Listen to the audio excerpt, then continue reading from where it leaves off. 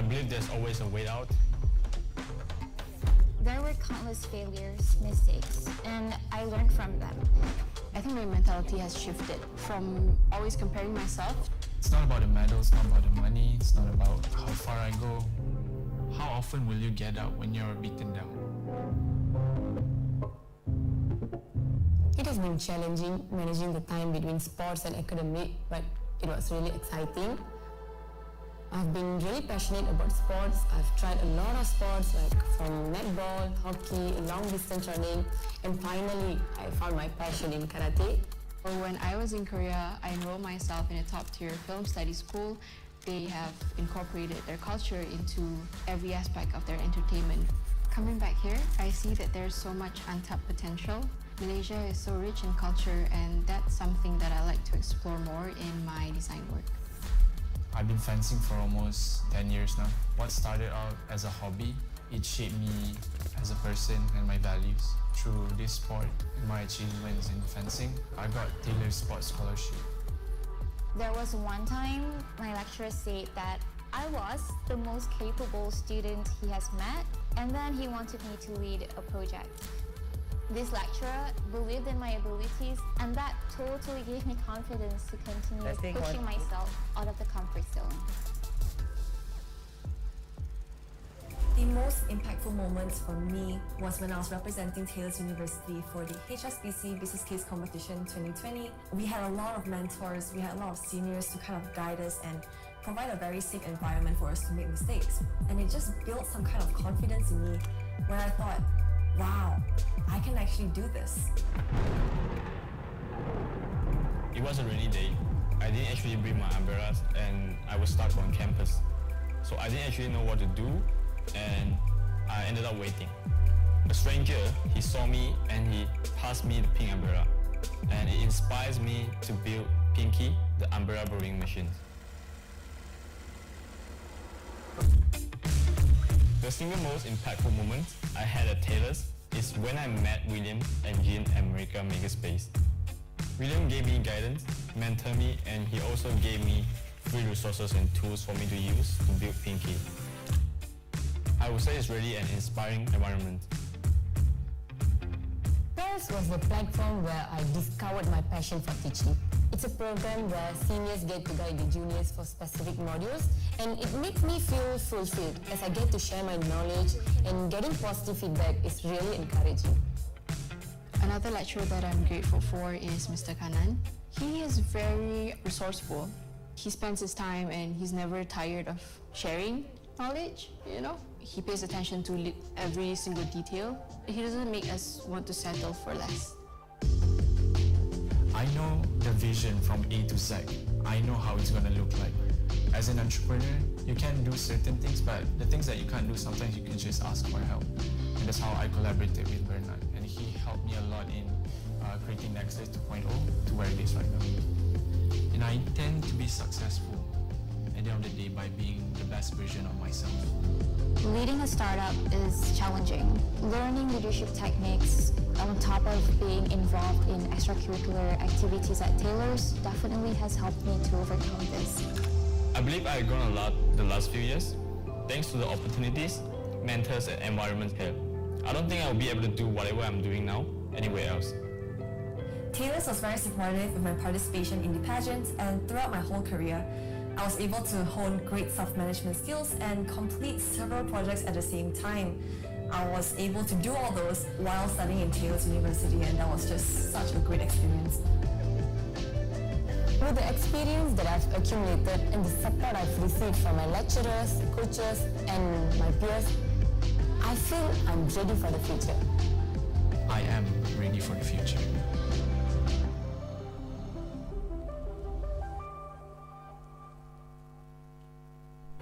Now, our biggest fund is called the Automation and Modernization Fund. That's a flagship fund, which we do with Meteor as well. So basically, if you're a factory and you want to automate or modernize, that means you buy new equipment or new computer equipment or a new manufacturing line, MIDF can provide the funding.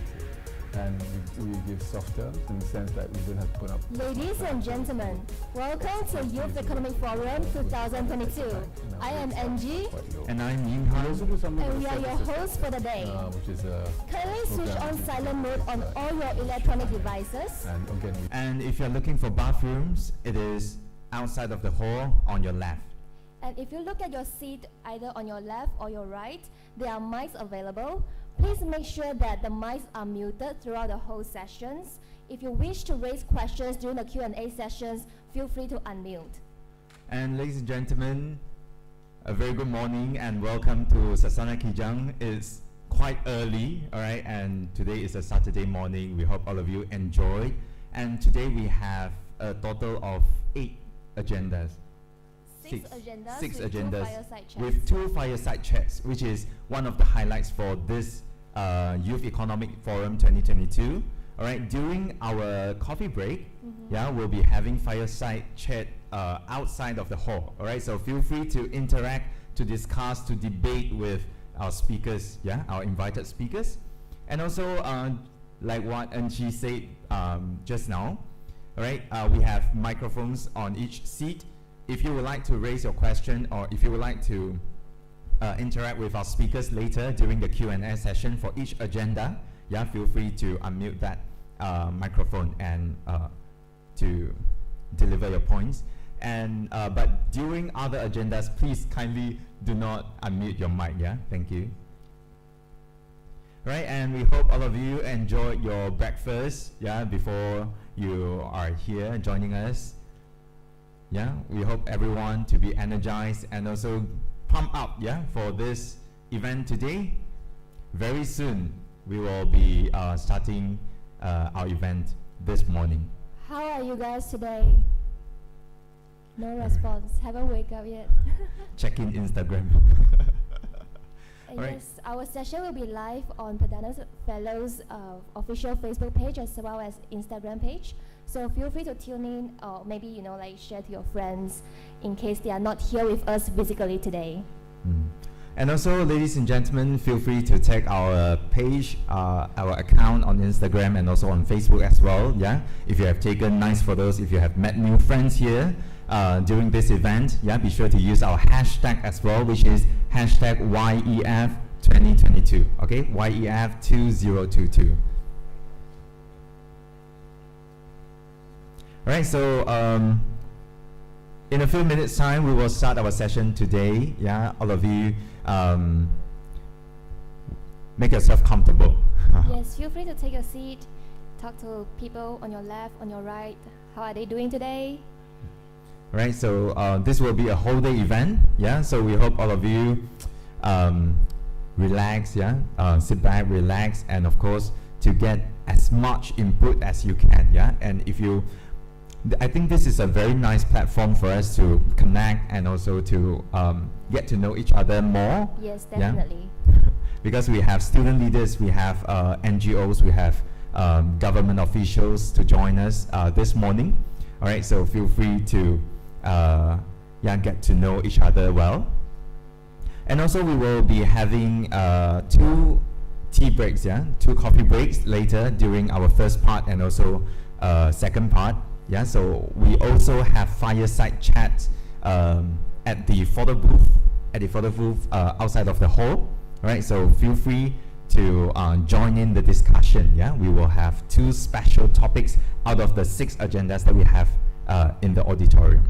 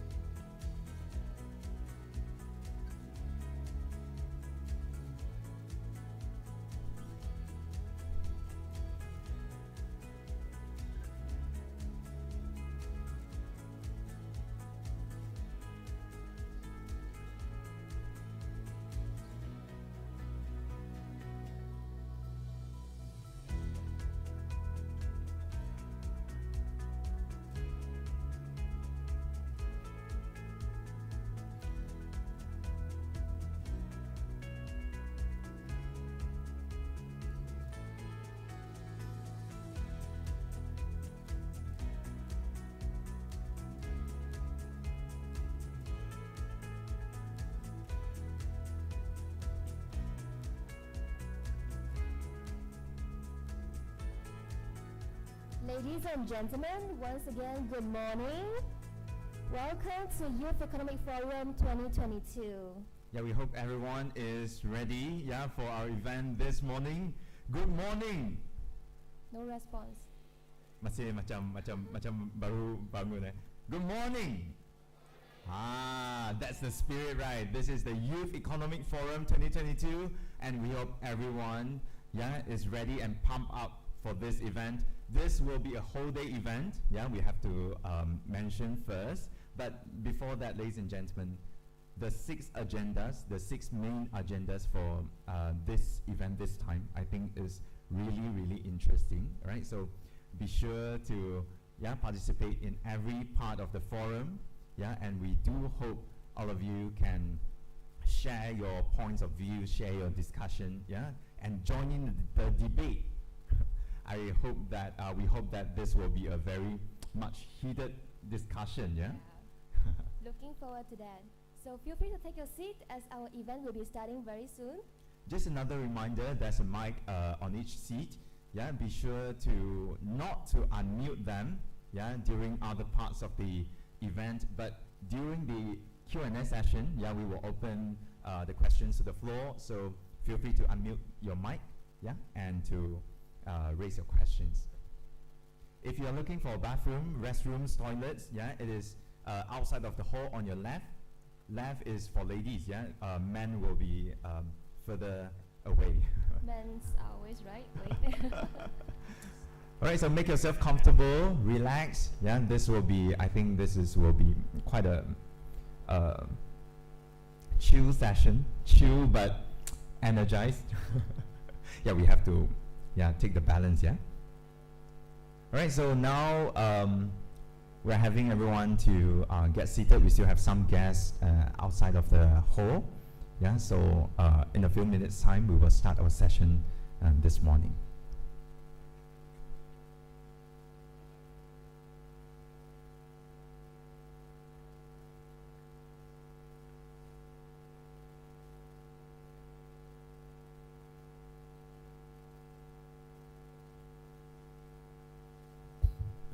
And also another reminder, ladies and gentlemen, this event will be live on Facebook. Will be live on our social media. So feel free to share it out to your friends or family, and to your connections. We will have them to join us online as well. This is already a metaverse world, so we hope, we have more participants from other parts of the world, to join in and of course to interact with us as well. Don't forget to hashtag YEF2022, YEF2022 if you are posting any videos or pictures of us, of all the panelists, of all the sessions, and maybe with your friends here today. And if you would like to stay updated with our upcoming events from Perdana Fellows Alumni Association, feel free to follow our account on Instagram and also our page on Facebook.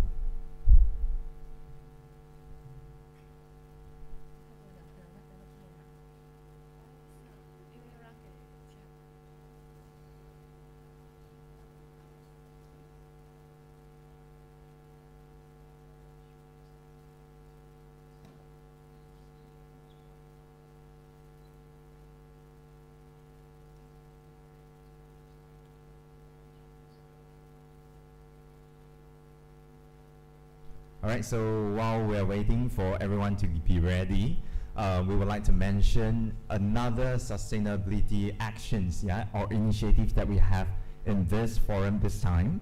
For your information, we have collaborated with the Malaysian Nature Society. So if you would like to contribute, for this carbon offsetting, if you would like to protect the mangrove area and also the coastal areas of the country, be sure to consult to our crews on how to contribute to that.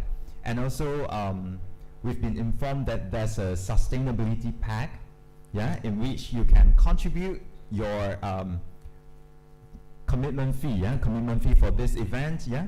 Just feel free to contribute, and also you can get in that pack you can get 2 saplings. Yes, you can help them to actually plant 2 mangrove saplings, and also 1 year of membership with Malaysian Nature Society. All right, as we are heading towards a more sustainable tomorrow, we hope all of you can contribute your parts, and of course together, yeah, we make a better and a sustainable nation.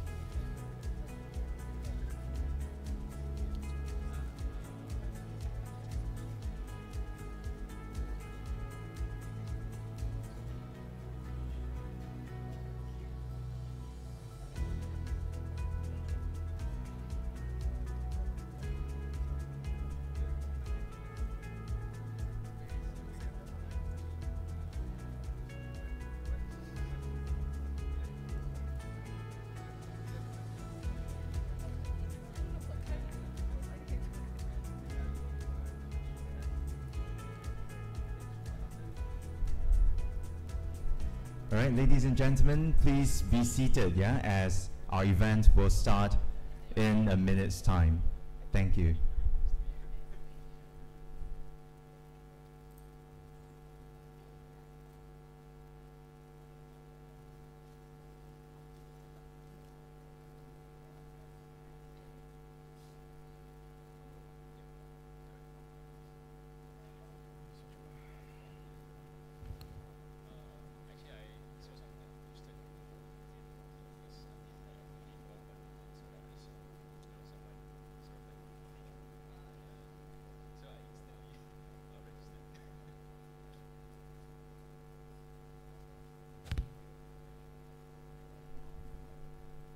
A very good morning, selamat pagi, 早安, guten Morgen, bonjour.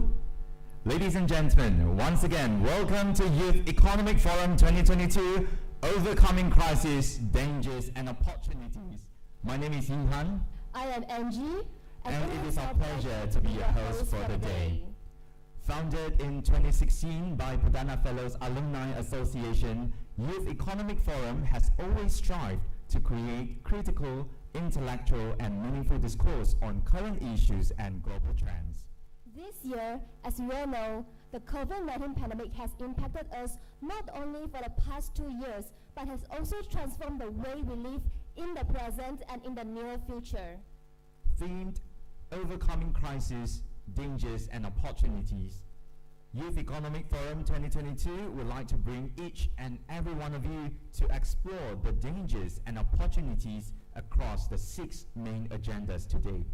The 6 main agendas today are education, sustainability, digital, business, economy, and politics. Together, we seek innovative solutions to build a greener, more inclusive, and more resilient tomorrow.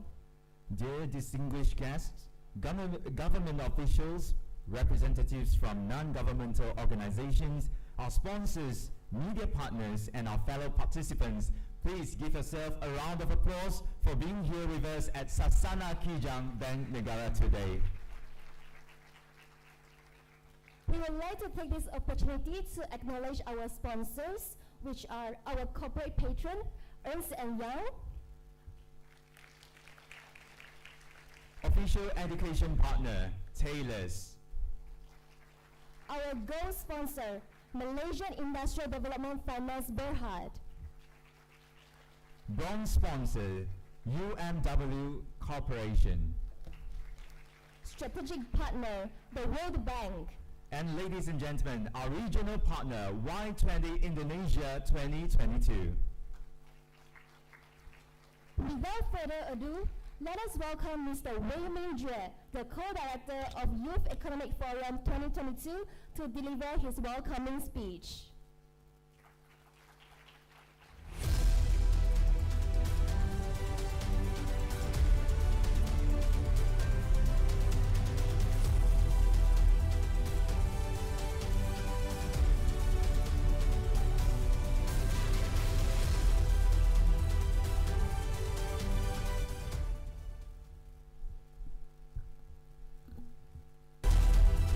Good morning, fellow young Malaysians, ladies and gentlemen. My co-director Naufal and I would like to deliver a joint speech. Let's start with a recorded message from Naufal from the UK.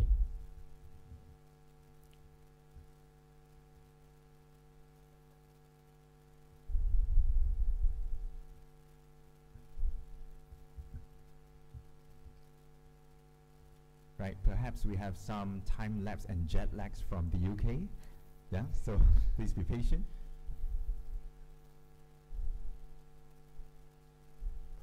Good morning, everyone.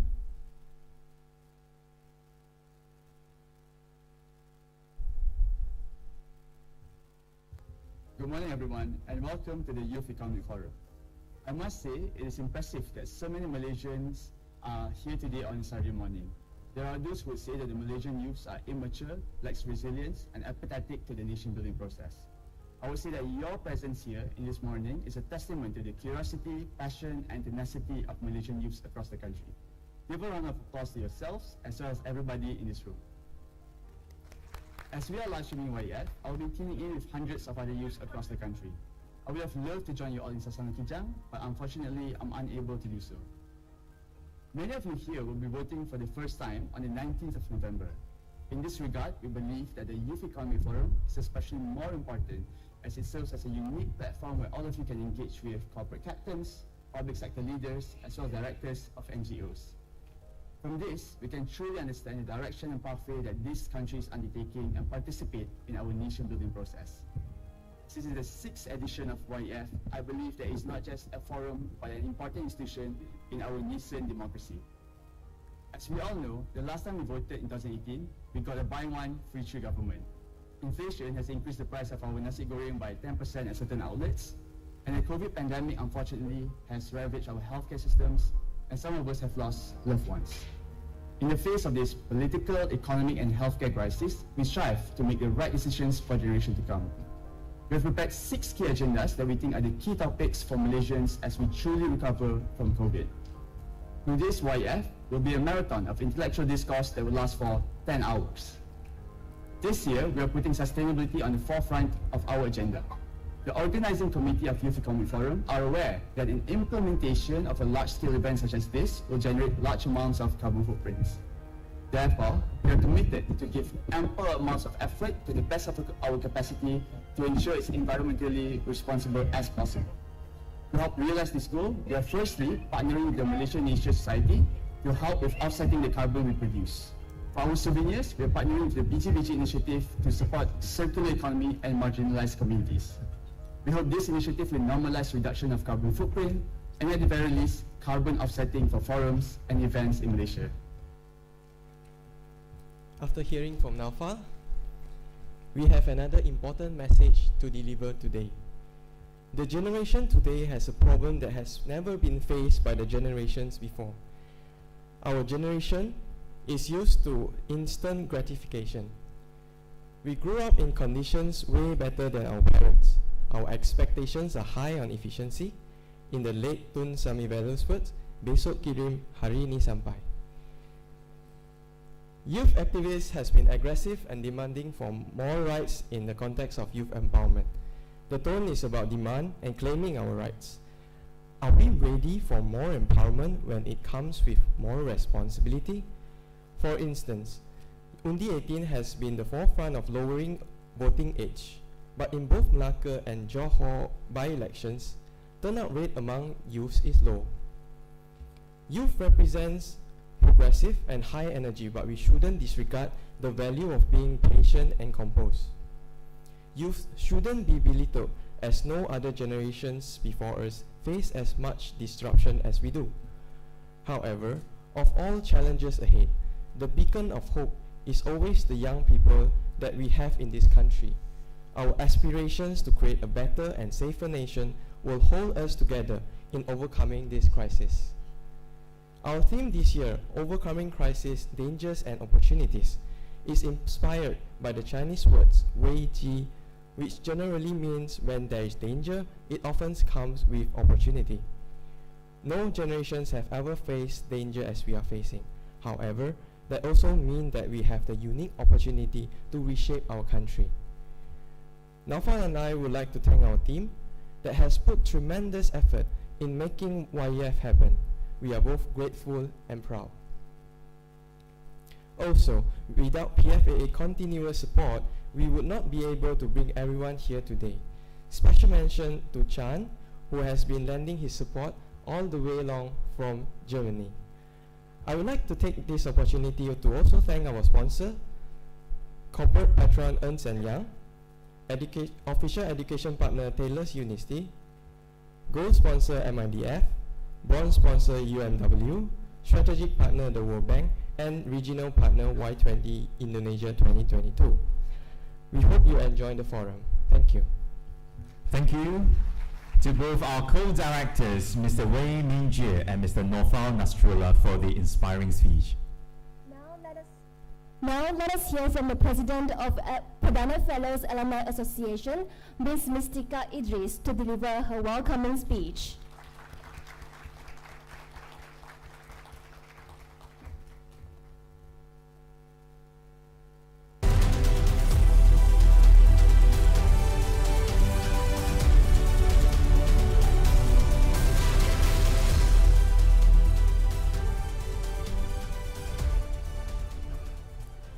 First of all, a very good morning to everyone here.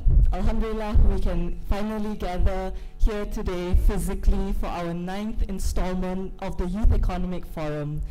I can't say how pleasured I am and how happy I am to see everyone's faces here today. Firstly, on behalf of the Perdana Fellows Alumni Association, I would like to offer my sincere thanks to our guest of honors, our sponsors, our corporate patron, Ernst & Young, our official education partner, Taylor's Education, our gold sponsor, MIDF, YEF's bronze sponsor, UMW Corporation, our strategic partner, the World Bank, and our regional partner, Y20, distinguished speakers, panels, and the guests who are here today. So a bit of background, when we chose MJ and Nofal as our directors, they came to us and they started pitching ideas for the theme, and finally we landed on overcoming crisis. I recall being a bit concerned because this tone might have been a bit too negative, but after they started crafting the content and also the panels, I started to realize the opportunities that they had wanted to highlight. Given the major challenges that we have faced, a global pandemic, inflation, climate change, social disruption caused by globalization, a changing landscape of employment, to name a few, it is amply clear that resilience is key. So the theme that our two directors presented us with not a few months ago gives me so much hope for our generation. So many of you here, in fact, today share that same impulse. We as a generation have seen challenges, integration, and globalization not as threats, but as opportunities. Opportunities for education, for exploration, employment, and exchange. We are a generation that sees differences of plurality and diversity not as a curse, but as a great gift. In my time as president of PFAA, the main question, or most important question, has always been, what role do youth play today, when the world is simultaneously falling apart and coming together? How are we even expected to care about everything, all issues, but at the same time given little to no resources? Nothing but an innate drive to make things better. This was when a lot of conversations happened with other youth leaders as well, where a lot of people were a bit pessimistic about the future. A lot of people had hit walls and had begun to give up a little bit. One of the biggest advices that I received was that we should never view these challenges as a disadvantage. Instead, it's important for us to understand that our experiences in overcoming and facing diversity is one of our biggest advantages. And I know that because I've seen it myself. I have had the honor of meeting entire communities of youths that have so invested their time, their passion, their discipline into making a more positive and sustainable future. People like everyone here today. But sometimes the work that we do can be demotivating, especially when we try to change it. Where so many people complain about the state of governments, the efficiencies of intergovernmental agencies, of the legitimacy of NGOs and startups. Condemning only gets us so far. All of us here today, the youth, have a responsibility to be upheld, which is to restore the door of opportunity in the Malaysian dream of prosperity, inclusivity, and sustainability. To be present, to vote, to contribute, and to voice out wherever necessary. In my opinion, that is both our privilege and our burden. We cannot solve the challenges of our time if we do not do so together. So what's my primary message here today? My primary message is to reject pessimism and cynicism, to know that change and progress is possible and that our problems can be solved. Progress requires the harder path of breaking barriers, building bridges, and maintaining the values of tolerance and diversity. Progress is not inevitable. It requires struggle, it requires perseverance, discipline, and faith. But that's the story of how we as a generation will persevere. The change we bring here today may just be through discussions, but discussions leads to ideas, and a network activation of like-minded people will lead to collective action. Our life and actions itself amount to no more than one drop in a limitless ocean, yet what is an ocean but a multitude of drops? The change we want today may not come tomorrow or even in our lifetime, but whatever it it is or whatever we do, it should come with perseverance, discipline, and faith. When people are empowered, it helps individuals and families succeed. It can make whole communities more prosperous and more secure. It offers a positive path for youths who want to make a difference. When this happens, we no longer look at things the way that they have always been. Instead, we say, how could things be better? What can we be doing? And finally, how can we make a difference together? So for today, I urge everyone here to use platforms and networks such as this today to inspire change not only for yourself, but for others. Let us seize this moment to establish a future of opportunity, a legacy we can create and own.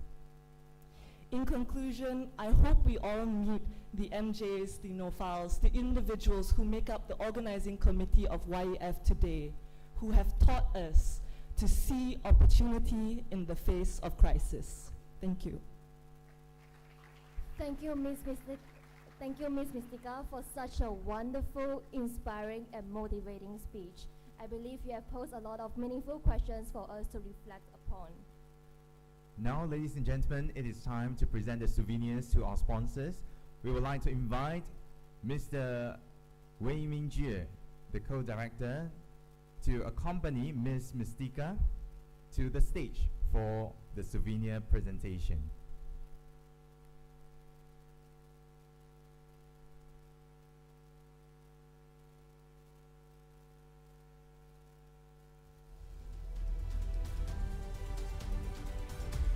We would like to express our utmost gratitude to our strategic partner, the World Bank.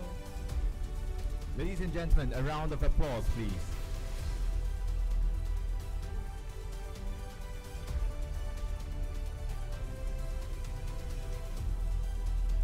Please remain on the stage, yeah?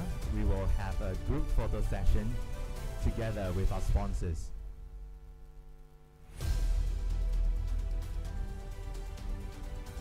Thank you so much for your support in making this event possible to the World Bank. And next, ladies and gentlemen, to our gold sponsor, Malaysian Industrial Development Finance Berhad.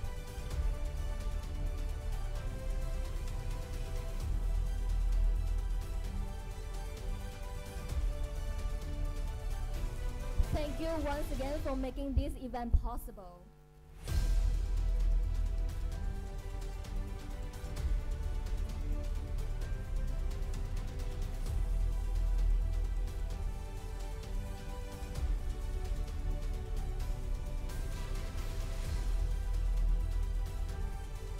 But not least, our official education partner, Taylors.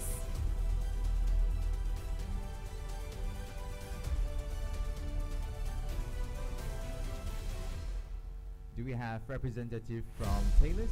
Yes, we do. And ladies and gentlemen,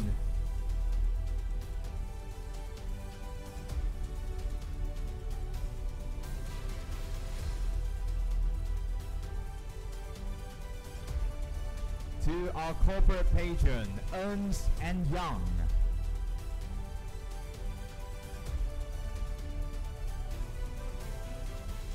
Ladies and gentlemen, in making sure that our forum is as sustainable as possible, we're playing our part in tackling the plastic waste issue and improving the livelihood of marginalized communities at the same time. These gifts are made with consumer waste plastics and produced by Beyond Bins community leaders from marginalized and at-risk communities.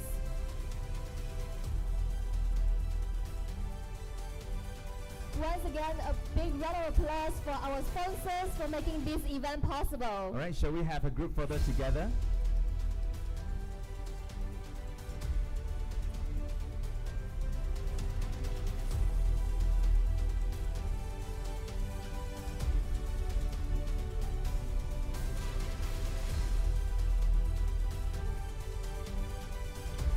All right, ladies and gentlemen, we have our representative from the UMW as well. So please give a round of applause to welcome our bronze sponsor, UMW Corporation.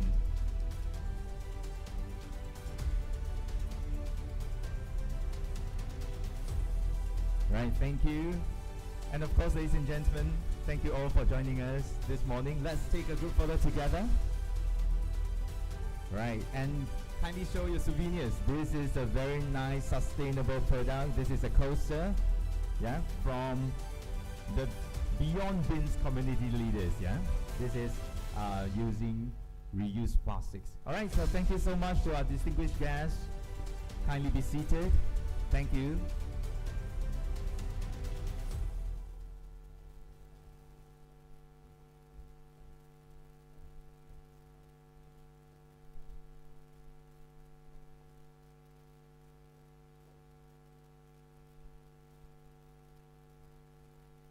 All right, so ladies and gentlemen, it's time for our first agenda for the day, which is the education agenda, putting education back on track. So when we think about youth, the first thing that comes to mind is education.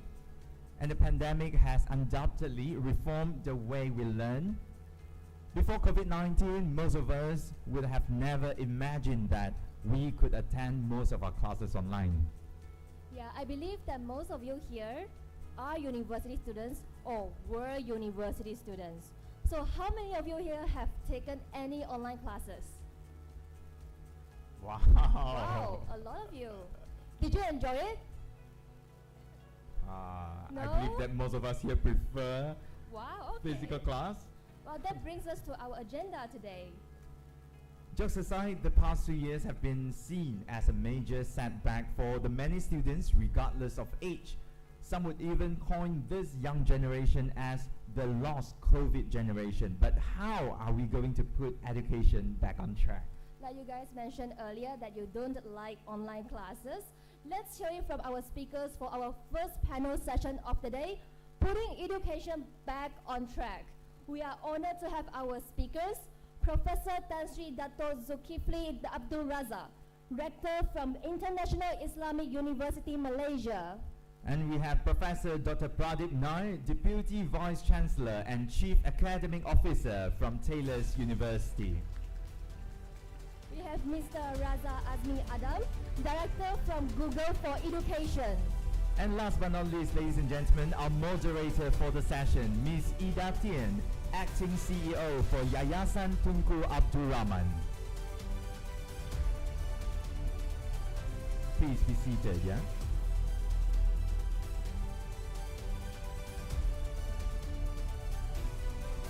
All right, so over to you, Ms. Ida.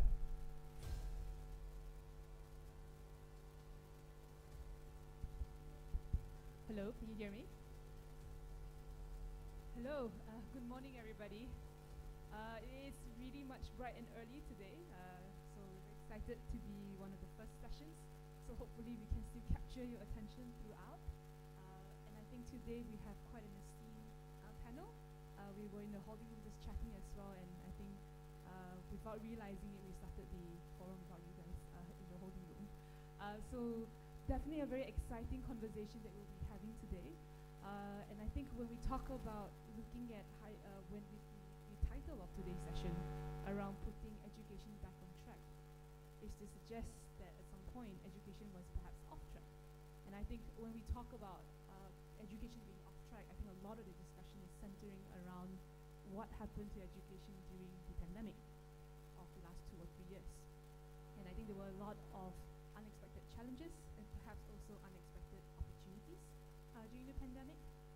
And that has also allowed us both to innovate but also to understand some of the gaps that has happened during the pandemic that we hope to learn from and to improve on moving forward in higher education. A lot of conversations as well today beyond the pandemic will be focusing on what this means for, I suppose, students and young professionals like you in terms of how do we adapt to the workforce, but also thinking about what are the roles that we play and what's the role that education and institutions can play to support students and young professionals to think about how do you support communities. And lastly, also talking about some of the general higher education trends in Malaysia that we should probably all take note of. when we talk about how do we educate our populace in the future. So I think to start today's session, I think I wanted to start with something quite simple, which is when we talk about the pandemic, we've also spoken about how it has changed the way we learn or we teach in higher education. And I think one of the things that perhaps was on people's mind was also how has higher education or education been redefined because of the pandemic. So I think maybe I want to start off with Tan Sri Zul actually to talk about how do you think the definition of education has changed as a result of the pandemic?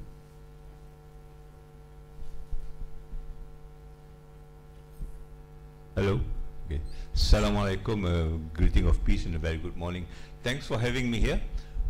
Saturday morning, yes, but it's a very important Saturday morning, I guess. There's a very important question when you talk about what has changed as far as education is concerned. From my point of view, I think the word education itself has changed. I am, for the last maybe decade or so, believe that education today is no longer education. It can be anything but education. And the reason is very simple, because the education is about addressing human problems. It has to be human-centric education. In other words, when we look at the pandemic, what do we see today was basically the question of human centricity. When we got into lockdown, we lose our humanness. We do not know how to react. We do not know how to even to behave. And this whole idea of lockdown and being isolated, this now becomes a new problem for education. We talk about mental health. We have not been talking about mental health for a long time, when mental health is part and parcel of the very innate part of education that we have left it. You know? And why do I say this? Because I think I start with the premise of what we have got in Malaysia, where we call the falsafah pendidikan kebangsaan, the national education philosophy. How many of you have heard of the national education philosophy? Very few. You ask the same question in university, I think most of them have not heard, including the vice chancellors. Sorry to say this. Now you go into a system that you don't even understand what the philosophy is all about. I don't think Googles will take you if you don't understand what Google is all about. And yet you have droves of people who do not understand what the philosophy of education in Malaysia is all about. Running a university, educating you, is that education? So I think we have to understand what education is all about to start off with, right? Now education at the end of the day summarily is about economics. It's about what I call the 3 M's. The training of manpower, the training of the mind, and the training how to use machine on for the purpose of the market, the 4 M's. You can summarize education into that. Yeah? And we are asked every time and again to make sure that our students are employable, which is nothing wrong. But what is it that you want to be employed for? You know, so when I talk to Raja Azmi, I don't think my student can fit into Google. Google is a different setup altogether. So what am I training them for? Basically, we come back to the question of the human being. And when we go to that education, the philosophy of education, it says quite clearly that education in Malaysia want to produce a balanced and harmonious human person. That's it. Yeah? And what is harmonious and balanced? It says you must balance between intellectual, spiritual, physical, and emotional. Now when we come to the pandemic, you may be well educated, you may have got a PhD and whatever else, yeah? You may know a little bit of co-curriculum, yeah, whatever, but you have failed totally in terms of emotional resiliency, spiritual copingness. So when you are locked down for 2 months, what you can think about is just suicide, that's it. And this is where the mental health issue comes in. When we talk about the philosophy of education, we need to be trained in all these 4. If you are well trained in terms of spirituality and emotional intelligence, in a sense, you probably have gone through the lockdown without any problem at all. And that is the failure of education today. And now we are coming back to education and talking about onlines and stuff like that. I asked them, where is spirituality in this? Where is emotion in this? Can you do emotional education through online? Can you do spiritual education through online? Does it work? Yeah. So these are the bigger questions at the end of the day. What is education for? Unless you get that right, then whatever you're going to devise, until you change those premises, then whatever you're going to devise for the future, I'm afraid another pandemic comes in, we'll be caught with another sort of problem. And I think that's my biggest problem. What is education? We need to redefine education for the sake of humanity. It's no longer for the sake of Malaysia or just myself alone. You know, we're talking about humanity. When the pandemics come, it is about humanity, the survival of humanity. And yet, the stark naked truth is this. When we talk about vaccination, suddenly humanity becomes not an issue at all. Because the developed countries will take all the vaccinations that they've got. 85% of their population get vaccinated. 10% of the developing countries not even started vaccinating. And yet you talk about humanity. You know? And these are developed countries where education is supposed to be world class. We're supposed to copy them. And that's what education at the end of the day is about. Dollars and cents, it's about survival, it's about me, and it's about colonialization. It's not about educating people together to survive, to make sure that this world is a prosperous, balanced world, a sustainable world the way we put it. There's another dimension if we're going to talk about sustainability. So I'll stop there. I can be very emotional about this, but you get my point. Thank you. Thank you so much for that, Tan Shizu. I think you brought up an interesting point that we'll definitely be exploring a bit further later around this idea of creating a whole being, right? That isn't just about being able to serve a self-interest of whether or not it is getting a job or earning a certain salary, but it's also about what is the role that we play to make society a more humane and better place for everyone, right? So I think Prof as well, Prof Hadid, you believe in that too. You believe in this idea of lifelong learning, right? But I think one of the things as Tan Shizu has pointed out was it would have been quite challenging to impart that during the pandemic. I wonder how Taylor's or your team has been attempting to do that during the pandemic as well.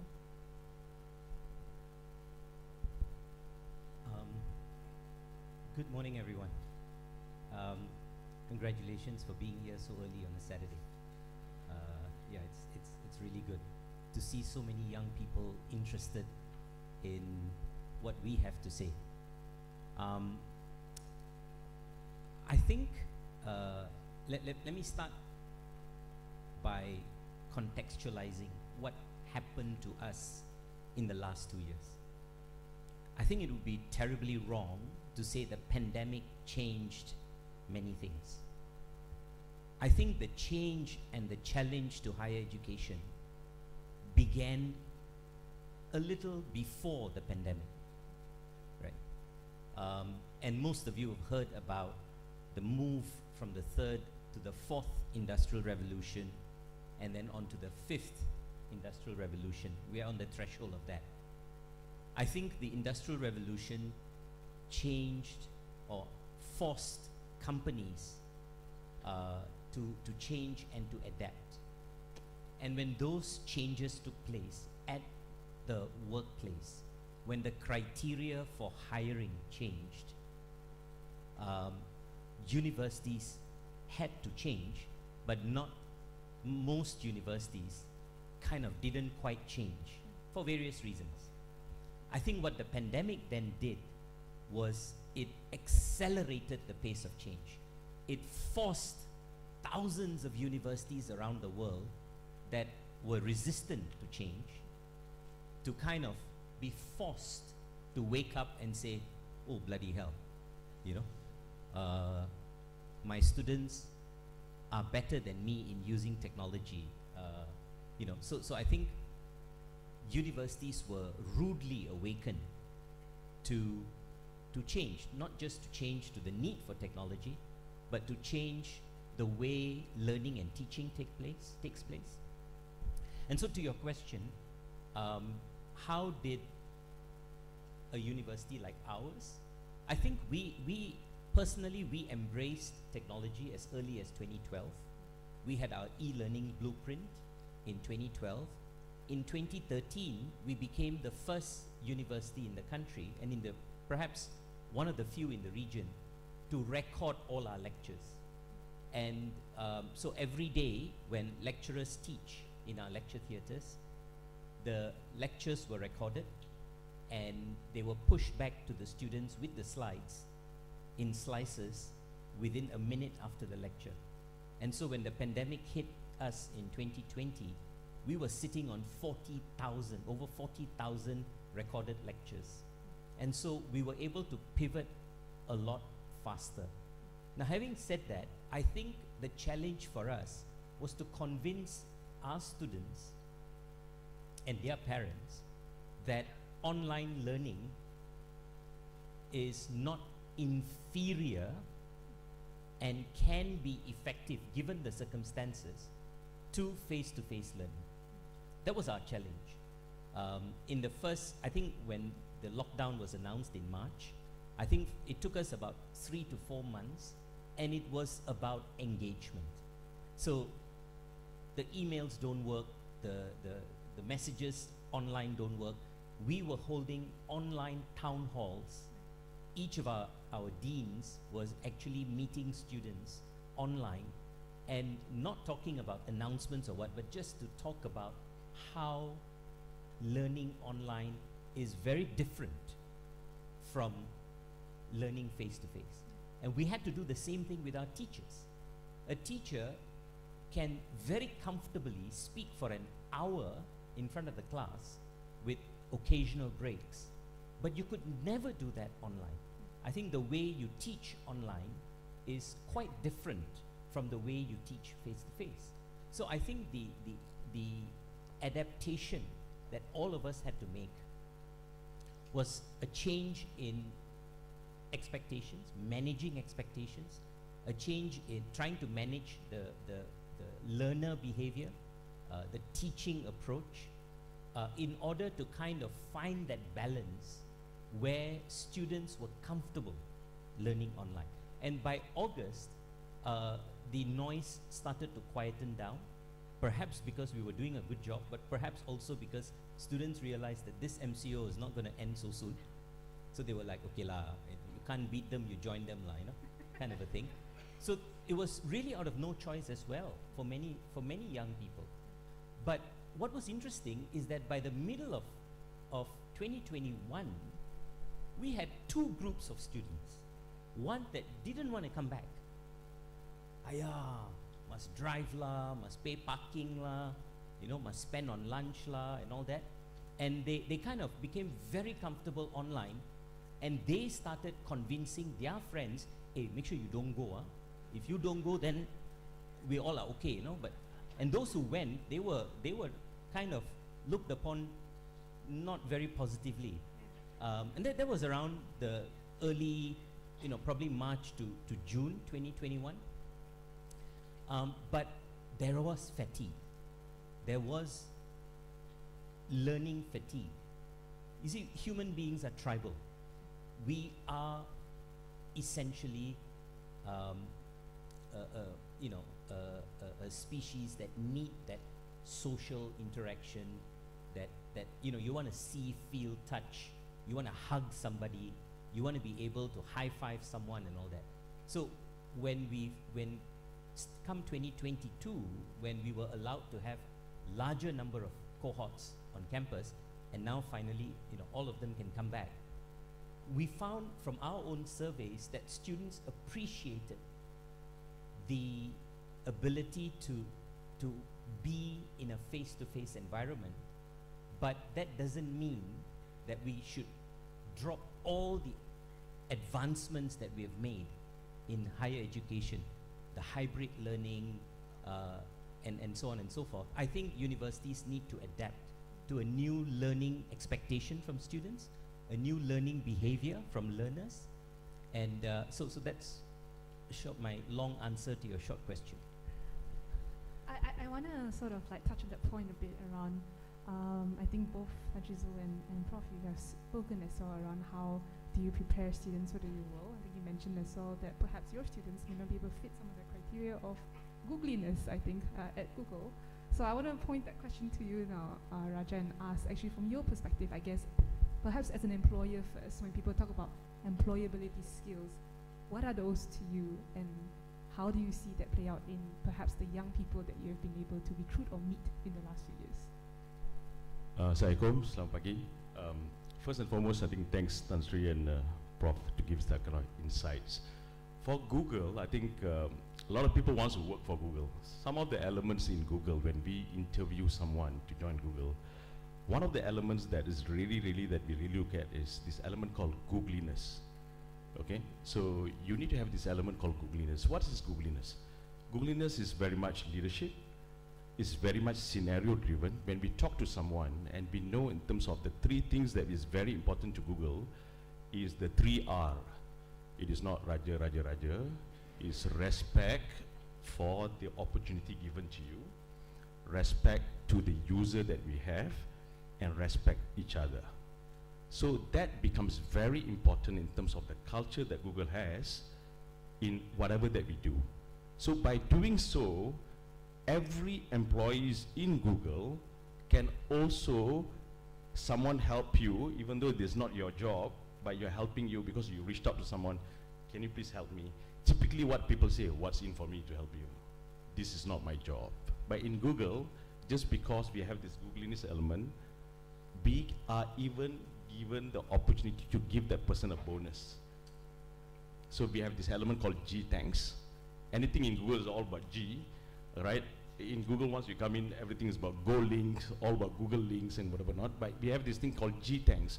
If I like someone who have done something for me, I can give them a G thanks, a G bonus, a peer bonus, and this is monetary, right? And the person, what people need is just a tap at the back saying that thank you very much for helping me.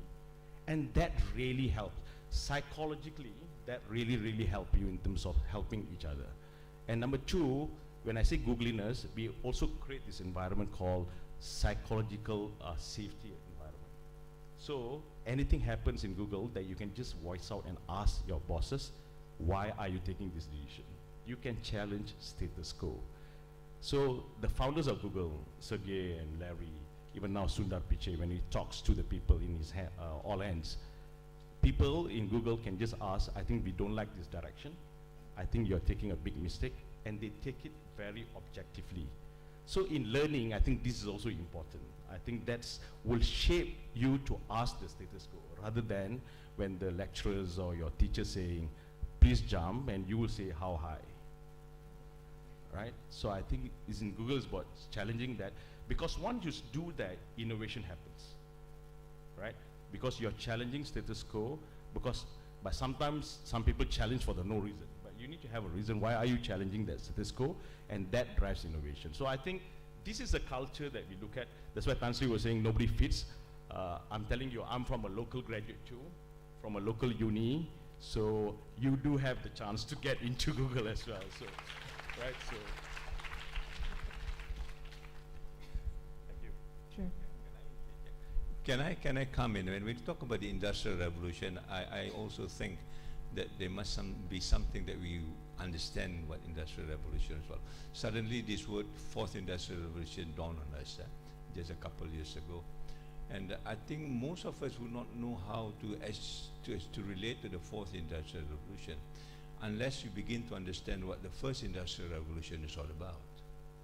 The Industrial Revolution does not happen on its own. It's a whole continuum, it's a whole process, right? What happened in the 1700 when we talk about the First Industrial Revolution? Everybody knows about the steam engine and so on and so forth, which is good, all right? But what most of us fail to understand, with the First Industrial Revolution, there's already the first negative impact of industrialization. At that particular point, we talk about massive pollutions, yeah? But nobody talks about this. And then come the Industrial Revolution, the Second Industrial Revolution, with mass production, more pollution. The global warming climate change problem is a 300-year problem. It's not a problem of yesterday. We started 300 years ago, and we are still dealing with it because we have not thought through what this industrial revolution is all about. Until now, we have no solutions. And we're going to live with this. And this is the thing that about education. When you talk about education, usually you want to find where the balance is. If I want to produce this, what will be the impact on human person and the environment? That is not taken into account. And education then were made to be quote unquote a factory. Women got out to work, children's child labor was there, yeah? Capitalism was invented, Marxism came into board. All this changed the structure of education. And education now to me is just a factory. Yeah? And we need to move on. We cannot live with this factory environment as far as education is concerned. My KPI as far as the government is concerned is how many of my students are employable. If 80% I'm okay, if not 80% they will hound me. And I need to change the statistics somehow. You know? And it's not difficult. If he may be an engineer, but if he drives a Grab, then he's employed. I tick the box. And we've gone to that extent to understand what education is all about. The next phase of education is what Raja Azmi was talking about. What is he talking about? Basically, to me, is a question of values. You cannot operate Google the way it operates if you don't have trust, if you don't have respect, you don't have integrity, you don't have all the things that we talked about in terms of values for the human person. Where on earth in our university that we teach about these values? Where on earth in our school that we teach about this? We are still talking about bullying. You know, these what, 19th century problems? So we don't have these elements that makes the new education system, you can forget about it. You're still talking about the economics of education, which is, the pandemic says it doesn't work. Yeah? You can be the richest man in the world, but you do not know how to spend your money because you are locked down. There's nothing to buy. You can't even eat that money. If that money can be eaten, that's fine. Yeah? So these are the premises I think that we need to ask and question now. Your generation must tell us what we have done wrong and what you want for the future. It's your future, it's not my future. I'll be dead in 5 years' time. But you need to define what your future looks like. Is this factory model something that you're satisfied with? If you're not, then what is the change? Where do you go from here? We need to rethink what is the next revolution. It could not be an industrial revolution. It could be a human revolution. I don't know. But I think that's an open question which I hope we can settle today, inshallah. Thank you.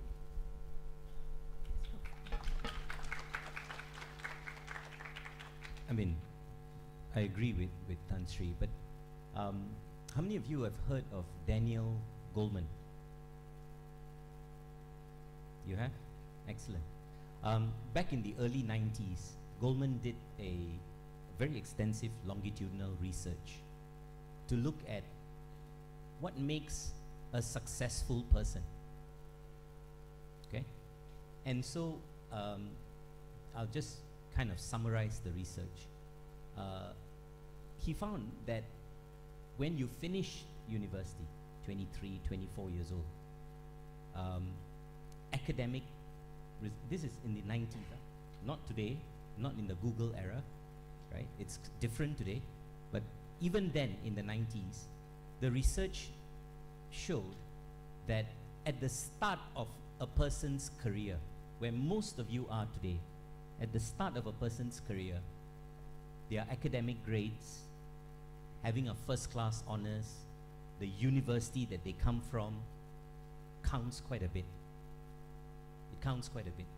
The employers tend to be more biased if your results, your academic grades are better, if you come from a better university, and so on and so forth. This is in the early 90s. So you can imagine that has been the way in which employers hired way back then. But Goleman's research was so significant because he says by the time this graduate comes to about 30, 32 years old, he's overtaken by the fellow who'd never really studied very well, but had a lot of friends. He knew how to negotiate. He had a higher degree of life skills and emotional intelligence. And that's precisely Tan Sri's point, that in a country like Malaysia, and in many countries in Asia, where academic grades are emphasized a great deal and perpetuated by a tuition teacher to complement the class teacher, and everybody races for grades, you find that when you go to the university, you will continue what was the measure, what measured you as successful. So back in Standard 1, Standard 2, all the way up to Form 5, it was all about the A's and all that. So when you get to the university, it's about making sure that your CGPA, you keep a very high CGPA, you get your A's. But ladies and gentlemen, the Googles of the world stopped looking for A's some time ago already, right? They stopped. Ernst & Young, we've got a wonderful lady from EY. EY was one of the first of the big four to scrap the need for first-class honors as a recruitment criteria. And then Deloitte. And you look at all the big companies in the world, they're basically saying your grades are important. It gets you at least shortlisted for an interview. You have a degree. But beyond that, it's about life skills and emotional well-being. It's about your communication skills, your networking, your collaboration. You know, it's those things that count a lot. So if we are to reset education, one of the first things we need to do, and I know not many people will like this, is to get rid of exams and grades. Because of the fact that there are many ways to measure competency, not necessarily through a terminal examination, right? And the question is, what do you measure in an exam? Very often in universities, the measure is discipline-specific knowledge and skills, right? So you could be a great communicator, but if you don't know your stuff, you're marked as poor, right? What if our education system, right, and especially the assessment, what gets measured gets done. And as long as we continue to measure the knowledge and the skill to perform a specific job, and we don't measure problem solving, creative thinking, critical thinking, communication skills, right? And that's why in my university, what we did was we introduced a dual transcript system where every student will still get their academic transcript when they graduate, but they also receive a transcript with a score for their communication skills, their problem-solving skills, creative thinking skills, etc., etc. Right? Now, people may say, "Oh, that's interesting. So, will employers be looking at this skill?" I really don't care what employers look for. I think what gets measured gets done. And if students know that their degree results depend not just on study and mug the knowledge and the skill, but it also depends on how well they speak, how well they communicate with each other, the social competencies, the values that Tan Sri spoke about. If our young people, and I wish that this is done not just at the university, that it's done way back to kindergarten, when assessments which drive our behavior are revolutionized to measure human values, human behavior. And I believe that if we did that, then we'll be producing a generation of young people that are more rounded, that are more holistic. Thank you very much. Powerful stuff. I think a lot of what you mentioned as well, I think it jogged my memory as well when I was, 16 in school, and I had one teacher who told all of the good students in class, and they were like, all of you do not try and laugh or look down on the people in the quote-unquote last class, because you'll be working for them in the future. And I think that speaks actually a lot to the importance of life skill. I think sometimes we call it soft skills as well, and I think that really kind of underestimate or undervalue what these skills are really about, right? Because soft makes you think of something that is not that important, it's secondary perhaps to technical skills, right? And I think in Malaysia as well, there's a lot of emphasis on, okay, how do we get students in more employable sectors, in STEM sectors, but there's that humanity, the human part of it they may be lacking. So I think I wanted to ask actually from Raja's perspective as well, as an employer too of students, right, and young professionals, do you see those skills right now in the workforce, and what do you think is missing in the Malaysian market? Yeah, so I think before I answer that, let me give you a perspective in terms of the experience that I had. I think there's a talk I met Jack Ma, and Jack Ma was saying in terms of in whatever that he was hiring in Alibaba, he was hiring for the best intelligent engineers to join him. Everybody was undoing each other. I'm better than you because my grades are better. But bottom line, the machine is a lot more intelligent than you. All right? So in Google, we have elements whereby deep mind, AI tools that is so good, they can predict things in terms of not a human can do. So what is the differentiator that Jack Ma was saying when he was hiring? The differentiator is you. Because if you look at Grab, why is not successful in Japan? Because the taxi drivers in Japan dress well, wear gloves. When you want to get into the car, they open the door, they lead you into the car. That is the differentiator rather than a Grab. So for me, if I interview someone, your smile is your logo, your personality is your business card, right? The way you make others feel is your trademark. That's how I look at things, right? So it's not about the grades, because all of y'all have grades, but all of y'all have strength. It is not about how intelligent you are, because we have tools that's better than what you think you are.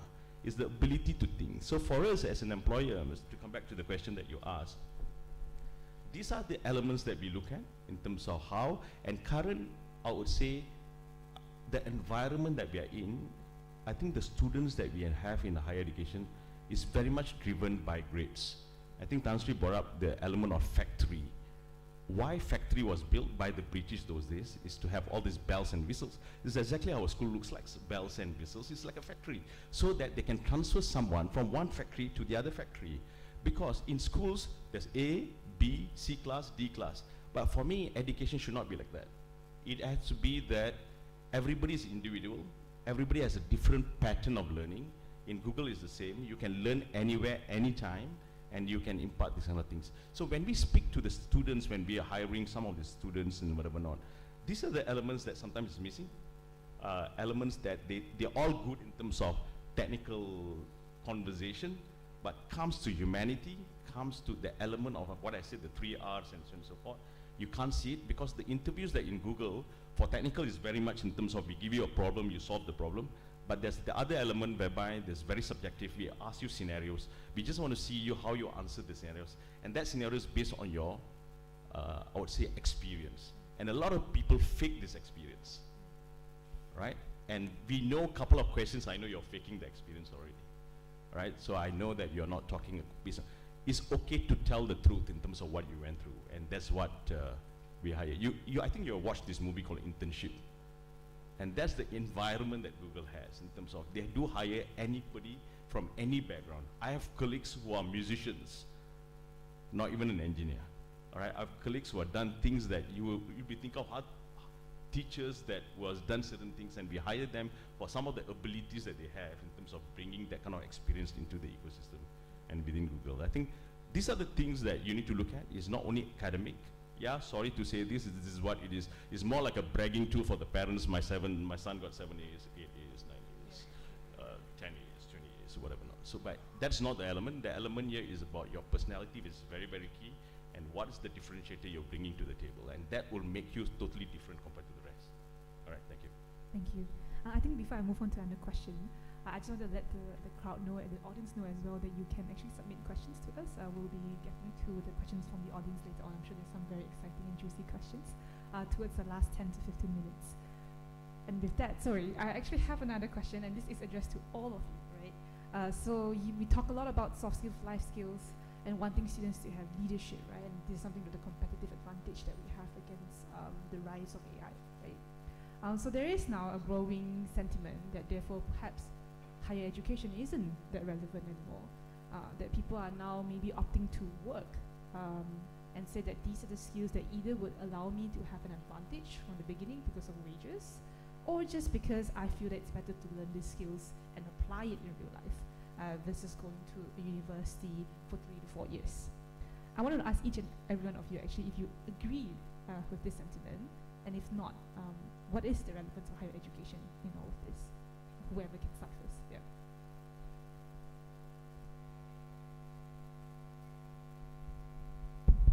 I think it's premature to conclude that higher education is not relevant. What we can conclude is that the manner in which education, not just higher education, is delivered today needs a serious rethink. Right? Is employability the only indicator of the success of a university? Right? And you read, you watch social media, you read the papers. You have universities that talk about 100% employment. Tan Sri said if he doesn't get anything above 80%, he may be booted out, right? So is employability the only indicator? And then we segue into then what should be the other indicators. I think education needs to return to the root of where it started. Look guys, we're not reinventing the wheel. If you go back 1,000 years, even 2,000 years, if you go back to the first schools that started in the madrasas or the churches or the ashrams, they were about the development of a good human being with good values, with good knowledge, good skills, and people doing things for the betterment of society and community. So I think what needs to be done is to tweak the way in which higher education is measured, is to tweak then how it's delivered, and to be more relevant to the expectations of the learner. The learners today are not the same as the learners tomorrow. Most of you are probably Gen Z, right? Soon there's Gen Alpha, right? The way they learn, and the pandemic and the MCO period, as much as you may have liked or disliked online learning, it actually changed a lot of your behavior towards information and knowledge acquisition, right? And I think there's a need to adapt to the changing behavior of learners. But I just want to perhaps mention one point, which I think is very important, that this generation and the coming generation of learners are probably not going to be very motivated by just going to a university to get a degree or to get the skill. Because they know, in fact you know more than us, that you can get that knowledge and that skill in a multitude of other ways, right? What you need is credentialing, which is what universities do, because someone somewhere decided that universities are the only ones authorized to give a degree or a diploma or a certificate. What if that changes tomorrow? Already Google says, I can give you my certificate. Microsoft says, I can give you mine too. And so there are so many competing alternatives to this institution called universities or college. The question is, will these competing alternatives become more attractive to you than what universities need to do? The research shows us, these are reports we read, 2020, 2021, EY has done a report, the World Economic Forum has done a report. Oh, thank God, we're still relevant. That's what these reports say, that students now and in the coming at least decade or two will still want to go to universities because that's a place where they get the credentials that many organizations still recognize. But I think we're on borrowed time. That if we don't change as fast as our learners are changing, many universities will be deselected many universities may become irrelevant. So, is a university relevant? Is higher education relevant? Absolutely yes. But the question is, the universities have to shift. They have to shift to align to the expectations of the learners. The learners have different expectations. Look at this. You know, I when I walked in, I said, "Do you think I could bring a plastic bottle?" And they said, "Yeah, I think should be okay." And I said, you know, these guys are going to judge me, you know, if they see me. And that's the learner today. The learner wants us to practice what the hell we teach. I'll stop here because perhaps my colleagues may have something to add. Can I jump in? I mean, just like the prof, I came here, I thought I would like to dress like a youth, no tie, no coat, not socks also. You know? So, but I thought I kind of, you know, overestimate myself. But the point I think is well taken. Higher education, what does higher education means? For my point is basically for higher purposes. That's what higher education stands for. At the end of the day, we talk about almost a university is like a finishing school. Could you produce a complete human person at the end of the day? You know, if you read, the UNESCO has got 4 pillars of learning. Learning to do, learning to know. This is what we have done very well. The 2 other pillars, learning to be and learning to live together. We have done hopelessly on this. Learning to be is about you knowing yourself. Until you know yourself, you will not be able to live together. And this is our problem in Malaysia. We keep on segmenting ourselves, that we do not know ourselves and we do not know each other. And Malaysia is not like the Malaysia that I used to be when I was in school. We have forgotten about these 2 other pillars, which is part of the falsafah pendidikan kebangsaan. And so the higher purpose is about building a better society.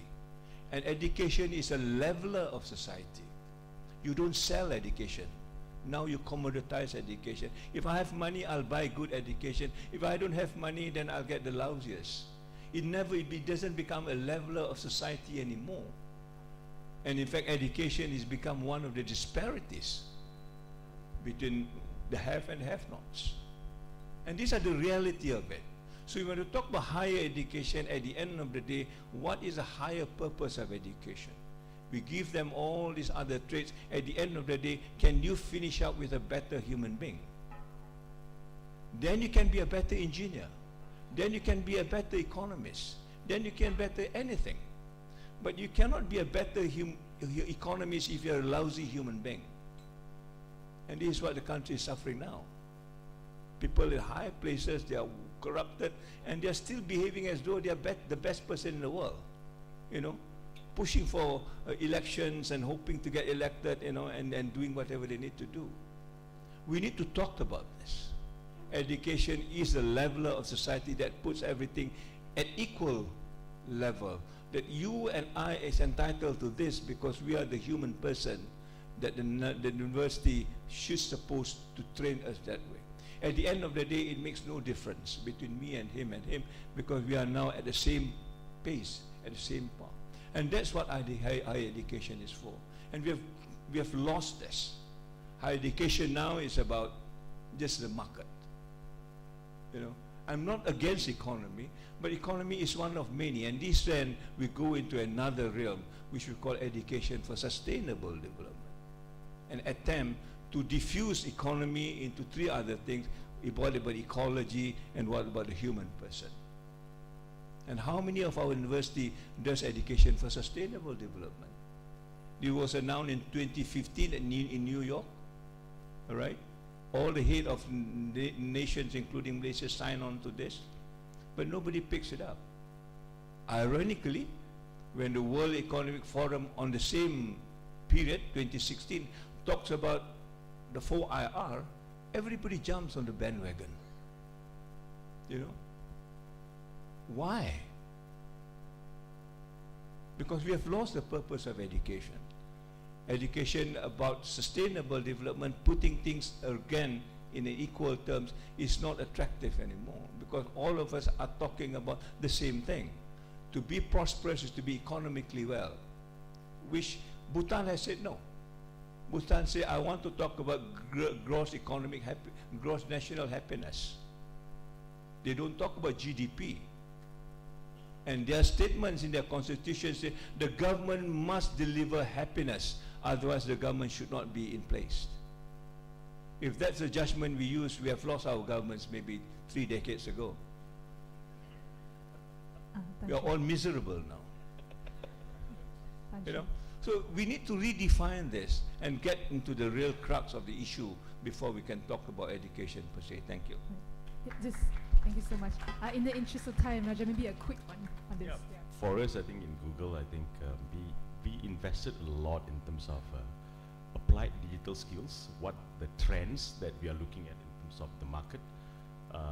Being a search company, we know a lot of trends in terms of happening, and we build curriculums that is really relevant for the industry. So we are very supportive of short courses, microcredits. When we look at people or students in terms of coming for interview, what are the things that they have done in terms of projects that's very, very relevant to what the industry looks at. I think this is very important. This is why we advise the institution and also the higher education ministry in terms of this is what's relevant, and this is based on all the data that we have, because Google is a search company, all right? And with all that, we advise that these are the things is required.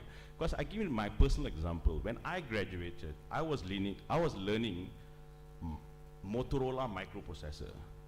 But what was the trend was Intel microprocessors. I was really not relevant when I got out to look for a job, because I can't even articulate in terms of what Intel was doing compared to what I was learning, right? So I think things need to change from that perspective, because sometimes the lecturers are very comfortable to do things that a curriculum that surrounds what he knows, right? I think that need to be changed, because I think there's a trend is required. The trend tells you in terms of what we are hiring for, and if someone can come with that kind of things in terms of whatever they have learned on a personal basis, you can learn from anywhere. Google has a lot of tools online for free. Grow with Google, applied digital skills. We have career certification in terms of what the trends are looking at. You do all of that. We also take some of these names of people who have done all of that and put into a pool, and we try to promote these kind of students for driving employability. I think that's very, very important. Thank you. Right. Thank you so much for that. Now, I think it's quite interesting how many like interesting questions just came in just the last 5 minutes. So I'm actually trying. I'll try my best to go through some of the most interesting, most popular questions. So hopefully I have a bit more time from the organizer to go through it. So the first question, I think anybody, please feel free to respond to this, and it is one of the top voted questions, is this. If we were to tilt our education focus towards humanics, meaning being more AI or robot proofed, where should the change start? Should it be our culture, or should it be our economic structure? Where should we start from there?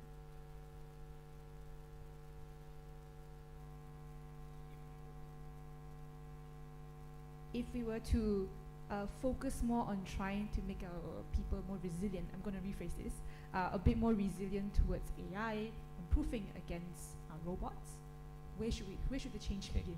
So here's the fact.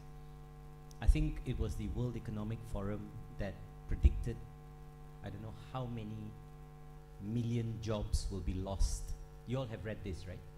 You know, in the next 5 years or 10 years, 80 million jobs or whatever will be lost. Oh my God, you know, Chinese will say, say law. You know, what are we going to do, man? Oh my God, you know, this is a doomsday. You know, human beings are naturally more responsive to bad news than they are to good. Throughout the history of all the revolutions, whenever jobs are lost, more jobs have been created. So guys, don't worry, right? The data shows us that you may have lost 80 million jobs in the next 5 years or whatever, but there could be over 97 million new jobs. New jobs that require a different set of core skills.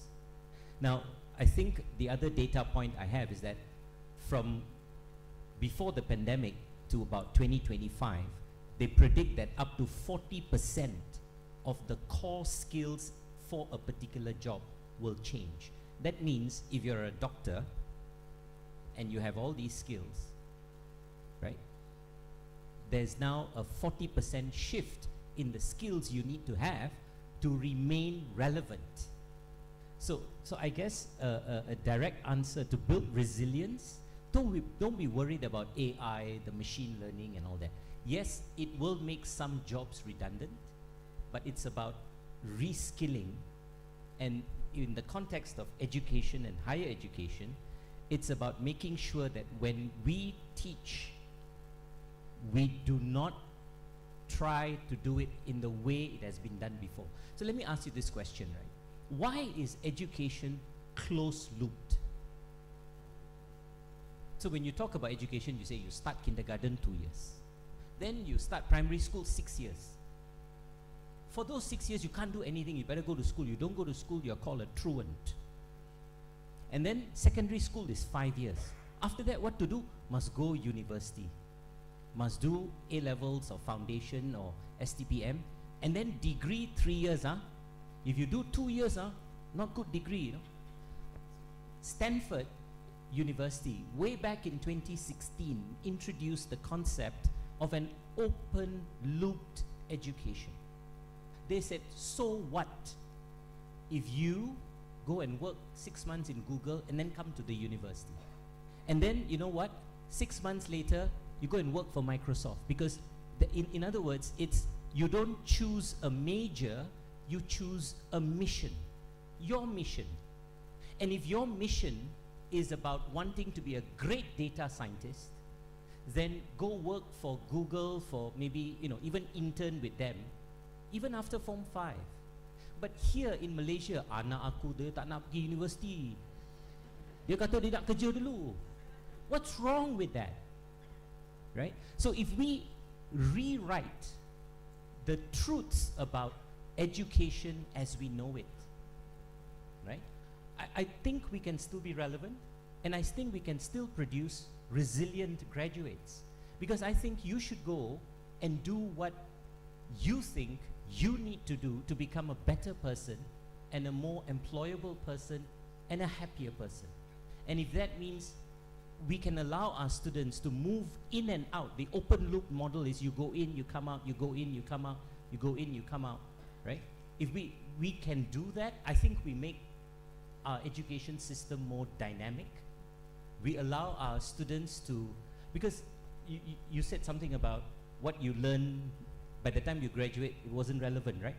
Guys, you can never, no university in this world, no education institution in this world can ever keep in touch and be ahead of the industry. It's not our job. Our job is not to compete with you and become better than you. No. Our job is to educate. And to educate is not just the knowledge and the skills, but to educate you, to teach you to learn, the lifelong learning skills, right? So I think we need to be very clear what our role is. And if we're clear, then I think we'll be able to produce that. So I think you're talking about resilience. I think we need to rewrite some of the rules around higher education. Right. Thanks so much for that, Prof. Now I want to move on to probably the spiciest, conversation that happened as well in the last few months. And I think this question is in reference to a study that was done in 2019 about SPM students, whether or not they want to go to higher education. And this question goes, so 70% of SPM graduates do not want to continue higher education. How do we approach this segment and upskill those who would rather work than study? For me, I think very simple. I think we need to look at pockets of why they don't want to study, because probably university is too long for them to study. So we need to look at, if it's really into TVET, for instance, you're a vocational person, you're an engineering person, why can't we do short courses, just focus on what is your skills? I think this is something that we need to profile individuals in terms of what they really want to do. Then those who really want to do short courses in terms of these are the areas that I want to work on, and these are going to be the skills I want to look at. They want to be fast, they want to get to the job market, and they want to get skills. And industries like Google like this kind of stuff. because you straight away add value to whatever we are trying to do, right? We were talking about the AI elements. Don't worry about that, because AI or machine learning learn from the human. They are as dumb as they are. They learn a lot of things from the human, and they start building capacity until those are mundane job, the robots can do it. And that's where reskilling, upskilling is very important. So for the students who doesn't want to do higher education, because they think that this is going to take such a long time, and education is no longer cheap. Parents can't afford it, and you come out from your college, going to have debt, PTPTN, right? Forever you're going to start paying for your debts and so forth. And we have not grown, sorry to say this, Malaysia have not really gone in terms of paying salary in terms of where we are compared to the other countries, even Indonesia or Singapore. I'm really comparing in terms of the fresh graduates in Singapore or in Indonesia. They earn more than what we get in the country. So I think there's also another abuse from that perspective. So people want to just get to job market, and I think this is where I think we should start looking at this, all these short courses, and looking at the areas of interest and go for that. I think we need to look at a bigger picture. SPM you're talking about, yeah? It rings a bell. Basically, we talk about Greta Thunberg, 15 years old girl, doesn't want to go to school since 2018. She started a strike in front of the parliament and said, I don't want to go to school because the school is no longer relevant to me. And this is what she wants. She wants to say, can my future be as certain when I go to this school? It's not about employment. It's about how she lives her life in the future. And therefore she created Friday for the Futures, and they've got now millions of followers. So this 11% of SPM, I think, is a small section. But the issue is basically, what is education for? I think that is a question that you need to bring back. What is education for? And from my point of view, education now is about life. It's no longer about livelihood. All the while education is, I go to university because I can get better pay. But that's not a guarantee anymore, and therefore the attraction to education is no good. And that's why in my university, we repurposed it. And we say humanizing education. That you come in, you go out as a better human person. And that is the purpose of education. Being a better human person, you can organize your life better. And organizing life is about the world today, you know. And when I talk about the 3 M's or the 4 M's, we have got a substitute now. We say instead of just talking about manpower, we need to talk about humanity. How do we survive together as a species? The 6th mass extinction has happened. It will happen again. Are we going to survive in this planet with this global warming, climate change? What is a skill that we have got to stop this? Can we stop driving a car and pull the car? Can we stop doing something that we have already poisoning the planet? Do we need to poison it more? Can we change our lifestyle? Back to the question of life. If we do not know how to organize it, we are all doomed. There's already a book by 2 very important authors called The Collapse of the Western Civilization. And he says if you continue to do this, the world will collapse, and they put a date 2093. How old will you be? Before the end of the century, the world will collapse because we are not able to sustain it anymore. This is the question that we need to ask now. It's about our own survival. How do you organize life? Not about livelihood. You can be a millionaire of the world. When the world collapses, they will collapse with you. It's not as though they are trying to, you know, to go to Mars and stuff like that. Good luck to them. But they will not have time for this. And that's the urgent question that Greta Thunberg is asking from my generation, and your generation should be demanding the same thing. Where do you move from here? How do you repurpose education for the better of human beings? So we talk about humanity. When we talk about the mind, we also need to talk about the heart. You talk about emotional intelligence. Yeah? Where do you train this heart? This is where your emotion starts. How do you discipline this? Yeah? When we talk about machine high tech, we talk about high touch. How do you humanize this machine? So that it serves us, not we serving them, like your handphones. I don't know whether studies said, but you're looking at handphones 200 times a day for whatever purpose. And the gaps between 2 is about 15 minutes. You're addicted to that small device in your pocket that you carry all the time. They are mastering you now. You are the slave of that machine. How do you humanize this machine? And these are issues that I think we need to bring up if you want to talk about the future, because our survival depends on this until we understand it. And that's what education is for. Thank you. Ida, I want to, this is an economic forum, right? Yeah. So I think there's a serious, we should take the statistic, the study on the 72% of students who were polled said they're not so interested in pursuing their studies. I think we should take that and ask ourselves, what do we need to do about it? To conclude that university education is unnecessary is perilous. It is very, very dangerous. Most developed countries have at least 70% and above of its population with tertiary qualifications. And in most parts of the world today, at least for the next couple of decades, a tertiary qualification allows you to enter the workforce and earn decently, right? If we just take this lying down and say, people don't want to study, what to do, let's go get them to do short courses here, short courses there, and so on and so forth. You're looking, Malaysia, by the way, is at 40% or around. Our access to higher education is only 40% of the addressable cohort. In a developed country, it's 70%, right? If we don't do something about this and we allow, I was told, this is official Secrets Act. I sit on a couple of committees and I'm not supposed to reveal names, but I understand that enrollment into some of our public institutions in this year alone has been short of the actual capacity. So it's real.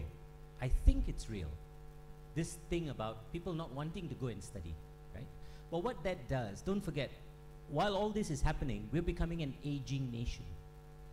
I think EPF says that only 10% of the population or thereabout have enough savings to survive beyond retirement. When you don't have an educated population, you basically have an underpaid workforce. And an underpaid workforce takes a much longer time to achieve that kind of salary levels to sustain you as you retire. So there is an economic fallout if we don't address why youths today seem to think that they don't need to go to a university or a college to study. So I think we need to study this. We need to perhaps get the universities and the colleges to do some serious soul searching of what is it that they need to do to attract these young folks.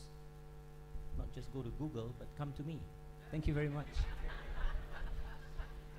I think we'll definitely direct any questions about this to you, Prof, in the future.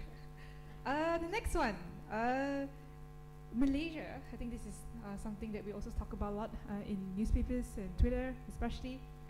Malaysia has the second highest rate of women migrating out above the global average at 48%.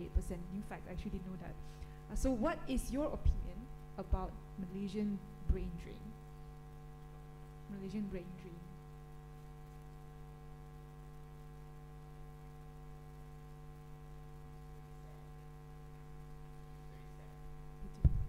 Yeah, I think it's very sad. I live through this every day because majority of the students who come out of our university actually actively look to get jobs overseas because they pay better. So I think to Raja Asmi's point, there is a challenge in trying to get a decent pay packet.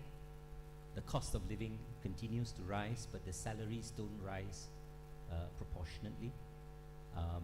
And as a result, I think we could possibly see the brain drain continue in the coming decade.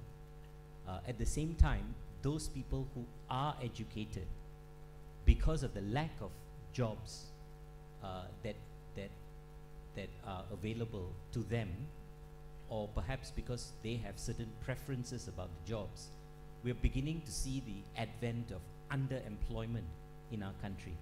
people who are overqualified for the jobs that they currently do, and hence they earn a much lower salary. So if you ask me, I think it's sad. I think it needs to be addressed.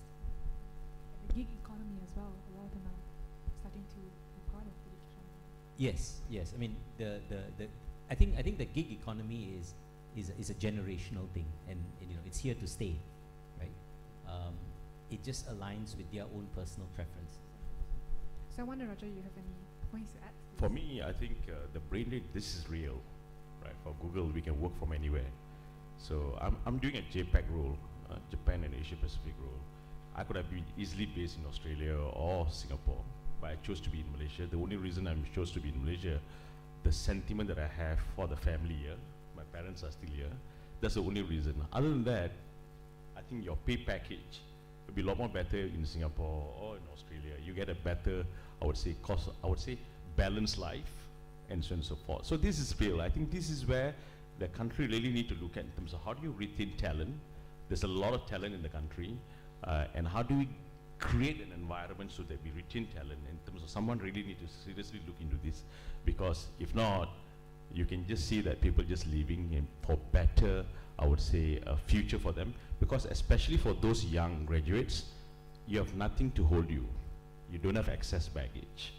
You can just straight away pack your bags and I just want to go and study somewhere and to be somewhere and so on and so forth, because that kind of exposure that you're going to get and whatever on.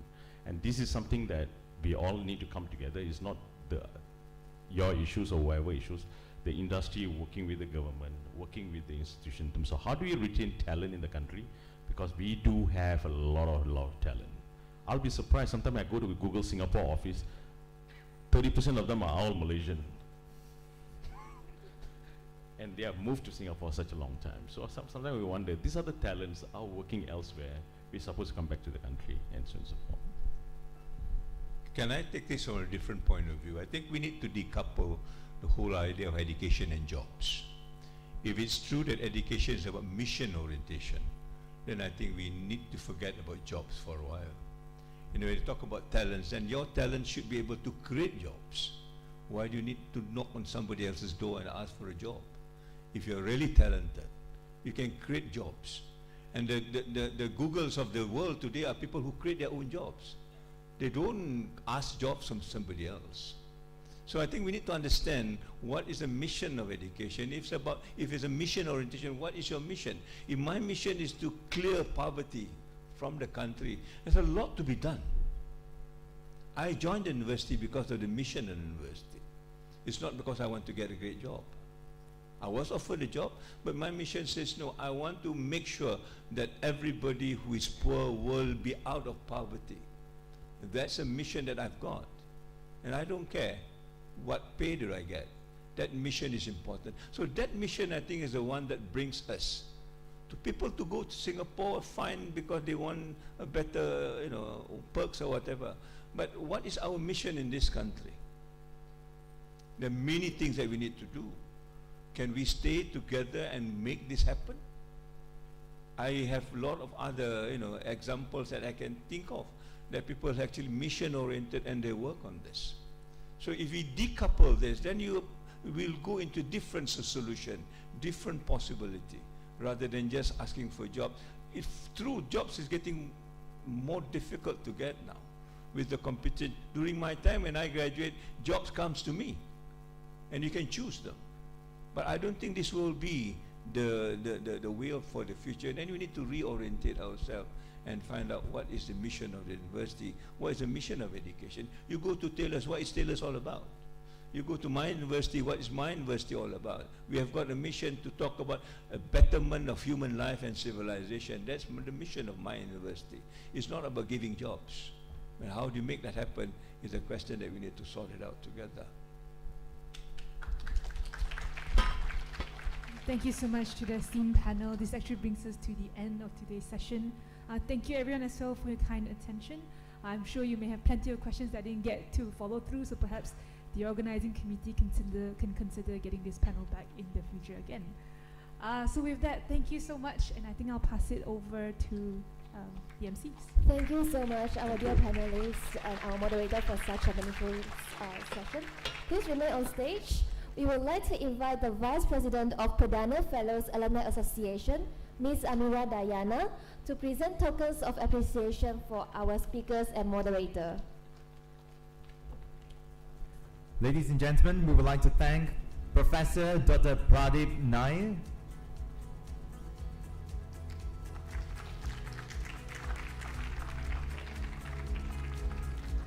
Professor Emeritus Tan Sri Dato Zulkifli Abdul Razak,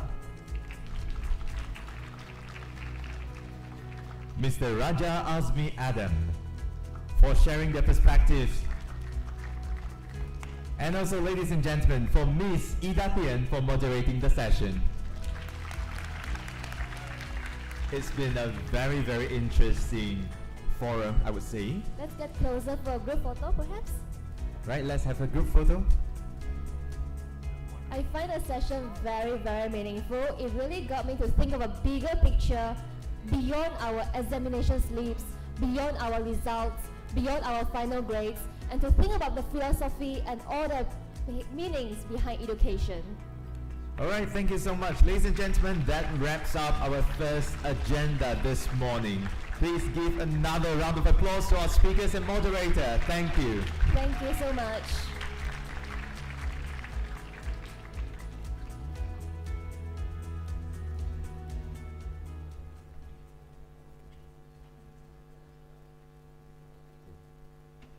Ladies and gentlemen, kindly rise to welcome our honorary guest. Announcing the arrival of Yang Berhormat Senator Tengku Dato Sri Utama Zafrul bin Tengku Abdul Aziz, Caretaker Minister of Finance. Ladies and gentlemen, please rise and welcome our guest of honor.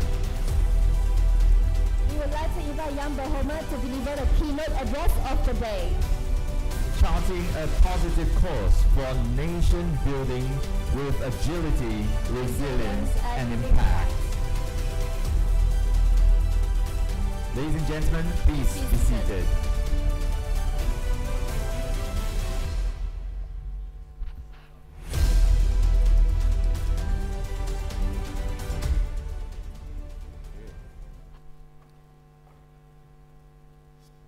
Bismillahirrahmanirrahim. Yang berusaha Cik Mistika Idris, Presiden Perdana Fellow Alumni Association, berusaha Mr. Wei Minju, Co-Director of the Youth Economic Forum 2022, my friends from EY, Mr. Chow, as well, the consulting managing partner, and the rest of the sponsors who are here today. MIDF is also here, Mr. Mio Ibrahim, and organizing committee, strategic partners. Assalamualaikum warahmatullahi wabarakatuh dan salam keluarga Malaysia. So it gives me great pleasure to deliver the keynote address of the Youth Economic Forum 2022. I would like to record my sincerest appreciation to the Perdana Fellows Alumni Association, or PFAA, for giving me this honor. I'm pleased and proud to see that the Youth Economic Forum has grown from strength to strength since its inception. On the way down here, I was told it's been 10 years, right, since its inception, and it's become an annual event which is able to attract a distinguished lineup of speakers. This time my former colleague and chairman, Tan Sri Nazir, is also speaking on a subject that I never thought he would speak, in politics. Oh, can I join that session later? And also, of course, you know, I can see many like-minded young Malaysians who are passionate about nation building and the wider economic discourse.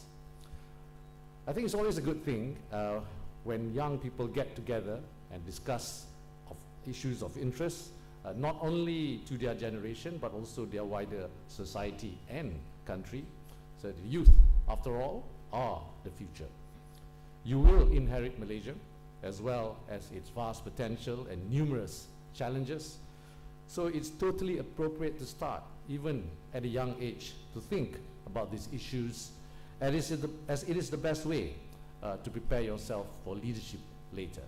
Indeed, I trust and expect the forum this year to continue to provide wide-ranging perspectives, suggestions, and solutions to overcome the current crisis, as well as how we might achieve the medium and long-term development goals for our country.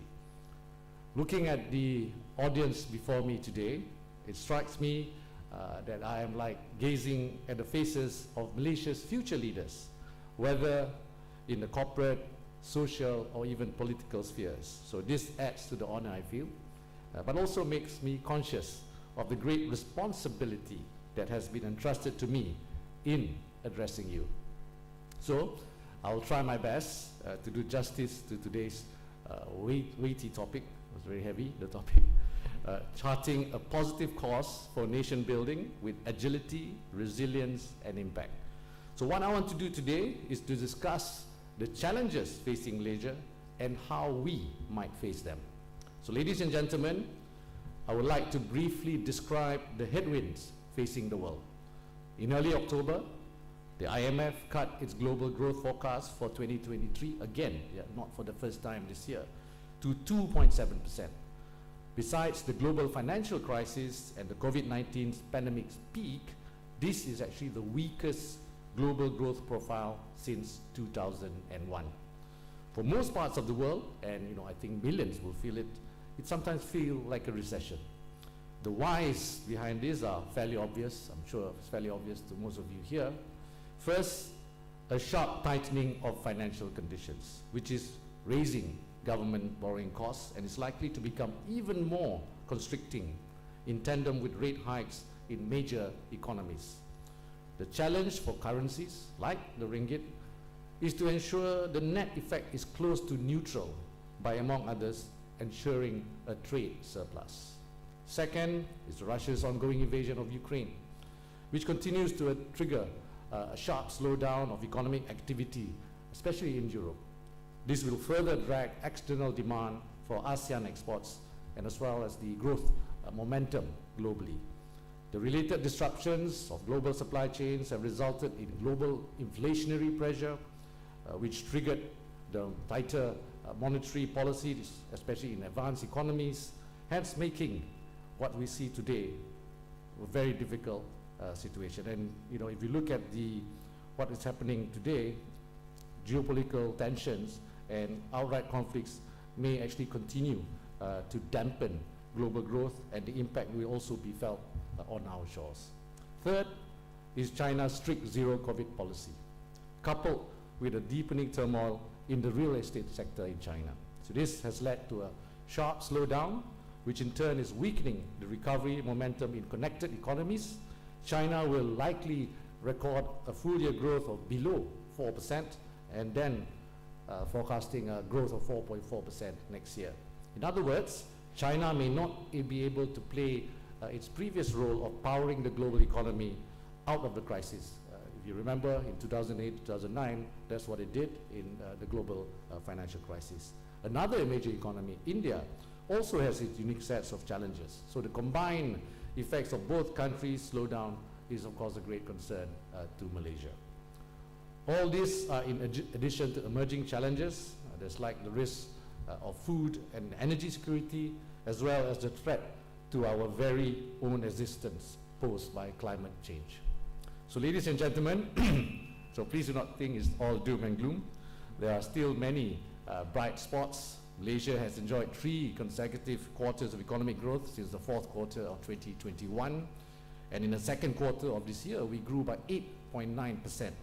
Our unemployment rate in August is at 3.7%. This is back to the pre-pandemic levels, while the number of unemployed has recorded a consistent month-to-month drop, which is good news for job seekers.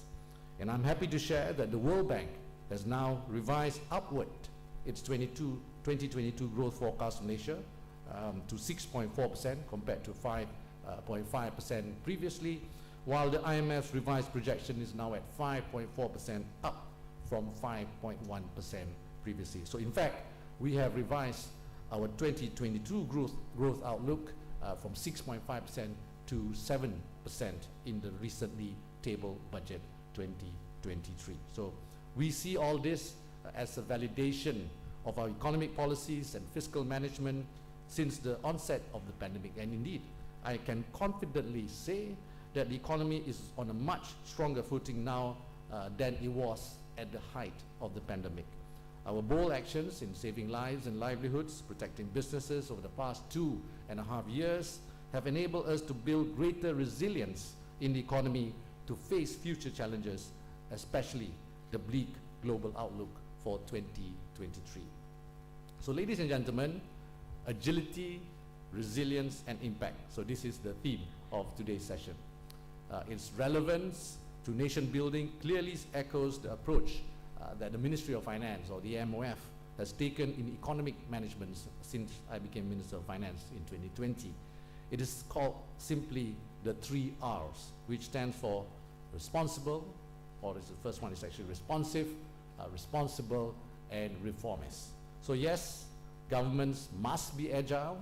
To me, that means they must be responsive to the needs of the rakyat and to changes in both the global and the domestic operating landscape. So throughout the COVID-19 pandemic and beyond, we have responded to protect the lives and livelihoods not only swiftly but also efficiently. This, however, have to be complemented by the need to be responsible. So remember, doing the right thing is not always popular, and yet it is doing things responsibly that will build our nation's resilience. So Malaysia's fiscal health, for example, must be properly managed. Did you know that we have never had any gazetted public debt until 2022? And I'm happy to share that the government's statutory debt stands at 60.4% of GDP as at end of June, still below the statutory limit of 65% of its GDP. So throughout the pandemic until today, Malaysia's sovereign credit rating has been better relative to our ASEAN peers such as Thailand, the Philippines and Indonesia. And I also agree, positive nation building must have impact. So to me, that is where the reform comes in. Indeed, this last R has become more and more crucial, if not dire, for Malaysia. We are aware, for example, that although job numbers have improved, issues such as underemployment and youth unemployment must be addressed. We need reforms in these areas to create long-term growth that will transcend generations and build social cohesion. Since I became Finance Minister in 2020, we have instituted various reforms, which brings me to my next point. So ladies and gentlemen, let me dive deeper on how we have been charting a positive course for nation building with agility, resilience and impact. First, the government has invested heavily in digital infrastructure and connectivity, including 5G, to future-proof Malaysia's economic growth. So better 5G means not just smoother Netflix viewing and also e-gaming sessions, but will also generate 650 million, oh actually it's billion ringgit, 650 billion ringgit in cumulative GDP growth and 750,000 high-income jobs from now until 2030. Second, the government remains committed to addressing our employment needs. So Budget 2022 allocated 4.8 billion ringgit through Jamin Kerja for job creation, reskilling and upskilling. The MOF has also sought to create meaningful work with meaningful pay to support the rising cost of living. So in April 2022, the government gazetted the increase in minimum wage to 1,500 ringgit to improve standards of living. Third, we are going all out to embrace environmental, social and governance, ESG, and sustainable development goals as well, the SDGs. We're putting all these considerations into our development and economic policy making. We have tagged our budget measures to the SDGs to identify funding gaps for related programs and further safeguard the future prosperity of the nation. So also, Malaysia, in collaboration with the United Nations, has launched the My SDG Foundation earlier this year, a platform for the private sector and NGOs to contribute to achieving our SDG goals. I would like to stress, however, that when you define ESG and how it's to to be achieved cannot remain the area of wealthy nations and companies. So it can yet be another cause actually for inequality, right? So developing nations must not penalize or shut down of markets that has lack of capacity to comply with ESG rules. We must ensure Malaysian companies, especially SMEs, which really make the bulk of the Malaysian ink, are able to navigate the challenges of ESG. So ESG will be a constant theme in the careers of your generation, so bear what I have spoken in mind. So fourth, we must get a grip on Malaysia's fiscal health.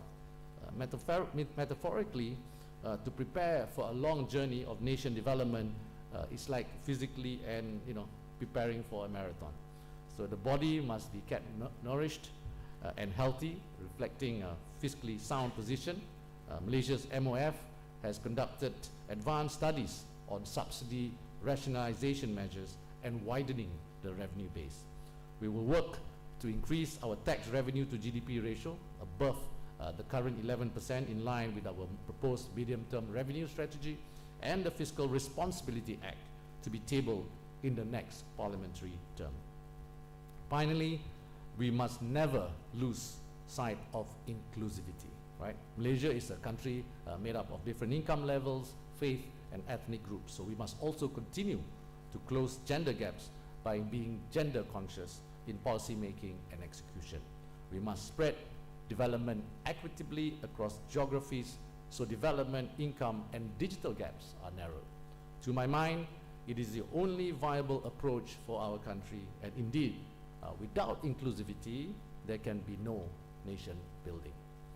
So ladies and gentlemen, I see the 2023 budget, which I had tabled in Parliament earlier this month, and which will be re-tabled by the next government, whoever it is, as enshrines, and it's really looking at the inclusive spirit. It is the clearest statement of intent from the government that Malaysia can only soar to greater heights, its economic potential, fully realized, if its policy are inclusive, if its key constituents are empowered. And for the youth here, representing over 28% of our population, we have proposed various measures, including an allocation of 305 million ringgit of loans, especially carved out for youth entrepreneurs, the extension of scheme Tekun Belia Mobile Entrepreneur, which will continue to assist youth in the last mile delivery sector with an allocation of 10 million ringgit, the continuation of e-Pemula initiative with an allocation of 400 million ringgit for youth, this is between 18 and 20 years old, and full-time students, discount of up to 20% for PTPT and loan repayment. Actually, there are many more benefits, such as the purchase of property for female entrepreneurs, women returning to the workforce, and many others. But please note that just because we do not label a measure as youth-focused, that does not mean you cannot benefit from it. So there's example, if I can name a few, such as the subsidized mammogram tests and the cervical cancer screening programs for women. So it doesn't matter whether you are youth or not. So our inclusivity agenda is clearly reflected in Budget 2023, with special multi-billion ringgit budget carve-outs for East Malaysia, whether it is for education, public health, as well as physical and digital infrastructure. So there, these are only some of the measures I have listed from the Budget 2023, and I must stress that we are not only doing this now. In fact, we have been executing policies along this theme consistently in the budgets that we have tabled before, in the last 2 years especially. Only through inclusive policies can we unlock meaningful growth that will enable us to chart the positive course for nation building with agility, resilience, and most importantly, with impact. So ladies and gentlemen, as you are all well aware, Malaysia will elect a new government on 19 November 2022. The GE15 is historic because for the first time, Malaysians aged 18 to 20 will be eligible to vote for Federal Parliament. I will not turn this occasion into a ceramah or tell you what to vote for. I will leave it to my colleagues. Rather, I want to strongly urge all of you, to exercise your democratic right and responsibility as a citizen to vote on 19th of November. Voting is part of your civic duty because you are taking responsibility for your country's future.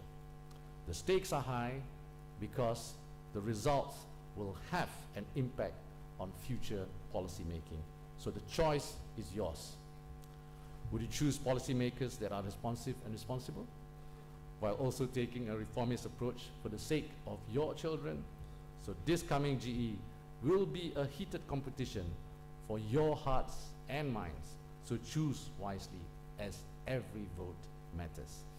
So we must restore stability to bring back Malaysia's shine and appeal in the eyes of investors and the international business community. So what better way to do this than to express ourselves through the ballot box? At the end of the day, regardless of the outcome, regardless of the outcome, we must eventually close ranks because we are all Team Malaysia. And who must win? And basically, Malaysia simply must win. So related to that, I also want to encourage all of you to consider embracing service and leadership, whether in the private or public sector. For me, having had the opportunity to roll up my sleeves and fight in the trenches for Malaysia during the COVID-19 war has truly been a self-defining moment and worthwhile calling. So I have shared the ups and downs of my experience and my recently launched book, a bit of marketing here, Weathering the Economic Storm. And I would like to present a copy to whoever here can tell me what is the total value of our proposed Semarak Niaga package for businesses. This is including youth and entrepreneurs for budget 2023. So anyone who can guess? So no one listen to my budget? It's okay. You can give them answers to me later, privately. Anyway, let's continue. As I've said before, 40 you know, billion. sorry? 40 billion. Yes, that's correct. Who is the can the person stand up? I will see. Oh, okay. Was it you or Google? I'm sure it's you. I'm just joking. Thank you. So, okay, let's continue. As I've said before, you are the future of Malaysia. We will not prosper, nor will we survive if our young remain passive and disengaged. I understand, the recent years may have been frustrating and dispiriting, but that is the challenge that history throws our way. Adversity should be a call for hope and courage rather than despair. Let us not forget that the great ASEAN leaders of our time, including people like Mahatma Gandhi and Jawaharlal Nehru of India, Sukarno of Indonesia, Lee Kuan Yew Singapore, and even our own Tunku Abdul Rahman and Tun Abdul Razak of Malaysia, all started their activism young and not necessarily in politics, but when their nation called, they answered, and they willingly stepped up and served. So your despondency and apathy are anathema to a nation's continued progress, right? So all of you sitting here have the power to change the fate of your community, your society, your country, and even the world. But you must come forward with determination and the desire to remain invested in this country's progress. The torch of leadership, in your families, companies, communities, industries, and even countries will be passed to all of you here. It may come sooner than you think, and sometimes when you least expect it. So, but I can see you are young, apart from the few of you in front here. Must never shy away from challenges, no matter how daunting. I'm certain that you will be equal to the task. So I believe yours is a generation with heroism and determination ingrained in your DNA. So ladies and gentlemen, with your bountiful determination, activism, ideas, and energy, coupled with MOF's responsible, and reformist policies, I'm certain our nation building process will be enhanced. It will not be easy, yeah, but we must continue. Nation building and reforms require discipline and determination and must never be a responsibility of just any one generation. Step up, chip in, do your part to bring about the desired outcomes. So rise up, all of you. You are all young Malaysians. All of you, each and every one of you who are sitting in this room can be a catalyst for positive change. Let your powerful voices reverberate in the social, economic, political, and environmental spheres. And when you do, the future will be yours to win. And thank you again, and have a productive forum ahead. Thank you, Yang Berhormat, for such a significant keynote address. Please remain on stage. And ladies and gentlemen, we would now like to invite Ms. Mustika Idris, the President of Perdana Fellows Alumni Association, to present a token of appreciation to Yang Berhormat Senator Tengku Dato Sri Utama Zafrul, as witnessed by Mr. Wei Min Jie, the Co-Director of Youth Economic Forum 2022.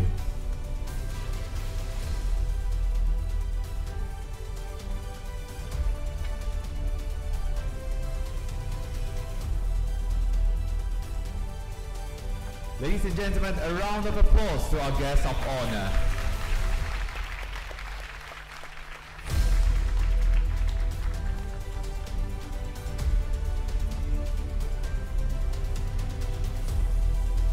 All right, thank you so much.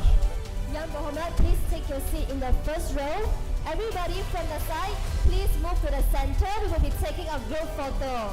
Yeah, our photographer will take the group photo from the stage, yeah? We would like to invite our members of the media to join us on the stage. And ladies and gentlemen, on the left and right, please kindly move to the center, yeah? And we will take a group photo together.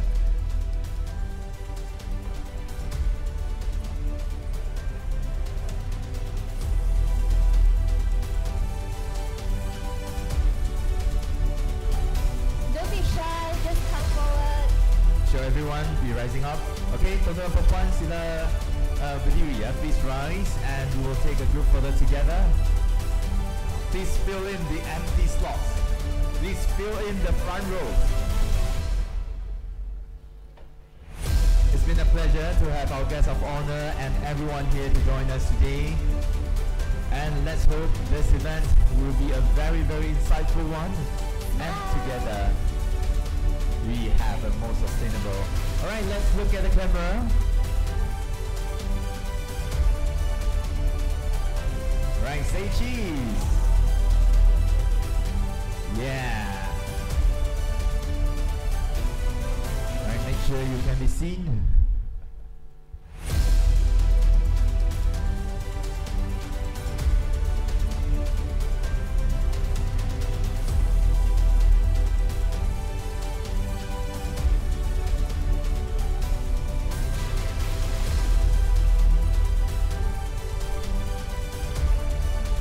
So thank you so much everyone. Please be seated.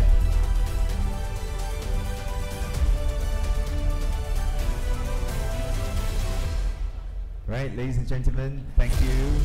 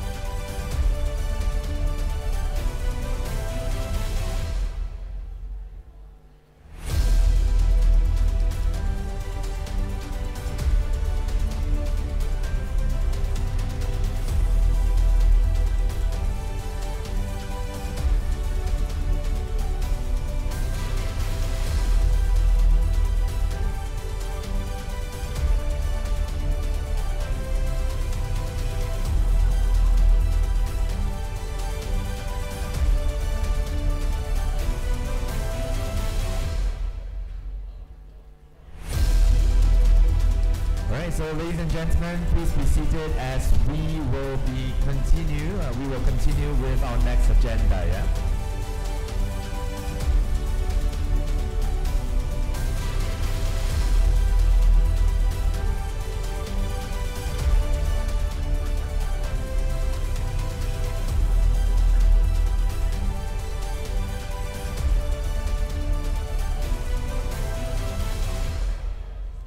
right? The presentation of the book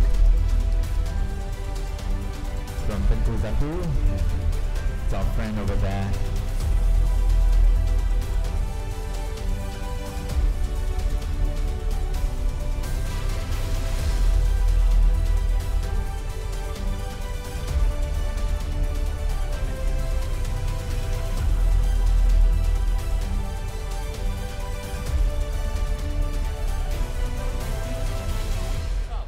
Alright, thank you everyone. Now shall we have our guest of honor to join us in the VIP holding room?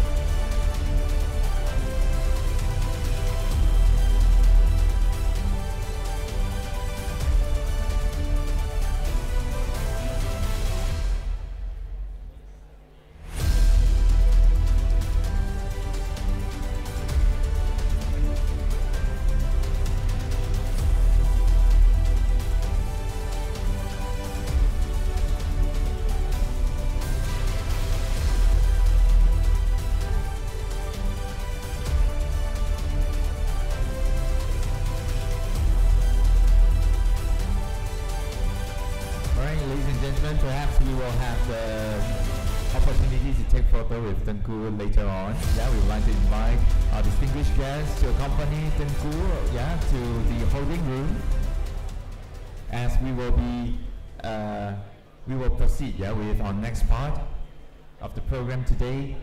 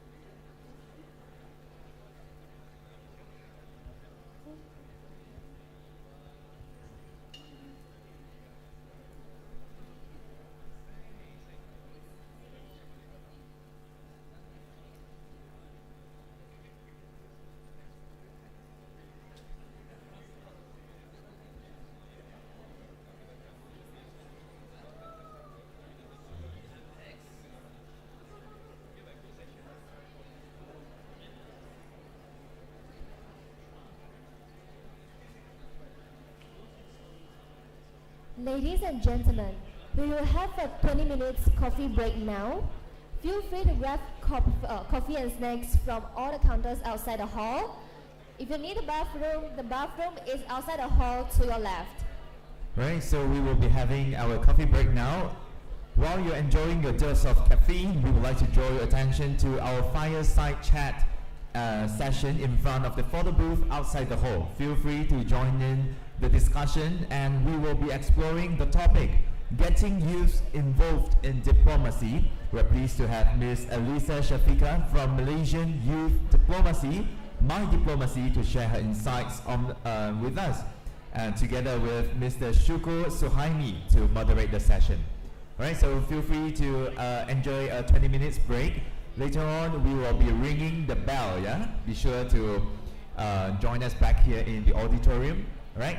Enjoy your coffee, and we'll see you back here in 20 minutes.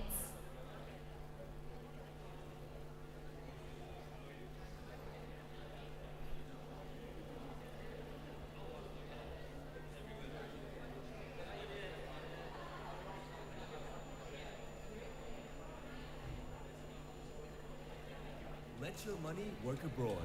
With MIDF Invest, you can invest in stocks and ETFs from over 6,000 US companies, including a wide range of Sharia-compliant stocks. Have questions?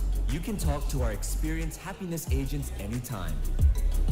So, if your savings are still sleeping on the job, it's time to make them work a little harder.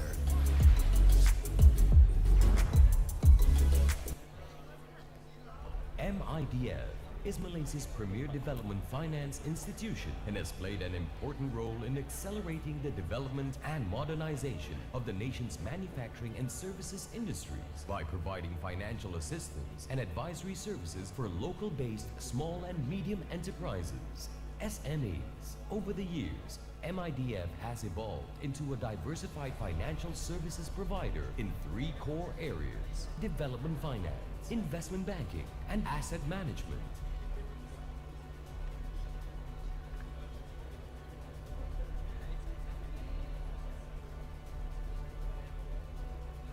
As a development financial institution, MIDF has a variety of Sharia-compliant soft loan schemes for local businesses in the manufacturing and services sector with fixed profit rates as low as 4% per annum for SMEs and as low as 2% per annum for export of services by local companies. These soft loan schemes are free from any base financing rate movements and also offer high margin of financing, up to 100% digitization and its manifestation in business processes, particularly in the manufacturing and services industry, known as Industry 4.0, are causing a significant technical transformation. Industry 4.0 refers to the digital transformation of production or manufacturing-based industries driven by connected technologies. It is a new phase in the Industrial Revolution that focuses heavily on interconnectivity, automation, machine learning, and real-time data. MIDF provides access to financing, enabling businesses to embrace Industry 4.0 by automating and modernizing their business processes, as well as expanding them to higher value-added activities. This will ultimately improve their productivity and efficiency in service delivery. MIDF also supports the local service providers to expand services into global markets. To be eligible for any of the soft loans offered, your business must comply with the terms and conditions set under MIDF's financing schemes. It is time to be ahead of your competitors. Get in touch with MIDF now to upgrade and automate your business processes. Visit midf.com.my and submit your inquiry via email and find out how MIDF can be your true business partner. You may also call our toll-free hotline. MIDF is Malaysia's premier development finance institution and has played an important role in accelerating the development and modernization of the nation's manufacturing and services industries by providing financial assistance and advisory services for local-based small and medium enterprises, SMEs. Over the years, MIDF has evolved into a diversified financial services provider in 3 core areas: development finance, investment banking, and asset management.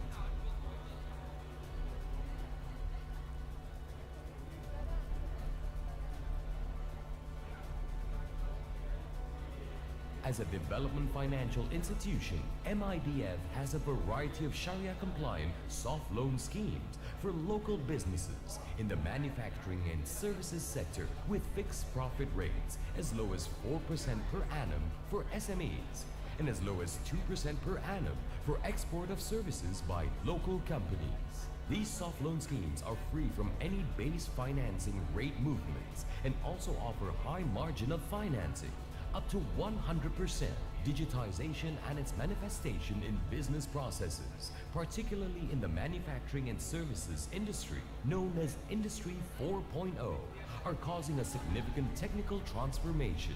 Industry 4.0 refers to the digital transformation of production or manufacturing-based industries driven by IDF.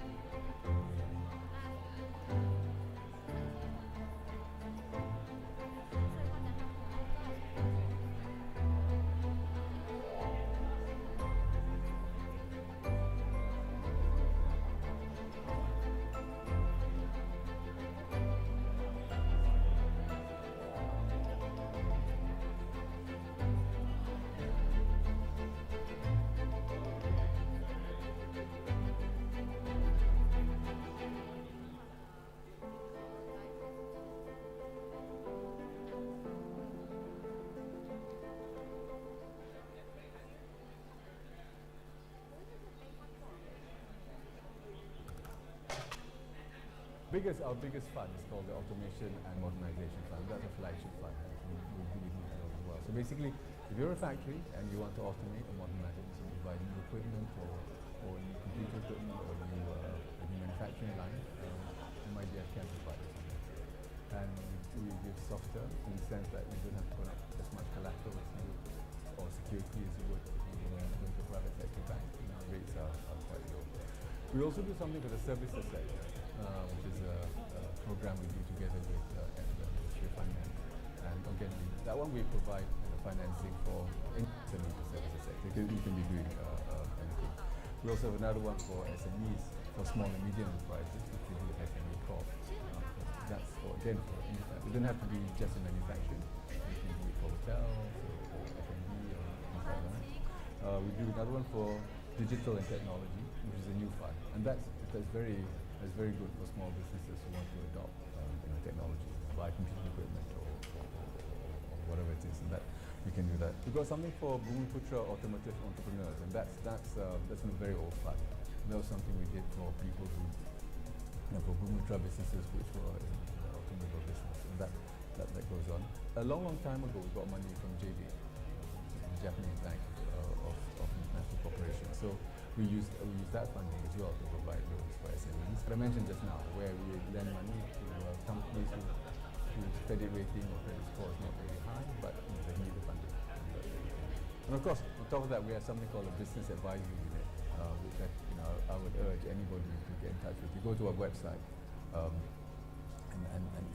get the number.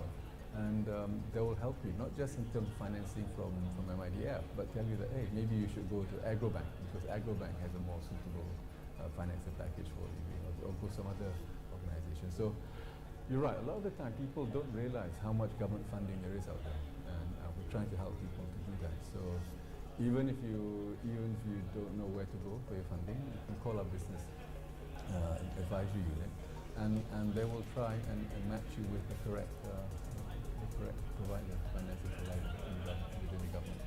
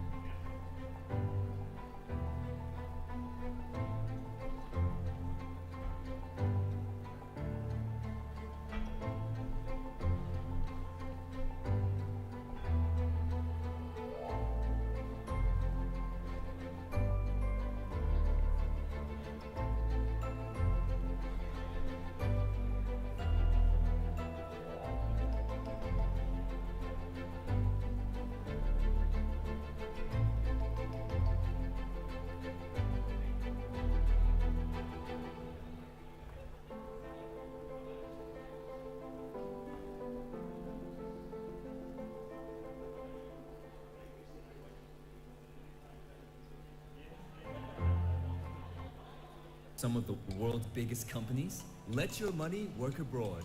With MIDF Invest, you can invest in stocks and ETFs from over 6,000 US companies, including a wide range of Sharia-compliant stocks. Have questions? You can talk to our experienced happiness agents anytime. So, if your savings are still sleeping on the job, it's time to make them work a little harder.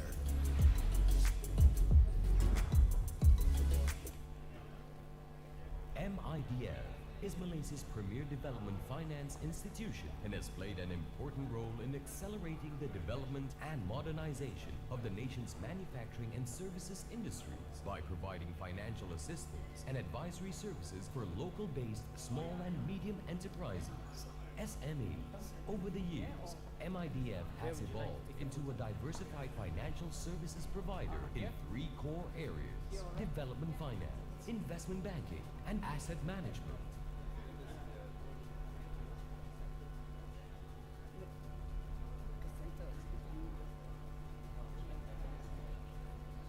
As a development financial institution, MIDF has a variety of Sharia-compliant soft loan schemes for local businesses in the manufacturing and services sector with fixed profit rates as low as 4% per annum for SMEs and as low as 2% per annum for export of services by local companies. These soft loan schemes are free from any base financing rate movements and also offer high margin of financing, up to 100% digitization and its manifestation in business processes, particularly in the manufacturing and services industry, known as Industry 4.0, are causing a significant technical transformation. Industry 4.0 refers to the digital transformation of production or manufacturing-based industries driven by connected technologies. It is a new phase in the industrial revolution that focuses heavily on interconnectivity, automation, machine learning, and real-time data. MIDF provides access to financing, enabling businesses to embrace Industry 4.0 by automating and modernizing their business processes, as well as expanding them to higher value-added activities. This will ultimately improve their productivity and efficiency in service delivery. MIDF also supports the local service providers to expand services into global markets. To be eligible for any of the soft loans offered, your business must comply with the terms and conditions set under MIDF's financing schemes. It is time to be ahead of your competitors. Get in touch with MIDF now to upgrade and automate your business processes. Visit midf.com.my and submit your inquiry via email and find out how MIDF can be your true business partner. You may also call our toll-free hotline 1-300-88-6433 and speak with our experienced and friendly business consultants.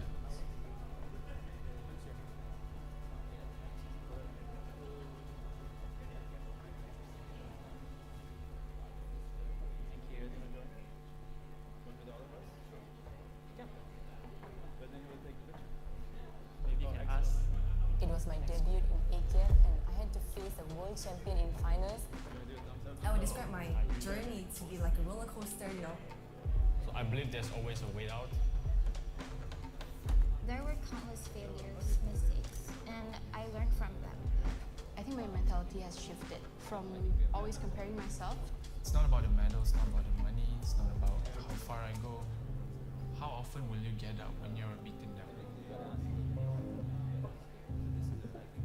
It has been challenging managing the time between sports and academic, but it was really exciting.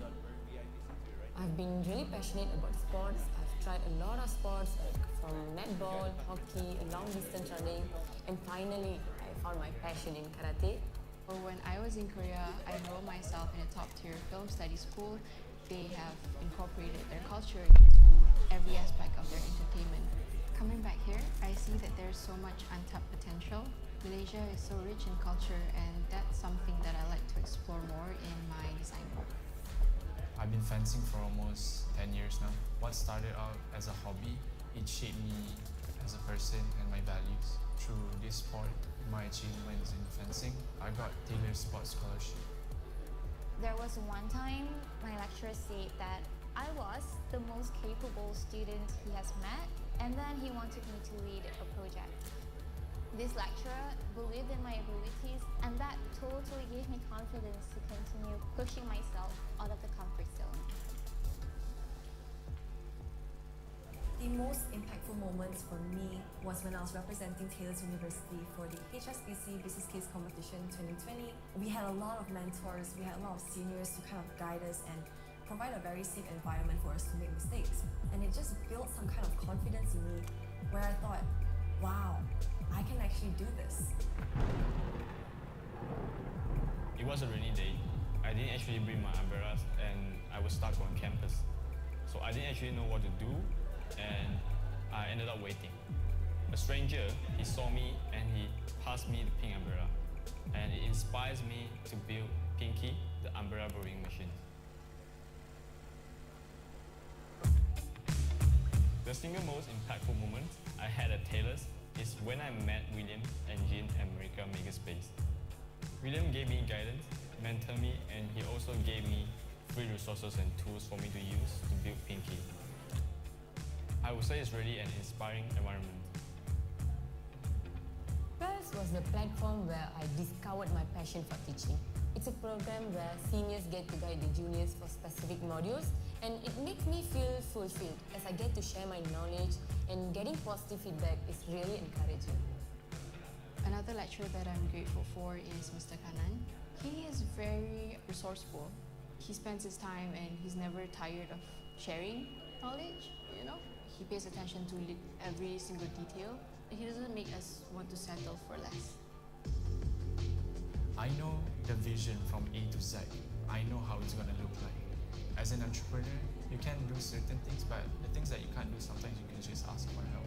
And that's how I collaborated with Bernard. And he helped me a lot in creating Nexus 2.0 to where it is right now. And I intend to be successful at the end of the day by being the best version of myself. Leading a startup is challenging. Ladies and gentlemen, our session will resume very soon. Kindly take your seat as our next agenda on sustainability will begin I believe I've grown a in lot about the last 5 few minutes. years, thanks to the opportunities, mentors, and environment here. I don't think I will be able to do whatever I'm doing now anywhere else. Taylor's was very supportive with my participation in the pageants, and throughout my whole career, I was able to hone great self-management skills. Idea is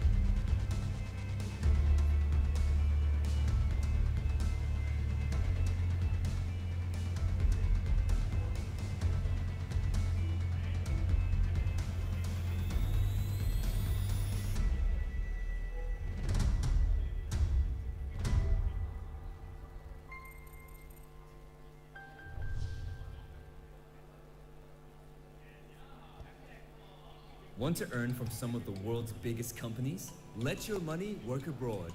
With MIDF Invest, you can invest in stocks and ETFs from over 6,000 US companies, including a wide range of Sharia-compliant stocks.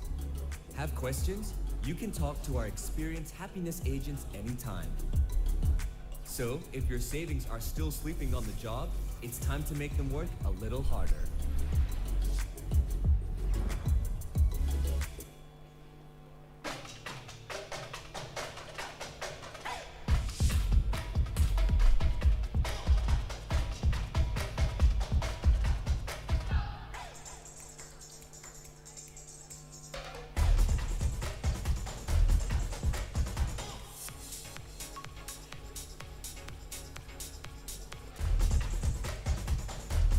Ladies and gentlemen, we shall resume our session shortly.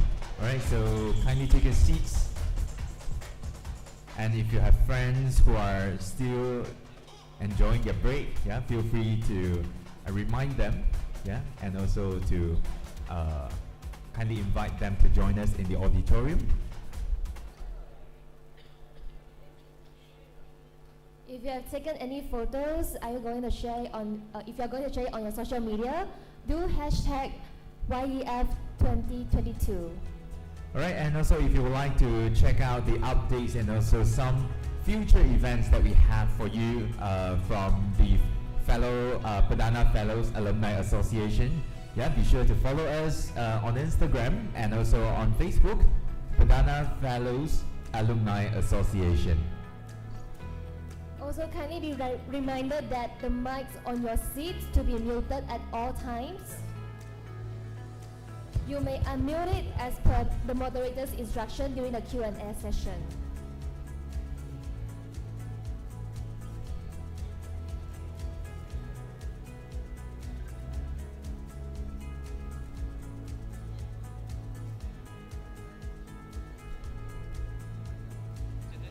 Right, during the breaks or during the lunch breaks or maybe after the events, feel free to take some nice photos with the setups, yeah?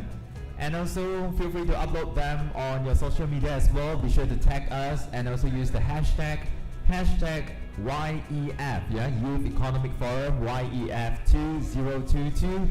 And ladies and gentlemen, kindly be seated because very soon we will continue with our second agenda for today.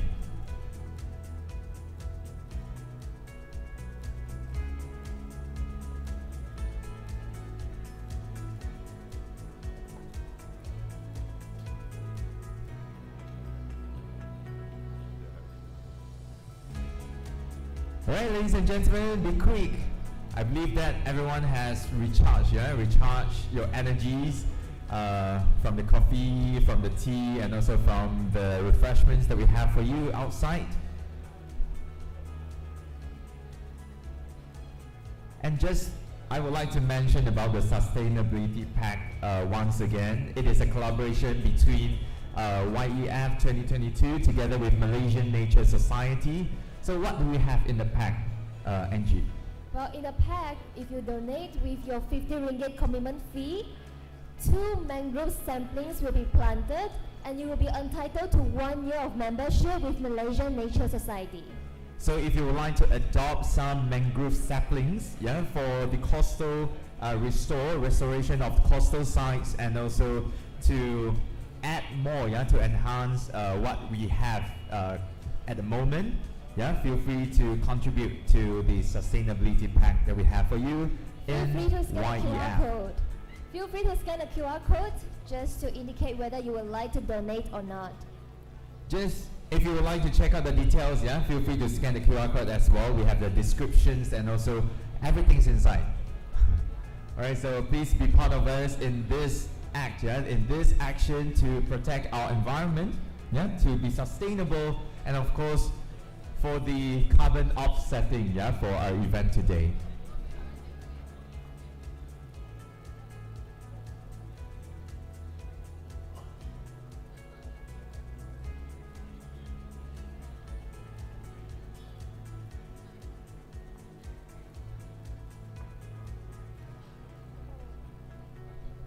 Let's settle down. Are you guys energized? No. Are you energized from the coffee? That doesn't sound like a yes, to be honest. Are you energized? Nice. Alright, so let's hope later for our second agenda, yeah, it will be, how to say, powerful enough to boost our energy. Yeah, it's on sustainability. Not sure if any of you have any previous experience on the topic before. But no worries, our speakers will share their insights and their experiences in that particular industry.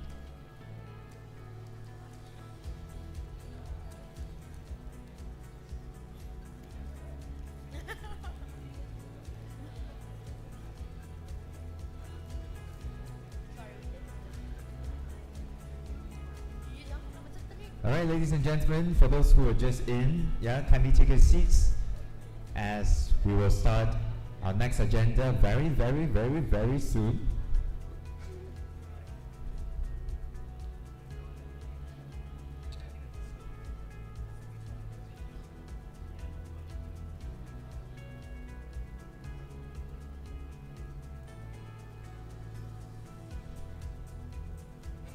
Once again, if you have taken any photos or any boomerang, any selfies with your friends, do upload and then share on your stories, and don't forget to hashtag YEF2022.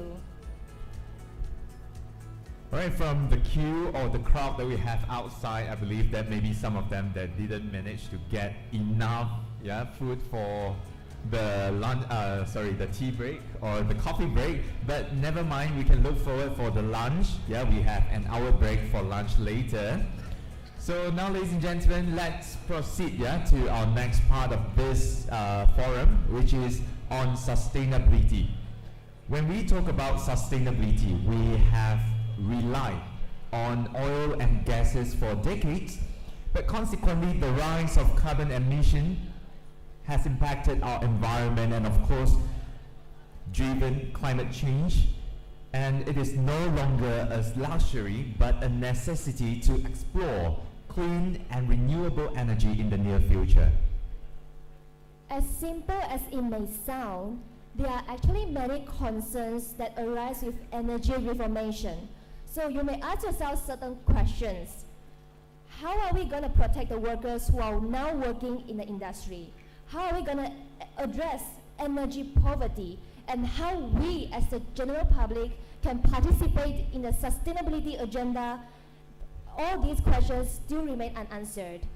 So here at Youth Economic Forum 2022, today we would like to present to you Driving People-Centered Energy Transition with our sustainability agenda. Let us welcome our speakers, Ms. Amira Bilkis, Associate of Energy Modeling and Policy Planning from ASEAN Center of Energy. And we have Mr. Wan Sayuti Wan Hussein, Head of Strategy and Policy in Corporate Sustainability, Petronas. Ms. Ilham Fadila Sunhaji, Head of Corporate Strategy of Malaysia Petroleum Resource Corporation. And we have Mr. Dinagaran Chandra, Assistant Vice President for Bursa Malaysia. And also our moderator for the session, Ms. Yoram Summerbay, Southeast Asia Regional Commercial Head of Bloomberg MEF.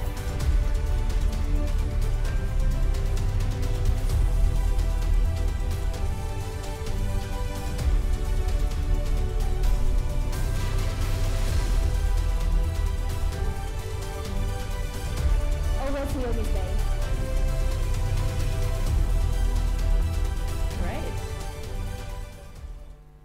Good morning, everyone. Thank you for joining us, and thank you for joining our sustainability session. This is a really important topic, and we are very thrilled to share our experience and opinions with you. My name is Summer Bay from Bloomberg NEF, the research company focusing on decarbonization and climate change. So before we kick off today's panel discussion with my wonderful panelists here, I will just set up the stage a little bit of context for our discussion today. So since last COP26, there were a lot of countries pledge carbon neutrality, and there were zillions of companies actually promised for the net zero target by 2050. It was a great push and momentum in the market, I would say, and everyone here probably understands that as well. We were very excited about all this momentum and everyone's attention. But in fact, and the $755 billion has been invested in low carbon technology and infrastructure last year, right? Only last year. That's basically double the number compared to 2015, which is the Paris Agreement actually adapted, right? That's a great number.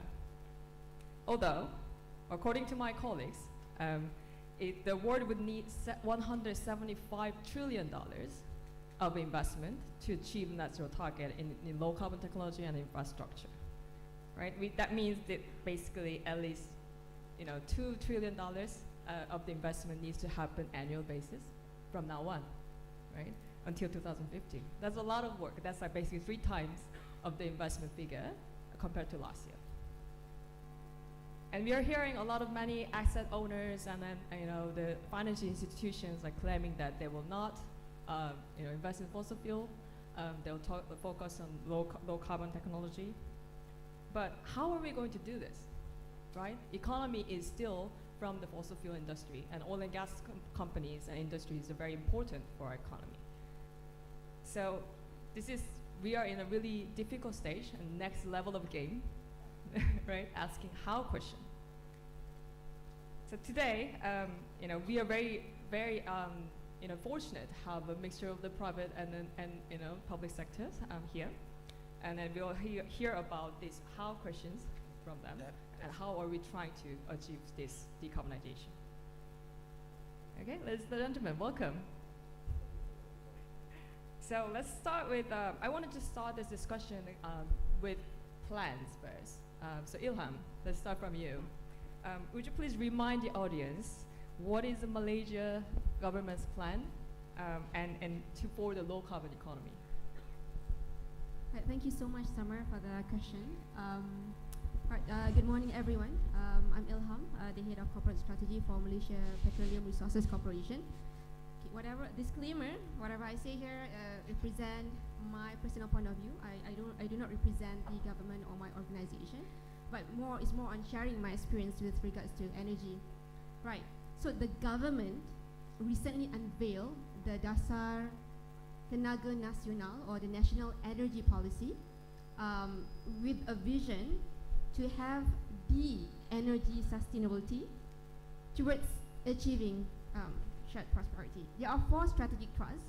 First of all, looking into optimizing energy resources to stimulate economic growth. And then number 2 would be stimulate growth, market opportunities, and cost advantage for the economy and the people. And thirdly, which is very, very important, which is enhancing energy sector contributions towards environmental sustainability.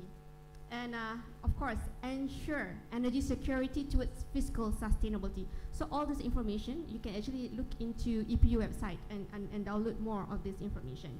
So if we look into the strategic thrust 3, which is enhancing energy sector contribution to its environmental sustainability, the strategy is to promote the use of clean fuel in industries and determine the greenhouse gas emission reduction in core sector.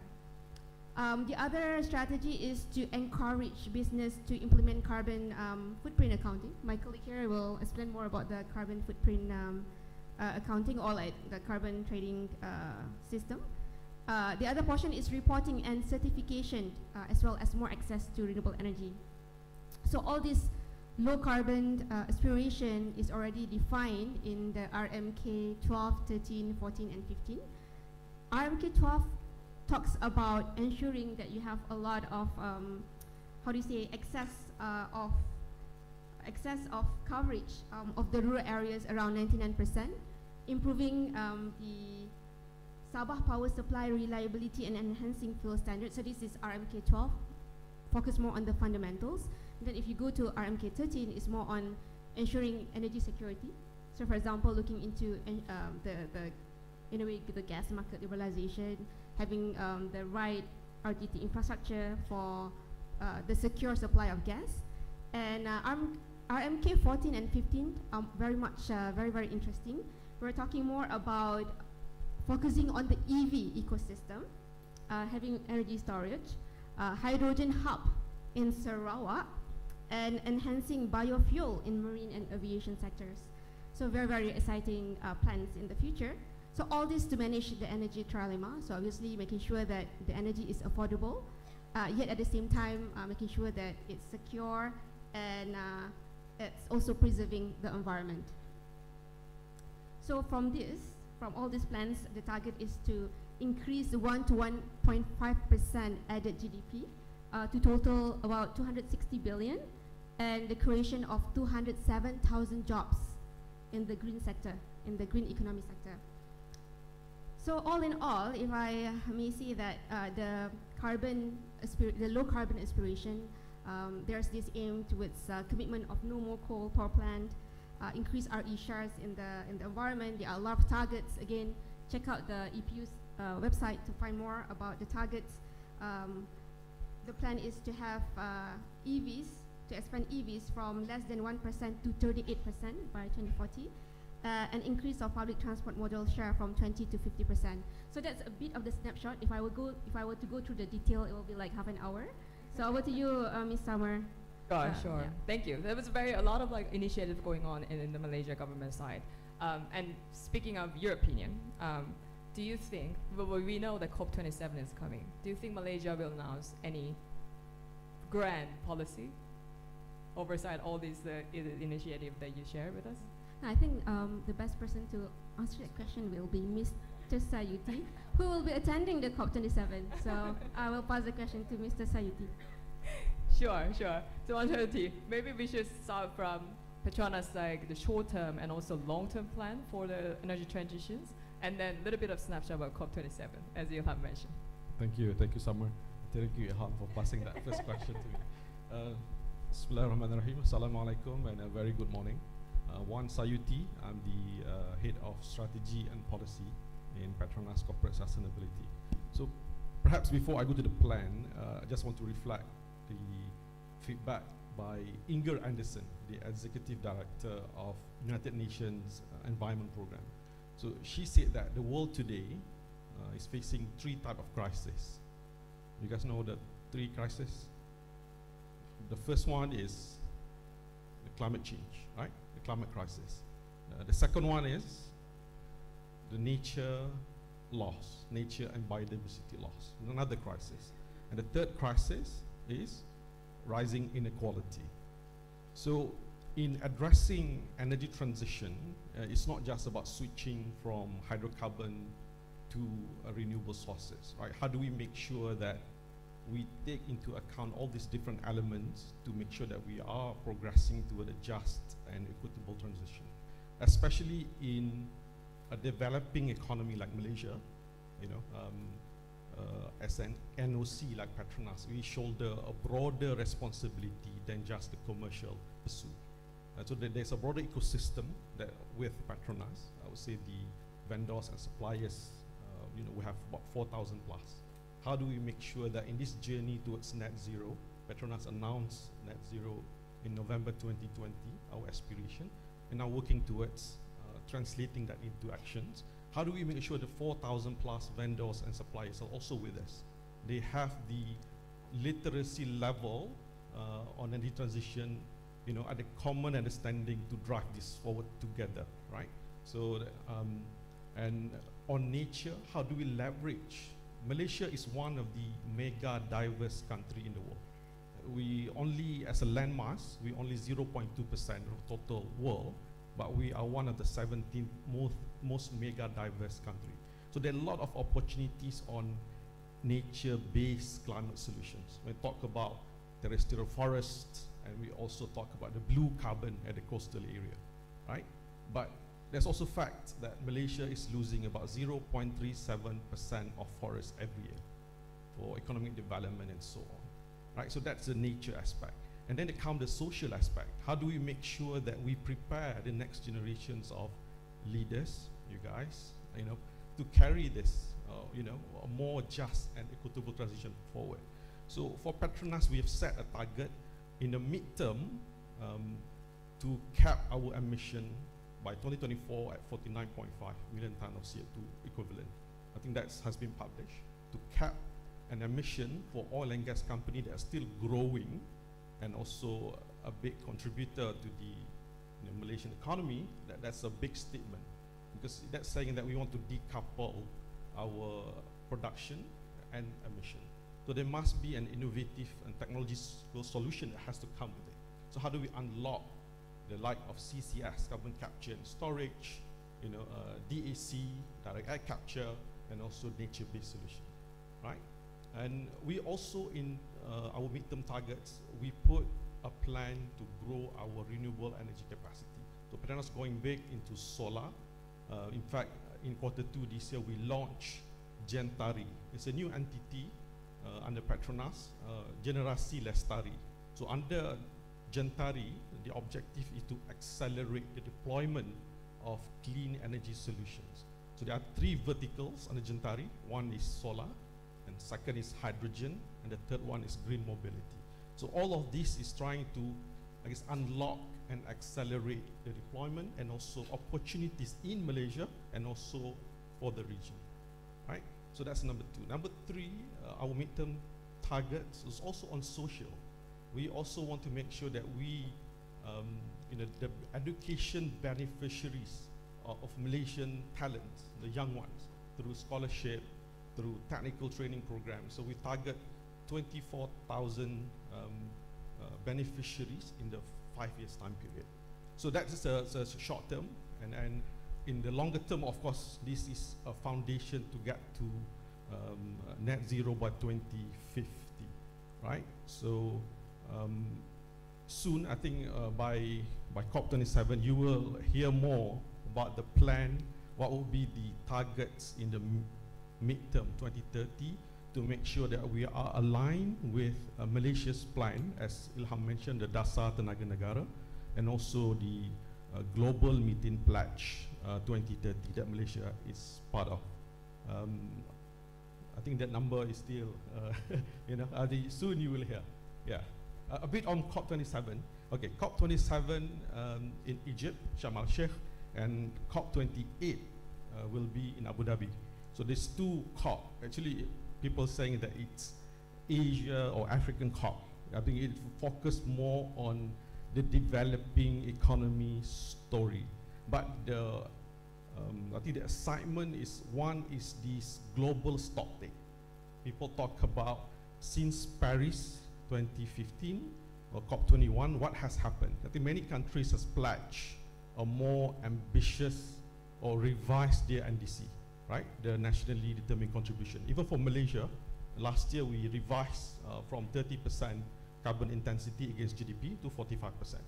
But if you're to combine all the NDCs of countries, this is the unofficial report from UNCC last year at COP26. They're saying actually if you were to combine, the global emission still increase, not on the downward trend yet. In fact, in COP26 they say 14% increase. So, and at Glasgow, we are on the trajectory towards 2.4 degrees C world by 2050. So it's still far off from the 1.5 or 2 degrees C as Paris Agreement has set up. So that's one of the key focus. Global stocktake and assign accountability to countries and companies that have pledged towards certain actions. Sama. Very looking forward to hear your COP27.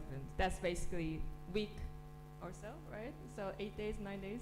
It'll be like a very exciting announcement from Petronas, so stay tuned. But that's completely, I think, I completely agree. The COP26, we are still, everyone has awakened by the cold water, by IPCC reports, and then there was a lot of realizations that we have to do action, and then that is why a lot of companies and countries are gathered together. I wanted to come to you after you heard from the Malaysia's initiative and also the Petronas, aspiration of net zero, and also probably new information.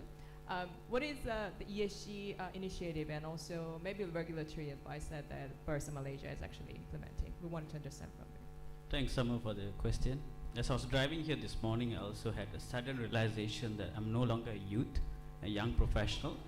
So it's very encouraging to see a lot of young professionals here today to learn about sustainability and what are the issues that affect the world today. And for Bursa Malaysia, sustainability and ESG is a big focus area for us as the National Stock Exchange. It's very much ingrained in our core belief system. And since 2015, all listed issuers that are listed on Bursa Malaysia are required to disclose how they manage sustainability issues. And that can be done whether in a standalone sustainability report, and I'm sure you've seen companies producing like 100 pages of sustainability reports, and Petronas has a very comprehensive report, or they can also do in a form of a sustainability statement that is within an annual report. So through this disclosure, we hope companies are also building in the right set of policies, processes that will enable them to have a high quality disclosure. And there are many investors and stakeholder groups also scrutinizing the level of disclosures made by the company on sustainability. And very recently, in September this year, we have enhanced the sustainability reporting requirement for listed issuers. So moving forward, all companies will need to disclose common sustainability indicators that cut across all industries and sectors. And also moving forward, companies will need to disclose how they manage climate-related risk and opportunities. And we feel this is very much in line with the growing investor expectation for decision useful and comparable sustainability information. So that's one way on how we are moving the ecosystem forward on the ESG front. Another way is we are a strong believer of ESG education. So we have various advocacy sessions for our listed issuers, basically to learn about what is ESG, how does that impact my business model, learning about carbon footprinting. Not many companies also know how to measure carbon footprint, and what is typically done is companies look at their carbon emissions from their direct operations, so that's about fuel consumption. So if you're a company with a fleet of vehicles, you need to take into account what will be the carbon emission from your trucks. And you need to take into account how much carbon emissions are you putting into the atmosphere from your purchased electricity. And I'm sure you heard about Scope 3. Scope 3 is about value chain emissions. It's about what are the emissions that arise from your suppliers? What are the emissions that arise from employee travel to work? And even home working has emissions. So it's important for companies to be holistic in how they calculate carbon emissions across their operations and value chain. So moving forward, carbon reporting is going to be absolutely key. And we organize various advocacy sessions to help companies to go through that journey. Another important aspect that Bursa Malaysia is also a listed issuer. We are also a commercial entity with responsibility. And we recognize that we have the ability to influence the wider ecosystem by walking the talk. So we have our own sustainability roadmap, sustainability policies and governance structure. And we're trying to walk the talk by demonstrating that we have robust policies and also disclosures. For instance, we have announced that we want to become carbon neutral by the end of this year and achieve net zero emissions by 2050. And that 2050 commitment is also similar to Malaysia's own country aspiration.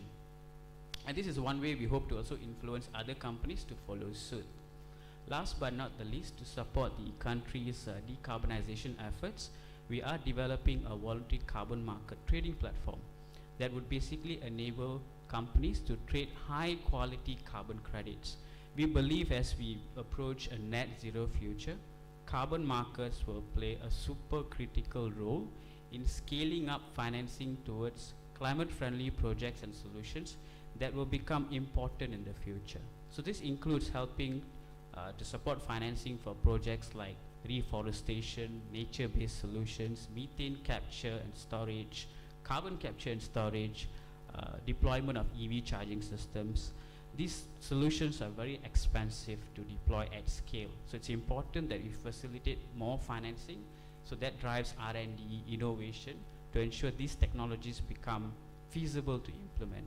And these are just several ways that Bursa Malaysia is trying to drive the ESG ecosystem forward.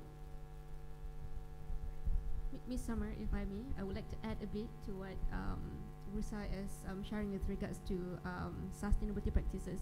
So the good part about PLCs, our PLCs, they have Bursa to guide them in terms of adopting sustainability practices. But for SMEs, right, SMEs, there are no specific regulatory body governing SMEs. So for us in MPRC, we are overlooking or sort of advocating sustainability amongst our SMEs. Mr. Sayuti just now mentioned about the 4,000 oil and gas services and equipment companies. So we are actually supporting the sustainability agenda by making sure all our 4,000 plus OGSE companies are on board. So we are also launching the sustainability plan, in fact, by November 15 this year. And next year we are also launching the roadmap. So eventually, by the end of the day, we are all, keluarga Malaysia. We don't want to leave anyone behind. So together, we embark on this journey. So that's my contribution for my part. Yeah. Yes, we need everyone's contribution for this journey, yeah, for sure. So it's really great to hear that, like, Bursa Malaysia's initiative is I think I totally agree. And it's the financial is really important. So we have to make an ecosystem that just like to be easier to invest, and then understand how important this is for everyone. And thank you, Ilhan, to contribute that on this as well.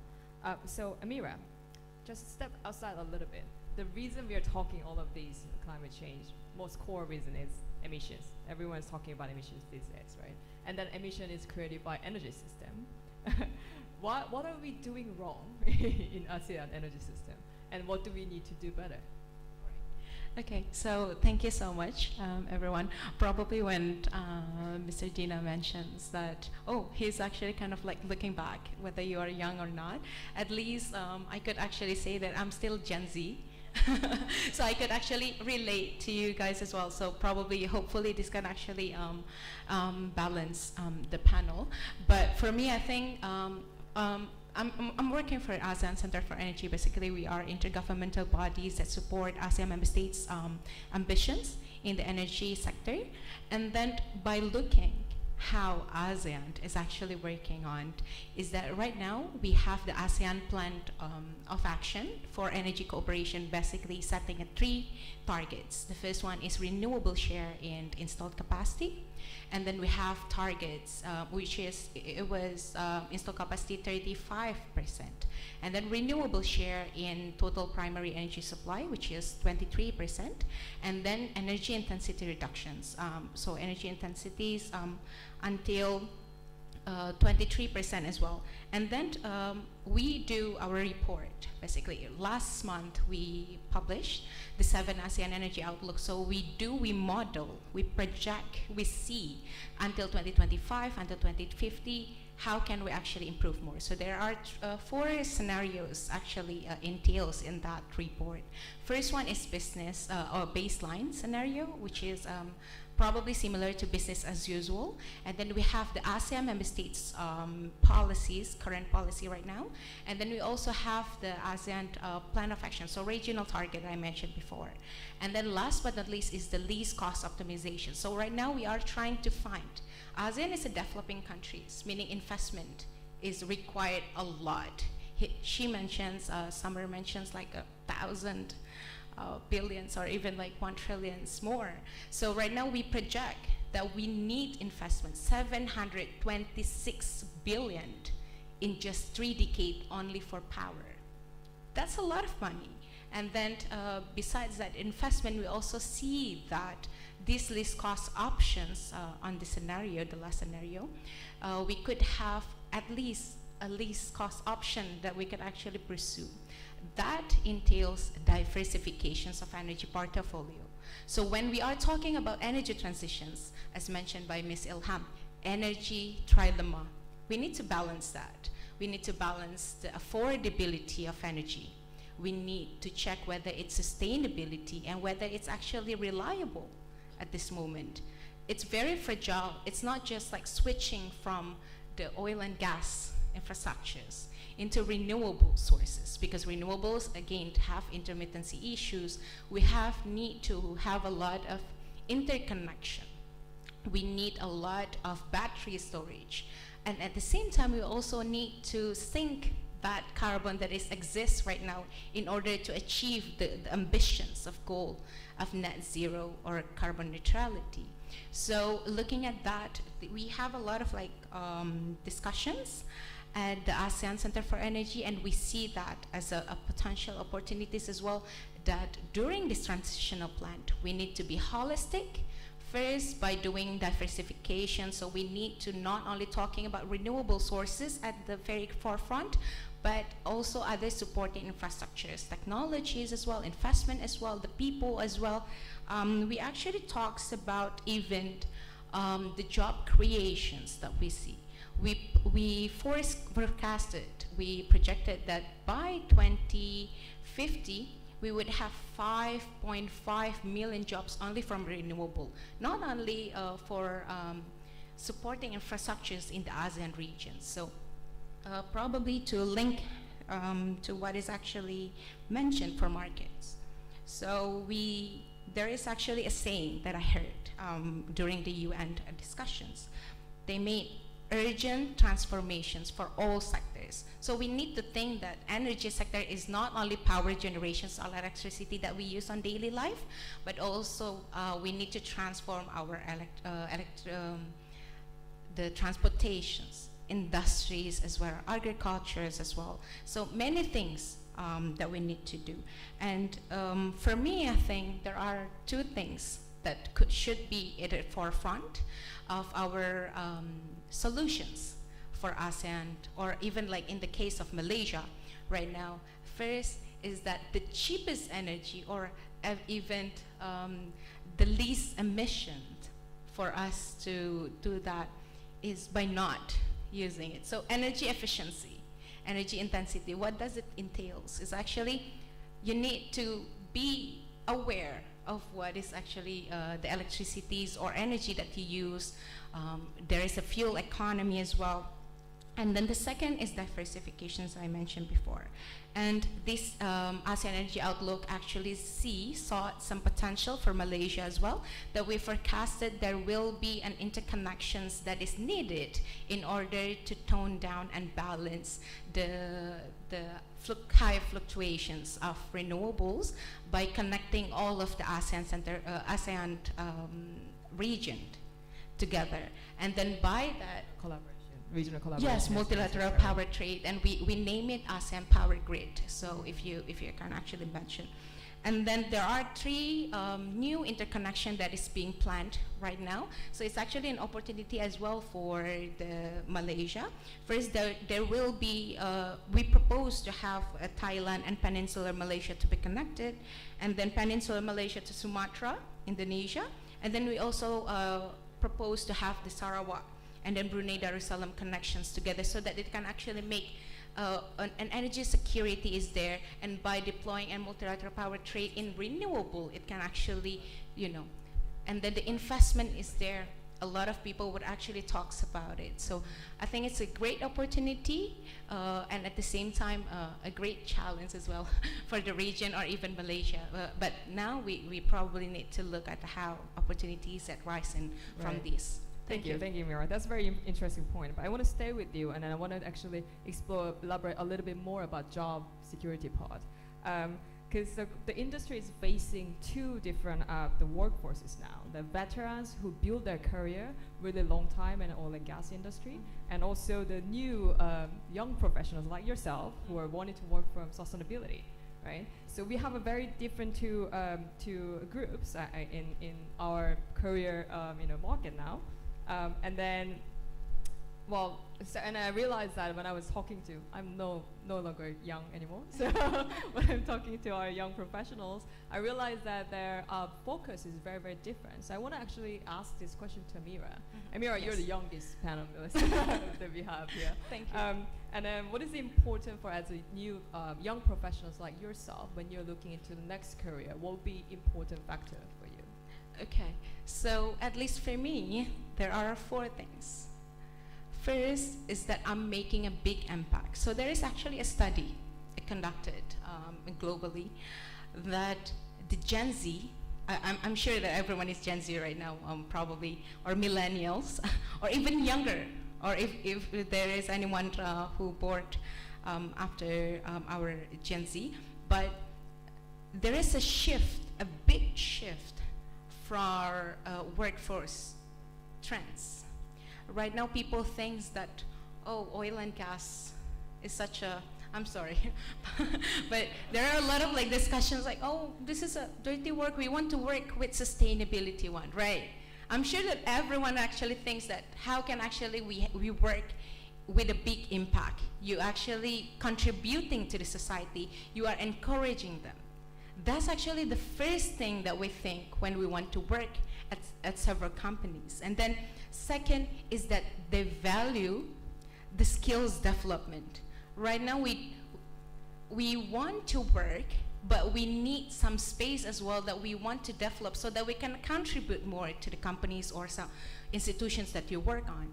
So there are 2 things that definitely have something that need to be highlighted, and then future-proof. Because energy transitions is not going to be only a trend for 5 to 10 years. Even,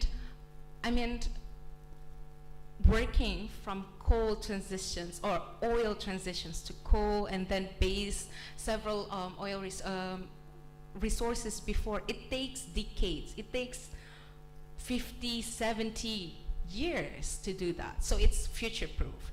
And then last but not least is that we need to have women in the industries that we want to have on, you know. So I'm encouraging all of the young women, if you want to actually think about what kind of sectors that you would like to do it, let's jump into energy sector, because we need more women there, we need more representations, and we need to have a lot of us to be part of that transitional plan. That's very inspiring, isn't it?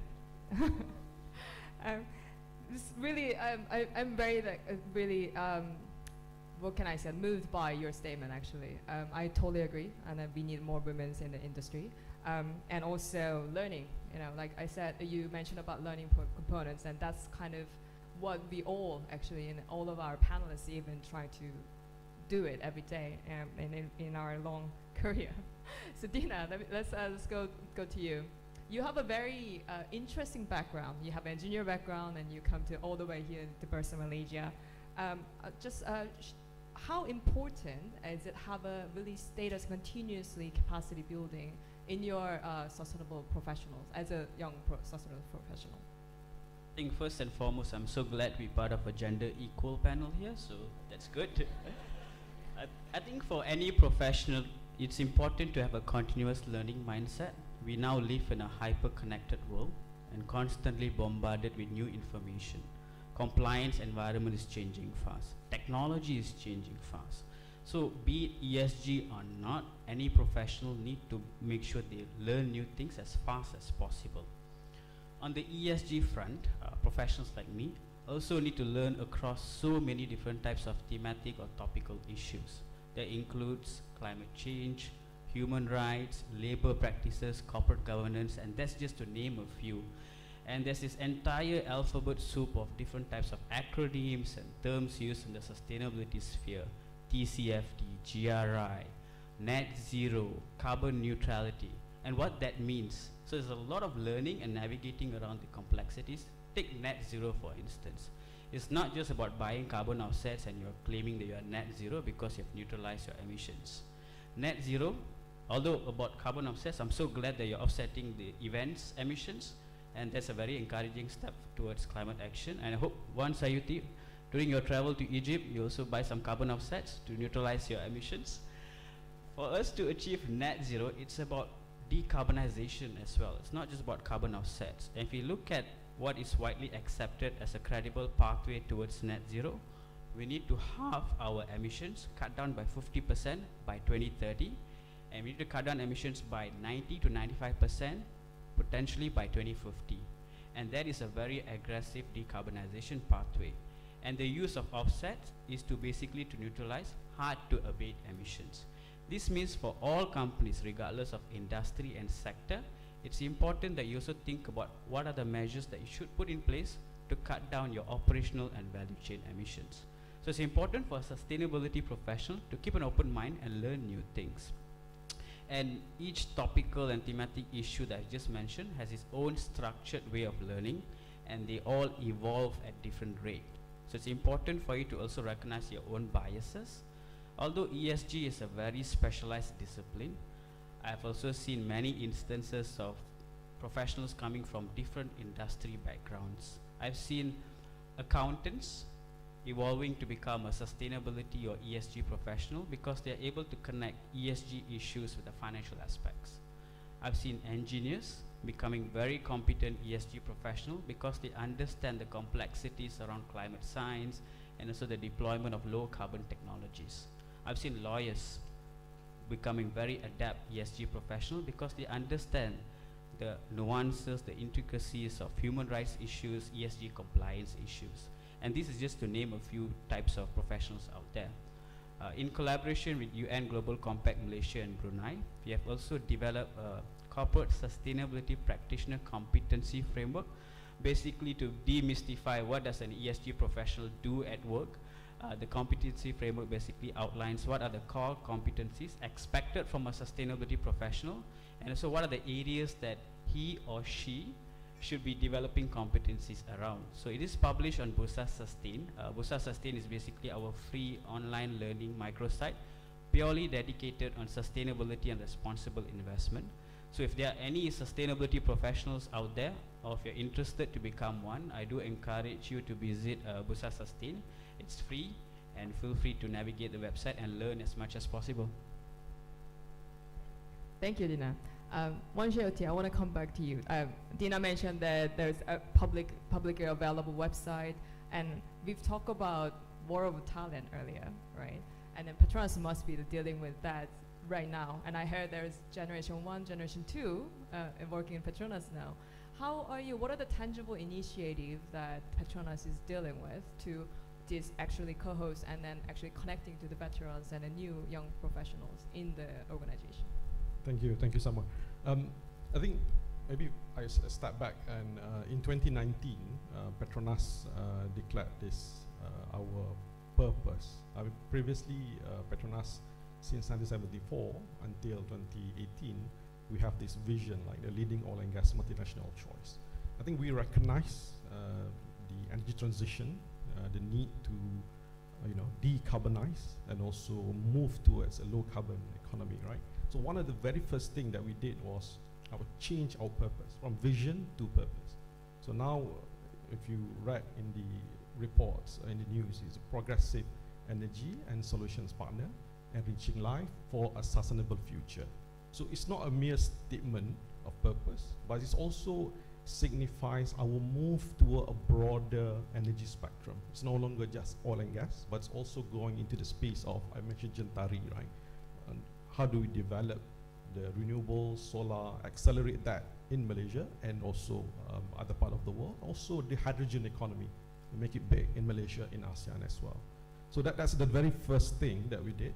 And that also, in a way, balancing between the needs for the, I wouldn't say old, but seasoned practitioners in oil and gas, but also the newcomers that go into a broader spectrum of energy needs, right? So if I ask, Petronas have 46,000 workforce now, globally. How many are below 35, do you think? We're a very young organization. How many? Any numbers? 10,000? 60% is below 35. 60% of 46,000, right? So I'm not qualified anymore. But so one of the big initiatives is actually the Young Professional Club. We have this big organization amongst the young, below 35, Young Professional Club.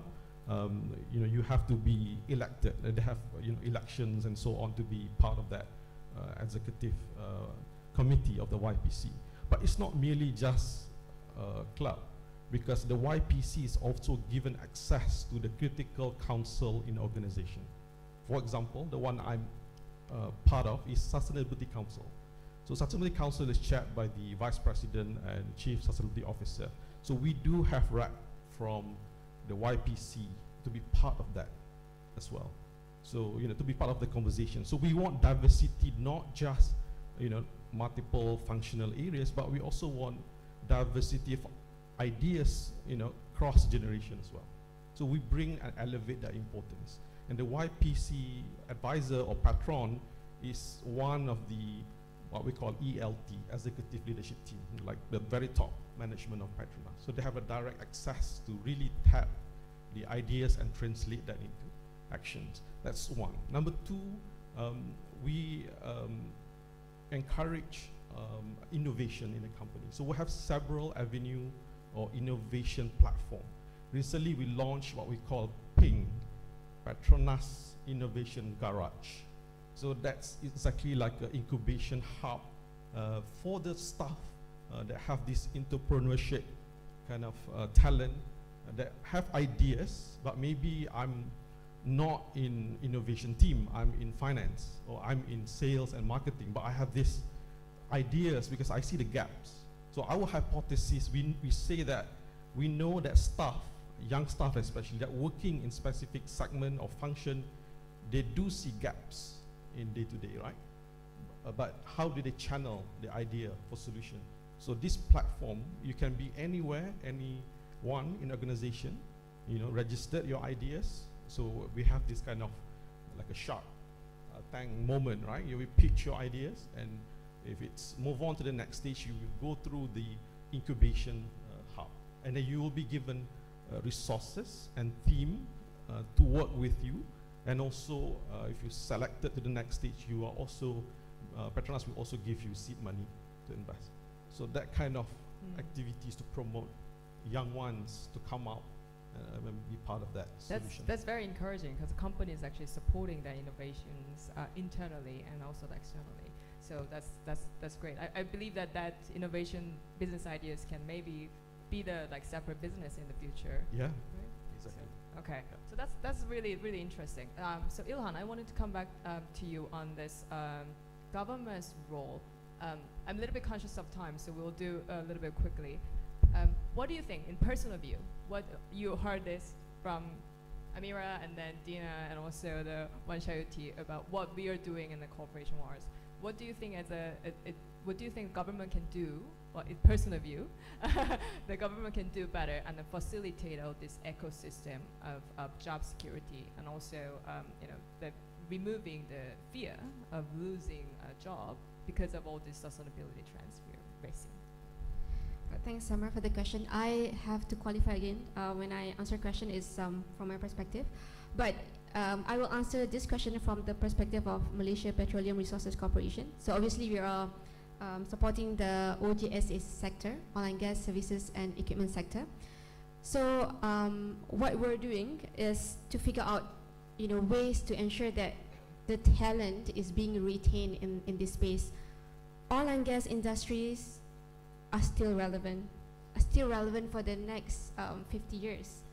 So with all the sustainability agenda coming to the picture, yes, sustainability is in place. Renewable energy is expected to be 50% of the power mix by 2050. It's by 2050, not now.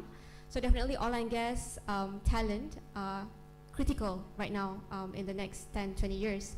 So what we're doing in MPRC is that we have this national OGSE Industry Blueprint 2021-2030.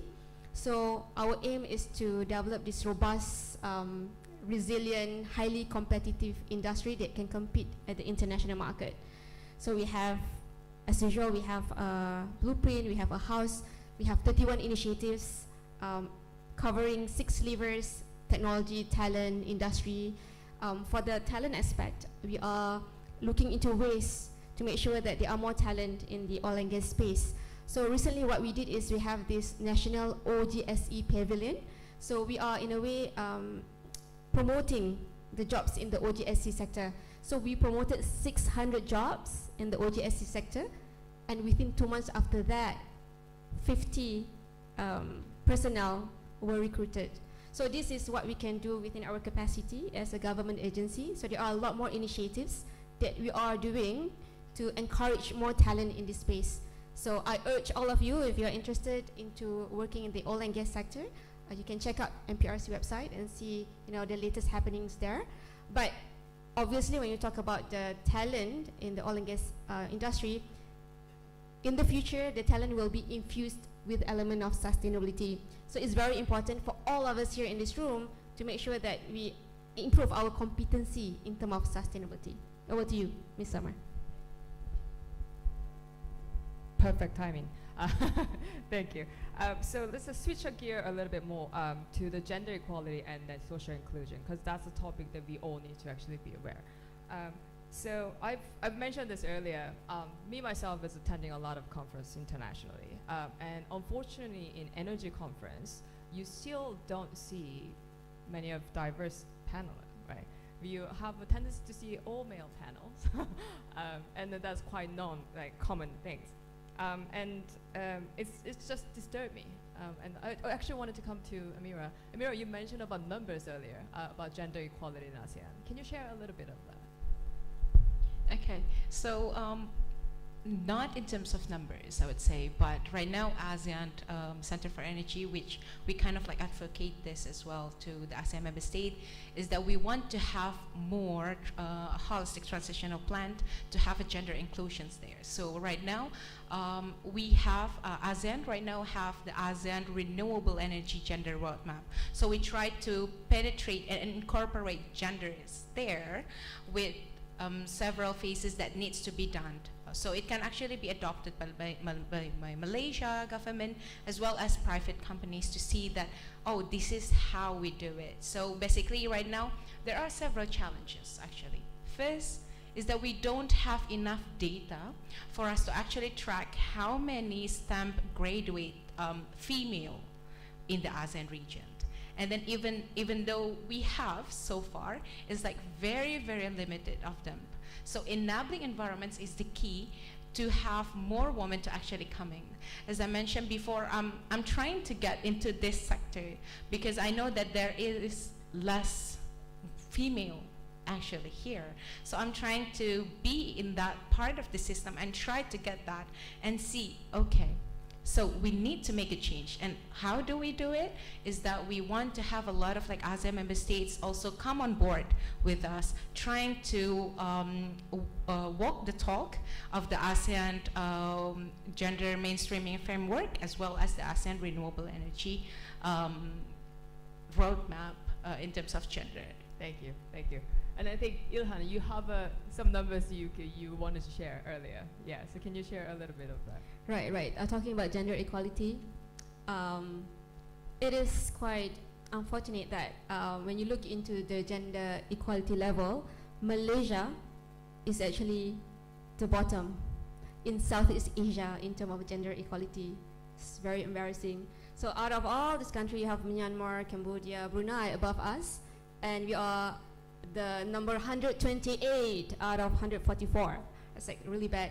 And the area that pushes down is actually our representation in politics, as well as low female participation rate. This is despite the fact that we are actually #1 in the world, even beating US in terms of access to education, secondary and tertiary. So we're #1, we're beating US, but yet we are number 128. So that means we need more women participating in politics, participating, like being professionals and so on. So I definitely, support your agenda to have more women in RE. Definitely, that's one of them. But moving forward, the question is, what do we do about that? What do we do about that? So for me, personally, I'm also part of this Women Leadership Foundation. So the plan is to nurture and generate 2,500 female leaders for the next 5 years. And next year, we are actually planning to conduct this World Women Leadership Summit. We are inviting 9 presidents, women presidents in different countries to be part of this World Women Leadership Summit. For anyone here who's interested to volunteer and be part of this, please reach out to me. Because by the end of the day, it's us. So for us, we have the responsibility to make sure that our ranking increase. So that's our plan moving forward, and we need to take action. Thank you. So one charity, hearing that, for very inspiring, these 2 female leaders. So I heard that you mentioned that they're youthful, that you were going through the elections and that they're included in the executive board at meeting as well. Is there any gender equality initiative the Petronas is planning? Are they going through the election as well? I think before I answer that, I think one number that I have, if you refer to the Global Gender Gap Report 2022, recently published, right? So it will take 132 years to close the gender gap if we are moving the pace that we're moving now, right? So that's, none of us will see that, right? So it must be done with intention. It must be a well-crafted design program to ensure the parity or the gap is closed. So in Petronas, I'm happy to say, this is anecdotal, right? But the chief financial officer, CFOs, right? For the first time in 48 years of Petronas, is a female, it's a woman, right? And then you say, oh, it's finance. Many organizations have finance women leaders, but the chief for Malaysian assets for upstream, right, is also women, the SVP of Malaysian assets.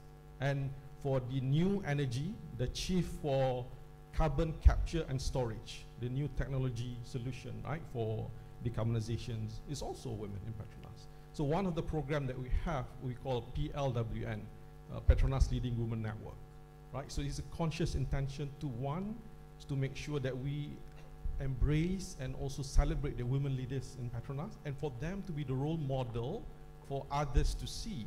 You know, like sometimes we are in Asia, we don't realize that we have these biases, right? We are born with it, and because we are very much a patriarchy kind of, it built with it. Even in your family, right? Normally, your mother maybe teacher, or your father is engineers or architect, right? But it's built. So we must do something with intention to break that biases.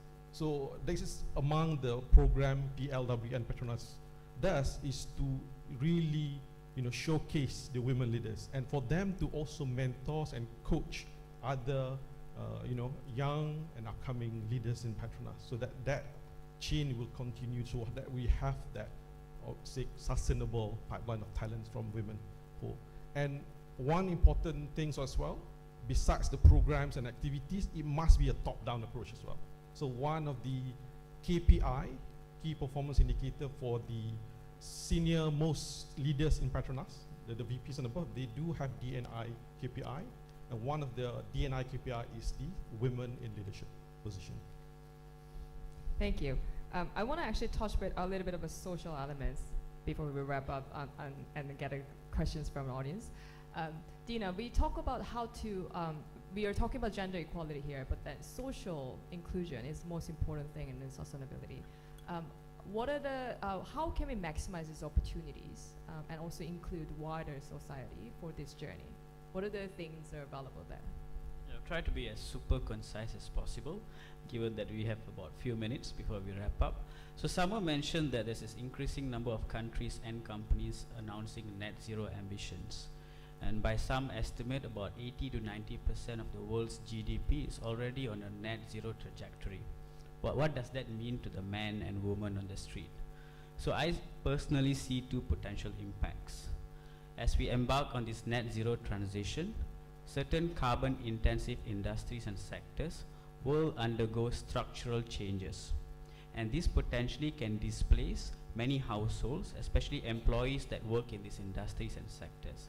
So what we need is a robust human capital strategy that enables people to reskill and upskill to take up new jobs in new industries that are going to be fast growing.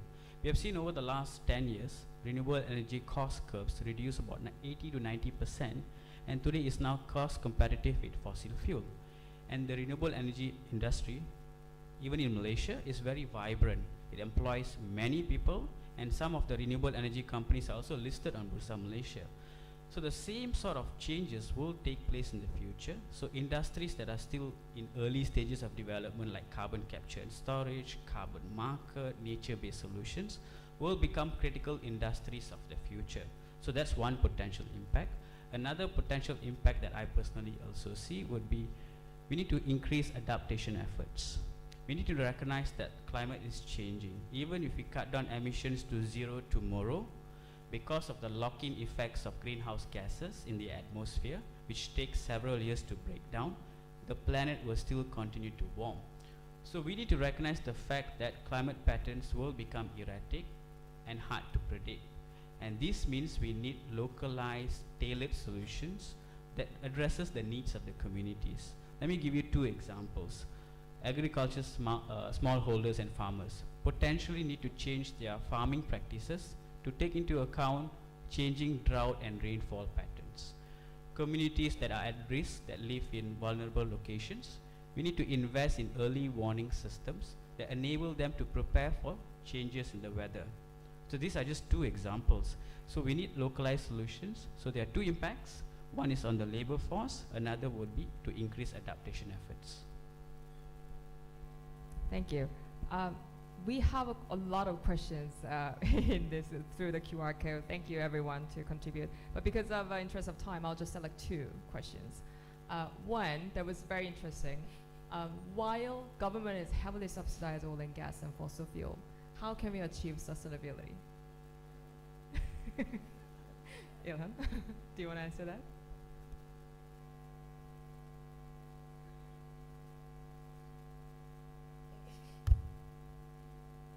The question would be more on like, maybe can you repeat that again? It's about subsidizing the energy price. While government is subsidizing fossil fuel heavily, and how can we as a society to achieve the sustainability? Right, so I would argue that it is the role of the young generation to be aware of the fact that actually subsidies does not help energy security or addressing the energy trilemma, right? Market price is necessary to ensure more investment are being done, especially in the renewable energy sector. But again, at the same time, we also have to look into ways or measure, because subsidies are still necessary, but for the targeted group. It's not for all. I mean, again, my personal opinion, but as the young generation today, you know, you are talking about future resources, future use of resources, and the definition of sustainability is not the optimized use of resources, not to the expense of the future generations. So I think the burden to push to make sure that this subsidy are much more targeted lies in the current generation today. So I will push it back to whoever asked that question to figure out how to resolve that. Can I just chip in as well, right? I think Sure. energy transition, sustainability towards low carbon is a complex topic, right? Especially for a developing country like Malaysia. It's not as simple as switching, let's switch from oil and gas, hydrocarbons to renewable. So I think we are not short of framework and policies, I can tell you, like, but we need to translate that into actions. And it's not time to demonize certain sector or certain industry, but we must collaborate like never before. Because some of the new technological solution which will come to make us towards, you know, net zero, require cross-industry, cross-sector, and inter-ministries collaboration. So that need to happen more and more. Collaborate like never before, private, public sector, and also NGOs across Malaysia. Great. Dina, there was a question for you. How can carbon offset actually help reducing carbon emission? Yeah, a good question. I was sure there was going to be a question about carbon credit, given that there's a lot of stigma with carbon markets, and rightly so. I mean, carbon markets have existed ever since the Kyoto Protocol back in the late 2000s. Carbon market is still evolving in many sense of the word. There have been instances in the past where companies buy poor quality carbon credits and shift accountability of their own emission footprint. That is why net zero is the going forward commitment, where you need to again decarbonize your operational emissions and use carbon offsets again to neutralize hard to abate emissions. The carbon market is still evolving. There are many fundamentals that are still being discussed even at the international level. There's this movement that looks at how can we look at core carbon principles, basically to ensure the carbon credit standards are rigorous and robust enough that the requirements are clear. So they're looking at issues like additionality, non-leakage, permanence, and so forth. So in the future, these standards will ensure that all carbon credit projects go through a very rigorous verification and validation process before they are able to issue carbon credits. So that companies, when they buy these credits, there's assurance that the investments that they're making into carbon credits creates tangible, real life and measurable impact on the atmosphere. So that's one change. The Voluntary Carbon Market Integrity Initiative is also ensuring that companies, when they claim they are carbon neutral and net zero, there's a rigorous set of guidelines that they need to follow before they make such claims. So that creates another pathway for companies to make credible offsetting claim and also minimize the risk of greenwashing. That was a very concise summary, actually. Great. So for the last round, I'll just promise, because I promised our panelists that we'll give the last comments for the youth. So what would be the one thing if you're going to give advice to our young professionals? Let's start from Amira. Supposedly starting from the generation, but at least for me, as I mentioned before, I'm really looking forward to see a lot of like female figure in the energy sectors, and especially because in transitional plant there will be a lot of it. So I'm looking forward to see, and right now energy sector is not only about STEM, So there will be a lot of like international, we need a lot of like good lawyers in sustainability, good accountants, or even business entrepreneurships as well, startups, everything. So there are a lot of role to play, and there is the opportunity for you to actually be the first of everything. Thank you. When we talk about sustainability, what comes to mind directly is emissions, green, right? And also ESG. People gravitate with the E component, but I think we need to also talk about the S component. As important as the E component, especially for us in developing economy. So balancing the E and S. Of course, governance is given, is fundamental, and all of us have a role to play, regardless where we are, how small, to push the sustainability and ESG agenda forward. Thank you. From my part, we need more females in politics. That's number one. Number two, more talents, more young talents to be able to have the point of view, articulate your point of view with regards to the use of energy in Malaysia. Climate change is important, so we need more of you to write or to talk, to debate in this space. Yeah, that's all. Be a tough act to follow, but I will try to plagiarize Barack Obama. So he once said that we are the first generation to feel the effects of climate change, and potentially the last generation that can do something about it. So everyone is invested in this. So I encourage everyone here, the young professionals, to start influencing change and become agents of change for climate action. Cool. Thank you all for joining. Thank you, everyone. That's at the end of our panel. Thank you. All right, thank you so much for the wonderful session. Yeah, ladies and gentlemen, another round of applause to our speakers and also our moderator. We would like to invite Mr. Wei Min-jue, the co-director of Youth Economic Forum 2022, to present tokens of appreciation to our speakers.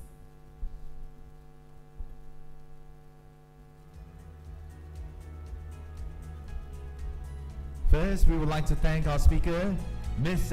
Wan Sayuti Wan Husin. Thank you so much for joining us today. I believe that all of us here has gained a lot of insight. And Ms. Amira Bilkis.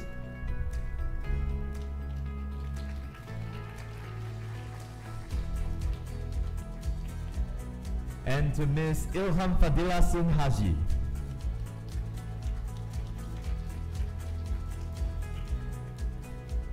Also to Mr. Dinagaran Chandra.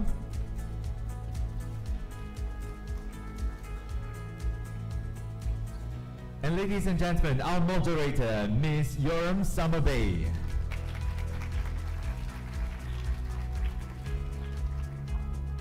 For your information, these gifts are also made aligned with the sustainability agenda.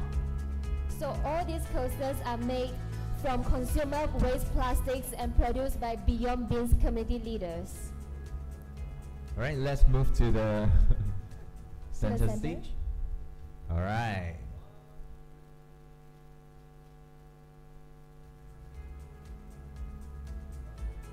All right, thank you so much. Thank you so much to our speakers and to Mr. Wei and Ms. Bay. Ladies and gentlemen, as we are now on the subject on the agenda of sustainability, we would like to extend a donation offer, as we mentioned before, from each and every one of you in this Youth Economic Forum 2022. So as we have mentioned about carbon emission earlier, to help lower the carbon footprint generated by this event, we would like to offer the Youth Economics Forum Sustainability Pack. So we have chosen, through our collaboration with Malaysian Nature Society, we have chosen coastal protection through mangrove planting to restore and protect Malaysia's coastal ecosystem. So feel free to scan this QR code, to if you would like to donate your 50 ringgit commitment fee to support this sustainability action. So as we have mentioned earlier, by signing up for this sustainability pack, you will receive 1 year of membership with Malaysian Nature Society. help 2 mangrove samplings to be planted, as well as supporting the community with protective gears and planting equipments. All right, so let's do it together. And we would like to thank you in advance, for your contribution. All right, so it's time to move on to the next agenda for today. So earlier we have explored how the pandemic reformed our education system through the accelerated use of digital tools.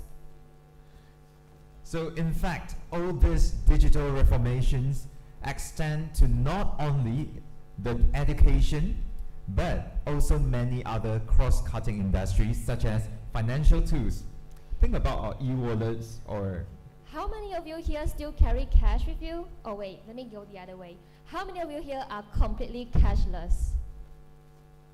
Wow. Completely cashless. You are making robbers going out of business.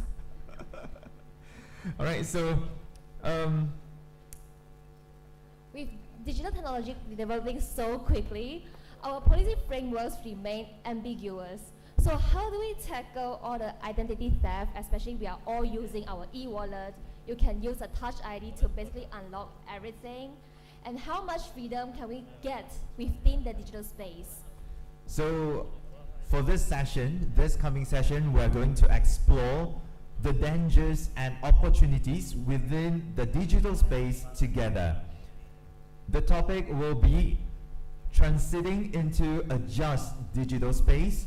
Please welcome our speakers. First, Dato' Ahmad Zaki Zahid, Chief Strategy Officer of Digital National Berhad.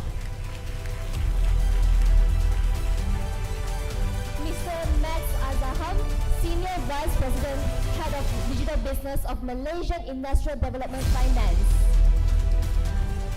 And Ms. Serena Shukri, Founding Team for Women in Blockchain Asia. Dr. Fadullah Suhaimi Abdul Malik, Director of PayNet.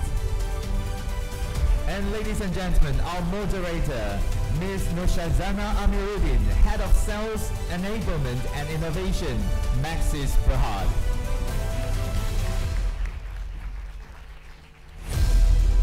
Alright, please be seated. And now, over to you, Ms. Nushazana.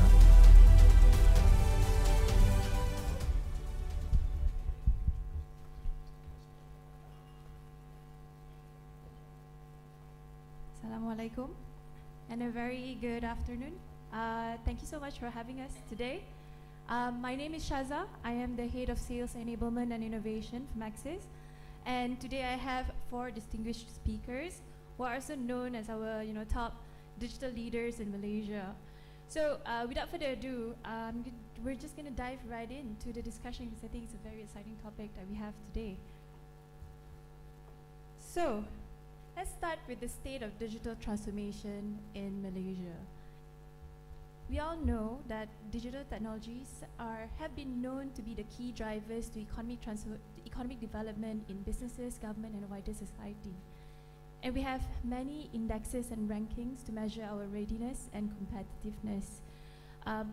But not forgetting, when it comes to digital transformation, it's a broad spectrum of things that ranges from hard and soft infrastructure. So I'm going to start with a open question to all. In your point of view, where do you think Malaysia is in terms of digital transformation? Want to start first? Yeah. Let me give it a shot. Okay. Now, when you look at digital transformation, you need to understand what that whole big thing called digital transformation is all about. Okay, and where are we today as a country? You have to look back as to what drives the economy of the country. And when you talk about digital transformation, technology is nothing but an enabler. Okay? And for you to do digital transformation, you need to be interconnected just as well. Okay? So if you break down into those parts, where are we in terms of connectivity? I think you've heard MCMC issuing out its most recent quarterly report with regards to connectivity. I think we're pretty good. Okay? You've got 4G connectivity close to 96% of the populated areas. You've got 7.4 million premises passed with fiber and so on and so forth, right? So you have that information. Second, you got to look back at what drives adoption. Adoption is a function of what's available and what is convenient to the end user. And when you talk about digital transformation, a lot of investment is to be undertaken by the private sector. So have our private sector invested enough in digital transformation? Okay, it's still the jury is still out there. Okay, for the bigger companies, it's natural for them, but for the smaller companies, they've always been reluctant. So if you look at where we are in terms of the enablers, we are quite there. Whether have we adopted, that's still a question. Will people want to adopt if it's convenient? They probably would. How many of you do not have My Sejahtera in your handphone? Everybody has that, right? Okay, and you use it because you need to do that for you to enter premises. And now that pandemic is, well, not quite over, you still have that in your handphone because you probably will want to use other functionality that's available there.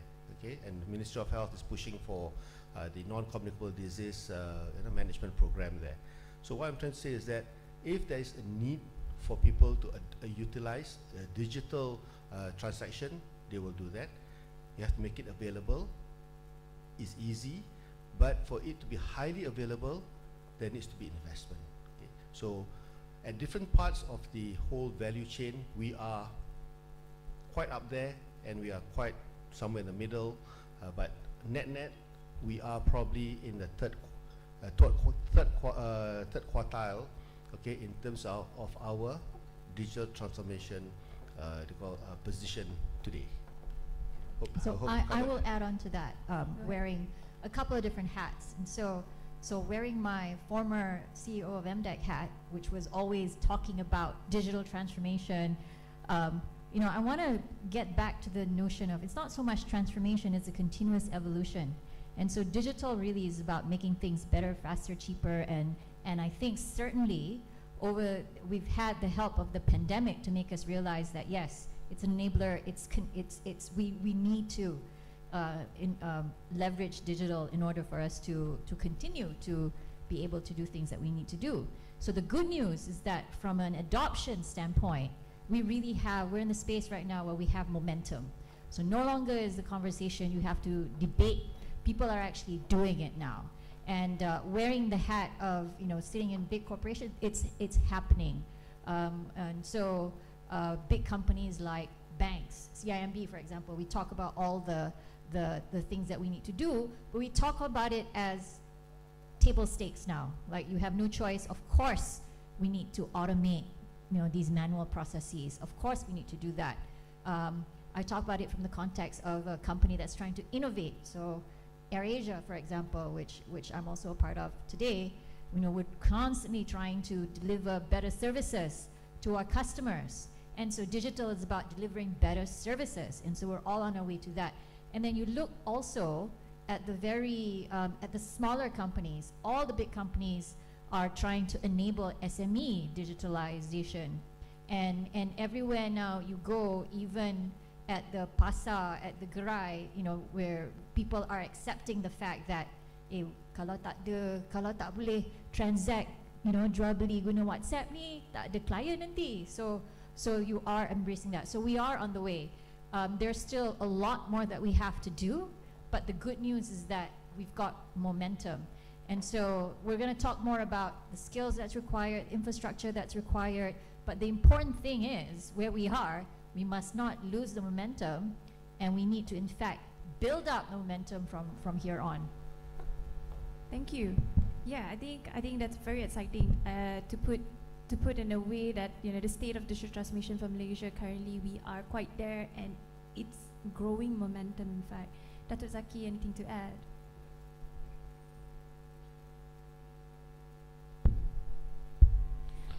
Yes, thank you, Shaza.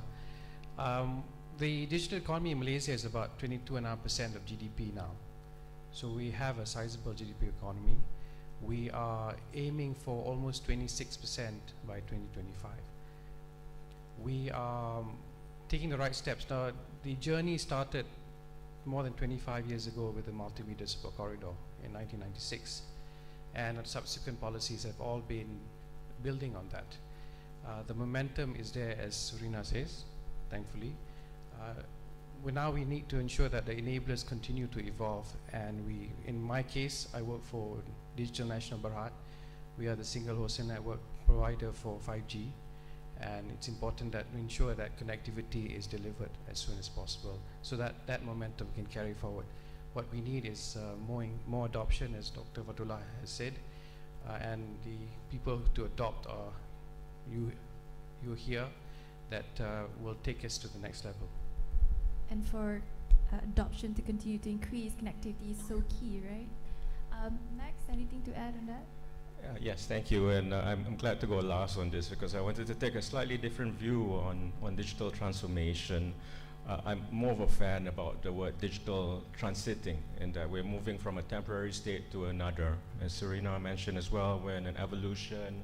Dr. just mentioned digital has been going on for the last 25 years. Part of this question was, how do we compare with other countries? And the reality of it is digital transformation means different things to different people. Where I worked at before at Ghana, we asked technology companies, what is digital transformation? And these are all leaders, and they all come up with different viewpoints. In Silicon Valley, for example, right now people don't really talk about digital transformation so much. It's about software eating the world, data, automation, AI, machine learning, and cloud migration. So we're already in this phase, and I'm more of a fan of digital business. What does that mean? It's creating new digital business models to create new customer experiences, to develop new business models, to deliver new value creation. And I think all that is now enabled in Malaysia because we have good infrastructure, we have good rule of law, regulation is stable, improving. We have cloud providers coming into the economy. And one data point which I found quite impressive was that a UNICEF study just a couple of years ago showed that 72% of youth in Malaysia are either good or excellent in terms of digital literacy, and that's second highest in ASEAN. So there's a lot of potential here. I think in average, we have better infrastructure than other countries. We have the key ingredients for a digital economy, and I would say let's just get going. We're already there. It's now about digital business models. Thank you, Max. I like when you say that you're taking an opposing view, and I think that's very refreshing because after all, when it comes to transformation, digital transformation, it's not about moving from point A to point B. It's a journey, right? So I guess digital transition is, it's apt to actually put it how we can put it. Okay, so let's dive a little bit deeper. Now that we know that we are quite there and we're growing momentum in Malaysia when it comes to digital transformation or digital transition, let's look at a little bit more, let's hear a little bit more on the digital infrastructure. When it comes to digital infrastructure, access and inclusivity is very key. So maybe Dr. Zaki, we have 5G services today available in Putrajaya, Cyberjaya and Kuala Lumpur, which is exciting. But we know 5G, like other technologies, are just tools. So when it comes to bridging the digital divide, what is really about is actually pure connectivity that can be achieved even with the blinking of 2G, of 3G, right? Maybe can you share or bust some of the myth when it comes to 5G, as well as some of the plans when it comes to connectivity, that connectivity rollout to ensure inclusive, connection to even the most rural parts of Malaysia? Maybe I'll start with the connectivity part. Last year, the government launched the Digital Economy Blueprint, and one of the most important drives was connectivity. And the government has made it a point that connectivity is no longer a luxury, it's a right. Just like you have a basic right to water, electricity, you have a right to connectivity. And one of the most important plans was Jendela, and Dr. Fadullah will be very familiar with this, and that's just to hook up 100% 4G connectivity. We're now at about 96%. But as technology evolves, you also need to go to the next level. 5G is enabler for digital enterprises, or for enterprises. It's not just consumer, because as I think Minister of Finance said this morning, it's not just about downloading Netflix a lot quicker. It is about what you can utilize the high speed, low latency, high capacity 5G. So we are on a mission in DNB to enhance connectivity in Malaysia. We're not just at Sabajaya, Putrajaya and KL. We're now at 35% of the country, and so 5G will be felt by everyone this year in every part of Malaysia. Every state will have 5G towers.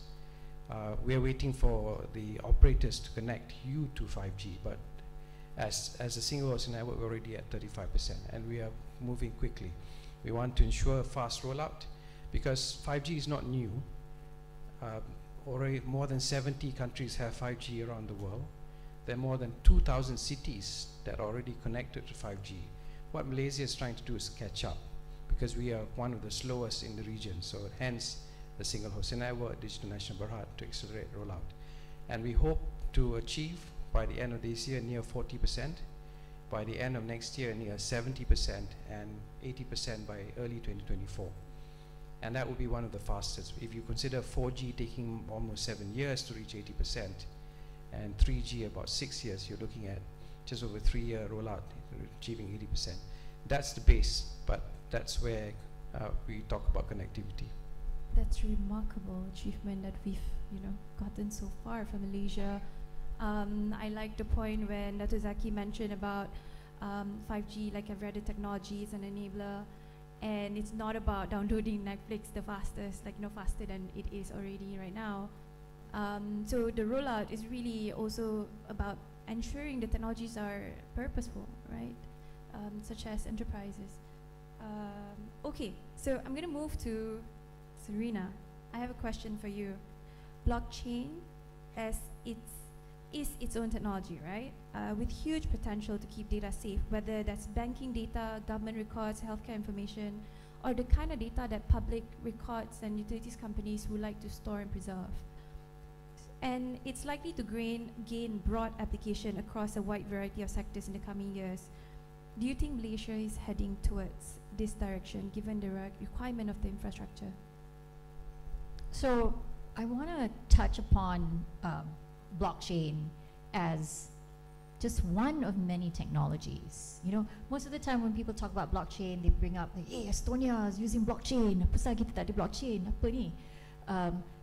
But really, it's one of many things. And in order to actually make, like you said, a country digital, an infrastructure digital, it's one of many things. And so it's a relatively newer technology, and there's still a lot of kinks that needs to be ironed out. People are building, people are doing things. There's lots of conversations happening all around the world, and we're in some of those conversations. I think that broadly speaking, in this realm, we are a follower as opposed to a leader, but we are in those conversations nonetheless. But let's talk about what is required really to actually be to build an ecosystem that thrives.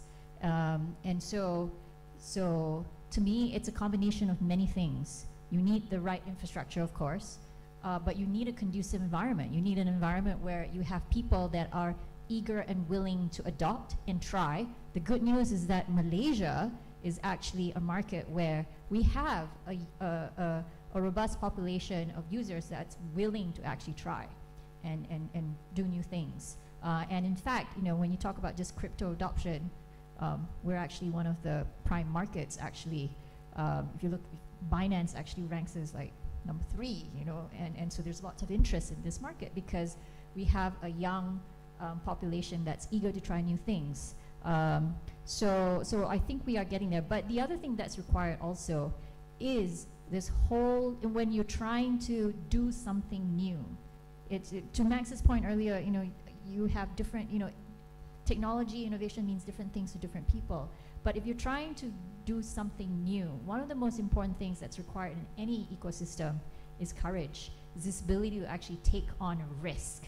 And so that's something that I feel we need to actually do a little bit better as far as Malaysia is concerned, because generally speaking, across, number one, culturally, we're not necessarily a culture that likes to take on new risk. And so what's missing in our ecosystem is this just risk tolerance. A lot of people say that there's no capital over here to do new things. Actually, there's a lot of capital in Malaysia. It's just the capital that's willing to actually take on risk. That part is missing. And so as we continue to build our innovation economy, try new things, this whole ability to take on risk, to understand risk, and to be comfortable with it, that's what we need. Thanks, Serena. I like the part you talk about risk tolerance. We may not have that much, but look how far we've come. And I think Malaysia has been courageous, especially during the last few years. And I'm sure there's a lot more up and coming in this room, right? Okay, I'm going to move to Dr. Fazul. I have a question for you. When it comes to digital divide, the spotlight is on Malaysia's actual underserved market, right? So they are located largely in the rural parts of the country, and Bain estimates 55% of Malaysia's adult population is unbanked or underbanked. Like when you look at banking, okay, yes, you have those people who have bank accounts, and you have got those who do not have bank accounts. Now, if I just to ask, how many of you in this room do not have a bank account? Everybody has got a bank account, right? Okay. Why do you have a bank account? Because either you're working, okay, that's where your pay goes into, or sometimes you will do that for you to save because you have earned enough to be able to save. There's a small segment of the society, largely the B40s as we like to call them. These are the ones that tend not to have a bank account. Why? Either they are located at places where they don't have access to it, or they don't have enough funds to even save. Okay? And therefore they live hand to mouth pretty much on a daily basis. Okay? So in such a situation, how can the government as a policy expedite the adoption of or getting people onto the banking space? Because once you are someone who is defined as has got a bank account, okay, you can do a lot of things. Okay, I heard just now the MC asked that there's some of you out there who practically transact strictly on a cashless basis, right? You don't carry cash. Okay? And why do you do that? Because you are very comfortable in using that account for your own benefit. So coming back to the situation that we have in the country, that 55% adults who are who've got who are in the banked population, they are largely in the urban and suburban, and probably a little in the rural. But today, many of them actually are banked, see, because the government provides subsidies for the B40. And today the subsidy no longer is given via cash, it's given via an e-wallet.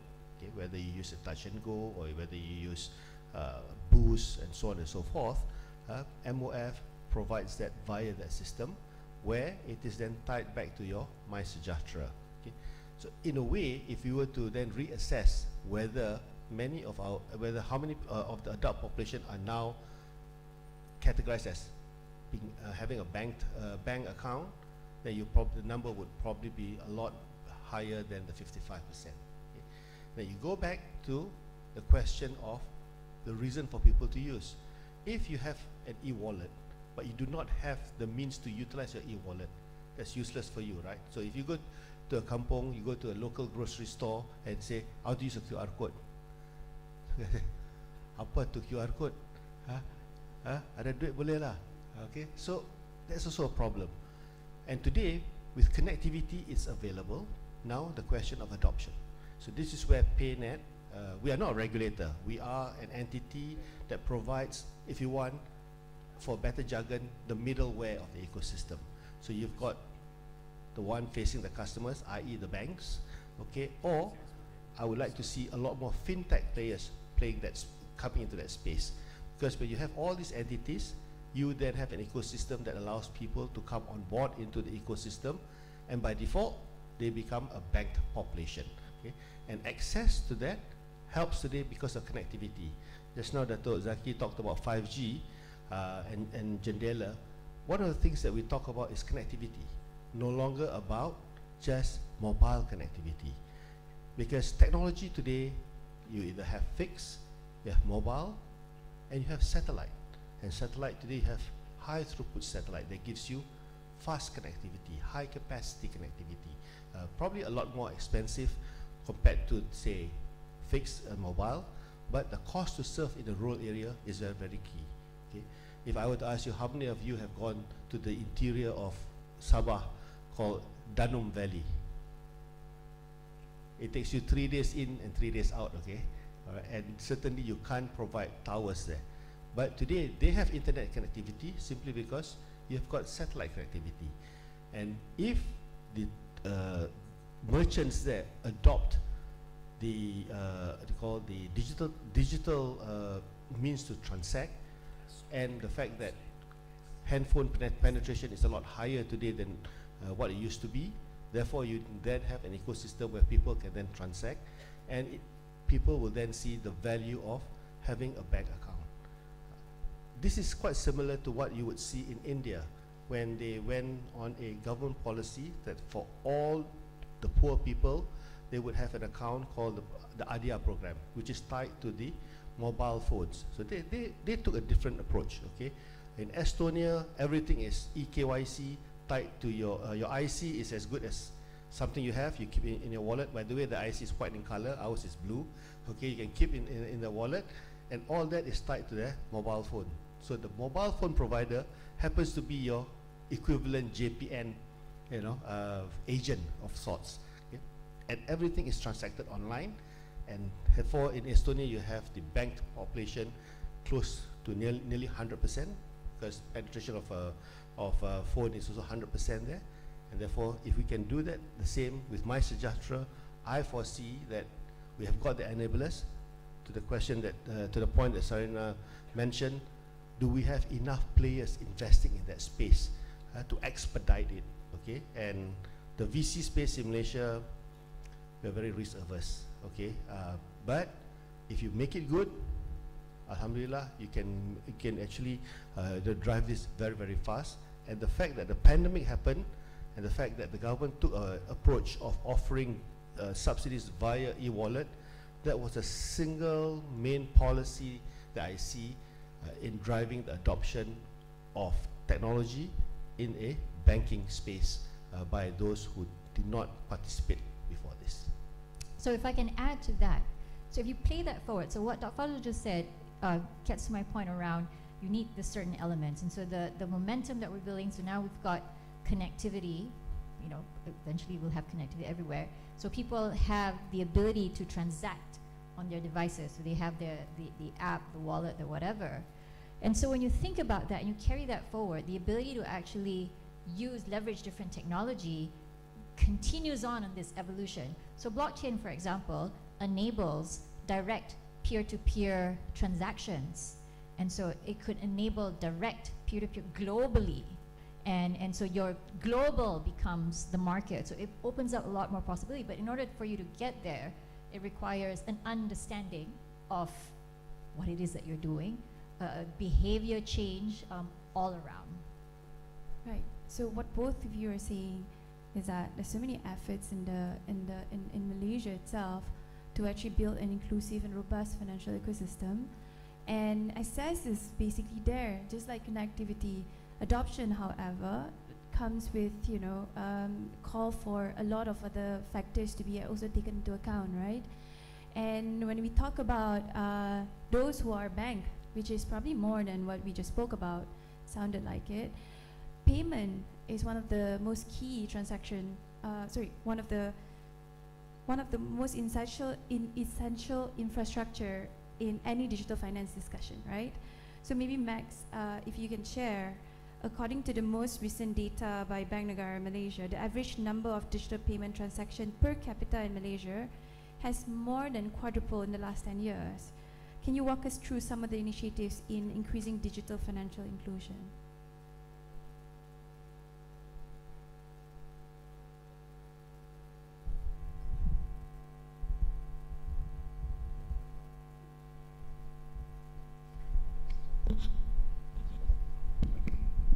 Sorry. So sure, Saza, yes. I think we're in the right place to talk about payment infrastructure, in particularly because Bank Negara has played a key role in driving digital financial inclusion in several ways.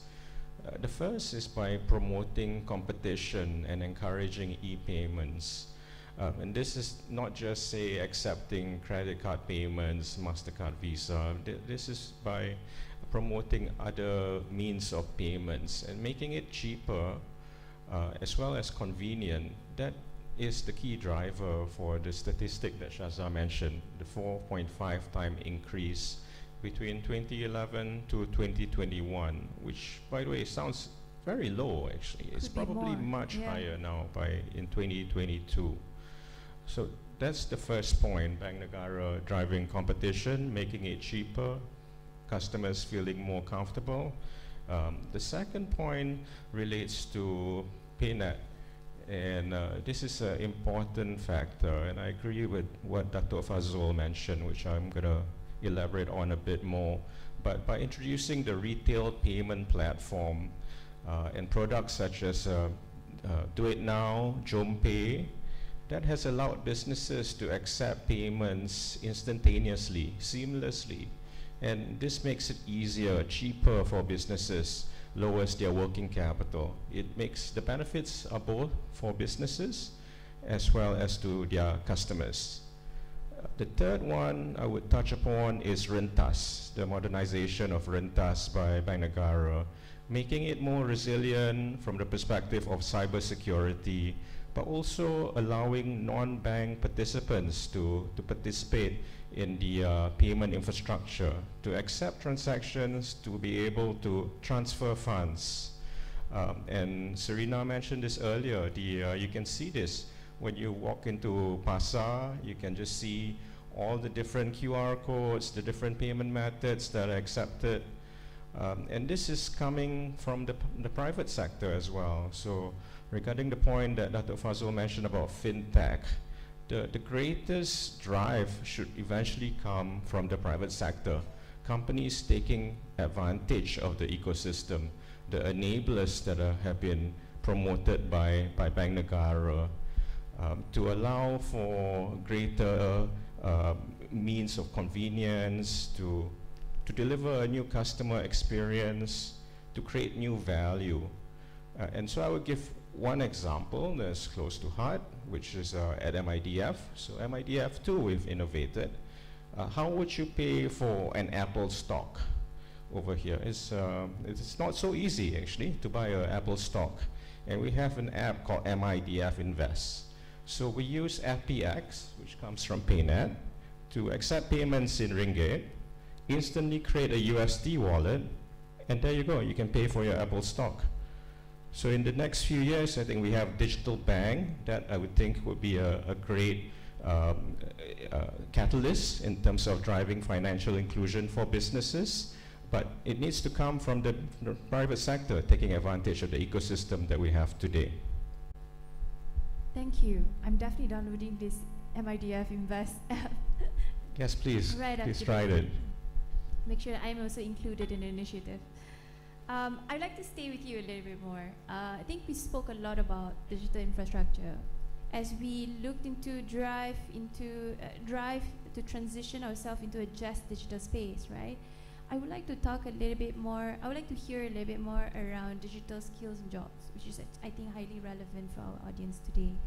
Digital nations result from a combination of factors like infrastructure, regulatory, governance, but most importantly, digital talent, right? So the rapid digitalization in Malaysia has affected the employment space to a great extent, changing the landscape of occupations or profession as well as the associated skills needed. In your current capacity, Max, what are your thoughts on this and what is important for our audience to note here? Thank you. Great question. And this is definitely a challenge for a lot of people in terms of the digital economy. Things are changing. I myself, I'm well past in my 40s, right? So digital happened a little bit later after I did my economics degree. That was 20 plus years ago. Nowadays, what we see is that there's greater demand and competition for data scientists, for product managers, for software engineers, and more generally, anybody who has some coding skills. By product managers, I mean people who are familiar with like agile methodologies. Agile, not just from the word quick, agile. It's actually, there's something called an agile manifesto. It's about creating things fast. It's not about sitting around in a committee writing about product requirement documents that are 30 pages long. It's about just creating something that works right away, iterate very quickly. Then there are data scientists. Data scientists are people who are going to take advantage of the digital economy, because digital, it's inherently, it's 1 or 0, it's measurement. So there's so much data coming out of the digital economy that data scientists are very important. And more specifically, data scientists who know Python, who know SQL, who are familiar with Power BI and Tableau, sometimes Excel, but those are the kind of technology skills that are really important. Software engineers, there's great demand for people who can code, especially for back-end engineers. It's going to be, the competition is going to be even tougher for companies such as MIDF once the digital banks come online, because they're going to basically draw in all the engineers, the coders, to develop new apps, to iterate very quickly. And more generally, back to the point about the challenge for all of us, something that we've seen in the advanced economies, what key skills are important generally? The ability to learn quickly, and the ability to work across functions, to learn quickly, because we don't know exactly what's going to be in 5 years' time. People who can go down to it and learn how to write in Angular or React Native, things which have just come up in the last 5 years, those people will be in great demand. Those people who can work across silos, for example, software engineers who can figure out how to calculate bank transactions and work with compliance, those people are really valuable, and they're sought after because they get things done. So those are some of the skills that I see being very important in a digital economy. Thank you. Can I add on to that? Yes. So when I think about digital economy skills and jobs, some people, and there will be certain areas where it's highly specialized. You can't just like learn it overnight. It's kind of like medicine. You can't just be a doctor overnight. There is a process along to it. So there will be certain roles like that. So if you want to be like the AI algorithm programmer, for example, that requires a certain kind of personality, certain kind of skill that you need to build over time. However, there are many other things across the digital spectrum that requires a whole host of skills. And Max touched on it. In fact, the panel this morning also touched on it. This whole ability to continuously learn new things. But the other thing that I feel that's really important in a digital world where we're trying to build digital businesses, it's actually people skills. I submit to you that, hey, the job is actually easy. And in fact, technology is actually going to be getting easier. So for example, coding. Last time, when some of us took C and Basic and Pascal, those were the languages when we were in school.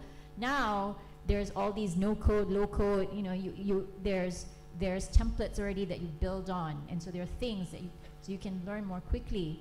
The harder part is actually, so the job is easy, unless it's those hyper-specialized, the equivalent of being a brain surgeon kind of jobs.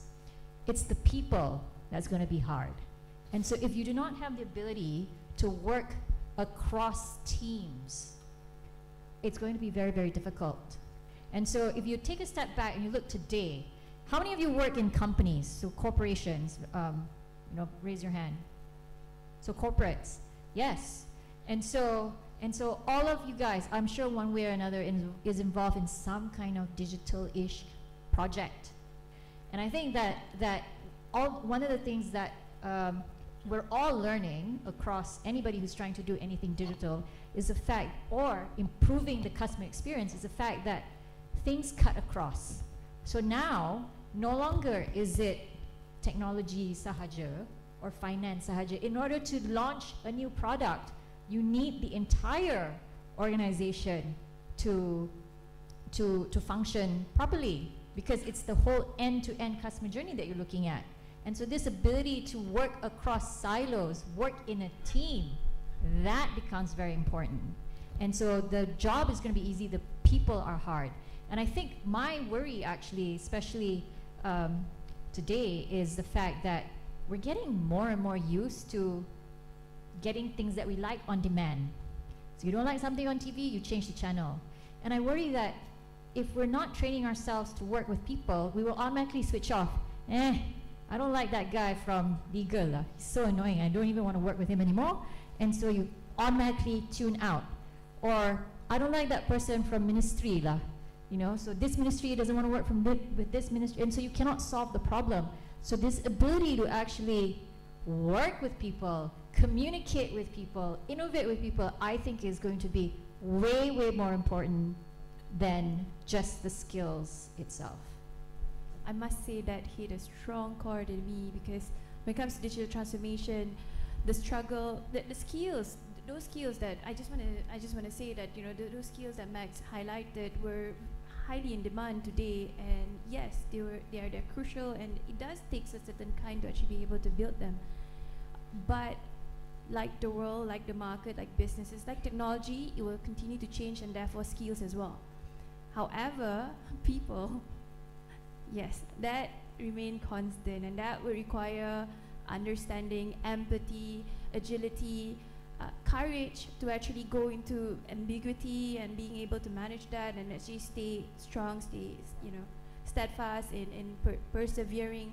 So it's true. I must say that, yeah, that is actually the ultimate skills that we need today, and it's actually very hard to also measure, because there is no specific domain or a competency when it comes to people's skill per se. Digital transformation, like Serena mentioned, it cut across. The whole organization has to be on it in order for it to actually happen. So there's no one skill.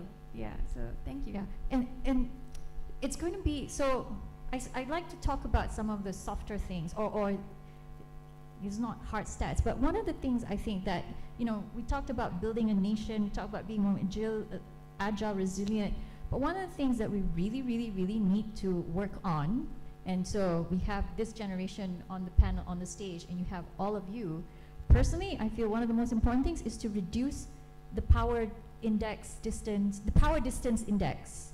Malaysia actually has the highest power distance index, which means that, you know, somebody that has power and somebody that feels that they don't have power, it's like huge.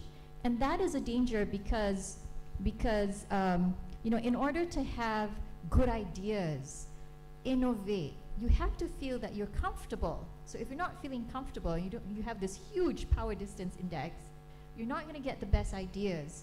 And so for us, I think, you know, as a nation also, we need to feel comfortable voicing our opinions and challenging. And so ask why not? And I mean, that will help us get more comfortable with taking on risk and speaking up, etc., etc. I must say, sometimes the best idea, in my experience, comes from the weirdest in the room, right? And that's how, you know, change are created. I just want to open up to Dr. Fazil and Zaki, if you want to add anything on the digital talent. I think when you look at how the whole dynamics of working will happen moving forward, many of you would realize that you can't work in the space that you were trained in. Okay? That whole notion of unlearning and relearning and learning new things become very, very critical today. Okay? And the next one is communication skills. Many of us tend to be very device-centric. We talk very well to the device, but we do not talk very well to the next person. So Serena, alluded the fact that when you do anything digital, it will cut across every single department within an organization, and therefore there is a need to communicate. But more importantly, I think from a digital skill and talent pool standpoint in Malaysia is that I personally feel that corporate Malaysia do not pay enough. Okay, so what happens is that people who are pretty good get poached. Okay, and today globalization is not something unattainable. Right, I have seen many of my friends, children, who will tell you, "Uncle, I'm flying off to London. I'm getting a job there. I'm flying off to New York or San Francisco," things like that. It's a norm. Okay, during my time, okay, yeah, we are flying to go and study. There's no jobs there. Okay, we were like the pinnacle, having the chance to fly and study overseas. Today it's not. You may have graduated locally, but you are now a global talent. Okay, and if the corporate Malaysia does not pay well enough, we can talk till kingdom come about the lack of talent.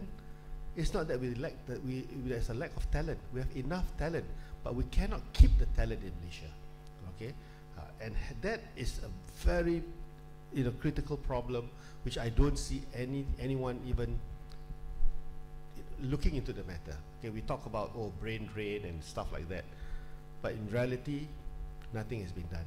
Okay, so that to me, for you guys, as you grow up in a career, some of you may be already in a position where you can influence decisions. I think this is a conversation that needs to be talked a lot more, especially within the human capital circle. Well, I can certainly say one of the reasons why I chose to be a board member is to continue to elevate these topics. I'm a big believer that it's an issue, and especially these days, you can work anywhere. And so, what's keeping you have to pay for talent, basically. And now these days, you look around, all the other countries have gotten up their incentives actually to attract global talent. Singapore, Australia, they have new programs that will to enable people to work there. So we really need to advocate companies to pay more. Cannot keep losing to our neighbors as well. Yeah, Mr. Zaki. No, I don't envy your generation. You have a lot more on your plate. Kalau dulu 90-an senang saja, yang the term then was celik IT, the fact that you kena boleh pakai komputer lah. Yeah. Now, when you talk about celik digital, it's very different. It encompasses a lot more things. What I echo, what my panel members also say is that you have to be willing to learn. And always learn and unlearn and relearn. It's a very difficult skill, because you may not be comfortable in certain areas, but you have to continue doing that, because the digital inclusivity relates not just on connectivity, not just on device. It also includes items like, or includes skills. So for example, for DNB, what we're trying to do is we're working with Ericsson to have a digital literacy program with all public universities to start with, and that will probably cover 200,000, and will cover areas like AI, cloud, benda-benda yang memang susah lah, dengar pun mungkin tak faham, but it's not so difficult. It's something that you guys have to already come to terms with. You're also part of the social media generation. Everything's on social media. So that willingness to learn, pick up skills wherever you can, learn from people who know better. I hope that you will do that more and more. Thanks, Dr. Zaki. Although you don't envy them, I must say, the unlearning and relearning, a book came to mind, Adam Grant, not long ago. I read about that book. The title is Think Again. It talks a lot about unlearning and relearning. The generation today, I do believe, in comparison to the older generation, takes a lot more it requires a lot more to actually learn that muscle, because it's a muscle, it can be learned. Unlearning and relearning, it's although not easy, but it can be learned. So imagine a cup half full as opposed to a cup half, empty. So it requires unloading the existing water inside to learn something new for the older generation in comparison to the younger one. So there is advantages here, I must say. I would like to, anyone else would like to add on that? Just add briefly in terms of learning and then talking about digital, and Serena's absolutely right. I mean, the people skill, the ability to actually communicate something that is complex, technical. If you know it really well enough, you can explain it in a way without having to use jargon. And the big task for me is like explaining it to my 4-year-old who thinks that all I do is talk to my computer all day. And so that communication skill, the skill to communicate something digital but in a real human way, how does it actually impact you, is very important. So communication is key. People skills are key. I want to talk about diversity and inclusion, right? So we have a little bit more time. As we celebrate the progress of women overcoming entrenched gender bias and moving blockchain in particular tech forward, and being the woman in blockchain, I would like to ask Serena this question: why should we care about diversity in blockchain any more than other technologies? So I would say we need to care about diversity, period. And so the fact that I'm wearing a blockchain hat is just because I chose a specialized area, and to demonstrate that, hey, even in this most specialized, where you think that it's so technical and so it cannot be, it's the realm of the bros and you cannot be there, that you still need to have diversity in terms of ideas there. And one of the missions that we set out as Women in Blockchain Asia is to help welcome more, so onboard more women into the space, but also show that we want to develop talent all around. That's one of our tenets, the education piece. But make it open to show the possibility.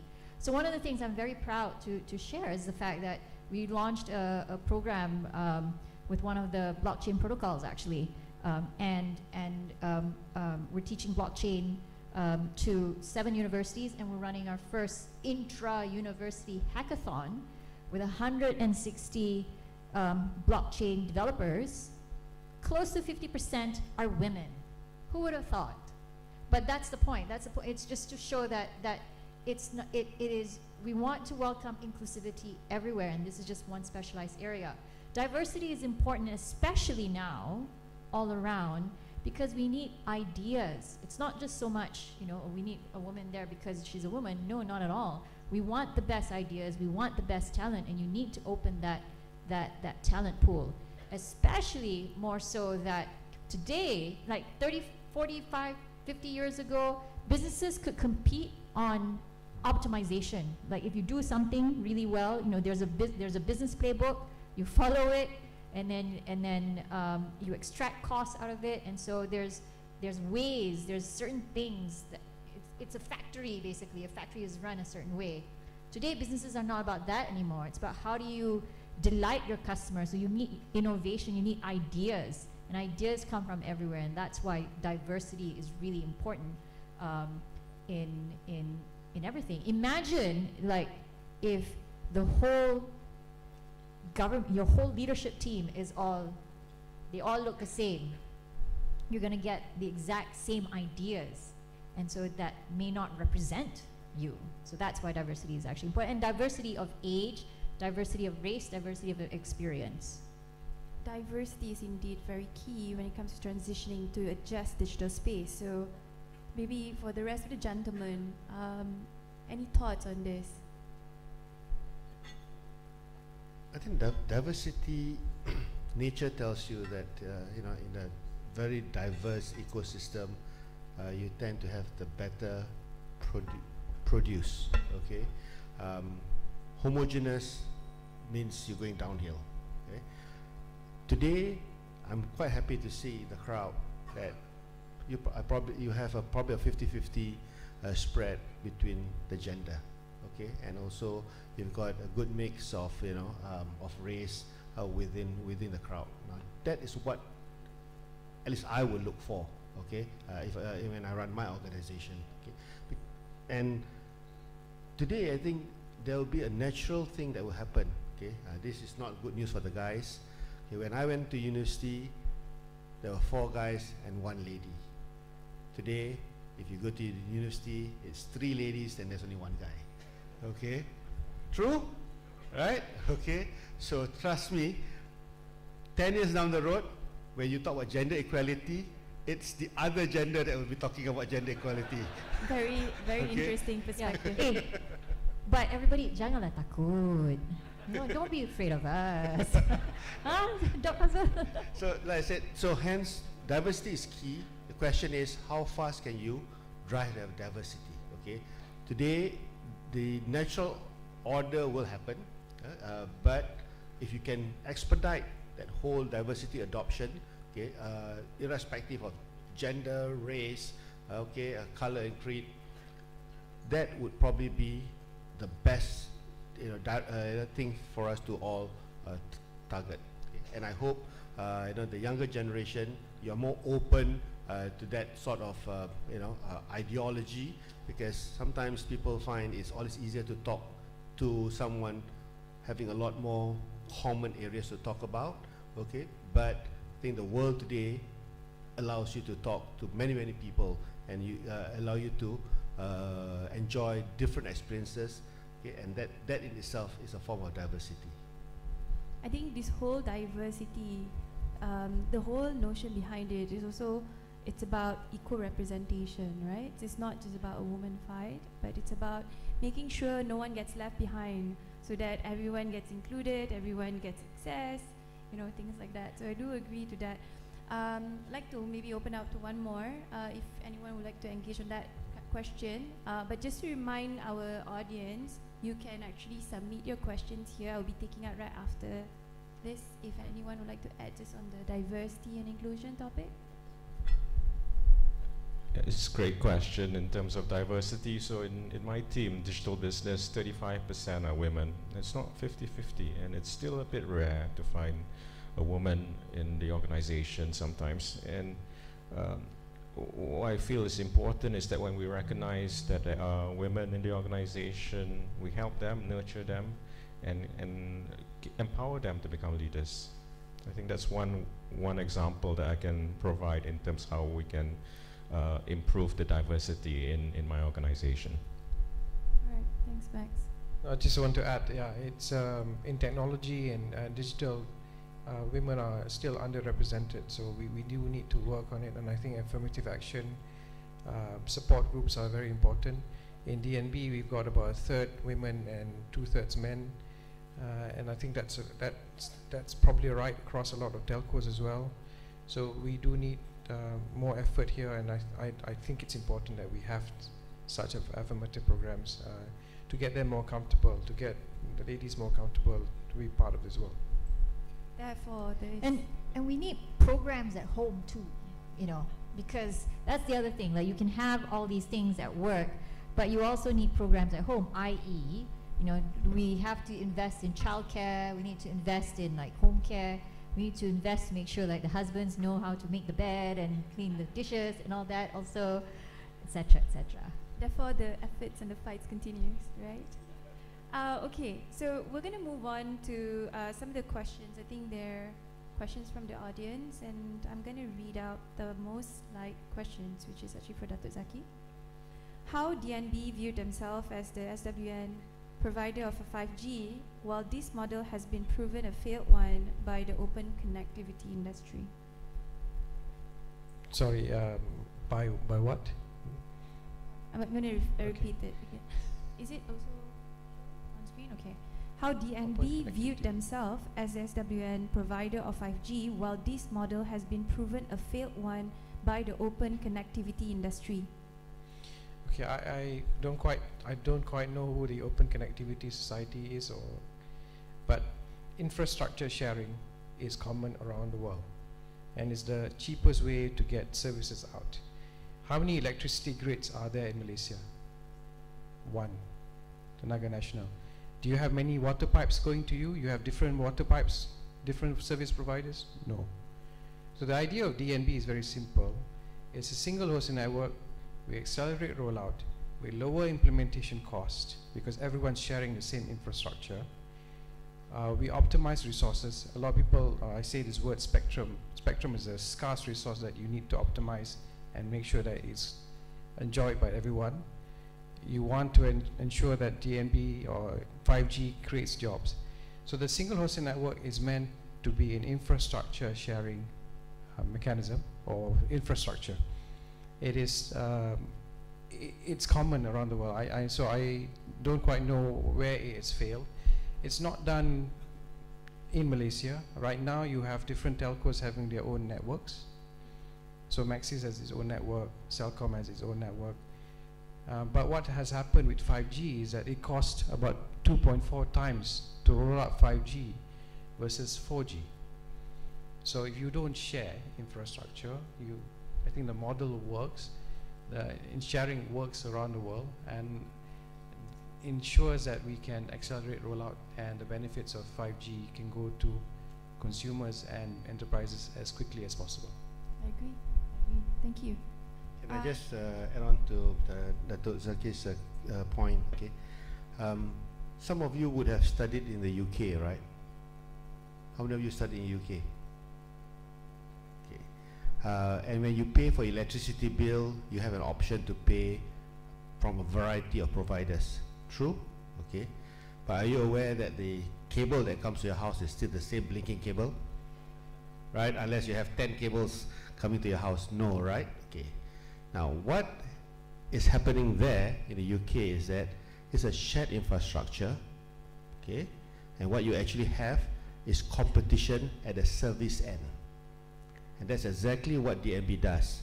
Okay? It provides a common infrastructure, and therefore competition is at the retail end. For the vendors who are big lobbyists, they like to see infrastructure competition. If you have 4 networks in the country and you have vendor A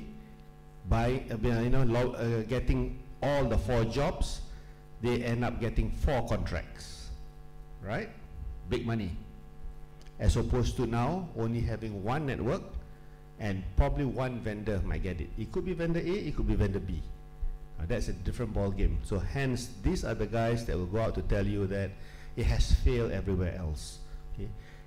It can work provided we make sure that it works. What you need, as Dato' Zaki mentioned, we have not jumped into the 5G space fast enough. We are playing catch up. And if you try to do the same thing again and hoping for a different result, Einstein says, you are just insane, right? So therefore you need to do something different. And spectrum is limited. Whether you are here, US, China or Timbuktu, it's the same amount of spectrum that's available per country. You cannot increase that. Okay? And when people tell me when I was in MCMC that they need more spectrum, my answer to them is, you have a direct line to God, you let me know. Okay? Because spectrum is already spoken for and is fully utilized. And Malaysia, this is the best part, we are the greatest consumer of data.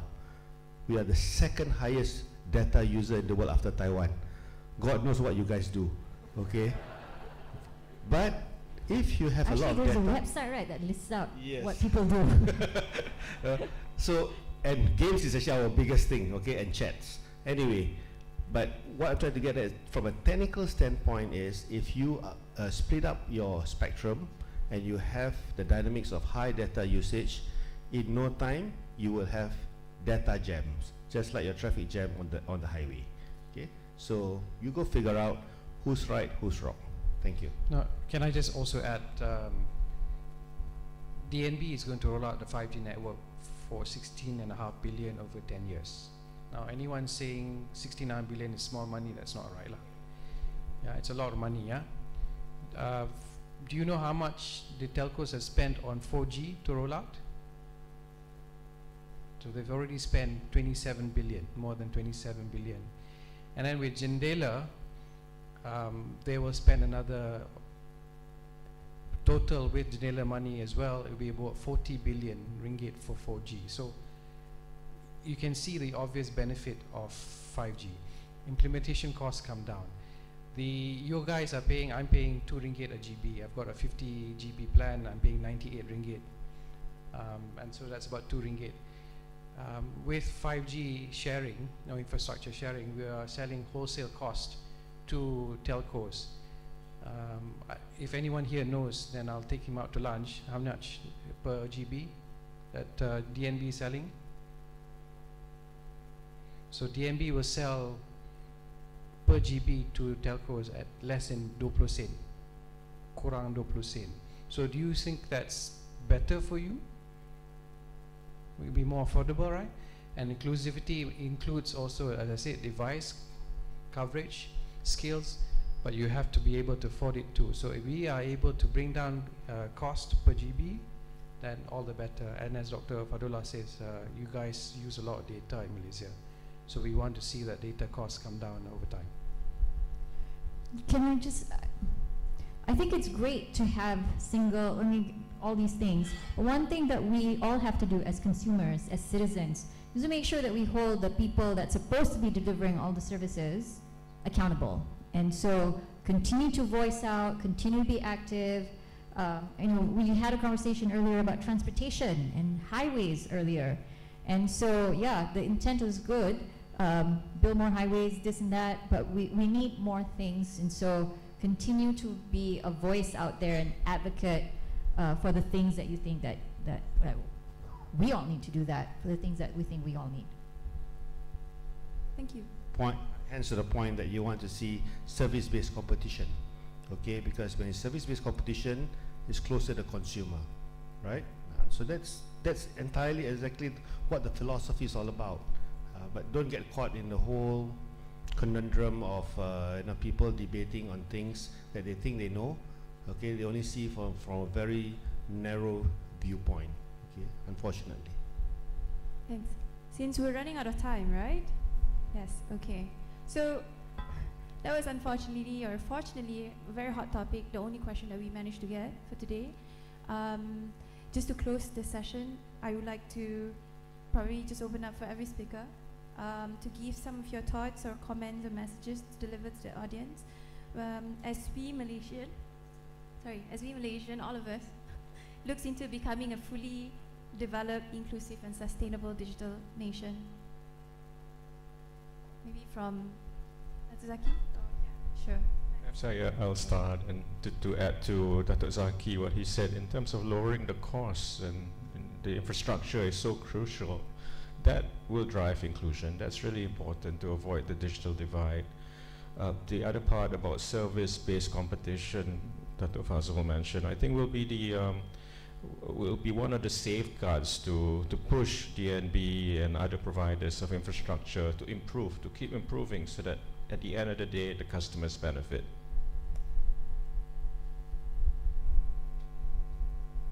Dr. Fazal?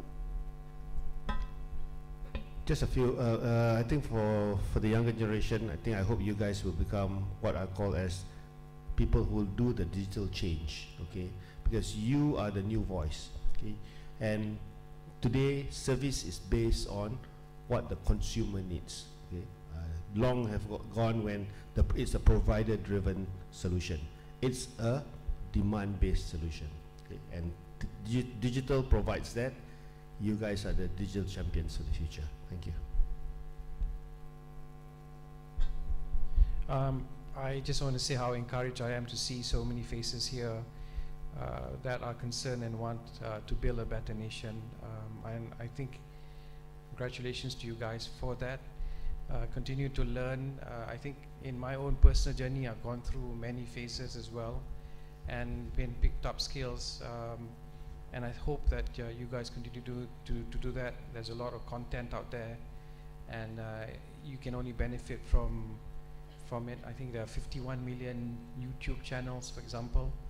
I don't think anyone can watch 51 million YouTube channels, but there's a lot of content out there that you can benefit from as long as you're willing to learn. And I hope and pray that you guys take on the baton of leading Malaysia in the near future and do a good job. do a good job for my children, do a good job for my grandchildren, because we're depending on you. And so all the best. Last but not least. And for me, my takeaway, my call to action, my reminder is, hey, being in your shoes, it's so easy these days. And even for us in our 40s, thinking ahead, we still have a long way to get lost in all the confusion, the minutia, the this and that. You hear one thing on TV, on the internet, on macam-macam. So it's so easy to get lost into all the doom and gloom and, oh yeah, we're all so screwed because, you know, tadi one of the panels said 2093 was something big was going to happen. Machines are going to take over or something like that. But anyway, so my reminder to you is develop this skill, because that confusion, that uncertainty is always going to be there, one form or another. So develop this skill of always trying to reframe, see the positive in, see the opportunity in the challenge, see the positive in all the discussion. Otherwise, you're going to get stuck in like, oh, life sucks. What's the whole point? And so don't do that. And so kudos to the fact that you're all here and you're all part of the Perdana Fellows community and the Youth Economic Forum community. And so I'm looking at wonderful faces. It gets me excited, actually. So thank you for sharing your energy with us today. So there you have it, our distinguished speakers. As we transition into a just digital space, all of us plays a vital role to remain in that journey and continue to progress and build momentum. Thank you so much for all your attention. All right, thank you so much. Ladies and gentlemen, big hands to our speakers and moderators. Thank you so much. And now we would like to invite our co-director, Mr. Wei Mingjie, to be up on the stage to present token of appreciations to our speakers and moderator.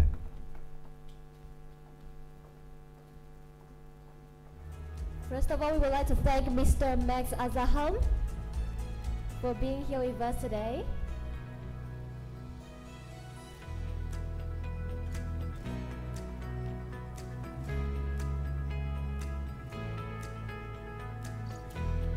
Dato Ahmad Zaki Zahid.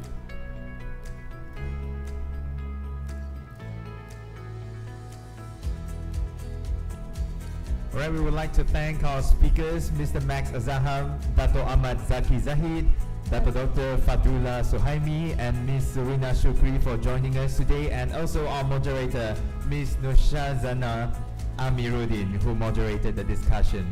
Let's take a group photo together.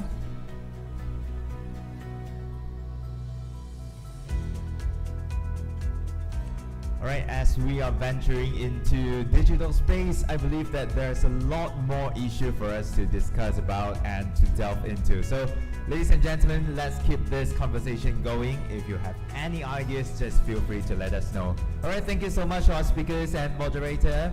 Thank you so much. And ladies and gentlemen, lunch is served. You may enjoy your lunch at the cafeteria or the conference hall 1 located at the ground floor.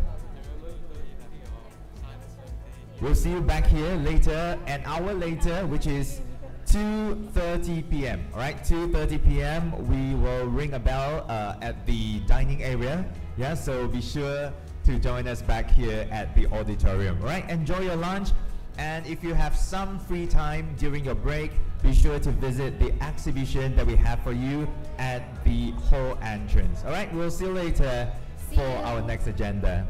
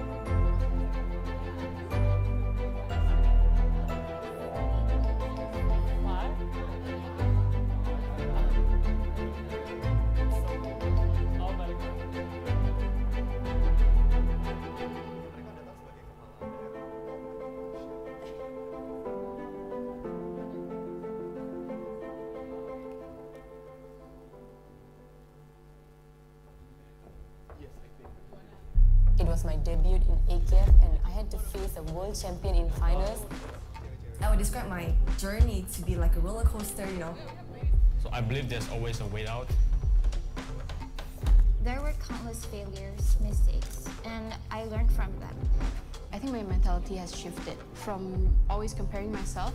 It's not about the medals, not about the money, it's not about how far I go. How often will you get up when you're beaten down? It has been challenging managing the time between sports and academic, but it was really exciting. I've been really passionate about sports. I've tried a lot of sports like from netball, hockey, long distance running, and finally I found my passion in karate. When I was in Korea, I enrolled myself in a top-tier film studies school. They have incorporated their culture into every aspect of their entertainment. Coming back here, I see that there's so much untapped potential.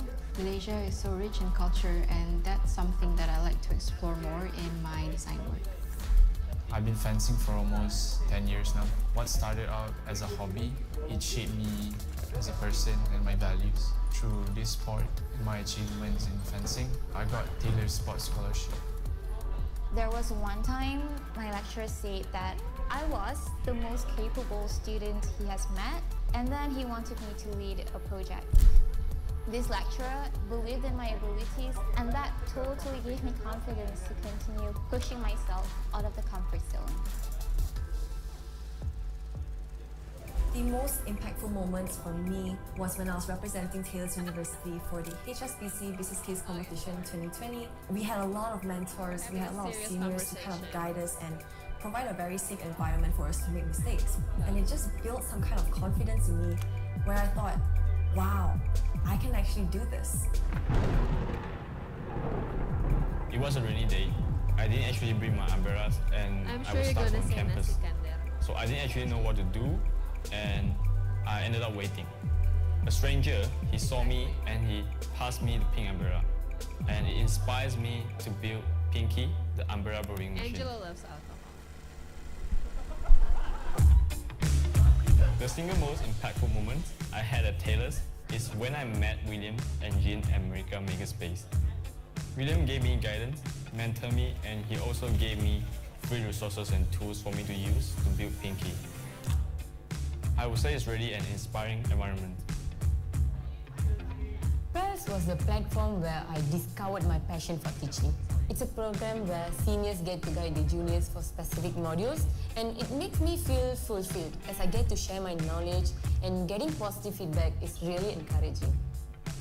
Another lecturer that I'm grateful for is Mr. Kanan. He is very resourceful. He spends his time and he's never tired of sharing knowledge, you know. He pays attention to every single detail. He doesn't make us want to settle for less. I know the vision from A to Z. I know how it's going to look like. As an entrepreneur, you can do certain things, but the things that you can't do, sometimes you can just ask for help. And that's how I collaborated with Bernard. And he helped me a lot in creating Nexus 2.0 to where it is right now. And I intend to be successful at the end of the day by being the best version of myself. Leading a startup is challenging. Learning leadership techniques on top of being involved in extracurricular activities at Taylor's definitely has helped me to overcome this. I believe I've grown a lot the last few years, thanks to the opportunities, mentors, and environment here. I don't think I will be able to do whatever I'm doing now anywhere else. Taylor's was very supportive with my participation in the pageant, and throughout my whole career, I was able to hone great self-management skills and complete several projects at the same time.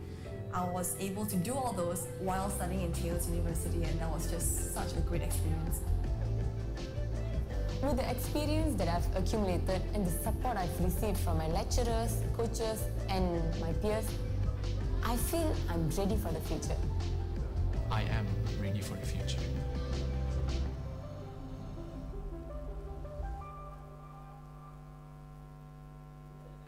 Now, our biggest fund is called the Automation and Modernization Fund. That's a flagship fund, which we do with Meteor as well. So basically, if you're a factory and you want to automate or modernize, that means you need to buy new equipment or new computer equipment or a new manufacturing line, MIDF can provide it. and we give softer in the sense that we don't have to put up as much collateral as you would, or security as you would if you were going to a private sector bank. Now rates are quite low.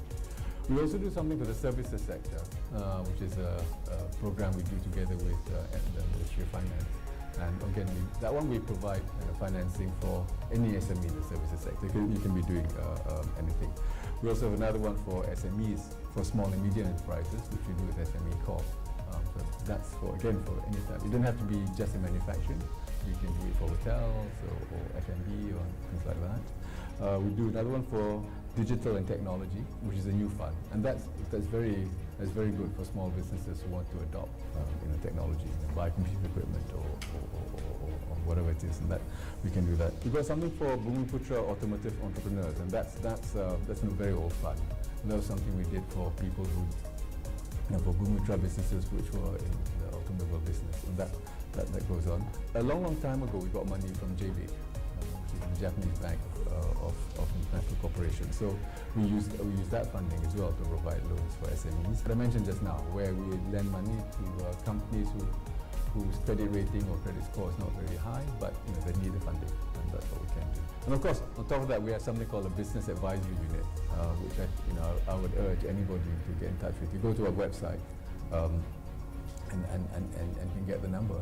And they will help you, not just in terms of financing from MIDF, but tell you that, hey, maybe you should go to Agrobank, because Agrobank has a more suitable financing package for you, or go some other organization. So you're right, a lot of the time people don't realize how much government funding there is out there, and we're trying to help people to do that. So even if you don't know where to go for your funding, you can call our business advisory unit, and they will try and match you with the correct provider, financing provider in the government, within the government, within the government.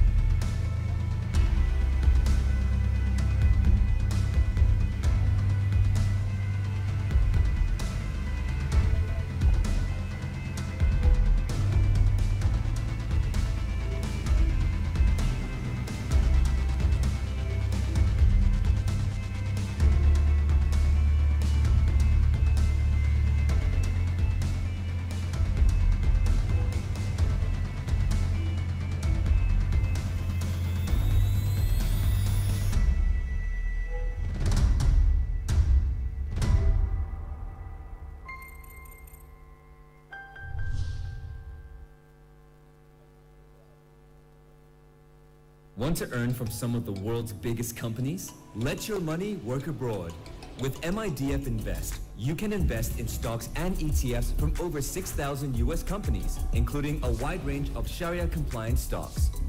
Have questions? You can talk to our experienced happiness agents anytime. So, if your savings are still sleeping on the job, it's time to make them work a little harder.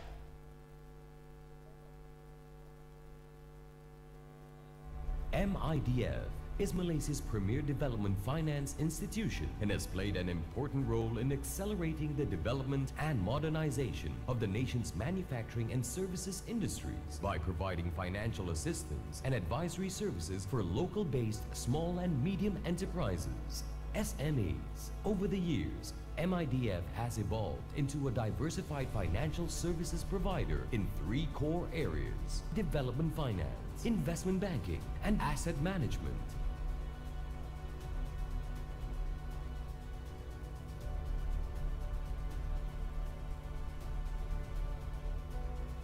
As a development financial institution, MIDF has a variety of Sharia-compliant soft loan schemes for local businesses in the manufacturing and services sector, with fixed profit rates as low as 4% per annum for SMEs and as low as 2% per annum for export of services by local companies. These soft loan schemes are free from any base financing rate movements and also offer high margin of financing, up to 100%, digitization and its manifestation in business processes, particularly in the manufacturing and services industry, known as Industry 4.0, are causing a significant technical transformation.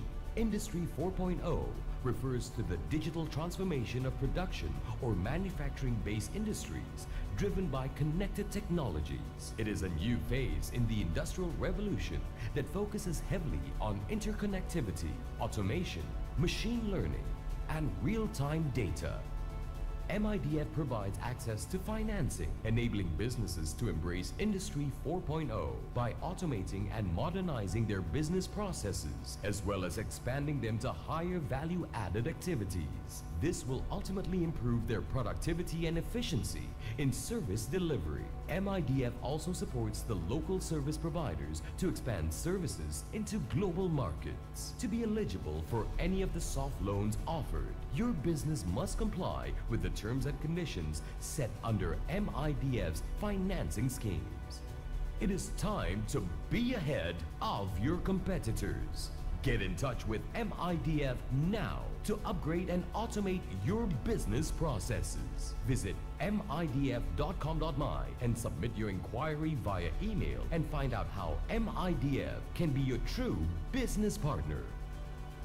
You may also call our toll-free hotline 1-300-88-6433 and speak with our experienced and friendly business consultants.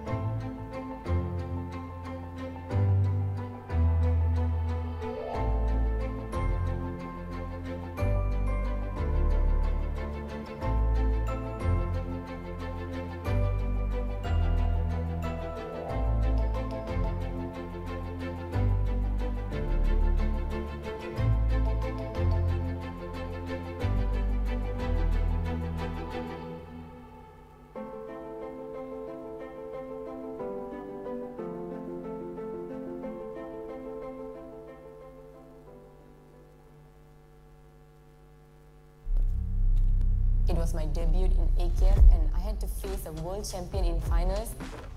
I would describe my journey to be like a roller coaster, So I believe there's always a way out.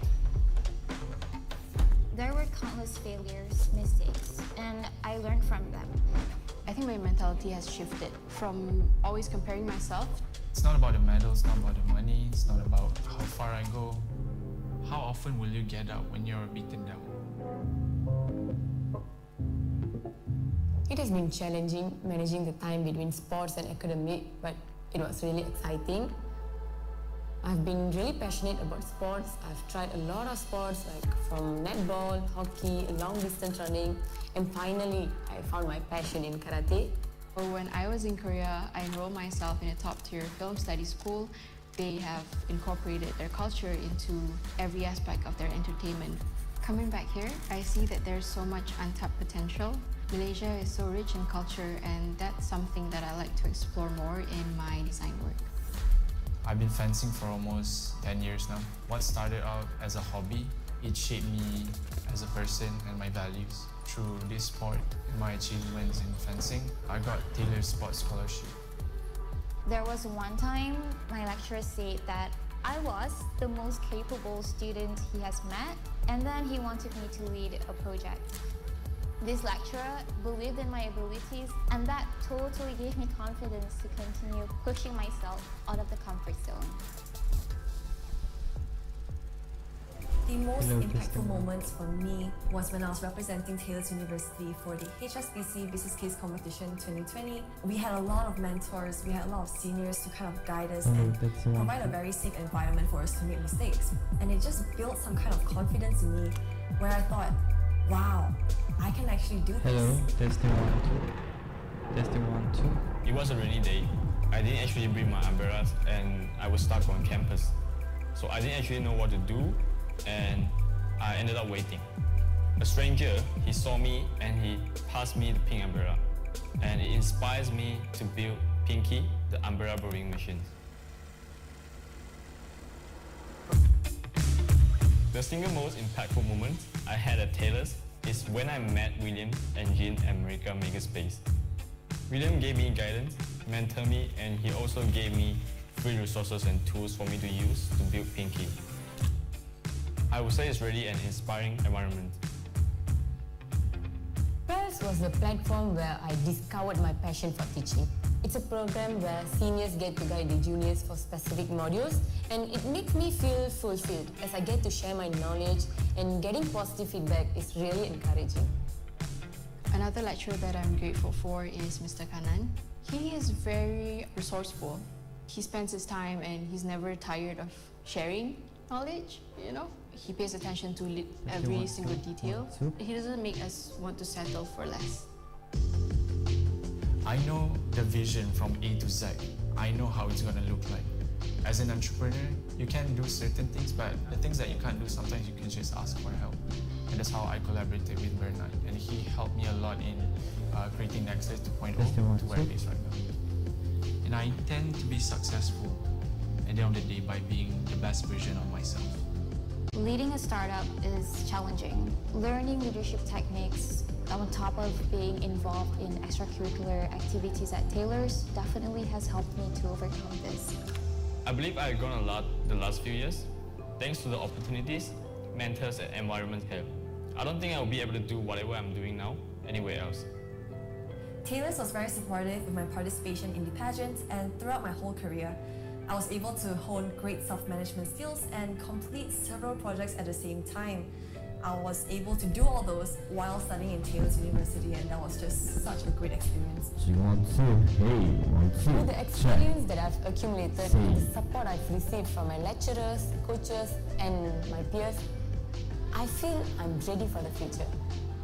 I am ready for the future.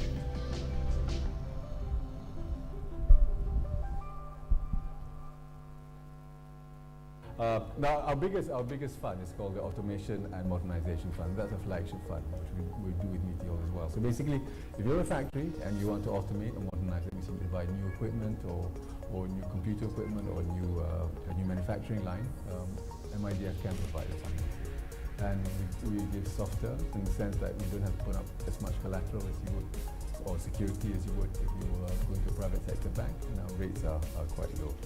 We also do something for the services sector, which is a program we do together with the Ministry of Finance. And again, that one we provide financing for any SME in the services sector. You can be doing anything. We also have another one for SMEs, for small and medium enterprises, which we do with SME Corp. So that's for any type. It doesn't have to be just in manufacturing. You can do it for hotels or F&B or things like that. We do another one for digital and technology, which is a new fund, and that's very good for small businesses who want to adopt technology, buy computer equipment or whatever it is, and that we can do that. We've got something for Bumiputra automotive entrepreneurs, and that's a very old fund. And that was something we did for people who, for Bumiputra businesses which were in the automobile business, and that goes on. A long time ago, we got money from JB, which is the Japanese Bank of International Corporation. So we use that funding as well to provide loans for SMEs. But I mentioned just now, where we lend money to companies whose credit rating or credit score is not very high, but they need the funding, and that's what we can do. And of course, on top of that, we have something called a business advisory unit, which I would urge anybody to get in touch with. You go to our website and can get the number.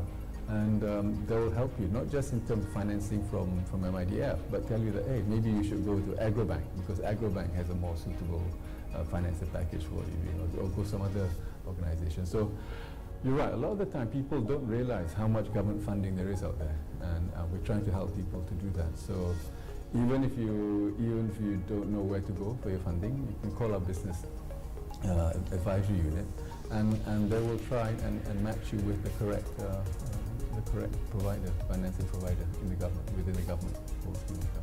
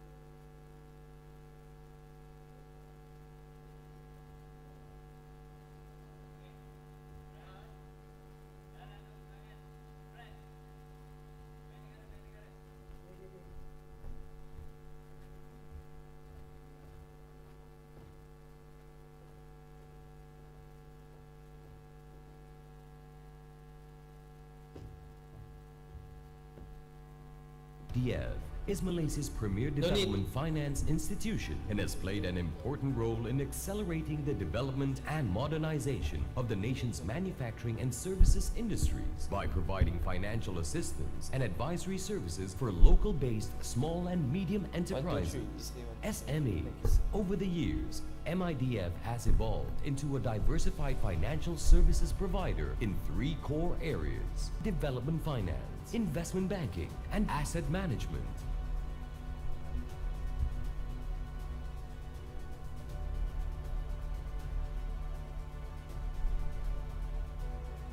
As a development financial institution, MIDF has a variety of Sharia-compliant soft loan schemes for local businesses in the manufacturing and services sector with fixed profit rates as low as 4% per annum for SMEs and as low as 2% per annum for export of services by local companies. These soft loan schemes are free from any base financing rate movements and also offer high margin of financing, up to 100% digitization and its manifestation in business processes, particularly in the manufacturing and services industry, known as Industry 4.0, are causing a significant technical transformation.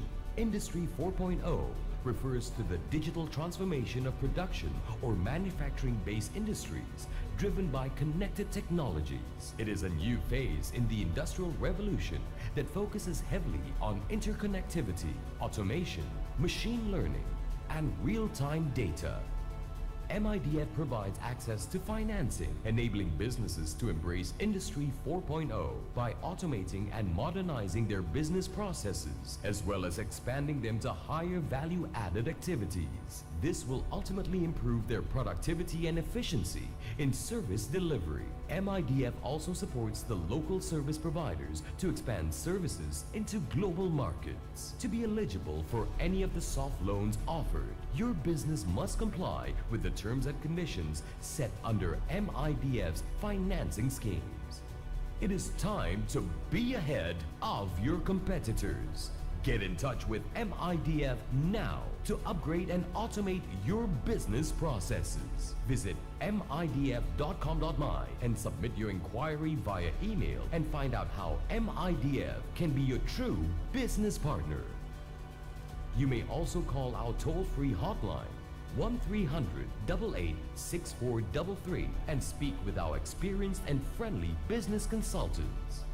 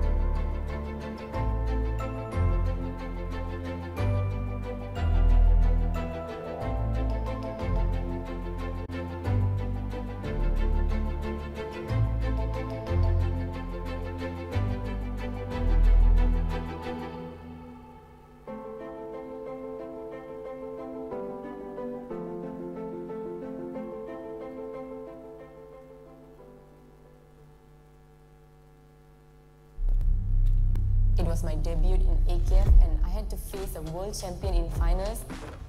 I would describe my journey to be like a roller coaster, you know. So I believe there's always a way out.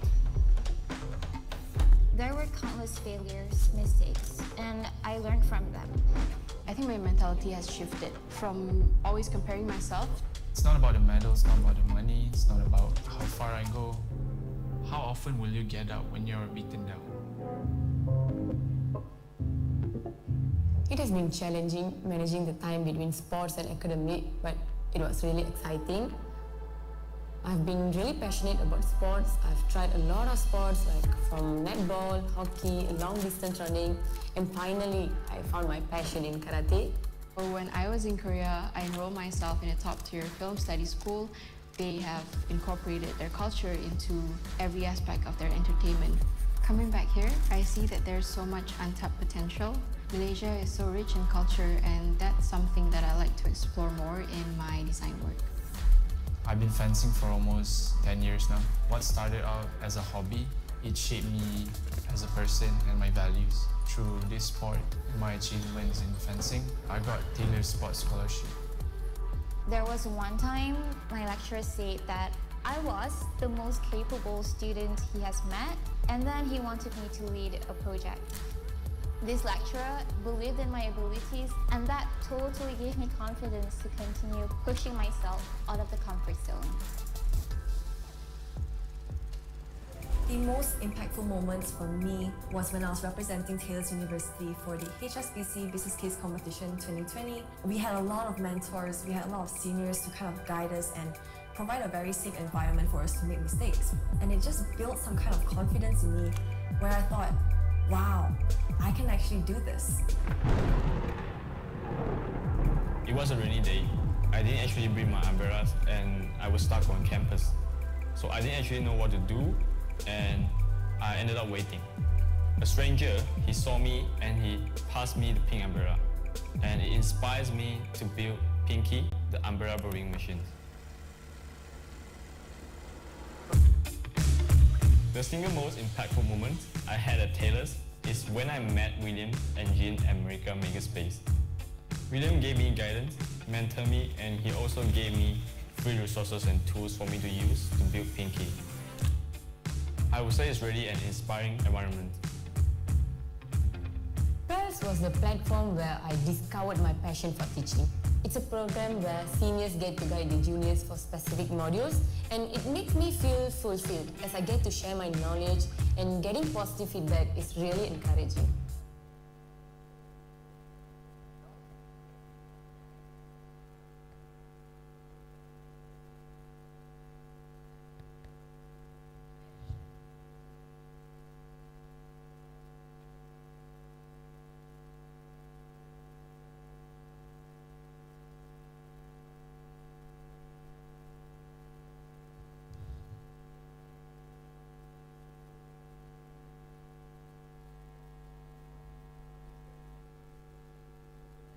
Xay cành thùng nó mà gì mày thế mày còn xí như mày gì khác như mày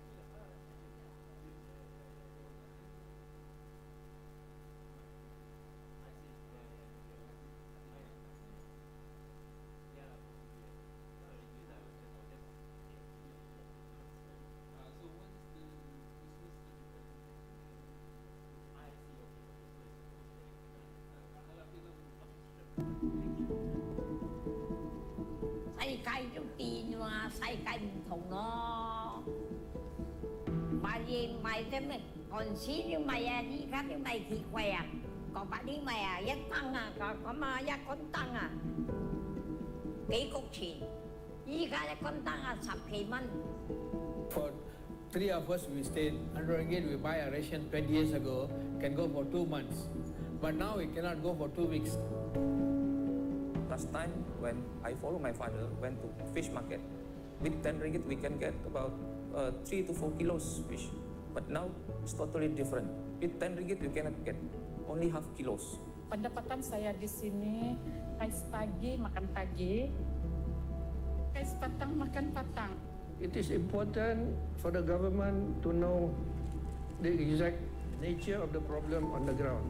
All citizens aspire for a better life and they look towards the government to deliver on this aspiration. Cost of living is issue number 1 in the hearts and minds of young people.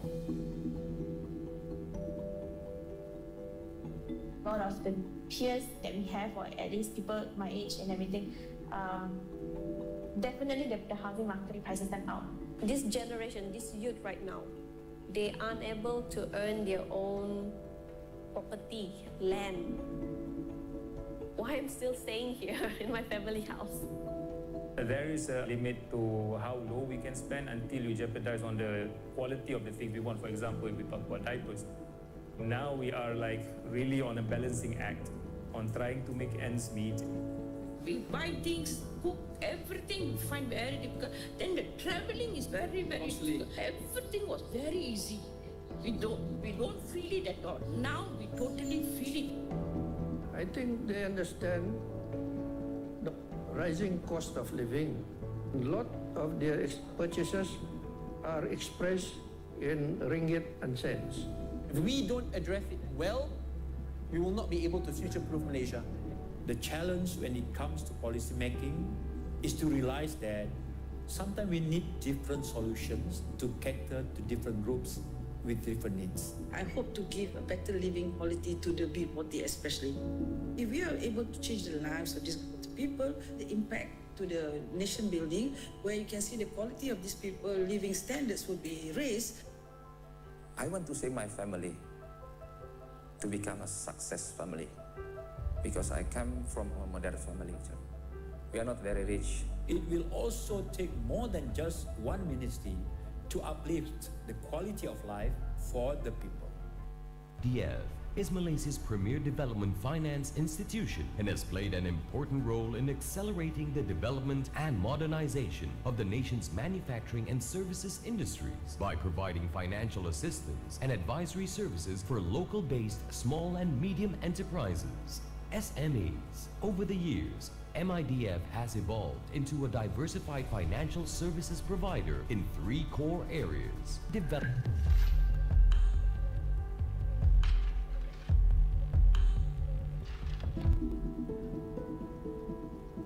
Xay cay trong tiền mà xay canh thùng nó mà gì mày thế mày còn xí như mày đi khác. DF is Malaysia's premier development finance institution and has played an important role in accelerating the development and modernization of the nation's manufacturing and services industries by providing financial assistance and advisory services for local-based small and medium enterprises, SMEs. Over the years, MIDF has evolved into a diversified financial services provider in 3 core areas: development finance, investment banking, and asset management. Khỏe, còn bạn đi mày can go for 3 to 4 kilos. Makan petang. The hearts and minds of young people. As a development financial institution, MIDF has a variety of Sharia-compliant soft loan schemes for local businesses in the manufacturing and services sector with fixed profit rates as low as 4% per annum for SMEs and as low as xay cay trong tiền mà xay canh. DF is Malaysia's premier development finance institution. It was my debut in AKF and I had to face a world champion in finals. I would describe my journey to be like a roller coaster, you know. So I believe there's always a way out. countless failures, mistakes, and I learned from them. I think my mentality has shifted from always comparing myself. It's not about the medal, it's not about the money, it's not about how far I go. How often will you get up when you're beaten down? It has been challenging managing the time between sports and academic, but it was really exciting. I've been really passionate about sports. I've tried a lot of sports, like from netball, hockey, long distance running, and finally I found my passion in karate. When I was in Korea, I enrolled myself in a top-tier film studies school. They have incorporated their culture into every aspect of their entertainment. Coming back here, I see that there's so much untapped potential. Malaysia is so rich in culture, and that's something that I like to explore more in my design work. I've been fencing for almost 10 years now. What started out as a hobby, it shaped me as a person and my values. Through this sport and my achievements in fencing, I got Taylor's Sports Scholarship. There was one time my lecturer said that I was the most capable student he has met, and then he wanted me to lead a project. This lecturer believed in my abilities, and that totally gave me confidence to continue pushing myself out of the comfort zone. The most impactful moments for me was when I was representing Taylor's University for the HSBC Business Case Competition 2020. We had a lot of mentors, we had a lot of seniors to kind of guide us and provide a very safe environment for us to make mistakes. And it just built some kind of confidence in me where I thought, wow, I can actually do this. It was a rainy day. I didn't actually bring my umbrellas and I was stuck on campus. So I didn't actually know what to do, and I ended up waiting. A stranger, he saw me and he passed me the pink umbrella. And it inspires me to build Pinky, the umbrella borrowing machine. The single most impactful moment I had at Taylor's is when I met William and Jean at America Makerspace. William gave me guidance, mentored me, and he also gave me free resources and tools for me to use to build Pinky. I would say it's really an inspiring environment. PERS was the platform where I discovered my passion for teaching. It's a program where seniors get to guide the juniors for specific modules, and it makes me feel fulfilled as I get to share my knowledge, and getting positive feedback is really encouraging. Another lecturer that I'm grateful for is Mr. Kanan. He is very resourceful. He spends his time and he's never tired of sharing knowledge, you know? He pays attention to every single detail. He doesn't make us want to settle for less. I know the vision from A to Z. I know how it's going to look like. As an entrepreneur, you can do certain things, but the things that you can't do, sometimes you can just ask for help. And that's how I collaborated with Bernard. And he helped me a lot in creating Nextlet 2.0 to where it is right now. And I intend to be successful at the end of the day by being the best version of myself. Leading a startup is challenging. Learning leadership techniques on top of being involved in extracurricular activities at Taylor's definitely has helped me to overcome this. I believe I've grown a lot the last few years, thanks to the opportunities, mentors, and environment here. I don't think I'll be able to do whatever I'm doing now anywhere else. Taylor's was very supportive with my participation in the pageant, and throughout my whole career, I was able to hone great self-management skills and complete several projects at the same time. I was able to do all those while studying in Taylor's University, and that was just such a great experience.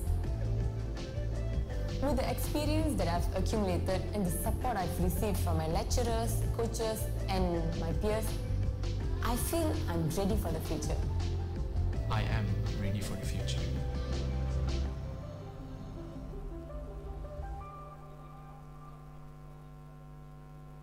Now, our biggest fund is called the Automation and Modernization Fund. That's a flagship fund, which we do with Meteor as well. So basically, if you're a factory and you want to automate or modernize, that means you need to buy new equipment or new computer equipment or a new manufacturing line, MIDF can provide the funding.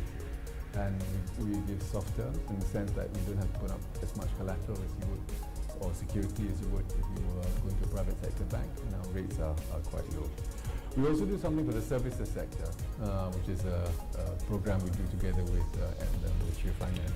And again, that one we provide financing for any SME in the services sector. You can be doing anything. We also have another one for SMEs, for small and medium enterprises, which we do with SME Corp. So that's for any type. You don't have to be just in manufacturing. You can do it for hotels or F&B or things like that. We do another one for digital and technology, which is a new fund, and that's very good for small businesses who want to adopt technology, buy computer equipment or whatever it is, and that we can do that. We've got something for Bumiputra automotive entrepreneurs, and that's a very old fund. And that was something we did for people who, for Bumiputra businesses which were in the automobile business, and that goes on. A long time ago, we got money from JB, which is the Japanese Bank of International Corporation. So we use that funding as well to provide loans for SMEs. But I mentioned just now, where we lend money to companies whose credit rating or credit score is not very high, but they need the funding, and that's what we can do. And of course, on top of that, we have something called a business advisory unit, which I would urge anybody to get in touch with. You go to our website and can get the number. And they will help you, not just in terms of financing from MIDF, but tell you that, hey, maybe you should go to Agrobank, because Agrobank has a more suitable financial package for you, or go some other organization. So you're right, a lot of the time people don't realize how much government funding there is out there, and we're trying to help people to do that. So even if you don't know where to go for your funding, you can call our business advisory unit, and they will try and match you with the correct provider, financing provider in the government, within the government, or scheme of government.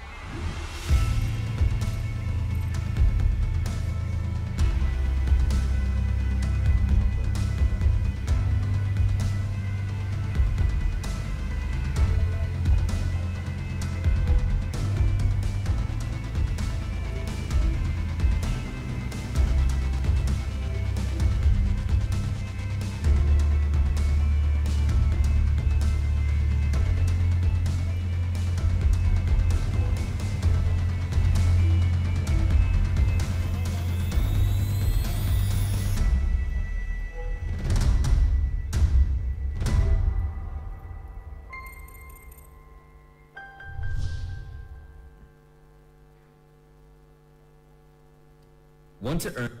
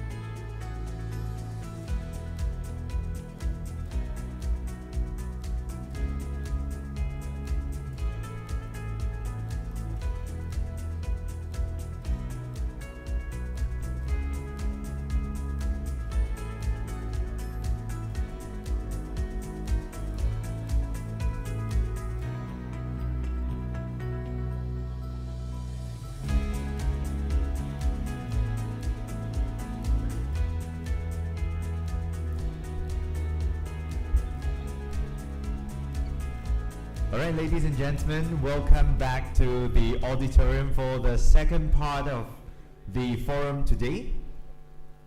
All right, we hope all of you enjoyed your lunch.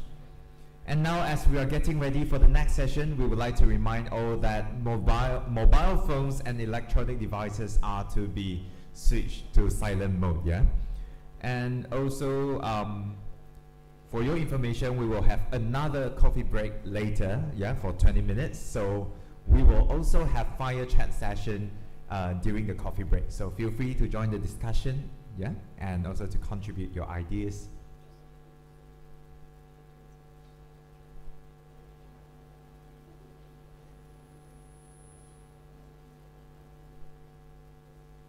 All right, so if you have friends or members who are still out there enjoying their lunch, yeah, be sure to please help us to remind them, yeah, to get back on time, because very soon we will start our next session, yeah, in a few minutes time.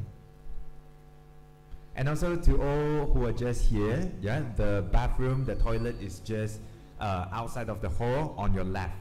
Yeah, so if you would like to use the restroom, the bathroom, yeah, feel free to use it. And for the mics that we have at your seats, be sure not to unmute them, yeah, in case.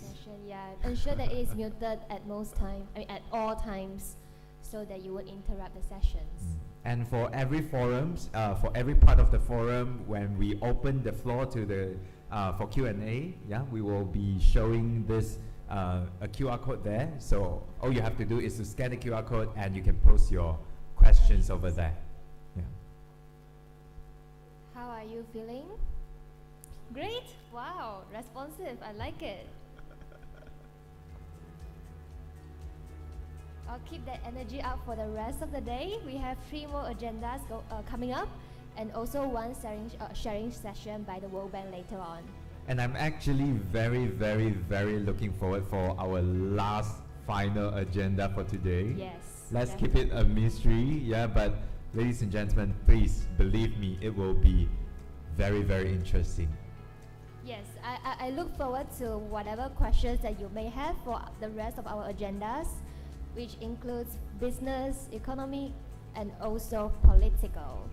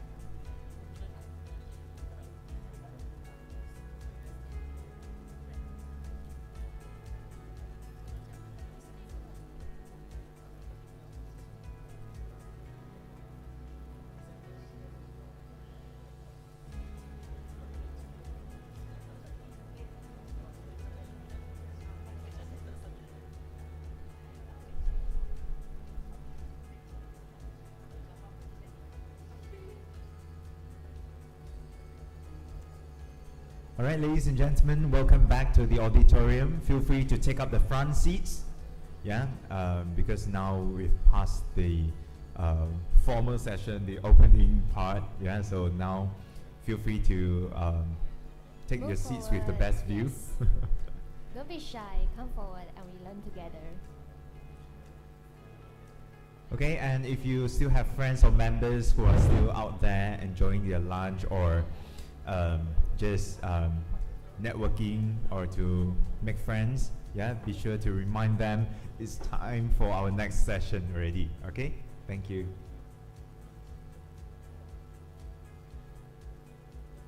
And do make sure that your mics at the seats are muted at all times. Just press the button to make sure that there's no red light flashing.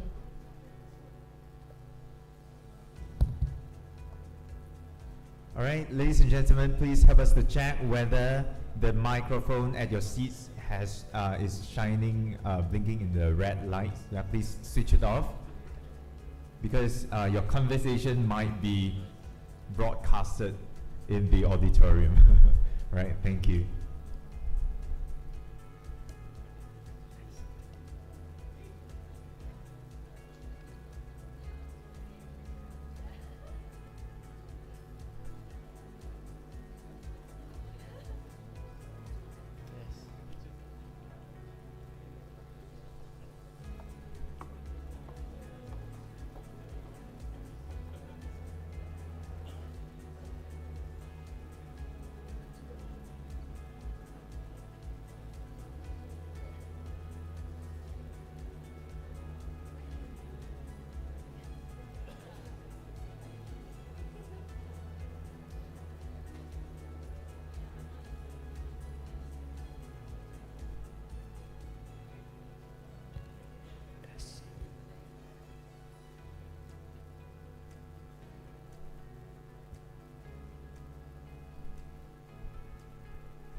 All right, welcome back.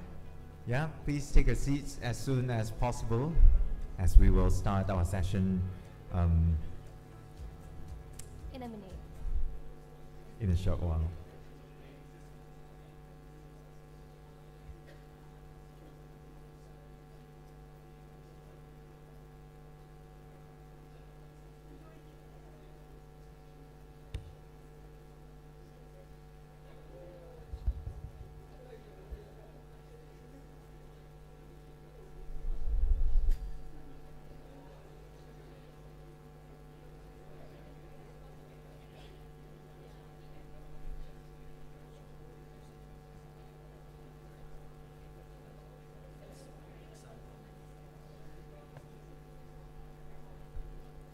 All right, ladies and gentlemen, if you would like to enjoy a rock zone view or a better view, feel free to take up the front seats. Yeah. For those of you over there, feel free to fill it up. Yeah. The empty seats over here. Perhaps you can move to the center as well. Just make yourself comfortable. Yeah. If you're comfortable over there, then that's right. Okay.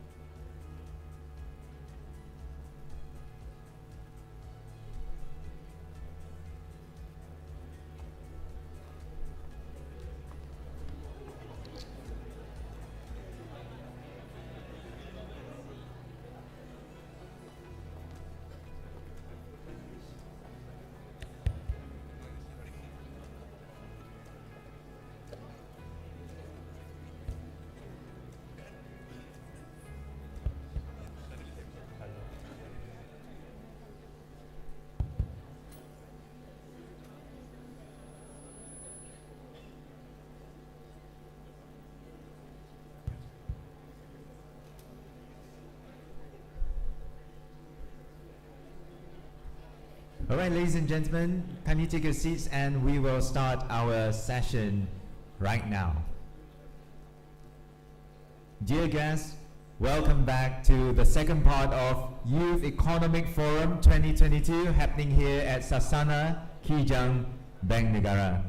And this event is proudly brought to you by Perdana Fellows Alumni Association, and we would like to express our gratitude to our regional partner Y20 Indonesia 2022, our strategic partner, the World Bank, bronze sponsor UMW Corporation, our gold sponsor, Malaysia Industrial Development Finance Berhad, our official education partner, Taylors, and our corporate patron, Ernst & Young. Ladies and gentlemen, we would like to lend your hands to give a round of applause to our sponsors, to our partners, and everyone who are here to support us. Alright, so ladies and gentlemen, as we're slowly progressing to the post-pandemic recovery phase, one of the buzzwords that we often hear nowadays is economic recession. Indeed, the world has been suffering a great economic recession due to the pandemic and exacerbated by inflation and political turmoil in many countries. In the report by the World Bank earlier this month, these occurrences marked the largest one-year increase in the number of people living in extreme poverty in 3 decades, which is 71 million people in 2020. Poverty alleviation has been an important humanitarian aspect for the last few decades. We believe that most of you here are aware of the United Nations Sustainable Development Goals, or the SDGs. Among the 17 goals, the first goal is to set an end to poverty in all its forms everywhere in the world. So here is some food for thought. With poverty being a multifaceted issue, what are the keys to meet the goal? Better education, sustainable development, policies and governance. Are we using the right tool to tackle it? Here at Youth Economic Forum 2022 today, we are pleased to have Ms. Ririn Salwa Purnamasari, Senior Economist with the World Bank's East Asia and Pacific Poverty and Equity Global Practice, to share her insights with us on End Poverty Day. So now we'll pass the stage to Ms. Ririn Salwa Purnamasari. Please give a round of applause. Thank you.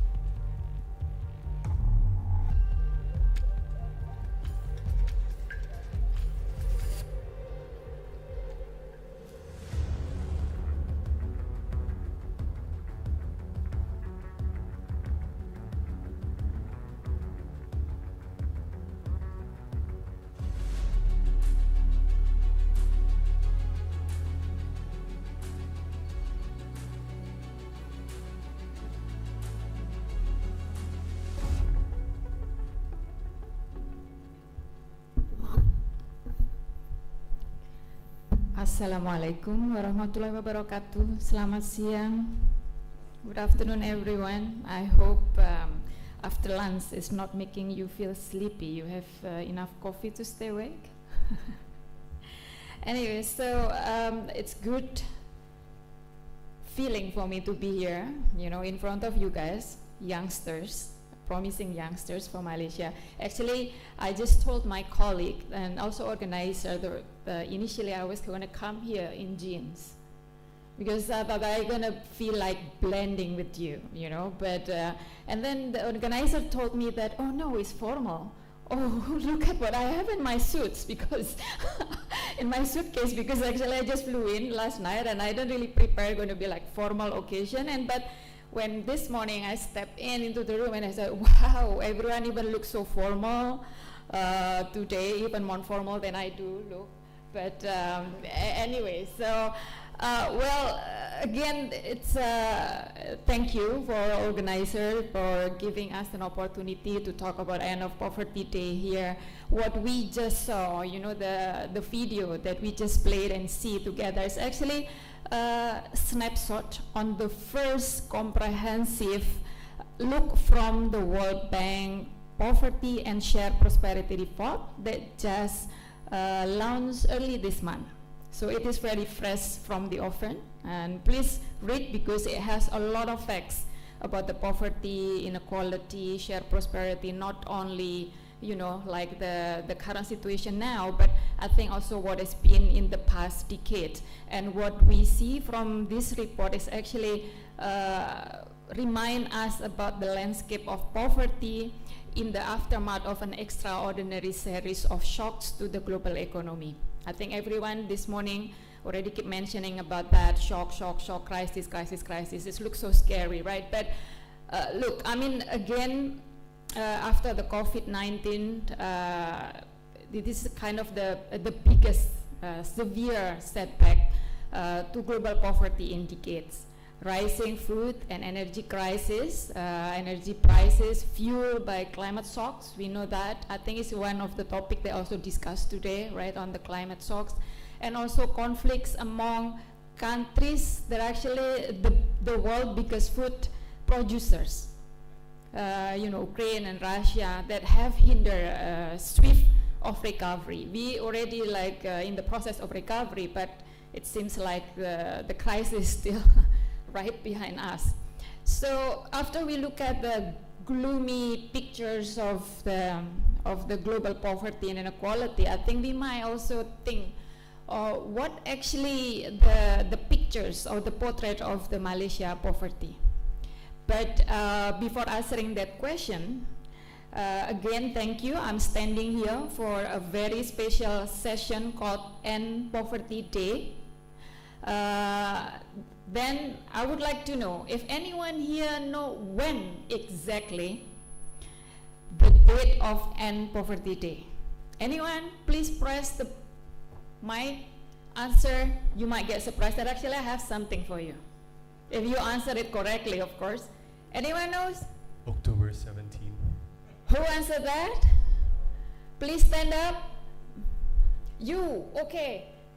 George, please. Yeah. So it is October 17. We call it End Poverty Day. But usually we're not always celebrating exactly on the date. During the month of October, even some after October, we usually commemorate the End Poverty Day. It is important date that present an opportunity to acknowledge the effort and struggle of people living in poverty. A chance for them to make their concerns heard. And most importantly, it's actually a moment to remind us about our commitment to end poverty and boost prosperity globally.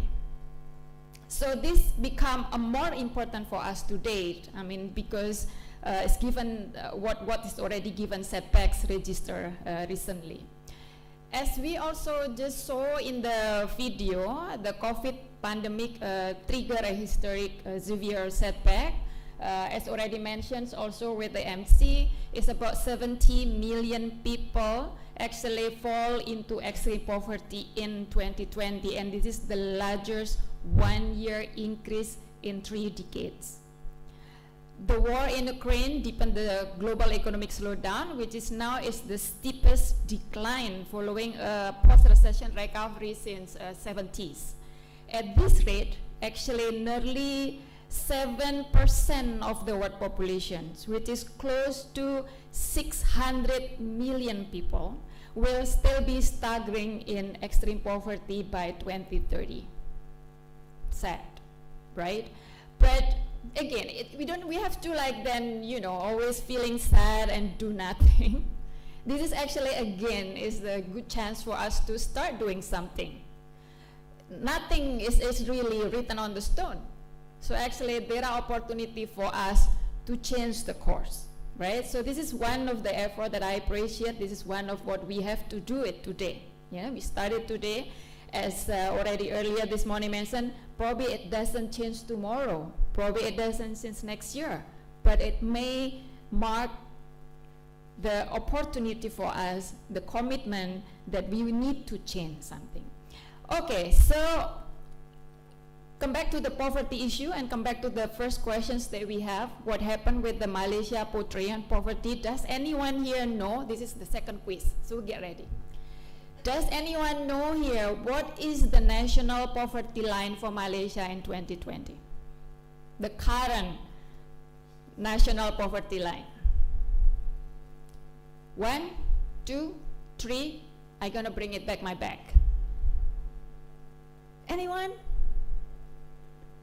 Just press the button or shout. That's 2,208. Is that right? 2,200 ringgit Malaysia. Who answered the questions? Okay, 2,200 ringgit Malaysia per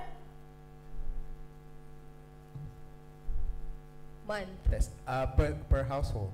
Per household per month.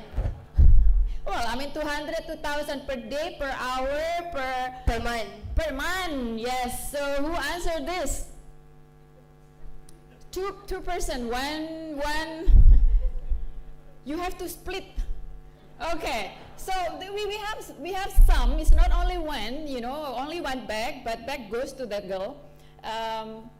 The profit, the mark, is it mark or something? Tumbler. The tumbler go to the guy. Why not? Can I get the bag? You negotiate, okay?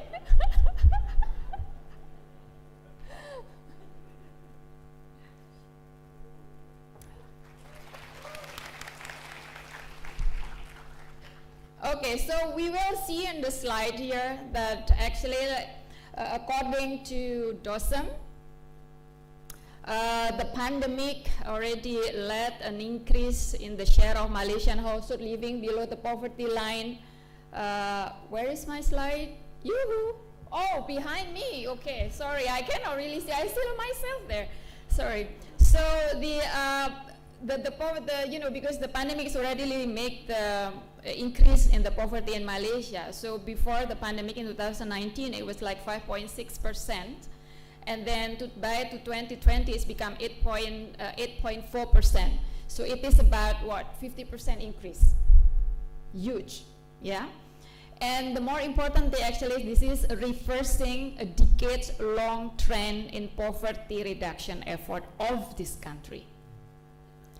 Now, go slightly beyond the poverty. Let's talk about inequality. This is what I'm gonna talk more today.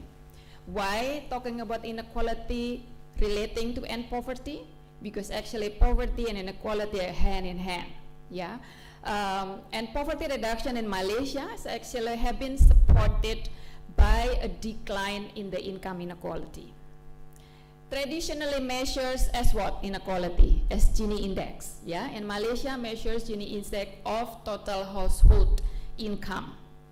And actually inequality in Malaysia has already decreased constantly since 1976 for the next 40 years. However, yes, it has been rising since 2019. So it has been rising even before the pandemic. Well, on the other hand, we know growth, it keeps increasing. So it must be something wrong. What that means? Growth has not been shared equally. There are some people that lag behind. Is that right? So, looking at that graph, can anyone tell me, Googling, start, what is the Gini index of income inequality in Malaysia in 2020? 1, 2, 3, 4. Yay! Anyone? Anyone, what is the Gini index of income inequality in Malaysia 2020? No one knows. 55? No. Another guess? You can see from the graph somewhat, no?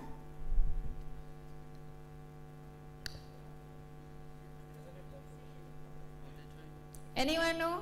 45? No. 58.9?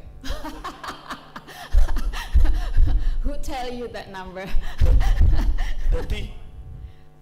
What? 30. No.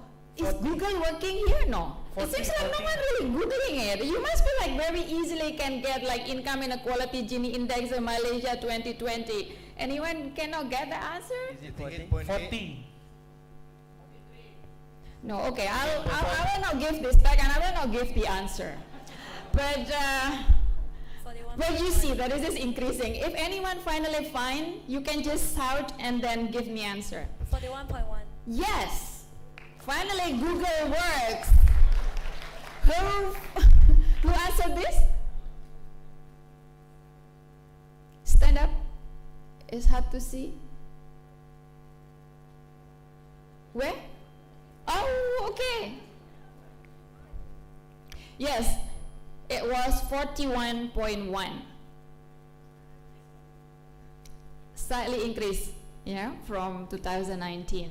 So different from poverty effort in Malaysia. Actually, Malaysia did great job in reducing poverty. And comparing to other countries, actually poverty rate, even at the upper middle income, you know, like the World Bank usually have the international comparisons on the poverty and using the low income, medium, and also upper middle income poverty line. Even at the upper middle income, upper income countries, poverty reduction effort in Malaysia is actually still relatively low compared to other countries, but it is very different with the inequality. So income inequality in Malaysia comparing to other countries in the region, even in the region, and other peers, if especially that Malaysia would like to go for the high income nations, you know, high income countries aspire to be high income countries, it is like much higher. Yeah, so this is something you know, concerning definitely. And with the onset of the COVID-19 pandemic, the unequal impact and the uneven recovery from the pandemic risking making worse. The pandemic affected the entire country. Of course, everyone here must be affected by the pandemic, but I think everyone feel differently. The level of the impact, the severity of the impact different for each person, right? Unfortunately, it is the case that in many cases, those who were more vulnerable before the crisis were harder hit. So this morning, we already heard discussions about equity access to education for everyone, right? It's very important to bring this country for growth, you know. But according to the World Bank high frequency survey that was conducted trying to monitor the impact of the COVID on household, we found that during the school closures, Malaysia is one among the countries in the regions that have the longest school closures during the pandemic. While most Malaysian children actually have an access to online classes or mobile learning application, 1 in 4 children from lower income household were unable to participate. And mainly, you can guess, because they do not have access to internet, they do not have access to devices, right? So that's only one. That's only about the education. How about others? Well, this morning the Minister Zavrul mentions about stronger economic recovery, right? And the employment level is actually already kind of the same as the pre-pandemic employment state.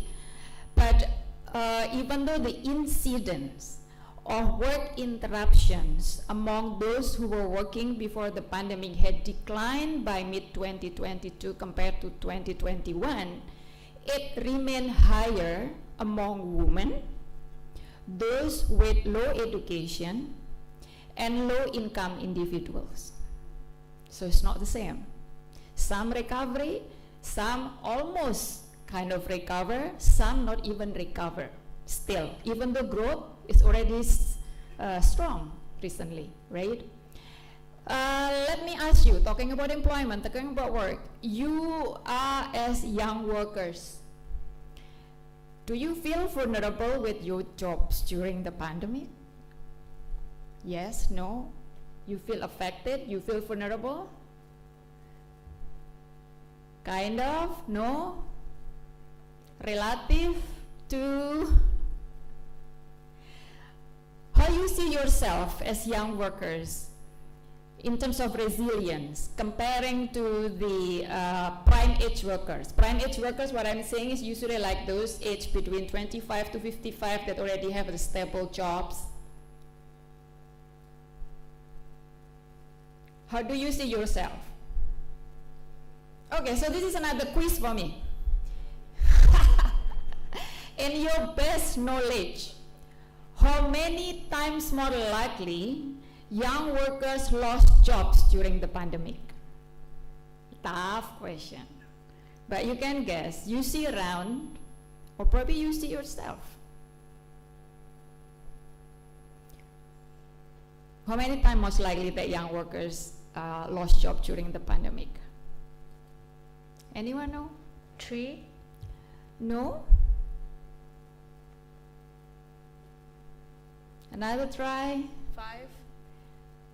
No. Actually, it's not that bad. So you can go down. 2.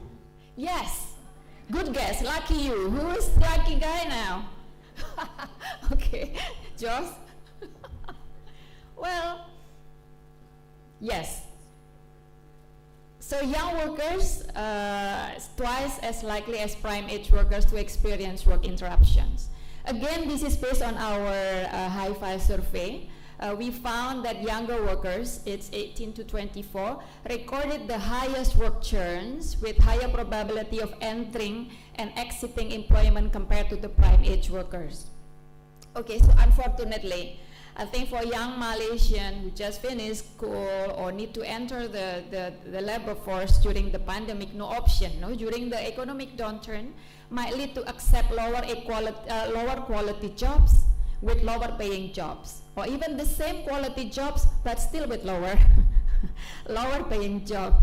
Not to scare you, but this is worrying. Why? Because the impact is not only now.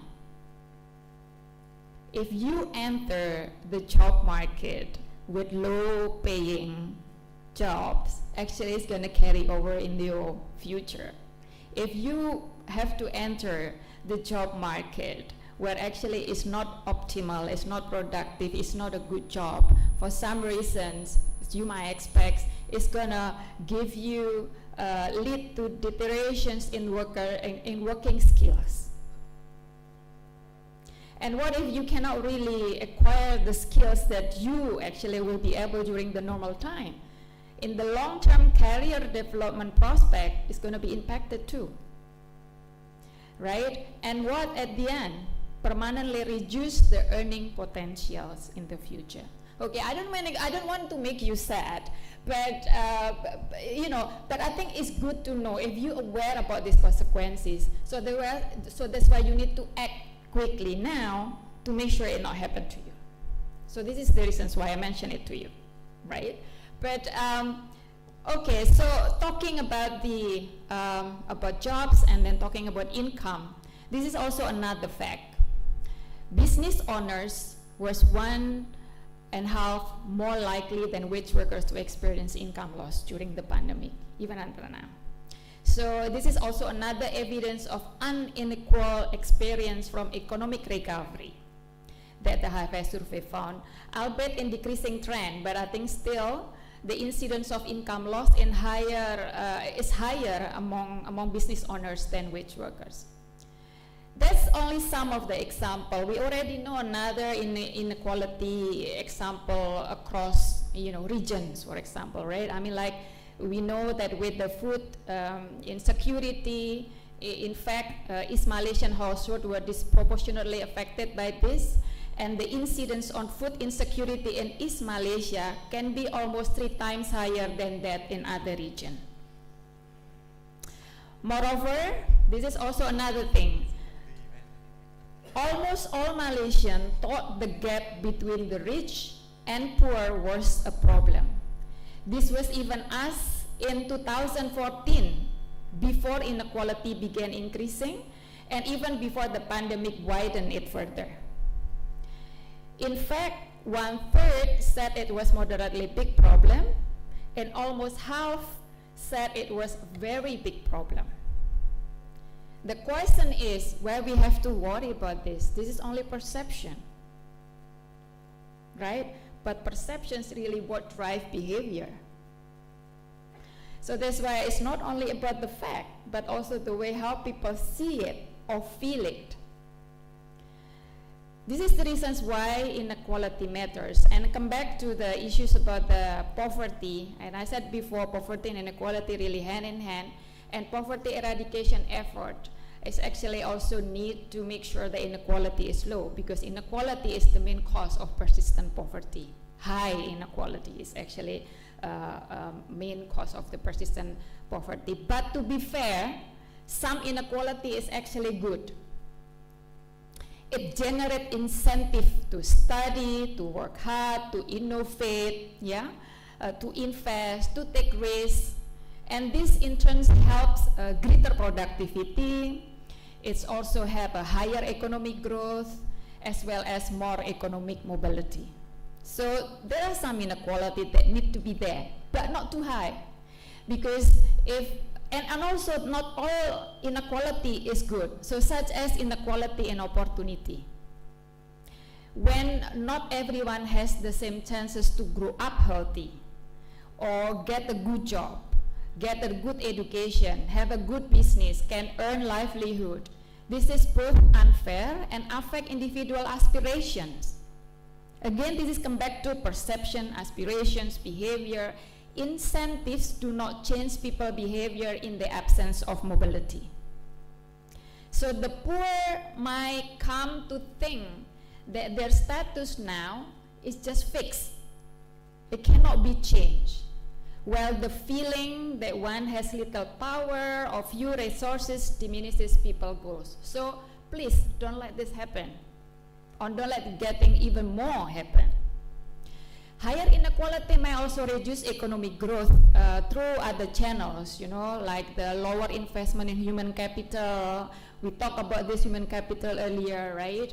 Less entrepreneurial activity, unproductive investment, less investment in infrastructures and so on and so on, including, for example, for the digital. If this is the digital is the way that Malaysia want to go about, that is also related to this, right? So, although not yet a consensus, there is also emerging empirical evidence that higher inequality is bad for growth. So in turn, this will affect Malaysia's ability to transition to high-income country, a developed economy, right? Which might depend on its ability to enhance a social contract. Social contract is important for sustainable and equitable growth.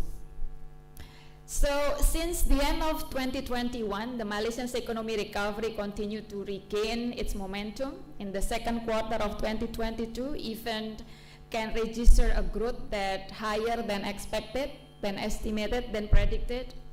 My last quiz, my last pack.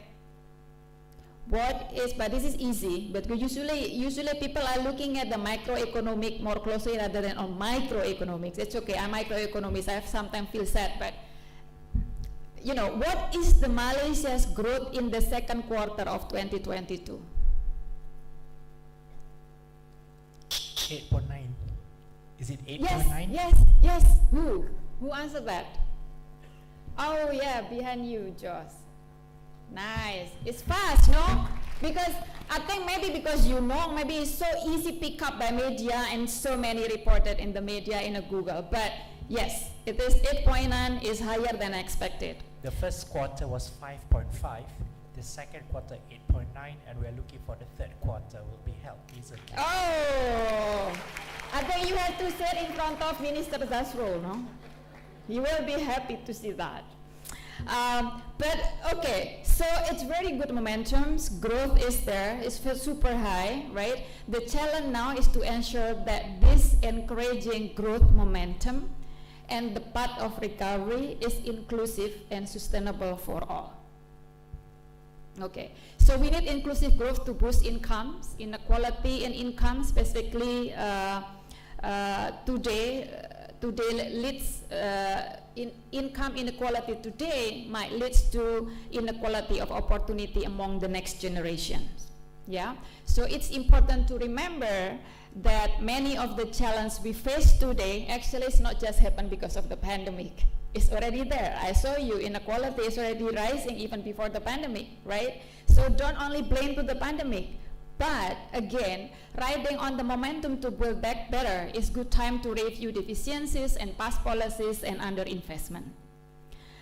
This is all need for realizing Malaysia ambitions to become the high income nation. What year actually you guys would like to become a high income nation? 2030. And now is? But I think it's already revised to by 2025. Is it something like that, right? So it's not so far away. It's just 3 years or even like less than 3 years from now.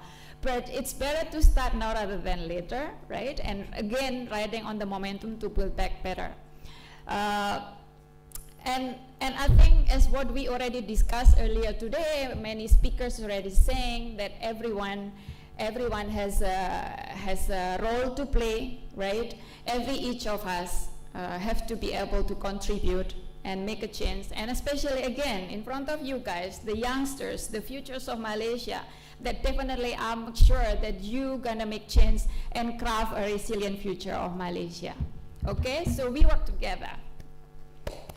Bye, and thank you.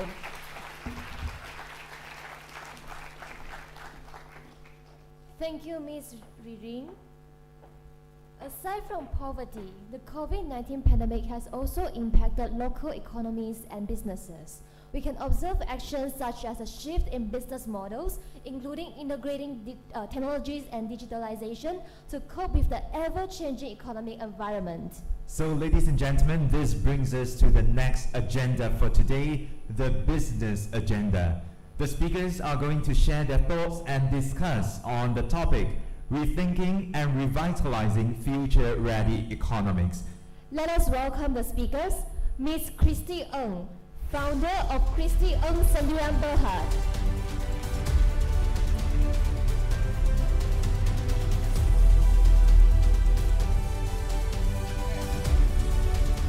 Alright, ladies and gentlemen, for this agenda, I think it will be quite interesting. Alright, so let us see the insight and also the sharing from our speakers. And next, ladies and gentlemen, Mr. Charles Sang-ho, Consulting Managing Partner of Ernst & Young. Mr. Rais Imran, Chief Strategy Officer of UEM Agenda Berhad. And Mr. Wilson Day, Co-Founder of Policy Street. And our moderator for the session, Mr. Andrew Lim Jung Wen, Head of Change Lab of Payments Network Malaysia.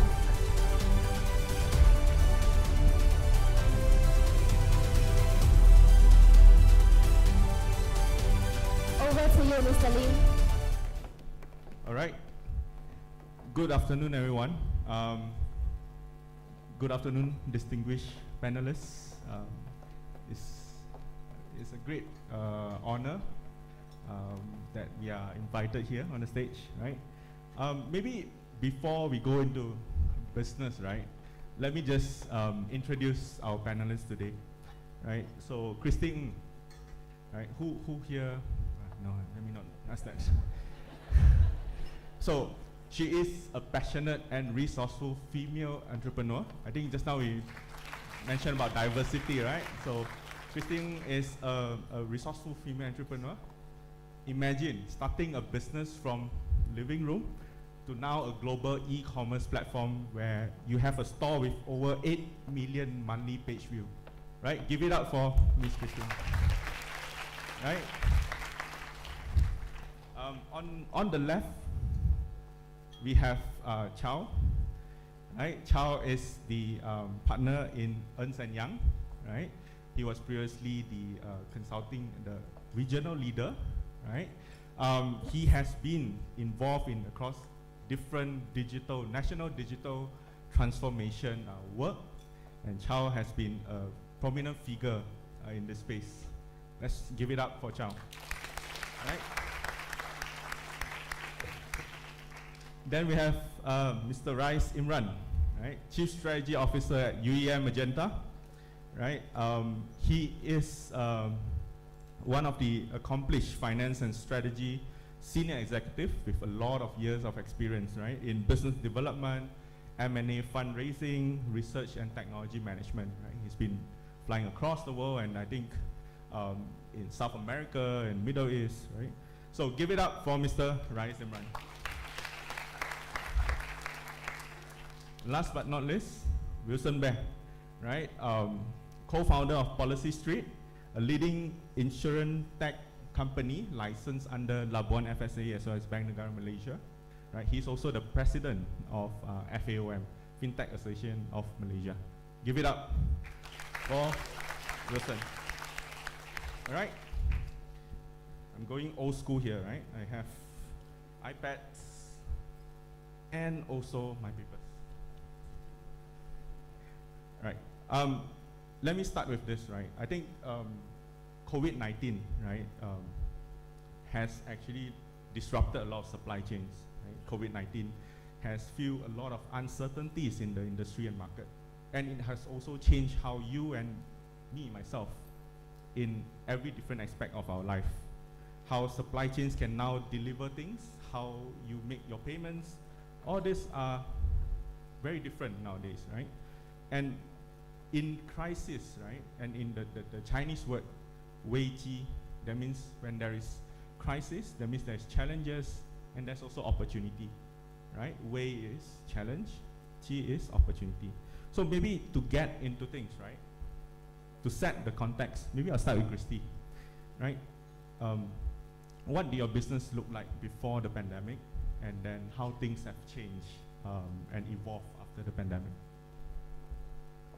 I think COVID has literally accelerated, it catalyzed our e-commerce growth. And at first it was very uncertain, because we're omni-channel. I mean, we're multi-channel. We have physical stores as well as e-commerce. So because all the physical stores had to be closed and we were not able to operate at time, so we thought that the business would be very badly impacted.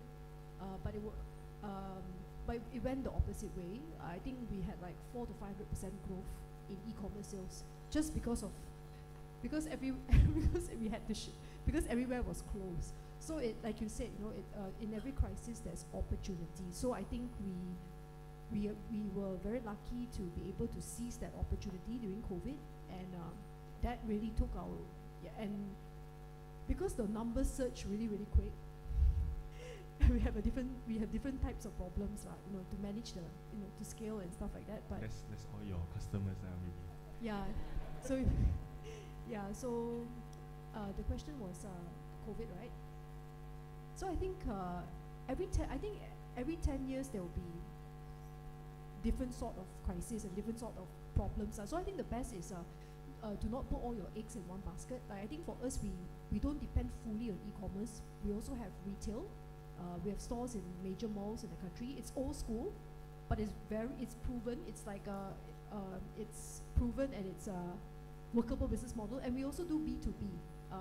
We do a lot of merchandising for a lot of corporates, a lot of multinationals. So we don't put all our eggs in one basket. So in case COVID happened again, touch wood, we have to close. We still have e-commerce. We have our corporate orders going on where we manufacture for other brands and other companies. So I think, did I answer your question? You did. Right. So I think from your perspective, So Policy Street, we are an insurtech company, and it has changed tremendously pre and post COVID. And I still could recall the fateful day. If you could recall, in March 2020, I think our former Prime Minister announced the lockdown on Sunday evening. And on Monday, Policy Street, we called a town hall, company-wide, brought in everyone to the company in Cyberjaya then, and to tell them, look, we are heading into a crisis mode. Because no one could predict what would unfold in the next couple of months. Because COVID was unprecedented, it was a global, and it still is a global healthcare pandemic. But what Policy Street has done in a way was we kind of harness on the uncertain moments and capture the opportunities. And in the past 2 years, during COVID lockdown, during the pandemic, the company has grown tremendously, And I would say that we are quite lucky in the sense that insurance industry or insurance technology is one of the verticals which get benefited from a pandemic crisis like this. Before I talk about policy street, I just take a step back on the macro level, right? The global investment into insurance tech, which is one of the key verticals under fintech, has reached all-time high to about $15 billion last year. Even this year, during the climate winter, the fundraising still reached about $5 billion. So for Policy Street, pre-COVID, we were still just an online platform website selling simple, affordable insurance. But today we look completely differently. We pivoted and refined our business model in empowering and enabling ecosystem who requires insurance solutions the most. So we are very focused in the B2B2C, which is the embedded insurance pillar. Today we power the gig workers companies such as Foodpanda. All their 50, 60,000 gig workers are insured through Policy Street. Same goes to Shopee Food Riders, and we also power up with a lot more other tech companies. But what I wanted to answer the question, during the past 2 years in COVID, in a way, was a growth phase for Policy Street. It was difficult. I still remember in May 2020, we started our fundraising through equity crowdfunding. I'm not sure about if you are familiar with ECF. In the past, before COVID, ECF was done in a nice hotel setting. You know, you serve nice food and trying to win the hearts of your potential investors. But we were the first company who went completely online, virtual, to do book building. Zoom call, you can't serve the nicest coffee to your potential investor. But we stuck on, we went on, and in 2020, Policy Street became the largest issuer in Malaysia after getting investment from 274 angel investors, both from Malaysia and also from the region. And last year, in end of 2021, we onboarded a few other regional VCs, namely Gobi Partners, who runs and owns 10 unicorns. And to me, I think, going back to what the moderator has said, right, crisis is also an avenue for opportunities. And I think what Policy Street has done is really harness on the opportunities during crisis time like COVID. Thank you. So it seems like COVID, the two businesses have grown tremendously, right? So that's good news, right? So maybe I'll turn the stage to Mr. Rais, right? I mean, now, Magenta, huge corporation, right?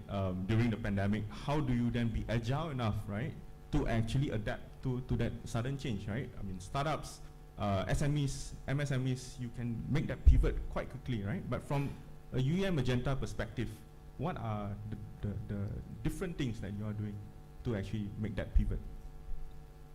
Thanks, Andrew. Assalamualaikum warahmatullahi wabarakatuh, and very good afternoon. Thank you first of all to the Perdana Fellow Alumni Association for inviting me, and also the esteemed panelists here today.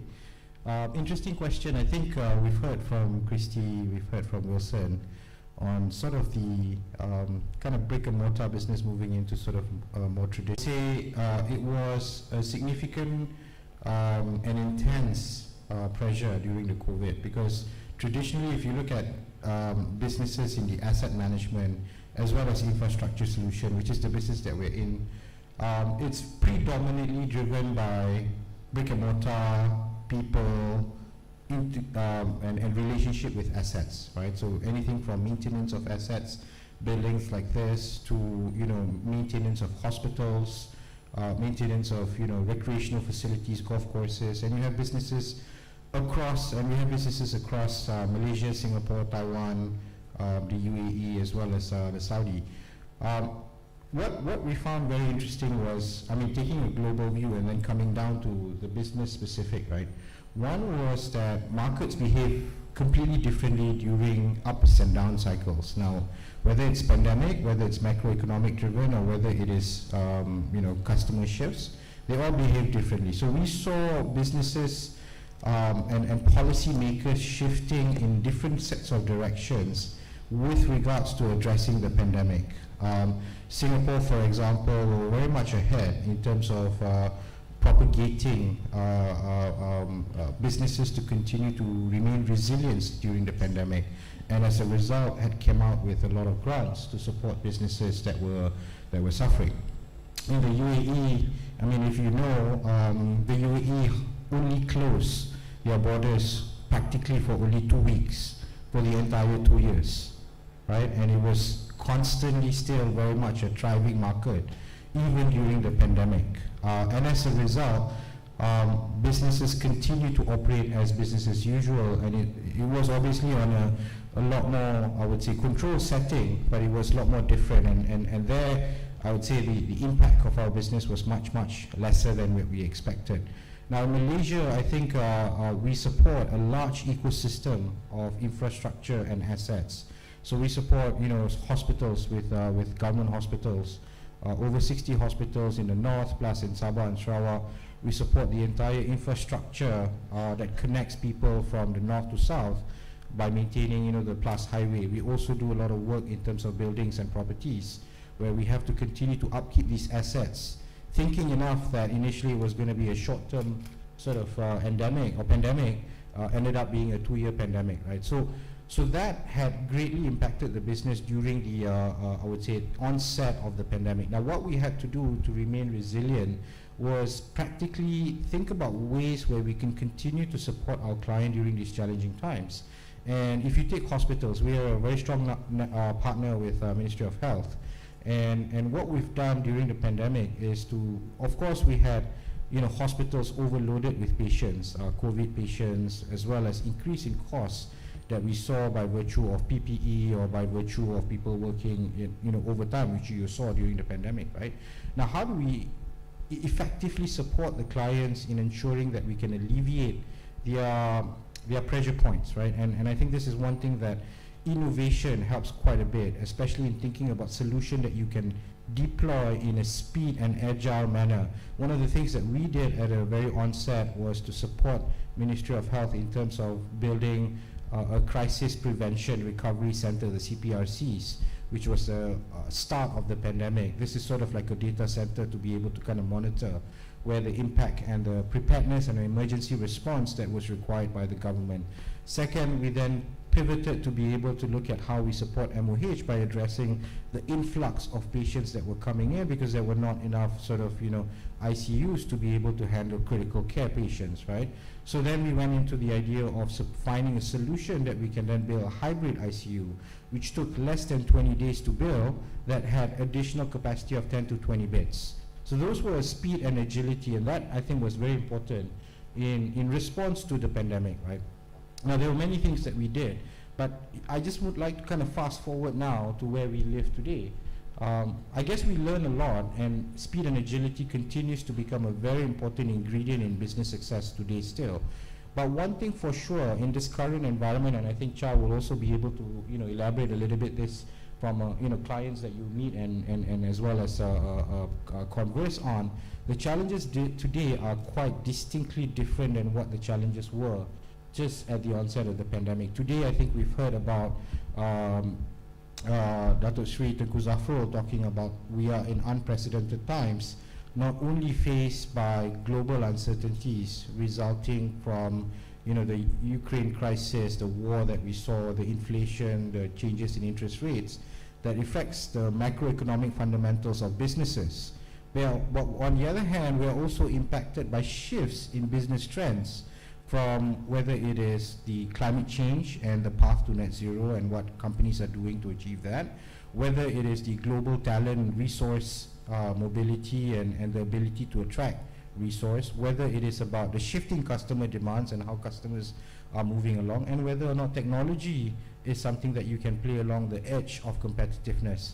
So without going into the details, I think businesses are now stuck in this sort of dilemma of how do I balance between the macroeconomic uncertainty and at the same time the shift in the market environment in addressing what is years to come. And I'd like to go back to your point, Andrew. It's not for companies to sit and wait and look at how the situations pan out. It's for companies to prepare today to mitigate those risks, but at the same time find opportune ways to take advantage of to get ahead of the curve. So just to build on Rai's point, right? Chow, maybe I think now let's not sit and wait, right? Businesses should not be sitting and wait, right? So maybe from your perspective, doing business in the digital age, right? You have been looking at digital transformation at a national level, right, and as well as a regional level. What are your thoughts on this, and how should business start having that foresight, looking at challenges and opportunities, not sit and wait, but know what is a good time to actually take some of those opportunities? Your thoughts on that? Sure. But first of all, I want to say thank you to Pradana Fellows Alumni Association for organizing this, and for you all for staying back at 3:30 in the afternoon on a Saturday. But nowhere else to go. Shopping, buy shoes from Christie. But anyway, let me give you some statistics, right? Because you've heard from two of my panelists, our fellow panelists, Christie and Wilson. They are the exceptional one. Let me give you some statistics, right? From the SME Association, Small Medium Enterprise Association, in Malaysia, there's 1.15, you've got pen, you can write down, 1.15 million small medium enterprises, 1.15. 1.15 million represents 97% of Malaysian businesses, 97%. And the 97% employs about 7 million, 7.3 million Malaysians or employees, and that makes up about 50% of people who are working. And they contribute about 40%, 38% of the GDP. But when I had a conversation with the SME Association president about maybe 6 months ago, 15 to 20%, his guess, of those SMEs have closed. Tutup. Lingkup. Of course, he said, but Chow, I'm not sure whether they close permanently or close temporarily, because they might come back, But my point is this. What you've heard from Wilson and Christie, to me, are exceptional stories. They're not the ordinary stories. So what I've learned, and I hope you've learned, maybe 3 things that as I was listening to them. Number 1, you need to be on digital, I mean, the reason why your e-commerce survived, Christie, your business survived, e-commerce, and yours too, right, Wilson? So, and I've seen that too in my own clients. There are those who are still struggling to even spell the word digital transformation, and some of them goes to the board of directors, and the board of directors shoot it down because they don't understand. They continue to struggle. But I like your point about the ICU, because we were also working with MOH and MINDEF actually. So my colleague Ideal is here, we work with MINDEF. And the struggle with pandemic was having ICUs because the crisis then. And we needed to be agile and resilient. So thank you to you and Magenta for helping on that. So number 1, if you're not on digital, to me, your days are numbered. Number 2, if I can also suggest to you, learn from Wilson. I was talking to him just now. Wilson, you were a banker before. Banker became an entrepreneur in a digital era. What it tells me is that you can be agile, look for opportunity, and grab it. And number 3, if you don't mind me saying this, maybe about 20 years, 15 years ago, there's a saying that says like this: when paradigm shifts, everything goes back to zero. When mindset, when situations shift, all bets are off. And I like what Wilson and Chris you did, when the market shifted to more, because of pandemic, to more digital, they capitalized on the opportunity. So to me, I think I'm too old for that era. You are the young ones, and I just want to encourage you, when paradigm shifts, everything goes back to zero. You have an opportunity to be like Christie and Wilson. So those are my points. Thanks. Those are very good points, right? I mean, maybe we dive a little bit deeper, right? I mean, digital. You need to digitalize your business. We are going to Wilson first, right? Wilson. So now you business is in the digital space. What are the potential challenges, right? As you start to, you might start off your business digitally, right? But what are typical challenges that you would foresee, or for some of the SMEs, MSMEs would face, right, as you go into digital transformation, right? The second part to that question is, how do you then make sure that you innovate new things, but also at the same time manage your costs, right? Because startups, MSME, right?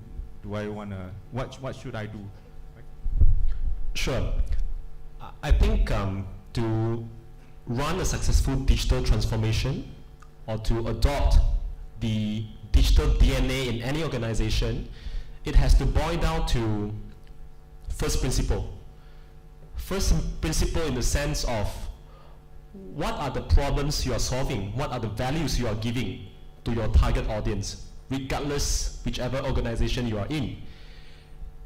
And use digital tools as enablers to help expedite the process, or help streamline the process to be more efficient. So for Policy Street, our mantra is, yes, we go out to call ourselves as an insurance technology company, a fintech company. You notice the word fintech. The word finance comes first before technology. Of course, there's also a flip side of story, right? Today people are talking about tech fin. For us, we believe in the sequential arrangement of financial technology. So we first look into the problems for Malaysia and also the emerging markets in Southeast Asia. When it comes to insurance, what are the problems? Why is the life insurance penetration rate in Malaysia has still been hovering at around 55%? Why is the employee insurance penetration rate has been stagnant at about 40%, according to a study by Liam? And why is that close to 85% of SMEs, if you were to refer to a report by AIG in 2019, 85% of SMEs, they are underinsured. This is due to insurance industry has not been very effective. They are laden with so many pain points, inefficiencies, yet it is a highly lucrative one, right? So for Policy Street, we take a step back to think about, in terms of our model, how can we make the entire process of getting protected? In fact, I rarely use the word insurance, right? Because there's also a negative perception when it comes to insurance. It's really about protection, to create a safety net when an unfortunate circumstance takes place. How are we able to develop the right solutions, the right model, the right user experience to make sure that our target segment, which is the SMEs, the underserved market, the gig workers, the middle class, are able to get protected in an efficient, delightful, and simple manner? And that has been the question that we have been asking ourselves. And the digitalization is just an answer as we piece the puzzle together. And case in point, 3 days ago we launched a digital HR portal specifically for the SMEs out there. As you know, once your organization has grown to a certain stage, you will acquire or obtain employee benefits, group medical scheme for your employees. If you don't do that, your employees will come and complain to you, hey, where's my medical form of coverage? You should pay it for me because I'm an employee. But for the longest time, there are a lot of problems. The employee benefits process is very traditional. HR has to key in all the Excel sheet, send the latest employee listing via email, WhatsApp, and there will be a lot of arguments because the insurer may argue that, look, this is not your latest employee listing, especially recently there has been a lot of retrenchment, right? And there's no one-stop center to look at all your policy details, all your claims data. So these are all the real tangible pain points that we are experiencing, we are seeing, and our digital HR portal is designed entirely to solve all these pain points. So what I want to bring about to you to answer the question is that digitalization is just the answer to the problems that you need to solve. And I believe that in every organization, in different capacity, from running the largest infrastructure, from connecting north to south, to running one of the leading consulting giants in the world, to running one of the most well-known retail brands in the country, there are different problems. Digitalization is just a tool, it's just an enabler to help you to solve the problem easier. And that, to me, would be the key success to how SMEs and the organizations out there are able to adopt digitalization to be better. It's not just to go to the boardroom to say, look, boss, Now we can call ourselves as a digital company. That will burn you a lot more cash without achieving your business. Thank you.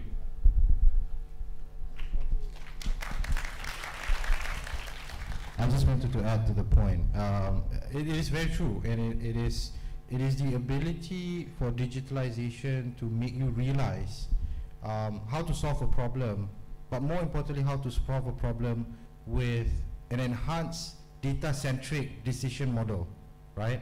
You now are making decisions on a real-time basis based on data that you know. So there's two things, right? One, you get more data. Two, with data, you make better decisions and faster decisions. What used to take 1 week, 2 weeks to gather information, for example, in the case of Agenta, in managing highways or hospitals, by the time the information gets from the facility managers of the hospital to the corporate center to the decision maker to make that decision now takes hardly a minute. The ability for that decision to be made correctly has also increased tremendously, because now you're basing decision not against judgmental evidence or not against observation, but against data that has been aggregated over time, only enabled through digital. So two things, right? I mean, and I go back to the point around pandemic. Speed, agility was one of the key things, and it will continue to exist. So with digital, the data and the science behind the data that you see and the decision-making accuracy will overly increase. And that's what I think helped us in the case of managing large infrastructure of assets. Okay, so I think that those are good points, right? Digitalization, transformation, and data analytics. But at the end of the day, someone needs to make that decision. You would have your talents, right? Maybe, Chow, I'll go to you, right? In terms of talents, right? Digital transformation, business in the digital age. How important is talent? Extremely important. Sorry, I agree with digital, I agree with data, but you know what, guys? It is people. It is people who makes it work. And I also have worked with clients who invest a lot of money in the system, but they don't change their mindset. So I'd rather have mindset change than just pure technology. And the mindset change is what Christy does, Wilson does, and what Rice's organization does. The thing you want to solve is what is the pain point that your customers are facing. Your customers are the most important. I remember years ago, some people come to my house on Thursday night for meetings. And I remember it was very difficult to encourage some of the people to come because they said, taking taxi, they don't trust the taxi system.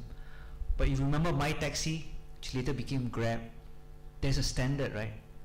That even today, my daughter works late, comes back 10 o'clock, 11 o'clock, there is a confidence in the e-hailing system. There was a pain point. What the organization did was find a solution. Think about the solution. And the beauty about it today is like what both of you gentlemen said. With digital, with data, you can find a better solution than before. But don't forget, back to my point, it's human beings thinking through the problems. And I'm sure, Christy, if we ask you, there must be a market opportunity came from a problem why you came up with those products, right? So to me, it's extremely important. And the other one is also, I think I'm looking at Greg, my colleague, who's from France. I've learned a lot from him about digital transformation.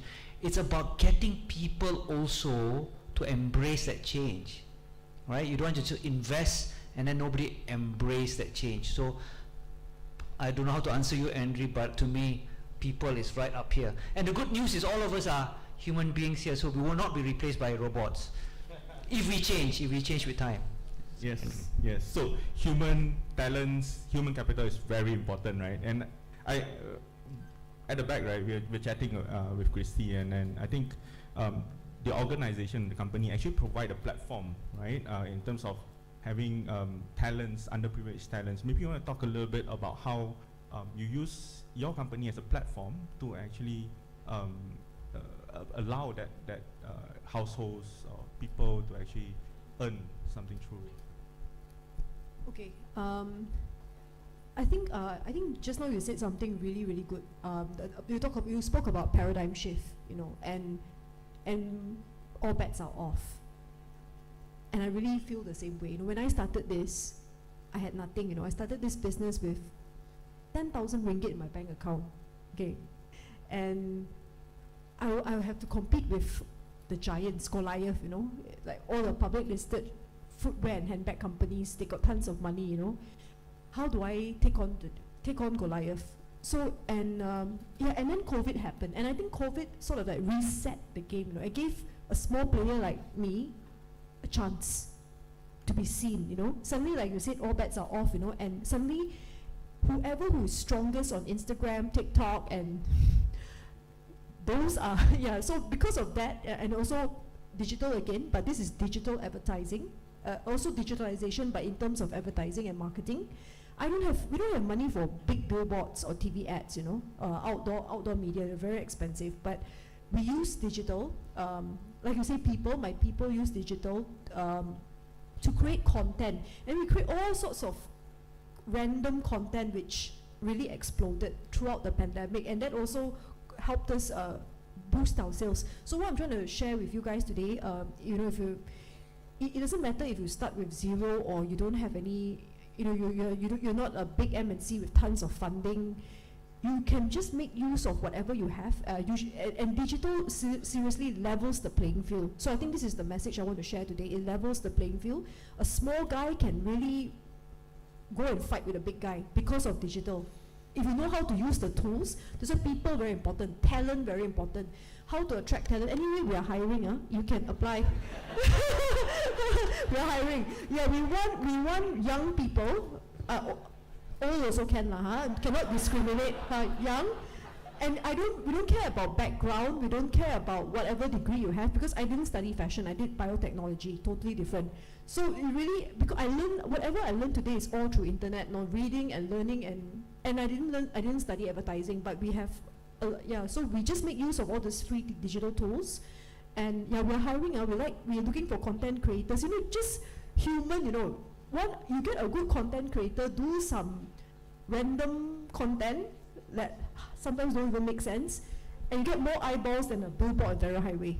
So that's the power of digital, and then we hire a lot of we power our workforce with a lot of. I like to hire people from underprivileged families, people who do not have a chance to, they didn't have a chance to study fashion design, but they wanted to be a designer. I'll hire you, or they come from very difficult background. We like to hire these kind of people because they work very, very hard to find their footing in their career. So. Anyway, we hire anyone now, whether you're rich or poor. But we provide your question was. Sorry, I really distracted. The question was distracted by some TikTok dance. No. My question is essentially how do the company itself is a platform, right, to help different types of people from all walks of life to actually have that opportunity to grow. Yeah. Okay. So I think one area that I seen, like I have some of my employees grow is some of them, they don't have any background in digital advertising. They don't have any background in advertising. Only Form 5. Okay, only Form 5. But after work with us, we train them and we let them do what they like, basically. We let them do what we like. We don't force employees to do something that they don't like to do. The ting tang. We don't care.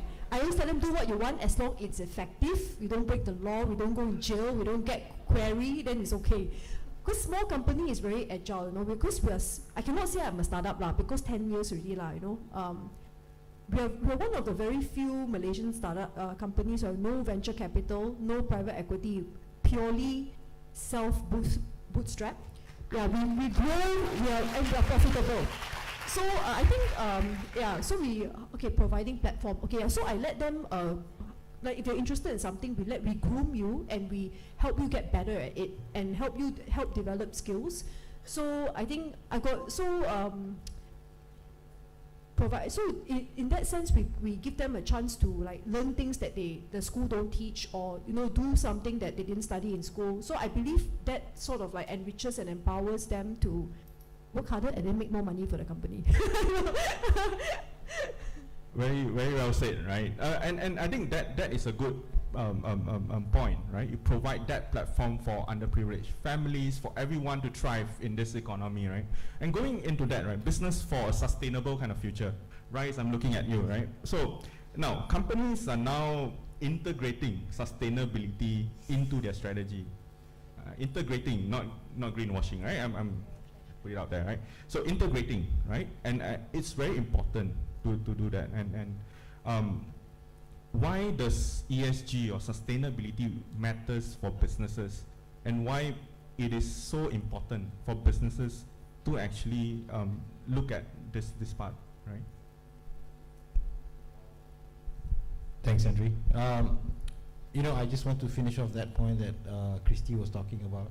I really like the passion from Christy and from Wilson, and this is the type that you kind of see from people who owns businesses, because ultimately they're driven by passion, and the ability for you to attract talent that is driven by passion will make a difference. So I think all of us has got a passion. Follow your passion, do what you think, what you want to do, and I'm sure you will get what you get, with like what Christy and Wilson is talking about. But back to the ESG point, I think with a lot of jargons, I mean, I was previously from consulting, you're with consulting, sometimes we are at fault by putting a lot of jargons on businesses and what businesses need to do. But if you take ESG, I'm sure you've read many things on jargons, from net zero to what organizations need to do to look at environment versus societal, and the SDGs, which is also another level of complexity that has been added on. Now all these are frameworks, right? But at the heart of it, I think what ESG is telling business and business owners is, how do you do businesses responsibly? And when you think about responsible businesses, gone were the days where responsible businesses are ultimately about the economic value or the profit generating entities to increase shareholder wealth. Because the definition of responsible business is now much larger, taking into account the various stakeholders that you have to face, whether it is your customers, whether it is your investors, whether it is your societal community that you interact with, or whether it's the environment, and et cetera, et cetera. So if you think about doing responsible business, it's a bit like going back to the fundamental philosophy of humanity. At the end of the day, you ask yourself, everything that you do, you got to make sure you're doing it right, and you're not creating situations that it would trigger any harm or implications to whoever the stakeholders that you interface with. So I think that's probably my kind of perspective in terms of ESG, right? I mean, and I think the act of doing responsible business beyond profit generating, but of course the balances that we have to manage between profits and other measures in ESG becomes an important one. I think in Agenta, if I can relate a little bit in terms of the asset management businesses, specifically on obviously there's a lot of dimension on the E and the S and the G. Corporate Malaysia, I think if you've looked at the ranks, are quite solid from a G perspective by virtue of what Bursa Malaysia has been pushing. But of course, getting the SMEs on top and onboarded on the G as well as on the S is probably one of the biggest challenge that we have in Corporate Malaysia today. But just touching along the E part, because of the stress that we are seeing in terms of climate change, I think the E part becomes more and more important, especially in asset-intensive industries that interacts with the environment, right? And asset-intensive industries includes anything from oil and gas, real estate, plantation, you can name it, right? And if you just kind of hone down to the businesses that we do, we don't own assets, but we manage assets for our clients, right? 30% of global emissions come from assets that are either driven by buildings or installations. You call it hospitals, or you call it properties and facilities around the world, right? Out of that 30% of global emissions that derives from this, 20% are basically from the day-to-day operations of buildings. So basically your lights, your emissions in factories by virtue of the operating of these buildings. And another 10% is by virtue of the built environment, how you build this to start with, right? So, and there are many proponents out there that talks about, green building, that talks about standards that increases the effectiveness of buildings to be more ESG centric by virtue of what it throws to the environment. For us at Agenta, I think it's more than just looking at greening and helping clients drive ESG. I think if you look at the ecosystem right now, 80% of the assets that we have built today are assets that are built in the last 10 to 20 years, which means a lot of these assets have never thought the light of day in terms of what it takes to be efficient, whether it is from an electricity standpoint or from an emission standpoint. The new assets that are coming up today are partly already incorporated and embedded in that. So the question is, what can we do to help instill, whilst the new assets are being driven in that direction, the old assets needs to transform. And these old assets needs to be transformed in a sustainable way that doesn't erode capital, but that employs basically measures that balances economic and environmental outcome. And I like to take the idea of this balance into play in ESG. I mean, a lot of people say that ESG is going to be expensive. It's going to take costs. It's going to take measures that we all of us need to invest in. Energy efficiency is one of the biggest thing in Malaysia right now. If you think about, whilst we are significantly being subsidized from an electricity perspective, if you just float the electricity tariffs in an open market by virtue of what you see in other countries, that price easily will double, right? Now, because of that, the move in energy efficiency is slightly laggard, but can be enhanced in Malaysia. A lot of the opportunities that we have propagated within the ecosystem of buildings allows asset owners to basically deploy zero capital, but at the same time have companies like Agenta invest in transforming building like this into more enhanced energy efficiency. But you are able to see the 30 to 40% in your energy bills over the next 5 to 10 years. So it's self-funding, and at the end of the day, it's self-paying in terms of the ability for you to transform. The balance between economic outcomes from projects as well as the opportunity to meet sort of environmental targets becomes an important thing. And another example I will highlight is this, Smart Tunnel, built many years ago, and I think this is one of the proudest things that we as Malaysia has. A lot of us think that Smart Tunnel is an ability to mitigate floods, because ultimately KL had that issue some 20 years ago. Every time there was a heavy storm, we would find floods all over KL, right? From Jalan Tukar Draman all the way to Jalan Raja Chulan, right? And that impacted significant economic activity. So we had to build the Smart Tunnel. But little that people know, the Smart Tunnel had also increased and boost the economic advantage of KL. The easiness of getting into the city, the attractive advantage of the city now has increased significantly, that it became a lot more vibrant city. So there was a significant amount of economic advantage many years later that people realized, but back then people don't realize. So the ability for projects to come together that takes into account both economic and environmental benefits are there. We just have to find this, and we can do a lot more on this. Thank you. Corporation, they're talking about sustainability. You need to go into a sustainable business model and things like that.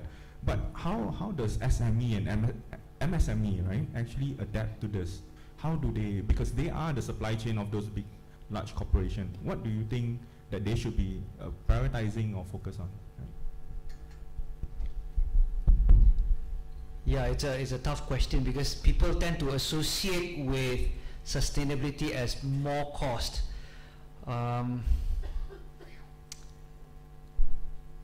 Been discussing with some of the government agencies to come up with guidance for the SMEs and also corporates actually on what they can do with what they have and not necessarily incurring additional costs. So Andrew, you've caught me there. It's still a journey for that. But to me, if you begin to do the right thing, like what Christy is doing, hire the right people, treat your staff well, I think those are beginning of S and E. And also to me, G is also very important. Governance. There is a bit of attack on governance in corporate Malaysia in the last couple of years. But I can tell you this, I mean, for me, after working here for 34, 35 years, there are a lot more corporates and corporate leaders who are integrity, who are minority, and I think it's up to all of us to stand up to do the right thing. So to me, it's on the sustainability part, you're right, a bit more work needs to be done, but for the G, we can, all of us, we can stand up and make sure the right things are being done.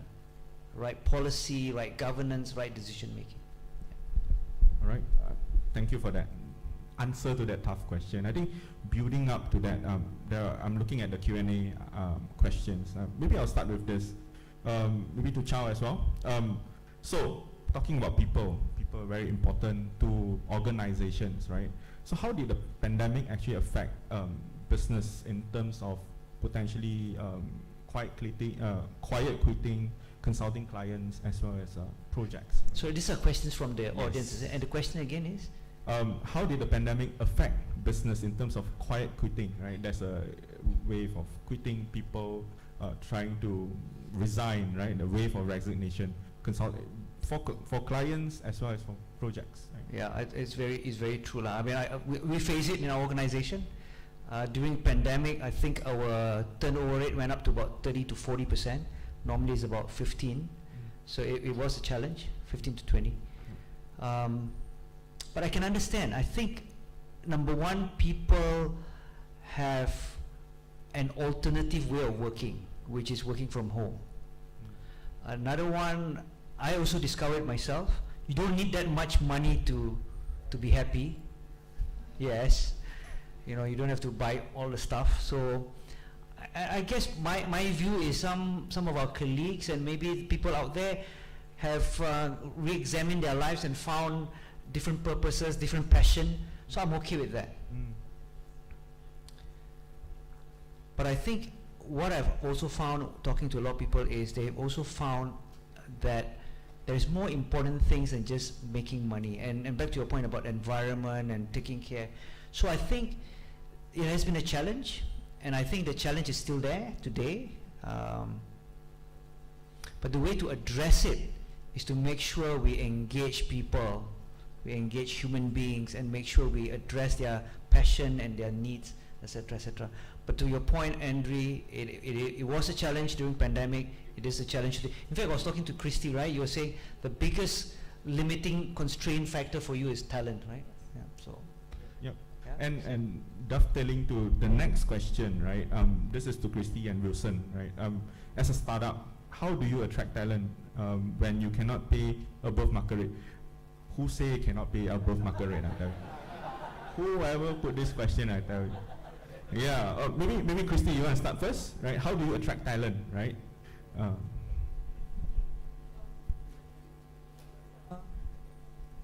I think for me, I use a lot of personal branding on my Instagram. I've got my own Instagram account, and I think I managed to hire some of my best people, my key people from Instagram. They actually inbox me directly and say, I really want to work with you. I've been following your Instagram for many years, company brand Instagram, and then they come inbox me in my personal Instagram and they say, I know what you're all about, I roughly know your character already, so I think I can live with you, so I think I can work for you. Yeah, I think I can tahan your perangai, so okay, I think I want to work with you. So yeah, I think personal branding helps because you like I always share like what we do in the office, what do we do day to day, what are our challenges, what are our goals. So people who resonate with our vision and direction, they tend to have that natural affinity towards us. Vision and mission, they have this natural affinity, and then they own self apply and join. So this type, right, this how we attract, like, you know, we also have like videos on TikTok. So the TikTok video, they got close to 800,000 views. You want to perform or not? I can't. Shot by my interns, not even by me. No, my intern shoot. Okay, my intern shoot, and some of our marketing team they shoot, content team shoot. That video, one day can get almost 1,000 resumes because it's so crazy. Wow. Yeah. So that's how you attract talent. And not everyone works for money, like what Mr. Chow said. I mean, of course we need money lah. No money cannot lah, right? They say it's better to cry in a Mercedes than a bicycle, right? So we need to pay people enough. I mean, yeah, startups pay above market rate. Actually, those with a lot of venture capital funding, they pay really, really high. But like for us, we pay above. I would say we pay competitive. But not like unicorn company payment, but because we need to be sustainable. Because we give competitive package like insurance, we have got dental, medical, optical claim, all the claims we have. Insurance from Policy Street. And up to date. So I mean, we give as much as we can, you know, all these kind of benefits. We got free like staff purchase, free bag, free shoe. People love this kind of thing. And then every year, the longer you work with us, we add more and more annual leave for you. So we add the annual leave, then we increase the bonusing after a certain, the more years you work with us, subject to performance, we increase your bonusing also. So we make sure, and then we give them we have a benefits list, you know, like every year you work, your annual leave add 2 days, your this one, phone allowance add, your entertainment allowance add, we do that, we have a chart. So that's sort of like, that's how you attract talent now, you know. But of course, so the personal branding, the TikTok video, we get thousands of resumes, until cannot read finish, you know. So how to attract talent? This is the cheapest way, you know. If you pay like all the job advertising sites, we also still do that. It costs money, but if you want to go fast and loud and crazy, then you do some videos to attract. I think employer branding is very important. If you got good employer branding, you always will have no problem. Every day got resumes coming in. So I hope I answered the question. Yep. Employer branding, yeah. But can I just add one point? I think in summary, what you mentioned, Christy, is about treating people right. You say Instagram, people look at you, can tahan yang perangai, is because they understand you, or they understand the way you treat people. I think that's very important lah, you know. Then, Wilson, what about you? Well, I can't create a viral TikTok video like Christine. So for Policy Street, we resort to a couple of other avenues. Well, thanks for this discussion. It kind of allowed me to market a little bit about the company. So there are 2 points I want to make. The first point, Christine is right, because we are a challenger, right? We are not the biggest financial institution brand out there. In order to attract great minds, great talents out there like yourself, the compensation that we offer is very attractive.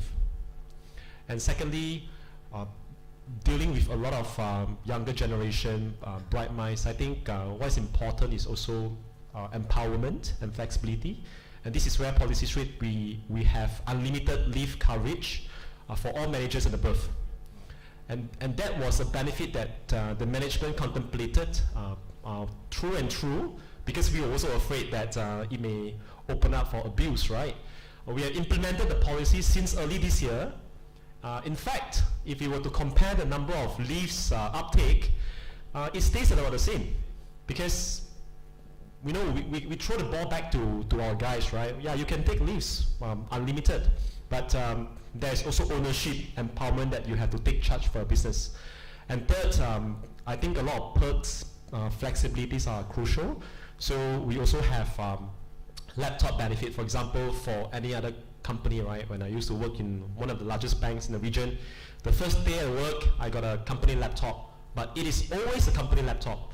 So the innovation that Policy Street has done for our staff is that you join as a member of Policy Street, you get to choose a laptop of your own preference. We'll give it to you, 3,000 ringgit. You buy your laptop of choice. After 2 years, if you're still with the company, the laptop is yours. So this step actually helps us to kind of manage our asset to be better as well, rather than having another team just look into managing assets like these. We kind of, again, going back to giving empowerment back to our staff. So this is some of the tactical moves that we do. I think a lot more other companies, startups, tech firms are doing the same. But what we have done differently on my second point is that we know that today the market competition for talents, for great talents, is very fierce. It's not just about competition here in Malaysia. You are having opportunities in the region as well, right? Especially when there are stronger currencies in neighboring markets. What we are very clear in terms of the talents that we are inviting and we are reaching out to is the talents who have the same mindset, who believe in the underdog story, who believe in challenging the status quo, who believe that, look, joining an emerging company, a fast-growing company, we can make protection more inclusive. We can make impact inclusive for the underserved. And throughout the journey, we get benefited professionally financially and personally as well. So I spend a lot of time interviewing people, and I learn a lot in these interviews as well. And throughout the past 5 years, 6 years of running Policy Street, what I've learned that the best talents who stay with us, who grow the fastest, are the ones who share the same mindset. Thank you. Thank you for that very good answer, right? Now, maybe a quick one. This is a quick one to both Wilson and Christy, right? So before, when you first started off, what is the #1 driver for growth in your organization? Who want to take first? That means, what is the #1 driver when you first start off your business?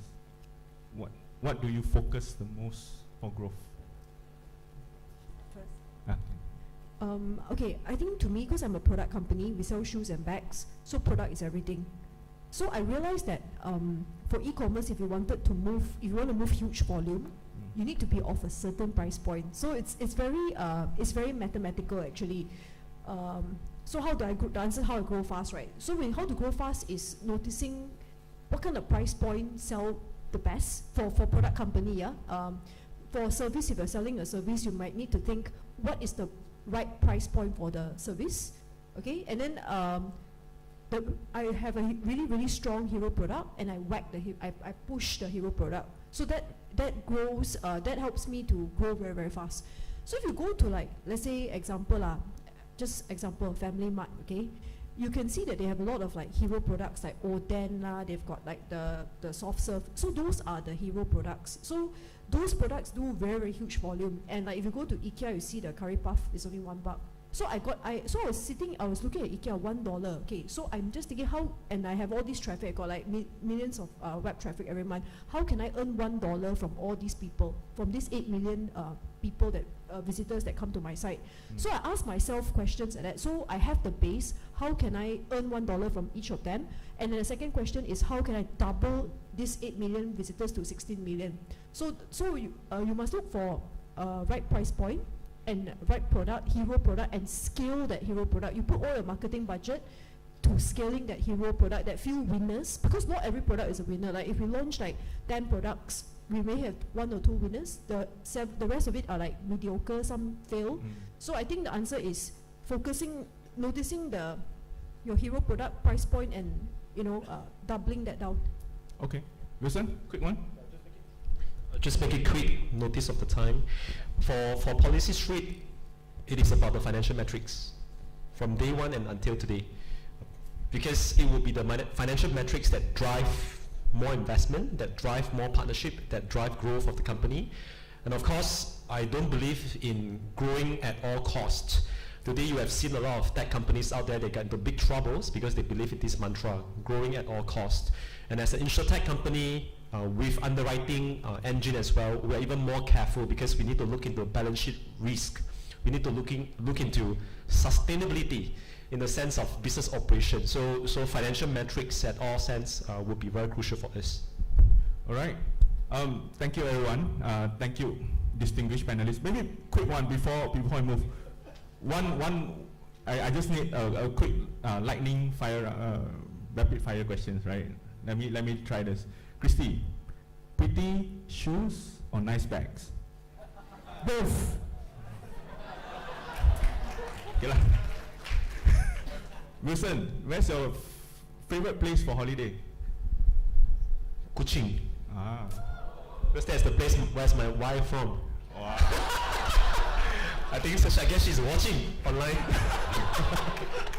Okay, Rice, what's something you could eat for a week straight? A week. Makan for a week. Burgers. Wow. Chow. Barisan apa tak? No. Undi.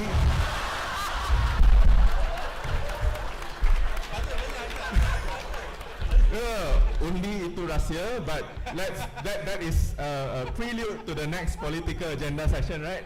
Thank you very much, everyone. Well done. Thank you so much for such a wonderful session. We would like to invite Ms. Mistika Idris, President of Perdana Fellows Alumni Association, to present tokens of appreciation for our speakers and moderator. Alright, so ladies and gentlemen, let's give a round of applause first to Mr. Chow Sang-ho, Ernst & Young ASEAN Consulting Leader.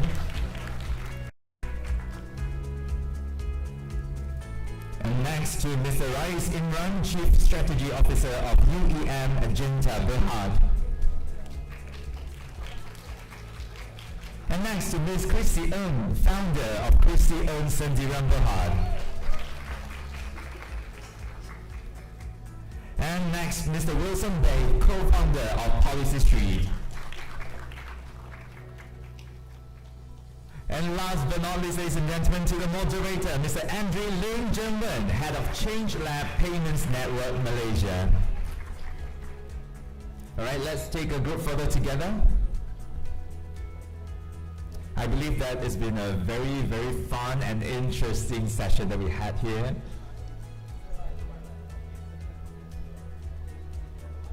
Alright, say cheese.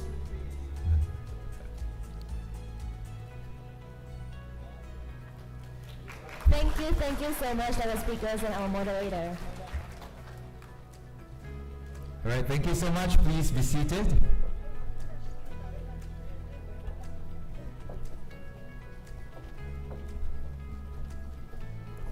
We have a special announcement here. Ladies and gentlemen, we have a very, very, very special announcement.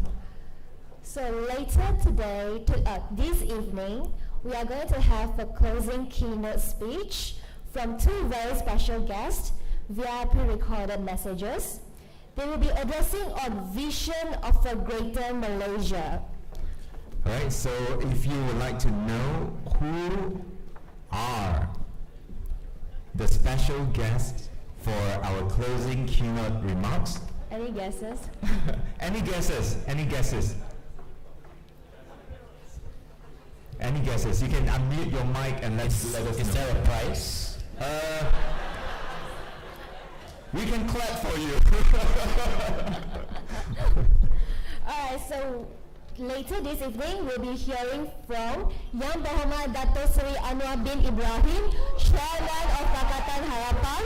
And also YB Tan Sri Dato Haji Mahayadin bin Haji Muhammad Yassin, Chairman of Perikatan Nasional. So stay tuned for our keynote address later this evening. Alright, so let's keep this anticipation going. Well, for the time, alright, sure, go ahead. You can take stories, alright, and be sure to use the hashtag YEF 2022. I believe that this is a very, very special moment that we will have. Especially now, general election is around the corner. Any of you is the first-time voter? Any first-time voter? Oh, wow! Amazing! Majority of them. Yes, we are definitely looking forward to the political agenda later this evening. Alright, so ladies and gentlemen, set aside of this excitement, we keep it in our heart first. Alright, and today we're here for some in-depth sharing and discussion on the challenges and opportunities faced by our nation and the youth in the post-pandemic era. Here are some questions for you to ponder upon. What are the roles that we can play as the youth in the nation's development? How can we contribute and project our voices to the upper levels and make these ideas work? So as the saying goes in our national language, Pemuda Harapan Bangsa, Pemudi Tiang Negara. Youths are the foundation of the nation. Per contra, the pandemic and the current economic environment has hindered our youth from unleashing their full potential. To delve further into this topic, we shall continue with our economic agenda, maneuvering the new reality for youth to 2025 and beyond. So let us welcome our speakers onto the stage. First to Ms. Koh Yu Ling, Regional Political Economist, Senior Fellow of Sustainability, Singapore Institute of International Affairs. Mr. Yasuhiko Masuda, Country Manager for Malaysia, World Bank. Mr. Wan Suhaimi Wan Muhammad Saidi, Senior Vice President, Head of Economic Research, Kenanga Investment Bank. Professor Yakin Leng, Studies Program, Javisha Institution of Southeast Asia. And ladies and gentlemen, the moderator, Mr. Dan Jaigan, Research and Research Development Manager, Asia School of Business.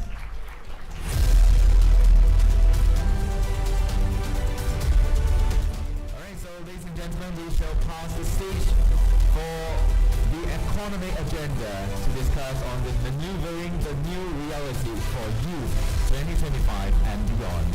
Over to you, Mr. Tan. Alright, thank you. Thank you to the MCs. So hi, good afternoon everyone. And I think, you had a long session until right now. And I hope that, I'm happy to see that everybody's energy is still up. So let me introduce myself first. So I'm Zaigan, or Zai. So I am the research manager at the Asia School of Business, which is just across the street, right? So I manage two of the research centers that we have there, ASEAN Research Center and the Center of Technology, Strategy and Sustainability. So I think before I introduce our speakers, I sort of just to give an idea, right, of what we want to talk about today. I think the youth of today, and I myself, I think I'm not that many years ahead of you guys, honestly. We face a lot of headwinds in our own future, right? While unemployment, right, is relatively low today, the slow growth in wages and skills mismatch in the kind of jobs that is available out there and the kind of qualification that we have will pose a risk to our future livelihood. Now, this is especially so when skills-biased technology adoption could happen, right? So some technologies, when they come in, will augment the kind of skill sets that we have, but it might also replace some of the other skill sets that we have. And this is kind of risk that will happen to our jobs. And I think beyond that, right, the question of social protection and retirement income may also be affected, right, due to this sort of changes, right, in our job scope. So what are the kind of economic policies that can be pursued, and what can we as a youth do, right? So, and I think you might see the Slido later. What we're going to do is we'll have a conversation here first, and then later you can ask questions through Slido, which should appear in a bit, right? Okay, so I think let me first introduce our speakers. So Ms. Ko Yuling, so she's the research head at Seginam Advisors, a boutique economic consultancy specializing in market research, policy and risk. And Yuling has done many work on the political economy of Malaysia, households, debt, employment and migrants. And next to her is Dr. Yasuko Masuda. He is the World Bank Country Manager for Malaysia, now leading a team based in the World Bank Inclusive Growth and Sustainable Finance Hub in KL. Dr. Masuda is an expert on public sector governance and human development, primarily in the service delivery for social protection, education and health, with over 25 years experience in various technical and managerial roles in the World Bank.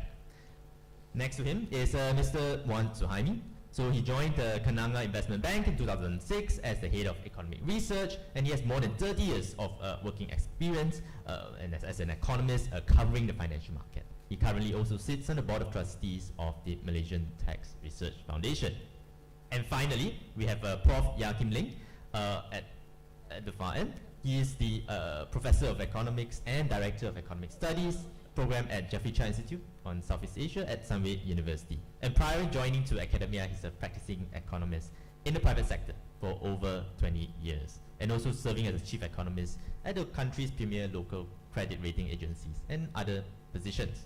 So welcome to everyone here. So I think to start us off with, let's take a sort of global look, and that's where I would like to ask ask Yasuko. So I think Malaysia is an important part of our global value chain, right? And so the employment that we have here in Malaysia can be very much impacted by changes in the global economic trend. So what do you think are some of the significant challenge to the work of the future for our Malaysian youth?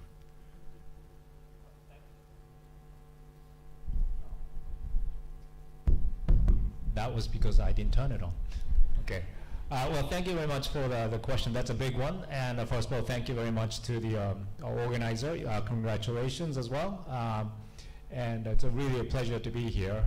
And we happen to be sitting upstairs on the third level, the World Bank, and borrowing a piece of the Sasana Kijan. So really happy to see a lot of faces here. I've been here for about a year, and I actually didn't even know that this thing existed in the basement because it was locked up, and we were not allowed to go in because of the COVID restrictions. So it's really nice to see this change in so many faces, especially young faces. So back to the question. Indeed, it's good to think about this big trend that's happening. I think the world is changing before our eyes. The global economy is changing at the same time. And, so this thing about the shift in global value chains is one aspect of it. And because a lot of it has to do with what's happening in and around China. And we are near China, this is very directly impacting this part of the world, right? But also I think it's good to keep in mind that it is a manifestation of the larger changes that are happening. Some of the things that we might have taken for granted. So, and I'm from Japan. Japan, like Malaysia, benefited from the period of stability in the world, after the World War II, where the United States basically provided the umbrella for security and then cushion for the economy, absorbing a lot of the exports coming from Asian countries, right? And we rode on that wave for decades. That wave ended, right? But still, for the last 2-3 decades, we were then enjoying this globalization wave where there was still relative stability and increasing flows of goods and people across national boundaries. Now it looks like that pattern it's not stopping, but slightly moving in a different direction. I think the flow of people and goods will continue, but the ways and the directions may be changing because of primarily political considerations, right? Now, so what is the change in global value chains, and especially as this might affect countries like Malaysia? To a large extent, we're talking about production moving away from China, right? And that actually creates opportunities for some countries. So Malaysia, especially in the electrical and electronics industry, the demand has increased, and I think the sector grew something like 20% between this year and last year. So that's a benefit. But Malaysia is not the only country benefiting. So some of the production that may have moved out of China, for example, if it's automotive, it's probably gone to Thailand. Right? So not everything is coming to Malaysia. Then what's happening? One way to look at it may be that it could be more of the same. So more production of the things that Malaysia already knows how to produce because of its comparative advantage. If Thailand has comparative advantage in automobile, it goes there, right? The question is that what Malaysia needs, and is that what you want? And I would say that maybe not. What Malaysia needs is to change the way the economy is structured so that you can start making and selling more sophisticated products. So it's not to compete with Thailand for automobile factories moving out of China. It's to compete with Korea and Taiwan for higher end computer chips and other products. Another way to look at this is the impact of the global value chain shift is to think about where the driver of growth and jobs may be in Malaysia. And it's no longer in manufacturing. It's important, and especially in the export segment. But actually it's domestic consumption and services, right? And that's where the jobs are. 60% of the jobs in Malaysia are in services. So these are not coming from China, yeah? And so, it's important to recognize this trend, ride the wave, making sure that, you don't miss out on the opportunities that come. And I know that I visited Penang a few weeks ago. Some companies are already thinking about how this might be an opportunity. And, some people are saying one way in which Malaysia can take advantage is to maintain neutrality between China and the US. Let's see, how easy that is in the geopolitical sense. But, it made sense to me from a business person's point of view as I heard it. I'm not a business person, so, I don't have a particular insight there, but, it sounded to me, it seemed like it made sense. So it's important to ride the wave, but it's important to keep an eye on the longer term goals that the longer term vision for the country. And I think this global value chain thing is a short-term thing. That I don't think that's really changed in the longer-term prospect for what Malaysia needs to do to really reach, as the World Bank likes to say here in Malaysia, reach the high-income status, but not just in the statistical sense, right? In a truly affluent society where people have high-paying jobs and they can enjoy higher quality of life. Right. Thanks, Yasuko. I think it's very interesting to then see where Malaysia is placed. So maybe I would like to go to Prof. Yeah, right? To actually, so how about to look back, right? Given all of this, potential changes and what Malaysia can do, one thing we see is that unemployment in Malaysia seems to be kind of like stable for a while, right? It's not very high compared to say what we hear in say Europe and so on a couple of years ago, right? So there's still worries, right, in terms of unemployment and in terms of job that actually youth are voicing out. So they're wondering, what do you think, right, are the pain points that are triggering these worries? Thank you very much. Now the unemployment situation in Malaysia, as if you look around the region as well as the global setting, you'll find that during the pandemic, there has been a disproportionate impact on youth as well as other vulnerable groups. But overall, since the recovery, especially in 2021 and up to recent first and second quarter, you find that the unemployment, which shot up to more than 50% at the peak of the pandemic, when there was a accompanying downturn of the sharp downturn contraction of the economy by 5.6%. Now, I think now you'll find that the current unemployment rate is relatively manageable at around 4.3% at the latest indicator. Now, I think the big challenge here is that the youth unemployment still remains relatively high. It used to be double digit, 10, 11, 12%, hovering around that level, but recently has edged down to around 8.1, 8.2%. Now, I think that's not the major problem confronting Malaysia, because our labor market is kind of segmented. You see, we have a shortage of at both ends of the skill spectrum. On one hand, the low end, where there's the labor intensive, the unskilled segment of the industry. We have a high strong demand where there's a shortage of unskilled foreign workers. So that's on the other hand. And on the other upper end, there's a shortage of so-called skilled talents, but those are in very specific sectors where, for example, in these emerging technologies, all these, you find a shortage at both ends. You see. So the challenge for us is the mismatch, skills mismatches, especially the fact that we have what we call underemployment.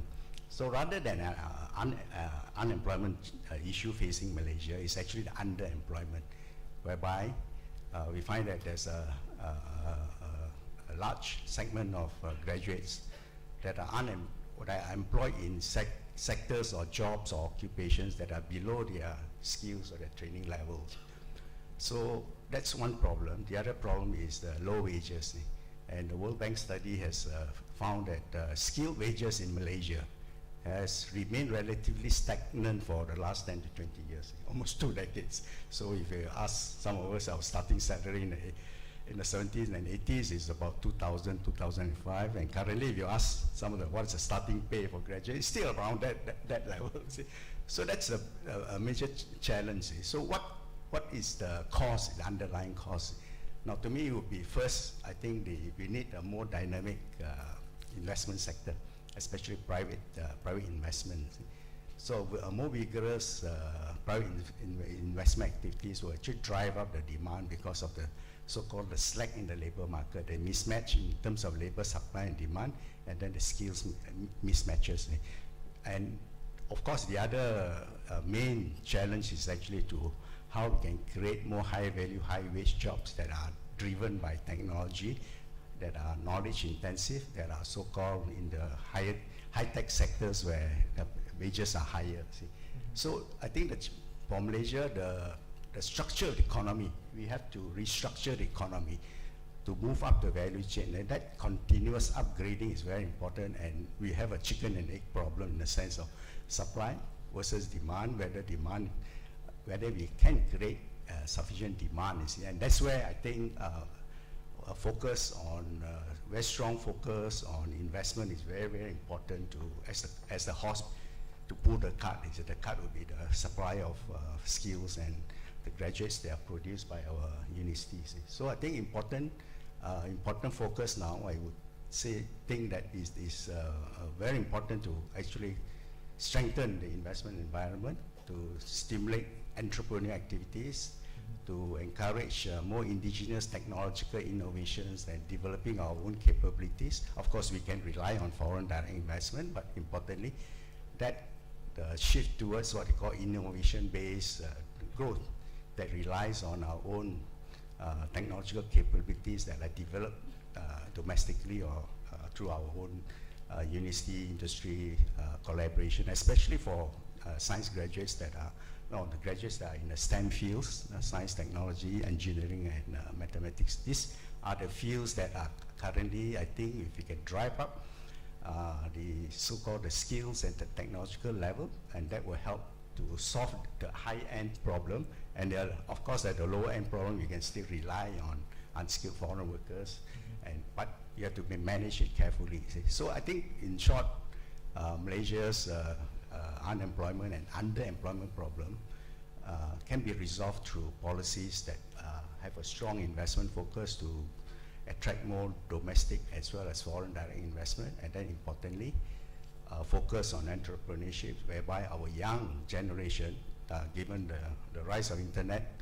age, you have vast opportunities to create new businesses, new business models based on e-commerce, and now, of course, the shift towards Web 3.0 and all that.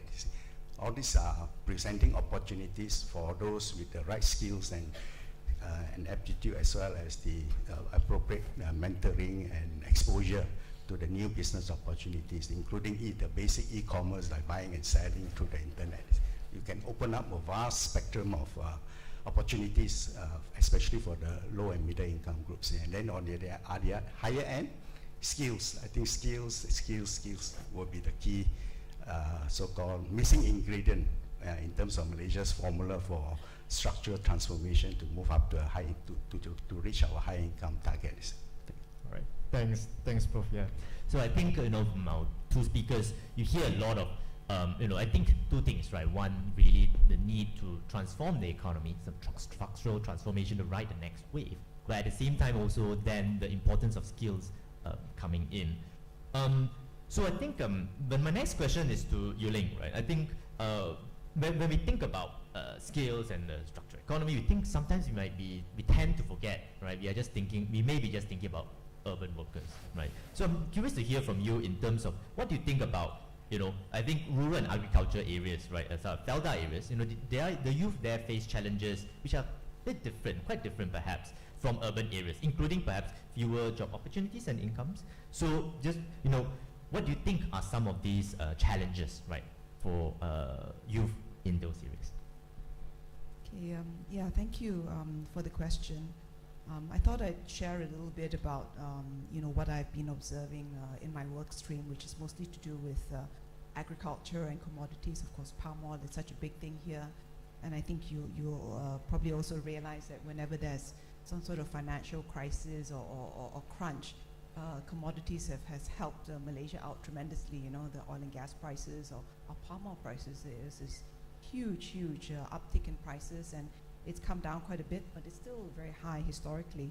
And so I think in this sense, we do have a general election around the corner, so I think our rural sector will be a lot happier because prices are still at multi-year highs, not as fantastic, but it's pretty good. But maybe also just to reflect that, I think we had earlier a talk about poverty alleviation.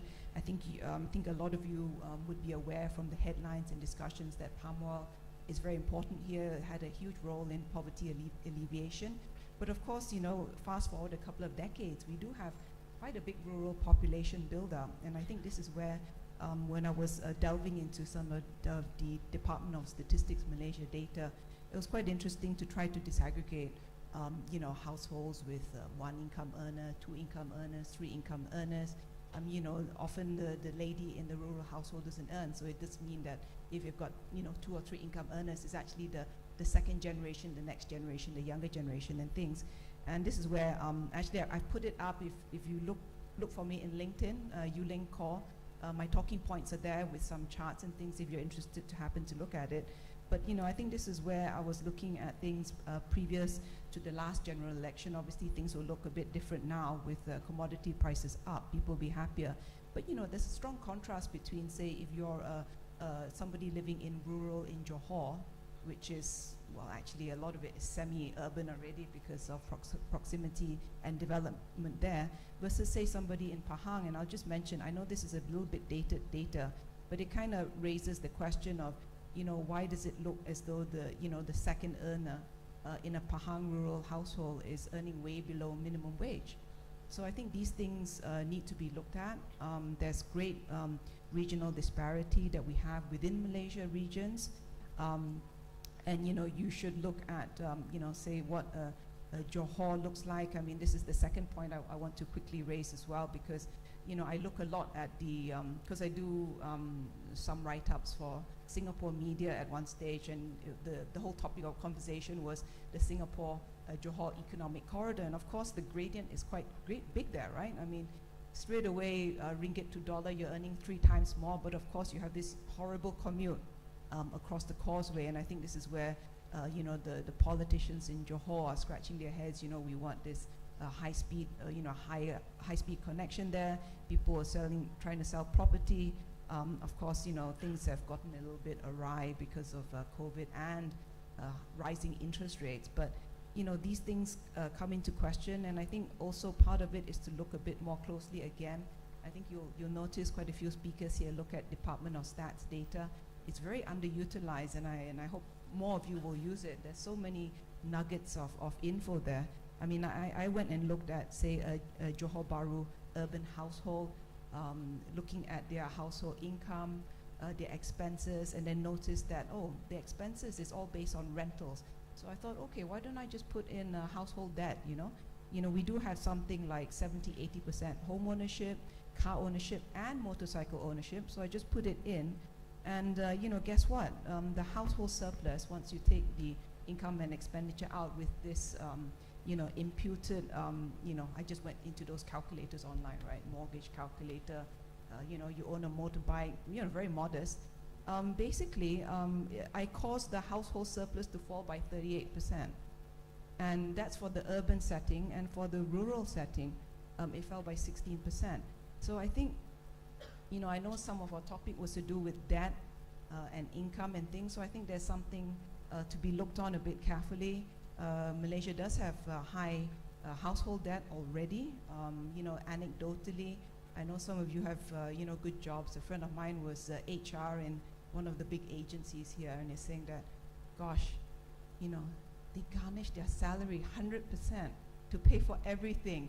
So, I mean, I think this is going to be what's going to, you know, be offered to a lot of you, something to look out for, and even at the policy level, to wonder about, you know, how well household debt, even personal debt, is being tracked on it. I think you need to be aware, both personally and as well as, you know, in the work that you do, because this does affect things like, you know, consumers, you know, how healthy and how confident are consumers actually. Because if we look at certain data, it looks kind of positive, but once you try to impute other costs into it, it does look a little bit, you know, interesting, if not difficult.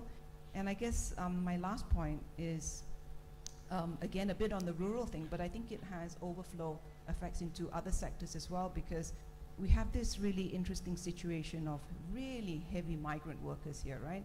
I mean, you're talking about 15% of the workforce is migrant workers. And you know, this is a largely youth audience, and I know we're talking about really extremes here, as what was mentioned, you know, about low end and high end. But sometimes I wonder at the definitions, because if you look at palm oil, you know, is it right to call the person who is, you know, wielding a sickle or something on top of a 20-foot pole, cutting down a fruit with 2 swishes. Is that really unskilled? Sometimes I wonder whether that's the right definition. But of course, Malaysia the system is run on piece rates. So it makes it very difficult. The recognition is not there. But now we have labor crunch, right? 30% shortages across so many sectors. And this was also interesting that I was talking to various people, and I started to realize that actually I'm not sure whether Malaysia can afford to hire so many migrant workers anymore. If I take the example of palm oil and the rural sector, we have Taiwan, which in the last 2-3 years has changed their migrant worker policy and is interested to hire Southeast Asian workers, right? And we have Australia who's also interested to do it. So again, this whole Johor Bahru, Singapore example, guess what? If you're a worker in a plantation or farm, if you go to Taiwan, you're going to earn at least twice more. If you go to Australia, you're going to earn at least 3 times more. So if you're the Indonesian, agency that is improving migrant workers' rights and outcomes, interestingly, they passed this in their legislation a couple of years ago. That's why you have, Indonesian ambassador fighting with our ministries for their human rights, on their worker rights. So, they would probably tell the 10,000 workers who want to come to work in Malaysian plantation, hey, guys, well, mostly guys, right? Why don't you go to Australia? 3 times more. I mean, that's a really good thing. And of course, we do know that Malaysians do go overseas to do these triple D jobs, but for a heck of a lot more. So I guess what my point, just to cut to the chase, I think the window is closing on Malaysia. It means that the businesses have to start investing in technology, in CAPEX. They need to reform, they need to upgrade. I'm not sure, anyone, well, obviously not anyone here, but a lot of people are talking about exoskeletons for plantation workers.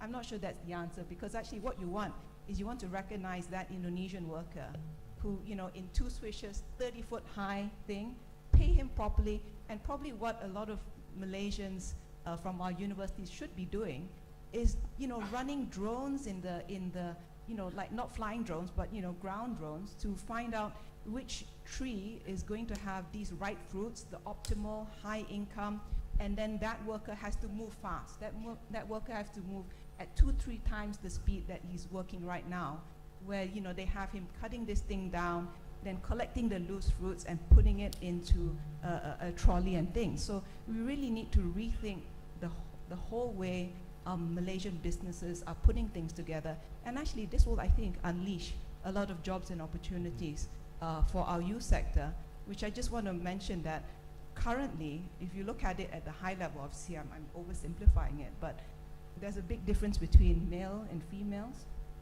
And the youth sector, the young males of Malaysia are the most hit by migrant workers because the job creation is essentially calibrated towards migrant males. And I think if this can change, this will be really interesting. Thanks. Thanks, Yuling. I think it's a very interesting insights, right, on, and also getting us to rethink, right, the question of skills, right? What does it mean to be high skills and so on? So I'd like to quickly move on to Suhaimi, right? So I think COVID-19 has been a very, important event for many of the youth today, right? So it has posed a difficult challenge also to companies and firms. So as our economy recovers from the pandemic, how has it impacted Malaysian youth getting into employment? Or has the pandemic changed the market fundamentally, and that youth will have to change the way they can get employed? Assalamu alaikum. Thank you very much. So again, that's a good question actually, a prepared question, which no excuse for me not to prepare the answer. But the simple answer is yes, it does have changed the fundamental ways for the youth to see how they need to strategize in order to get into the economy, basically by working, finding a job, or doing business, or investing if they have the money. Maybe parents can give them some money to invest, which is what happened to my own company, which during the COVID, the height of COVID, the number of accounts open has increased tremendously, and basically coming from the younger people who maybe just graduated from uni or or still in college for that matter, and they made a lot of money. You know, we have our partner Rakuten.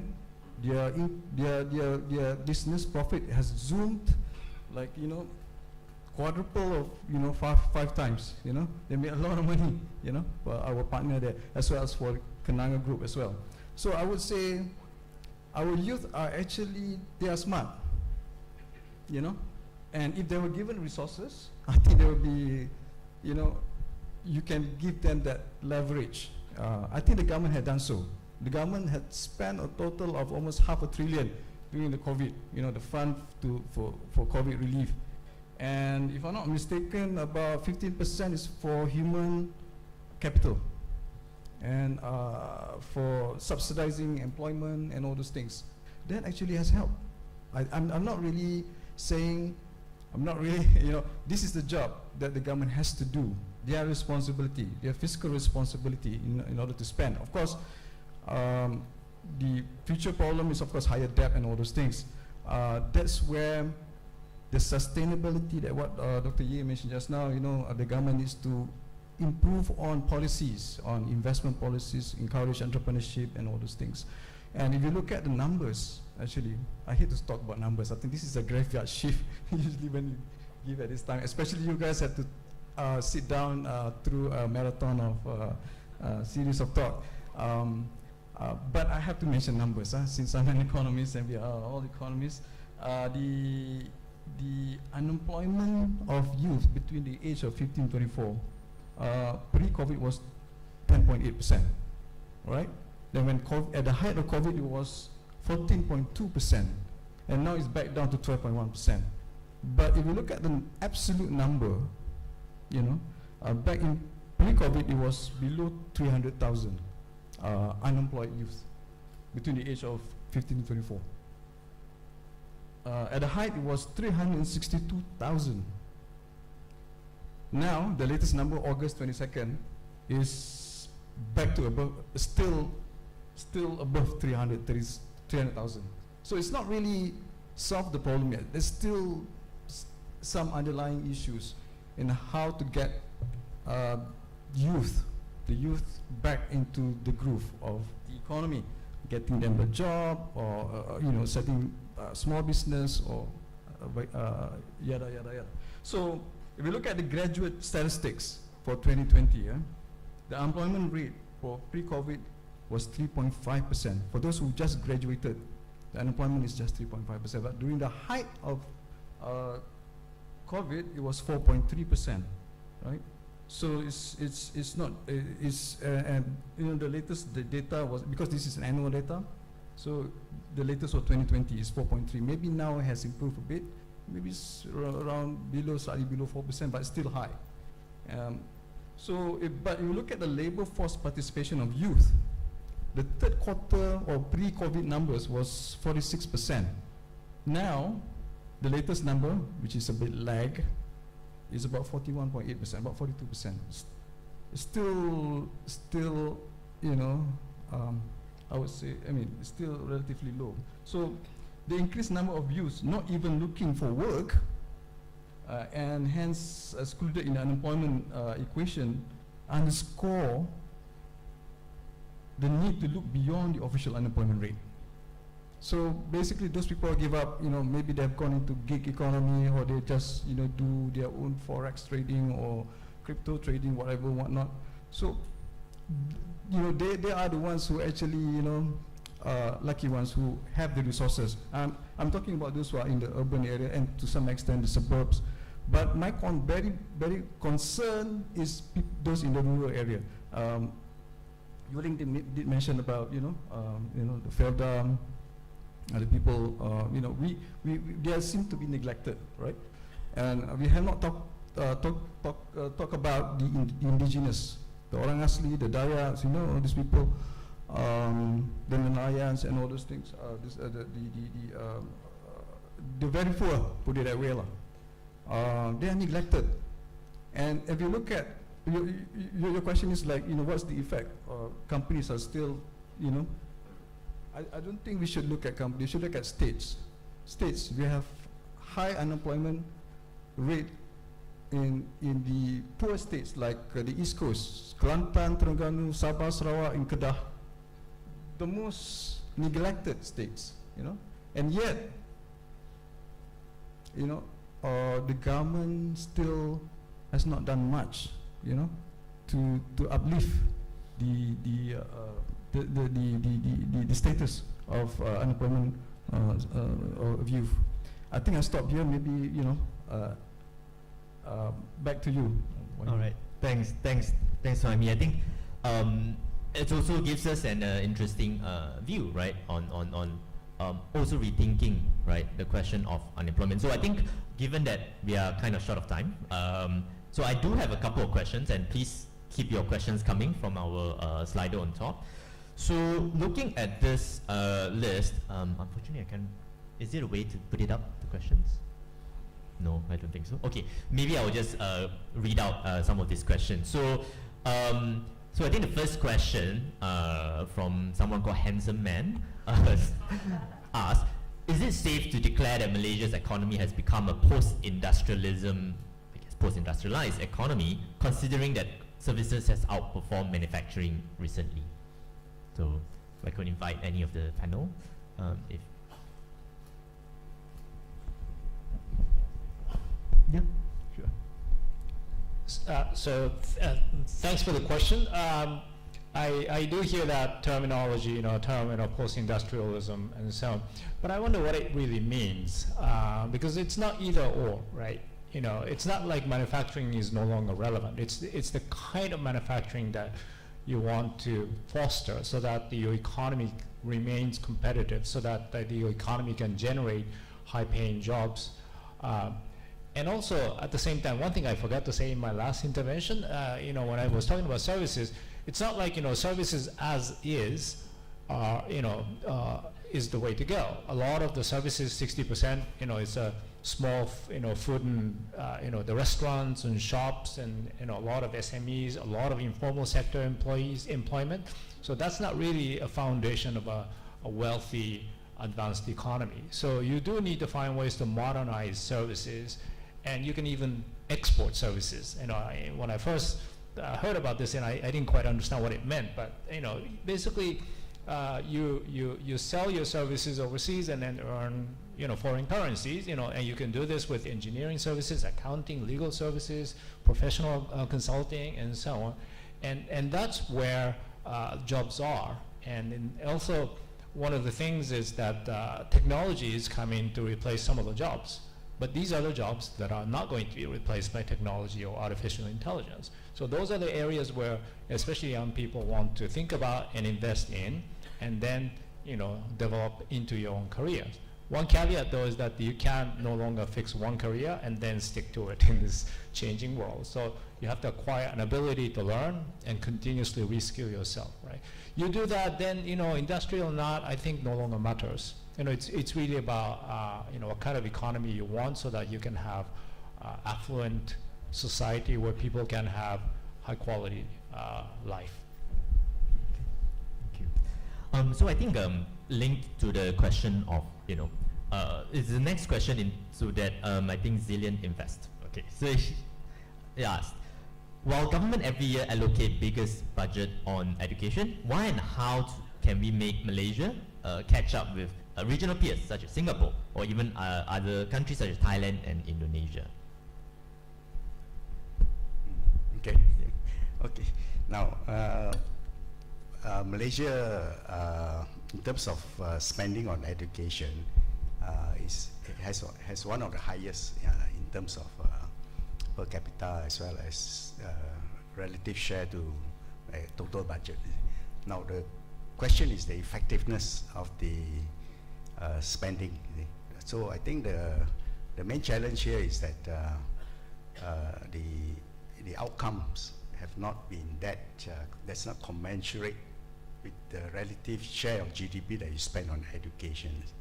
So there's a shortcoming that we need to address, and the key focus now, I think it's timely for Malaysia now to focus on, rather than quantity, because now we have enough in terms of supply, to shift the focus to quality.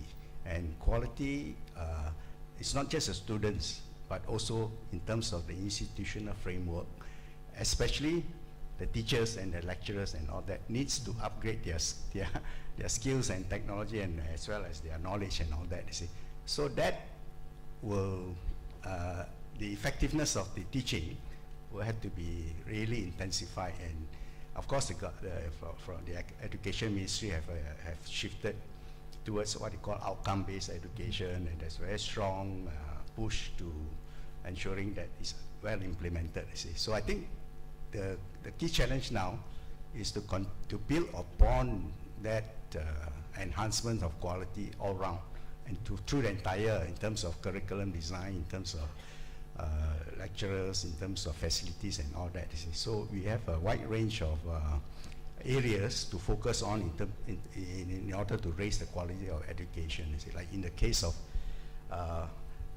we have a good system in terms of we have public and private universities, and they so-called create that kind of competition, this kind of friendly competition. I think it's the introduction of competition is very important in all sectors of the economy. A strong competition will result in greater innovation and greater efficiency and all that, you see. So we are seeing that, at least in the private sector, although the focus may be slightly different from public universities, but they're all striving to achieve world rankings. So I think that progress, that trust, I think will continue. The question now is whether we will get old before we get rich.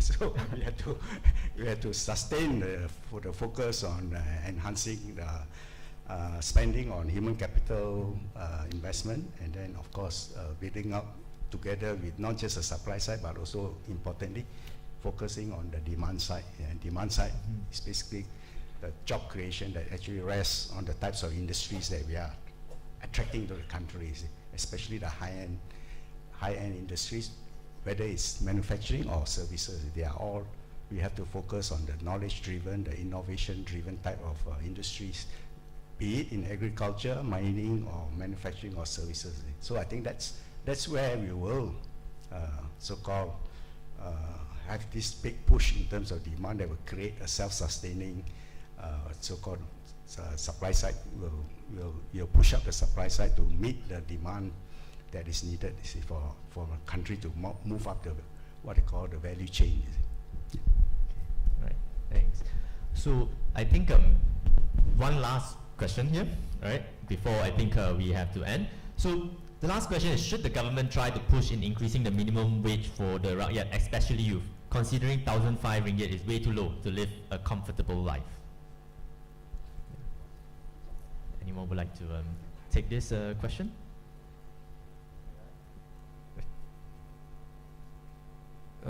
Definitely. Well, when I started work, I was back in the early 90s. My pay was just 600. Okay, but it was different. But I was a journalist then, right? Before I became, I went into banking and all these things. But looking at the, the progress of, income for the entry level is quite sad. And I'd like to bluntly say this. It's because of policies, of bringing in foreign workers. We do need foreign workers, of course, to do the things that we do not want to do, right? So, but bringing too many and at a high cost, per head, and benefiting, certain entity is the main reason for our, the predicament that we are going through right now. Right, and I'm very sad to see that youth who are ambitious, who want to go into, and they found out that, oh, I need to go and do, let's say you want to do accounting, right? You have an accounting degree. You want to do auditing, you have to at least five years earning, just what, below 3 or 4, maybe 5 nowadays. It's not enough if you are in the staying in the city, right? unless you stay with your parents. And I think the issue of minimum wage is always, it's a perennial issue everywhere you go. And it is compounded by the fact that our ringgit is getting weaker and weaker by the day. And you need to the government needs to do something about it, either fundamentally, policy-wise, or go straight to the main problem of the economy, which is how to move away from the middle income trap, into the high income. Technically, we are not far off from being the high income. It's just a couple of hundred or even $1,000 away. I think 14,000, if I'm not mistaken, right? We below, yeah. We are just few hundred or few thousand away. It's not that difficult actually. But if you look at, that's per capita. But if you look at the overall picture, I think there is a need for us to move, higher on the value chain, like what Professor Ye mentioned just now. In terms of so policy-wise, I think that should be the focus in order for us to move forward ahead, and in order to achieve, prosperity, inclusiveness, and all those catchphrases that politicians like to use, and be a nation that grow, and prosper. Thank you.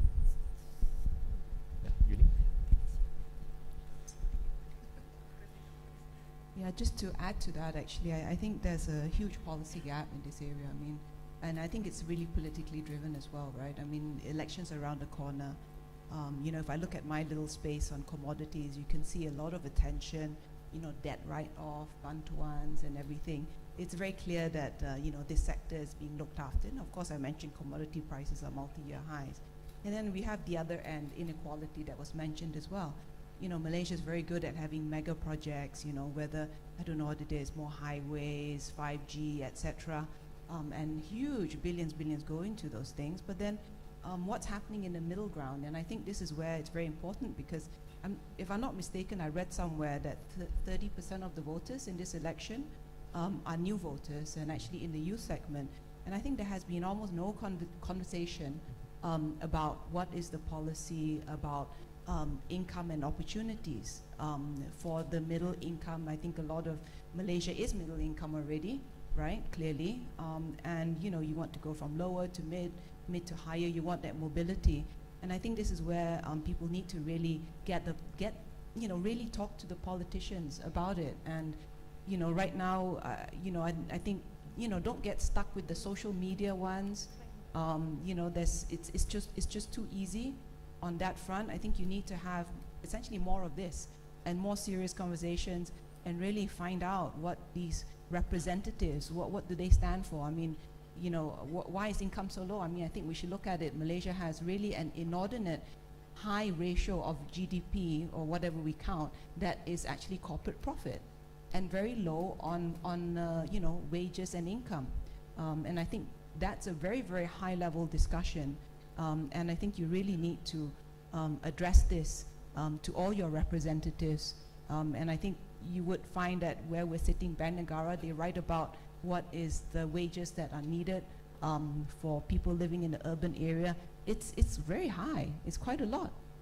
So the data's there. Pull it together. Make sure you ask the right questions and keep asking. And don't just, I don't know, let the politicians get away with it, because they are really making the policies here, and it's a long time coming. Otherwise, I think I've already mentioned a lot of high-paying jobs in agriculture overseas. Thanks. All right. Thank you, Yuling.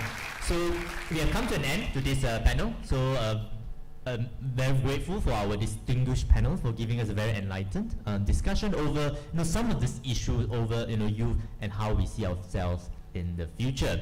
So I think that is all for today for this panel. Thank you very much also to the audience for joining in. And yeah, hope to see you soon. And do ask questions, because the next panel should be the politics agenda. So. Thank you so much for such an insightful discussion. Now we would like to invite Ms. Amira Dayana, Vice President of Perdana Fellows Alumni Association, to present tokens of appreciation for our speakers and moderator. Alright, once again, a very big thank you to our speakers. First to Mr. Yasuhiko Masuda. And next to Mr. Wan Suhaimi.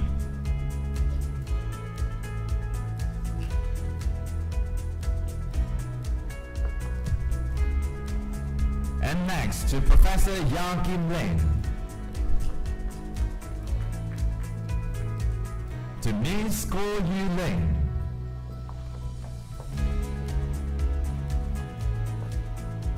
And our moderator, Mr. Tan Chai Kun. Thank you so much for joining us in this session. Ladies and gentlemen, let's take a group photo together. All right, a very quick one.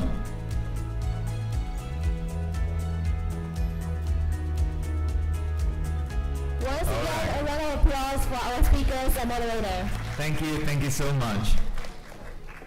So, ladies and gentlemen, have you prepared your questions? Angie, I believe that this final main agenda for today will be one of the most anticipated sessions for the day, especially at this moment where the parliament has been dissolved and the political parties are gearing up for the general election. Yes, totally. Me, myself, as also a first-time voter. So yeah, I'm really looking forward to the upcoming session.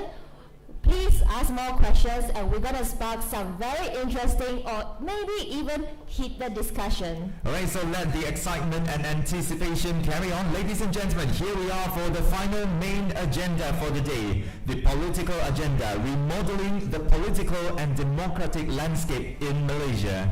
Let us welcome our speakers. Yang Berhormat Liu Chin Tong, Leader of the Opposition, Johor State Assembly. Tan Sri Nazir Razak, Chairman and Founding Partner, A-Class Capital. Ms. Sean Queener, Party Spokesperson for Malaysian Chinese Association. And Mr. Ibrahim Sufian, Co-Founder and Director of Programs for Merdeka Center of Opinion Research. And our moderator for the session, Ms. Arima Najwa Amasai, Senior Analyst of Bauer Group Asia. She was also the former Perdana Fellow to Minister of Communication and Multimedia.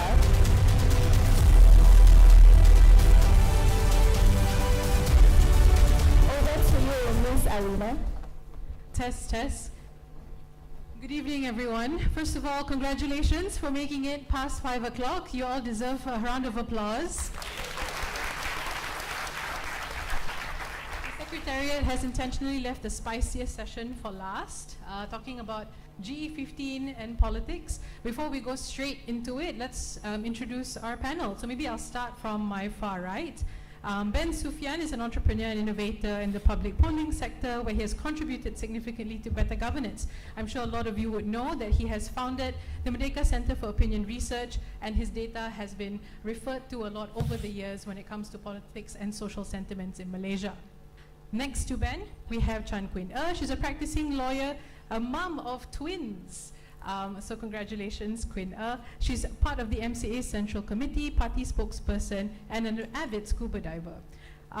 Next to Queen we have Tan Sri Nazir Razak. He's the chairman and founding partner of A-Class Capital. He's the non-executive chairman of Bank Pembangunan Malaysia and PLS Berhad. All of you may know him for having his illustrious career in CIMB, where he had his 29-year career and served as CEO and non-executive chairman for 15 and 4 years respectively.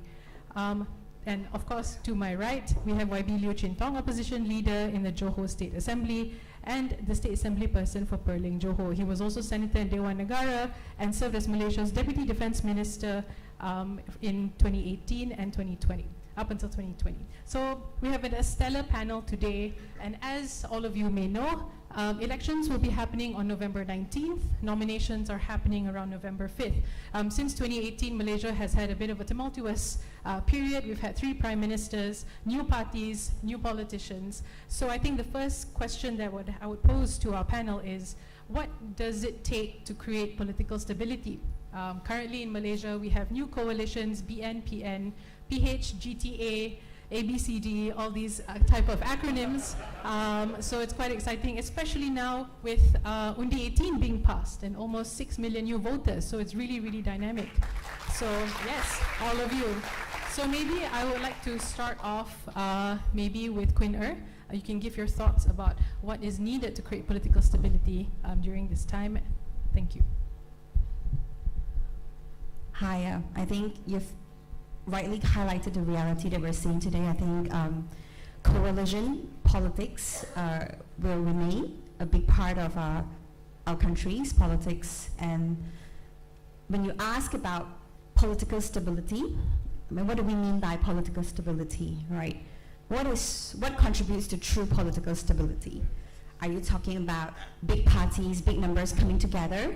Or are you talking about great agendas, great ideas? And I think that true political stability can only happen when we have politics based on values and principles.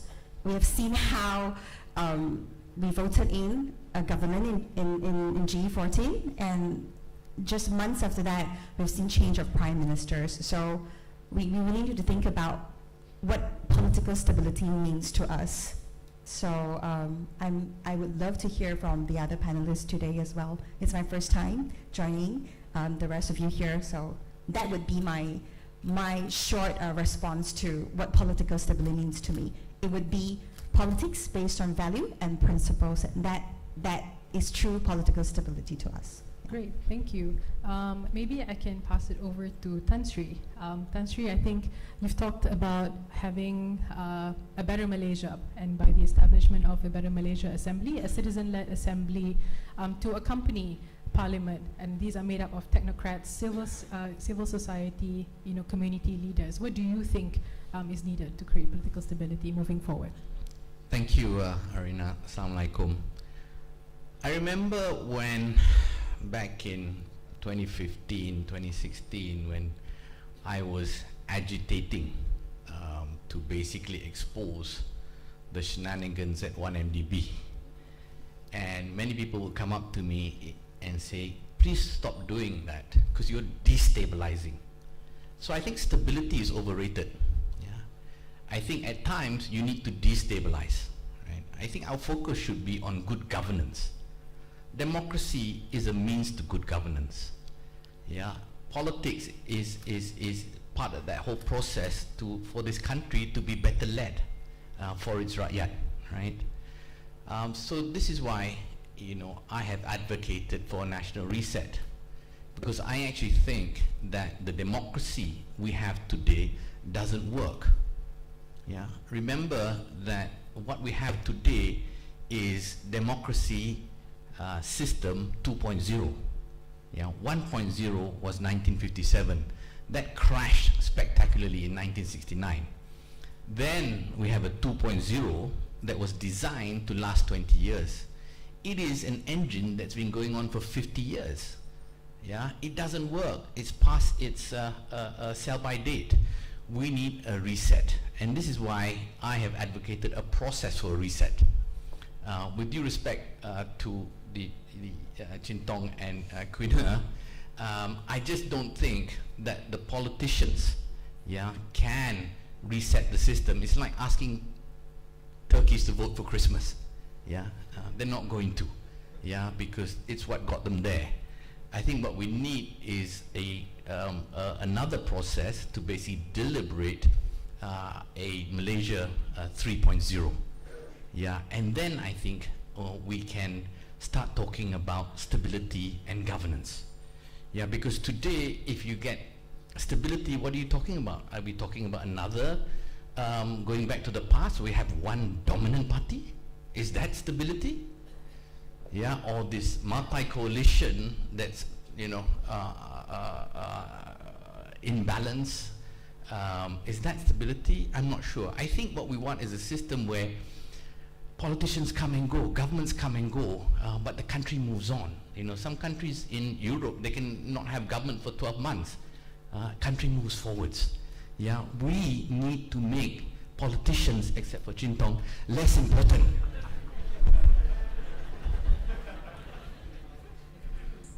Tess, I guess that's cue for YB Chintong. So, as a as active member of DAP and a prominent member of DAP, what do you think politicians can do to catalyze this reform? Thank you, Arina. Thanks to Nazir for the great introduction. First of all, I think we will not have a government on 20th of November. On 19th of November, as it is, there is not going to be a party that will, or a coalition that will win a majority on that night. I think that is the likeliest result on 19th of November, which perhaps Ben can elaborate on it later. Secondly, in 2018, we did not just have a change of government. We did not just have a change of government. We defeated a one-party state, and it was the first transition of power from a one-party state to a potentially multi-coalition or multi-party system. The old rules no longer apply, yet in a new era, there is no traffic rules. Okay, so therefore, there were crashes, there were accidents, Sheraton being one of them. What should have happened was that during that period of time, there should be establishment or enactment of new traffic rules for others to navigate in a new era. We had that slim opportunity when we had an MOU with Ismail Sabri. The idea was to put in place some ground rules so that whoever wins in the coming election, there will be new ground rules. I remember meeting an Indonesian mayor in Kuala Lumpur in January 2012. Indonesia had no elected mayors until 2005. And the rules were put in by B.J. Habibie between 1998 and around 2000. He was not re-elected, but he put in the rules. And eventually, today, we are talking about Indonesia being relatively stable under Jokowi because there were rules set by B.J. Habibie. So at one point, I was hoping Ismail Sabri will be our B.J. Habibie. Unfortunately, he did not make it. The mayor I met in January 2012 became the governor of Jakarta, and that mayor of Solo became governor of Jakarta in September 2012 and became the president of Indonesia in 2014. All thanks to the rules made in 1998, 1999 and early 2000 by B.J. Habibie. So what do we need? I think we do not need a stable government by returning to the past, as what Nazir suggested. UMNO wants to promote the idea that you can return to the past, and the golden era of this nation was Najib's era. That is what we do not want to go back to. But to move forward, I think we need to have paradigm shift. Number one, we need to move away from one man rule, one party rule, and we need to move away from this idea that Prime Minister has all the power. Okay, before 2018, the Prime Minister and his wife has all the powers within the system. But we should remember that our system is actually not a parliamentary system, not a prime ministerial system. Our system should have been a cabinet structure. So power should be returned to cabinet, and therefore reducing the power of the Prime Minister. Secondly, power should be returned to Parliament, so that in Parliament all MPs get equal allocations, all MPs get access to information, access to power, access to committee system so that they can shape policy through parliamentary committees. And finally, power should be returned or shared with the states. Part of the problem is that federal government controls everything. And there are unhappiness in Sabah, there are unhappiness in Sarawak, there are unhappiness among the state government. And we need a new deal. So for Malaysia to move forward, we need new traffic rules so that we have no more accidents and car crashes. and we need a new deal so that stability comes from a stable democracy and doesn't come from a one-party state. Thank you so much. You heard it here first, folks. We may not have a government on November 20th. So maybe I'll pass it over now to Ben. Do you think this is quite likely? Could there be no stability actually even post-GE?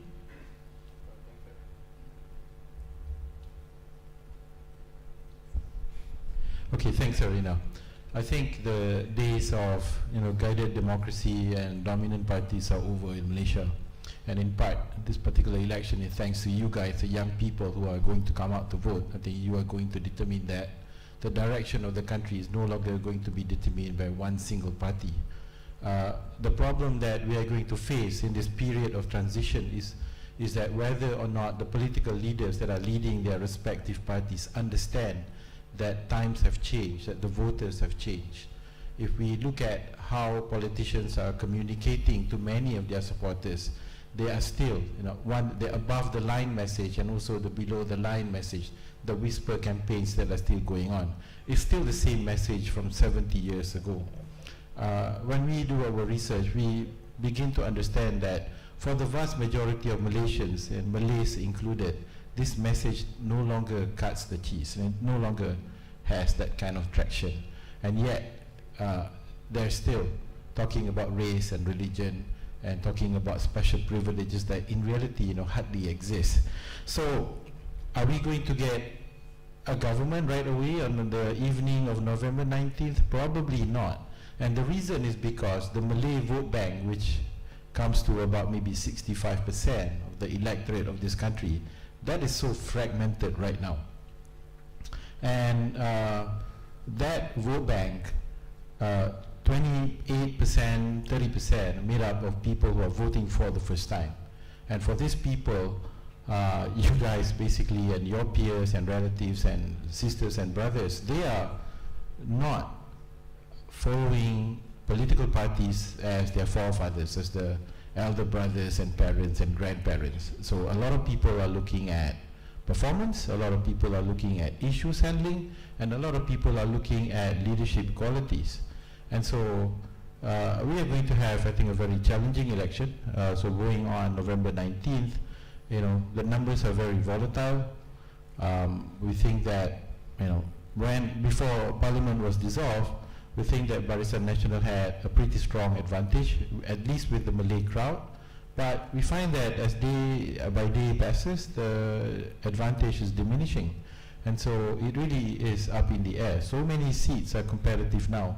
Out of the 165 parliamentary seats being contested in West Malaysia, we think that at least 60 to 70 seats are competitive.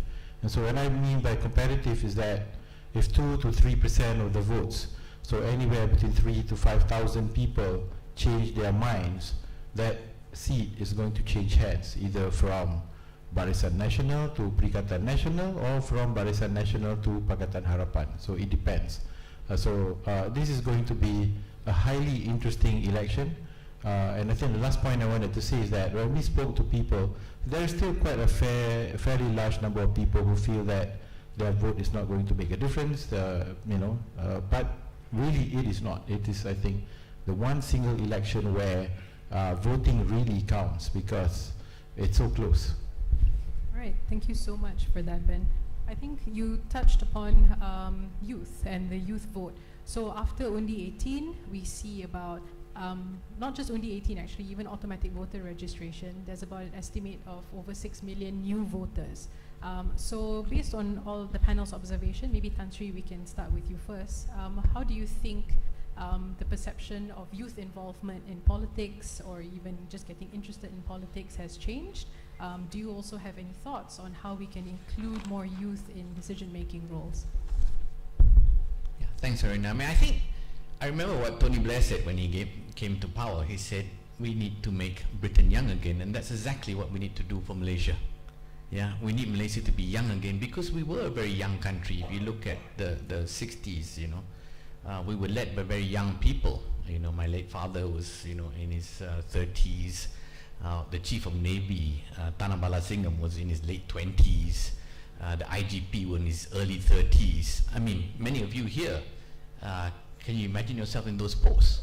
You probably can't, because they blocked you, right? They blocked you. So we need to find a way of empowering the young people again. I have, on separate occasions, talked about the need to be creative. You know, we have these initiatives to increase women participation in the workforce, which is great. But why can't we have initiatives specifically to increase youth participation, yeah, or opportunities for youth? I think you need to intervene, because if you don't intervene, the seniors will block you, right? For instance, I've said that every board member of every board of a listed company should have someone from the youth, because guess what? It's good for them. They get training. It's also good for the board members, because they hear from the young people at the highest level, because the generational gap today is wider than it's ever been. Yeah. So, you know, I think the fact that you guys are in part of the electorate is important, and it will have some effect. But I think that the government should actually intervene and be proactive in giving opportunities for the youth. Thank you, Tan Sri. Maybe Queen we can hear your thoughts on youth participation in politics currently. Yeah, maybe before I answer that question, I actually want to add to the first part. I love hearing the speeches of DAP. You know, you promised this to be a very spicy session, so I just want to add some spice to that. Well, great. Okay, all right. So, well, I think as a younger Malaysian, observing the political scene, I love the trailers, played out by the Pakatan coalition, because they promise you an action-packed adventure, but the moment it begins, it just slowly, unfolds to be like a B-graded movie, and then all the promises, all the dreams and the goals that are promised that are gonna materialize just don't happen, and then they collapse, and then you ended up wanting to rewatch the trailer because the trailer is so much better than the actual movie. So, and we talk about coalition, right? We talk about how the country, is built on the spirit of coalition, and I think the coalition that has stood the test of time is Barisan Nasional. Yes, I agree that we're not perfect, we're imperfect. Probably, along the way we have lost sight of our ideals, right? But it wasn't a marriage of convenience, right? We came together because we truly had, probably different perspectives, but we have common and shared vision and goals, for the nation. So we need to think about that, So, coming in this GE, I know a lot of people are disillusioned. They don't know who to vote, how to vote. But I just want to say that when you vote for the BN now, right, you're also saying that it's not a vote, for an old order, because after facing, losses in GE14, I think the party has to refresh, and we have to learn from these mistakes. And I think we have been actively identifying them and correcting them, So I just want to add that, So really, we need to think about how we vote, and when we vote, what does it mean to us, Because if you're choosing not to vote, then you're choosing not to participate, So I just want to make that point. And talking about youth participation in politics, I think, to me, I don't think it has changed a lot. Like Tan Sri mentioned earlier, I remember Tan Sri Najib Razak was only 26, right, when he was elected MP. And Anwar Ibrahim formed ABIM when he was 23 or 24. And Lee San Chun was 22 when he entered the party, and he won his first GE when he was 24 years old. And I think that is exactly what we need, the energy, the creativity, the drive of the young, and I think we together, no matter what role we are playing, whether you're on the front lines, you're going to be a YB on an MP, or you are part of an NGO, or you're in the corporate sector, all of us, collectively are shaping the future of our country. And I think that it hasn't changed much, because I still see us, the young people, actively wanting to have a share of voice in here. And I think we should keep that going. And I already see how the youth's voices, changing and making the politicians rethink how they do politics. And I think we are a force to be reckoned with, don't you think so? So, do you think so, that the youth is a force to be reckoned with in the upcoming GE? Because I surely think that we need to keep, upping our ante, and that is what this GE15 means to us. And I think it has to be a combination of the experience and the less experience, right, coming together. When we talk about youth and women and all that, right, I just want to say here, this youth quota and wanita quota, I personally think that in the ideal Malaysia that I want to be in, I don't want these quotas, because I do not think that youth should be tasked with with the duty of championing for the youth, and I do not think that the responsibility of championing the women's agenda should fall only on the women's shoulders. And I think if the young can equally understand and appreciate and fight for the elderly's welfare, and a man can equally speak up, for a woman or a woman. So Agreed. I think we need to, just rethink, like have an overhaul, and just that's my reset, Tansri. That's how I would like to reset our thinking. Thank Great. you. For sure. Thank you so much, Quinn. Maybe I'll pass it over to YB Chin Tong for your response. You, Ariana. So you are expecting a response, right? Is the movie better than the trailer coming out? Budget. We would have. We would have imagined that any one-party state, when they collapse or when they lost in the election, there will be renewal, there will be some remorse, and eventually there will be a regeneration. A new set of leaders will take over and run the party. So on 30th of June 2018, there was UMNO party election. KJ contested against Zahid. And on that day, the fate of UMNO and its associated parties, including MCA, was set. It was Zahid, the face of UMNO, and not KJ, the face of UMNO. Right? Today, this election is an election just like the last election. Last election, Malaysians rejected UMNO because of Najib. And this election, Malaysians are likely to reject UMNO because of Zahid.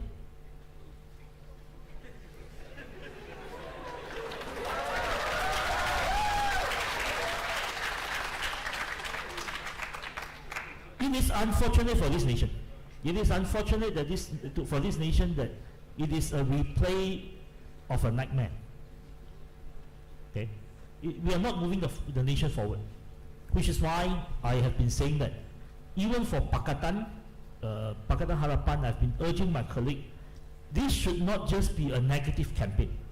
This election should be about the future. We know what is in the past. We do not want to relive that, but we must be able to put forward an agenda that will move the nation forward. 58% of the electorate is below 40 years old, depending on how we define youth. I don't usually, whenever I'm asked, how do you look at Undi 18, I will not give a direct response, because I think I would rather say that 58% of the electorate is below 40 years old. What do they want in general? They want better jobs, better pay, and they want to feel that there is hope in this nation. They want to feel that this is a nation that they will work, they will succeed, and they see that they can contribute their life, they can contribute their youth, so that they can build this nation to be one of the greats in the region, if not the world. What should be the agenda? We should be talking about jobs, we should be talking about pay, we should be talking about technological upgrade, so that we reduce reliance on unskilled foreign labor, and we pay each Malaysian better, not because we just pay them better for the sake of winning their vote, but for reducing the reliance on labor and transforming our economy so that we are more technological driven. We use machine, we use robotic, we use digital in order to increase productivity. And we need to talk about our urban centers, how do we transform our urban centers so that we have better public transport? Can we pay people to take bus instead of paying, instead of subsidizing petrol? I'm not talking about doing this overnight, but over a period of time, let's say in 5-10 years time, let's say 50% of the population are using public transport and using it comfortably, on time, comfortable, and by then we will be able to say that, okay, maybe in 5-10 years time, we don't subsidize petrol, we subsidize public transport. How do we tell the people that instead of sprawling and building houses 50 kilometers away from KL and assuming that everyone will drive a car to work in KL, can we build houses in KL and not everyone needs to own a house, but they can rent, they can have multiple choices, different range of housing. So I think we must bring politics back to daily life.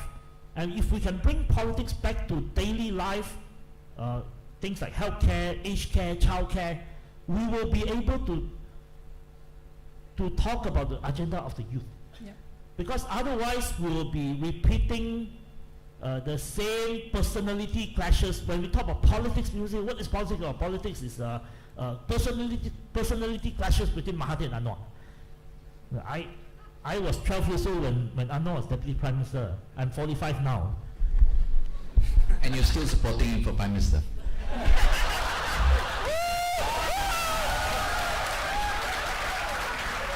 Which is why I started by saying, actually my preferred choice is Nazir, but he's not contesting. So one of the results of this meeting today is to ask Nazir to contest, wherever he contests. Maybe Pekan also tak apa. Thank you so much, YB. So actually the political agenda should be renamed to a comedy show because it's more of a talk show than it is about politics. Maybe we'll go over to Ben. Can you share a little bit? I know we talked at the back about the more recent research that you've done. Had there been any changes in the sentiments among the youth when it comes to politics? Yeah, I mean, when we look at research, and we at Merdeka Center, are doing surveys, and we try to do the best to have it representative and also, collect the feedback that, really reflects what's going on. But let me say it out loud here. We have a cultural problem here in Malaysia in the sense that a lot of people are still scared to speak about politics openly. So when we interview people, a lot of people, maybe 20%, 30%, won't tell us what their choices are. So we have to guess, And I know when Rafizi makes his, survey, sometimes he gets as high as 50-60% of people not willing to respond. So what do you do with that, But anyway, we've been looking at research because we know that the elections were around the corner. But what we've been noticing is that month on month, at least, the uncertainty is growing. And what I mean by that is larger numbers of people are turning away from Barisan Nasional openly, from 47% of Malay respondents in August who say that they would vote for BN. I think as of last night, the number is about 33% openly saying. We have about 20% of people who are not willing to disclose what their choices are. If you look at the patterns that were established in Johor, Malacca, we think that many of the Malay respondents are still going to the second strongest Malay coalition, which is Perikatan Nasional, PAS and Bersatu. But on the part of non-Malay voters, it's still pretty much tied to Pakatan Harapan. And so when I look at these results of the research, what's quite clear is that identity politics is still part and parcel of our political discourse and political culture. So depending on where you vote, if PAS is the second strongest party there, it is likely that voters who are disenchanted with UMNO will go to PAS or Perikatan Nasional. In a place where UMNO is still strong, but PAS is weak, probably UMNO will still be able to capture the votes. So what does it say about moving the politics forward? Moving from personality and identity towards something different. I think, I want to be hopeful to say that we are currently in a transition. So even if we don't have a strong and stable government form after November 19th, it still is a process that we all as Malaysians have to go through. That ultimately, I think, political parties would learn that harping on this identity and personalities is not enough to persuade voters to vote for them, that they actually need to speak about the goods. One of the things that we have found in looking at elections in other countries is that over the long run, dominant parties always fall. In Mexico, in South Korea, in Indonesia, and in other countries in Eastern Europe, there is a pretty much preset pattern. And it is not funded by the CIA or anything like that. It's basically just public driven, that over time, the inefficiencies, the corruption, and also the poor economic performance will come back and bite the dominant party, so that it will result in splintering, and it result in split votes, and then it allows for alternatives to emerge. I think one of the things that we're seeing making this election very interesting is that there are so many alternatives. And so what will be interesting is that if a coalition is formed after the general election, it could end up with something that forces whoever that is in power to enact at least a minimum set of reforms that perhaps, at some point we will get that traffic rules that YB Chintong was talking about. Thank you. I think Tan Sri, you wanted to share. Yeah, sorry, I just wanted to interject, just come in here very quickly and say that, if you cut through it, basically, Quina is highlighting that PH promised lots of things and didn't deliver. She is right. Chintong is saying BN should reform and it didn't. He is right. Ben is saying that this is a period of transition that we have to go through. He may be right. Yeah. But what I really want to argue is actually all this just proves that it's the system that's the problem. Yeah. If you look at Najib, Badawi, people around them, there were a lot of good people and they tried to introduce good things, but the system rejected it. You remember the new economic model is a fantastic proposal. Even Nurul Izzah talks fondly about new economic model, but Najib could not implement it because the system pushed back on him. And the system today, for you to be in power, or when you're in power, requires you to do a lot of bad things to stay in power. And PH found this out. That's why they could not implement what they promised you in the manifesto. It's the system. So my argument is that Ben may be right, but I think he may be wrong, because when you transition, there is no guarantee that you transition to a better democracy. There's no guarantee. You saw it with LDP, you saw it with Congress. There's no guarantee. You could end up in a much worse place. It's better to take the future in your own hands and reset, like Indonesia reset in the Asian financial crisis. Remember this, Asian financial crisis, Indonesia collapsed, its economy collapsed, they overhauled the political system. Malaysia, economy collapsed, we ring-fenced the economy, right? And we kept politics as usual. That is the fundamental difference. Indonesia reset, we didn't reset. Today, Malaysia needs nothing more but a major overhaul. The existing way of doing things, the existing system doesn't work. That's my argument. Thanks, Arun. Thank you, Tan Sri. I think, as you can see, the barcode is up here, the QR code, sorry, and there are questions already coming in. YB Chintong just has to take an urgent call, so I think we'll just continue and go ahead with the current panel. So the top most voted question currently is to actually Queen So what is MCA's or Barisan National's stance on corruption? Cases in Malaysia, especially, it has some of its prominent members already facing some of its corruption charges. Najib, Ahmad Zahid. Yeah. Yes, we've been asked the question a lot. Well, we have said it first. Actually, MCA was the first one, to issue a statement. The moment the court made the decision, and we completely respect the judiciary and believe that, that's the way forward to let the judiciary do their job. And so when it comes to corruption, right, and abuse of power and all that, all those evils, right, we have made our stance really clear, and I think I heard everybody, and I'm just thinking we need qualitative change, right, in our leaders, so that we see a good quantitative change in our outcome, you know, and that would be my short response, because that is really the stance. You know, we have respected the courts in the first day, from the first day. I cannot say for the entire coalition. I can only say from an MCA's perspective that is, we completely respect the decision, and that if there are accusations and allegations and there's a basis to investigate anybody, we should let the authorities do their job. I'm a practicing lawyer, and when I say this, I probably would anger a lot of people, but I feel that the Bar Council, you know, who's supposed to be speaking out, you know, without fear or favor, I felt that there have been a spokesperson a lot of time for the Pakatan government.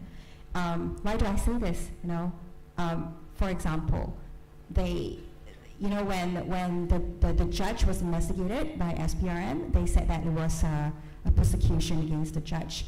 But we need to think both ways. You know, we cannot shift the goalposts just because the person who is impacted by the decision is from your coalition or from your party, right? You take a partisan approach.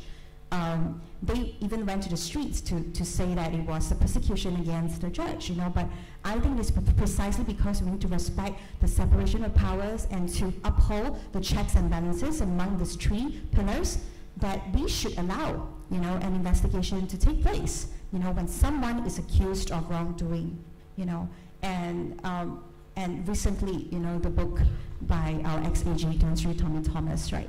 When the report was made public by the Special Task Force, we see people being silent and political parties not commenting on it, right? Some even want to distance themselves from the ex-AG, you know, when he spelled out in the book that there was abuse of power, there was interference with the appointment of top judges, right? And then you see Bar Council coming out, you know, to say that, oh, you know, this is a political interference in the conduct of this investigation. We should set up an RCI for this, you know. So I think we all need to be like more educated and just be really level-headed when it comes to reading, you know, news about politics, you know. Yeah, so that's my short answer. Thank you, Quinner. I think that's really true. I think especially nowadays, misinformation and disinformation has become more difficult to discern, which goes into my next question. With the large youth vote being added, would the disinformation and misinformation be affecting the sway, such as what happened in the Philippines when we saw, you know, what happened with Bongbong Marcos? Anyone would like to respond? Ben? Yeah.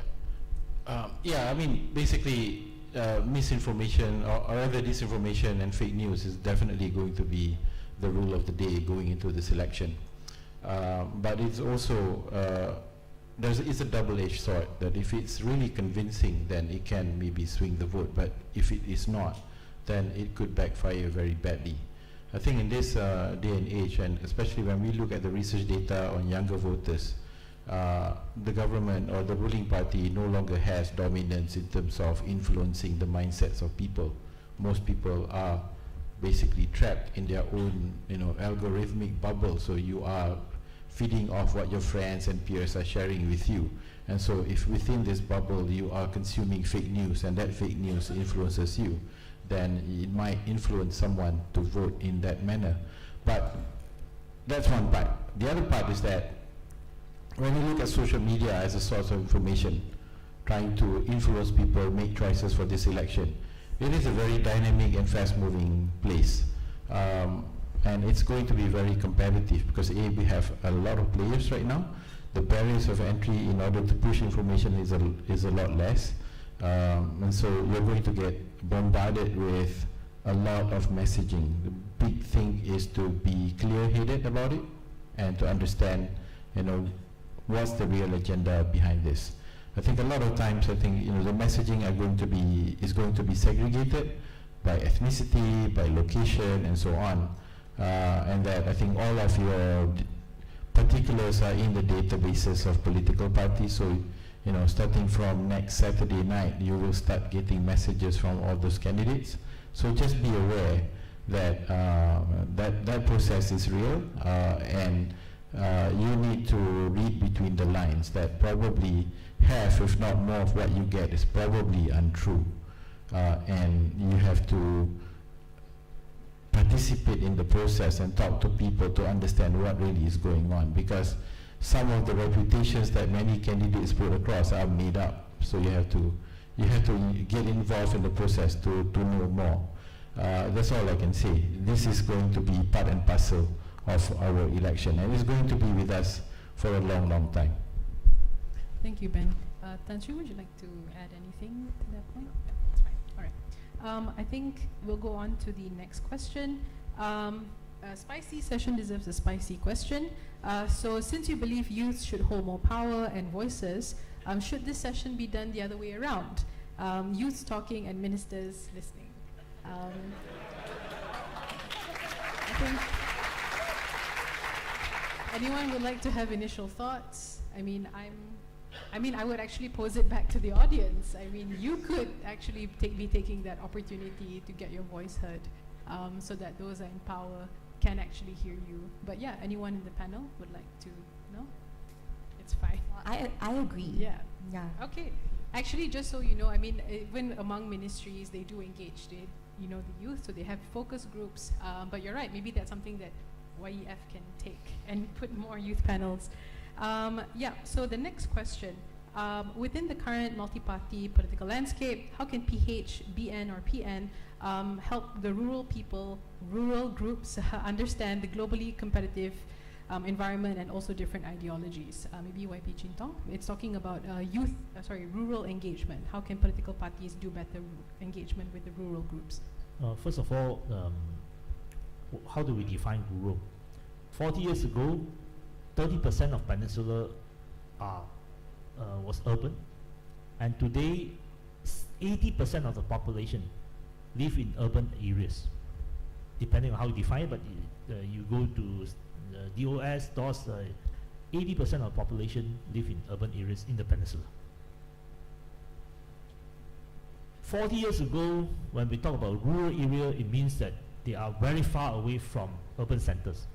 Today, especially after the pandemic, you go to a small town, you go to a rural area in Johor, you will see an 80-year-old person playing with their phone, their smartphone, and using WhatsApp call to call their chuchu somewhere in KL or Singapore. So I think the barrier of what is rural and what is urban has already diminished over the years. We are more or less converging in terms of how we see life and how we see our life and how we live our life. So I hope this is a non-answer to your question, because I think we need to see rural sector in a different manner. We have this idea that the rural sectors are backward, the rural people are backward, rural people are not educated, rural people are thinking in a different manner. I always disputed that view. I think maybe the interests of the agriculture community may differ from those who are in the urban area. Those who are in plantation, they are governed by a different type of economic sector, mainly linked to commodity. But it doesn't mean that they don't share overall ideas and views on national politics. Yeah, I just wanted to wade into this whole thing. I think number one, as a country, Malaysia is actually very small. All of Malaysia is just basically about the size of Florida. So you can, if you're living in Mentakap or in Temerloh, you can go up and down north within 3 to 4 hours. You can reach pretty much most corners of the country. So it's quite small. It's only in Borneo, in Sabah, and Sarawak where we have deep interiors, which in reality is not that physically, maybe because the infrastructure networks aren't as good. That's where I think there is a significant urban and rural divide. And I think we've been talking a lot about politics here, but we've not talked about the biggest elephant in the room, which is the bureaucracy. A lot of times, you elect 222 members of parliament, and then they bring the hangers on, the political secretaries and so on. So they become the top layer, of the visible government. But there's still 1.8 million civil servants that are actually implementing and doing things. These are your teachers, your clerks, your technicians, the guys at the counter in immigration and all that. Actually, they are the government machinery. And maybe some of you will end up working in government. So I just wanted to make this point that if we want to, say, bridge any gap between, say, underserved areas, whether be it rural or in the urban poor area, I think a lot of things can be done if we enlighten and we empower civil service, the bureaucracy, and in part because if our civil service are exposed to new and progressive ideas, if they are given the opportunities to participate in international events and also international training programs, and are able to be doing things, beyond what is the regular, the usual, then I think we might see differences as well. And I just want to bring one tiny example. We've noticed, because we've worked with the Selangor state government over the last 15 years, and we've noticed that over time, there will be new entrants in the state civil service that are more progressive, that are more open towards ideas, and they are doing things on their own. And so a lot of times, some of the recommendations are coming from the bureaucracy as well. They are the ones that are telling, we need free Wi-Fi. We can do something about the bus service. Even if public transport is under the federal government, we can do something in the local government. So a lot of times, it's actually civil servants as well. So it's not just politicians that can do these things. So if room is given to them, I think you can have some of these reforms, improvements in public services extend more for the rakyat, especially in underserved areas. Briefly, with 2 points. Point number one is that I think we need to renegotiate federal and state relationship. Our federal system was established before income tax become a major source of the government.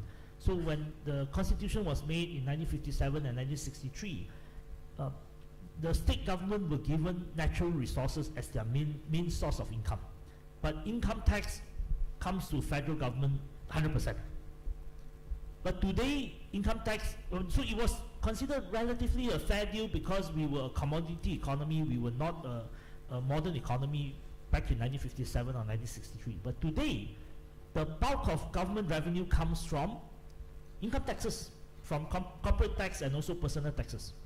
We should re-envisage our federalism so that, say for example, 30% or 40% of federal income taxes go back to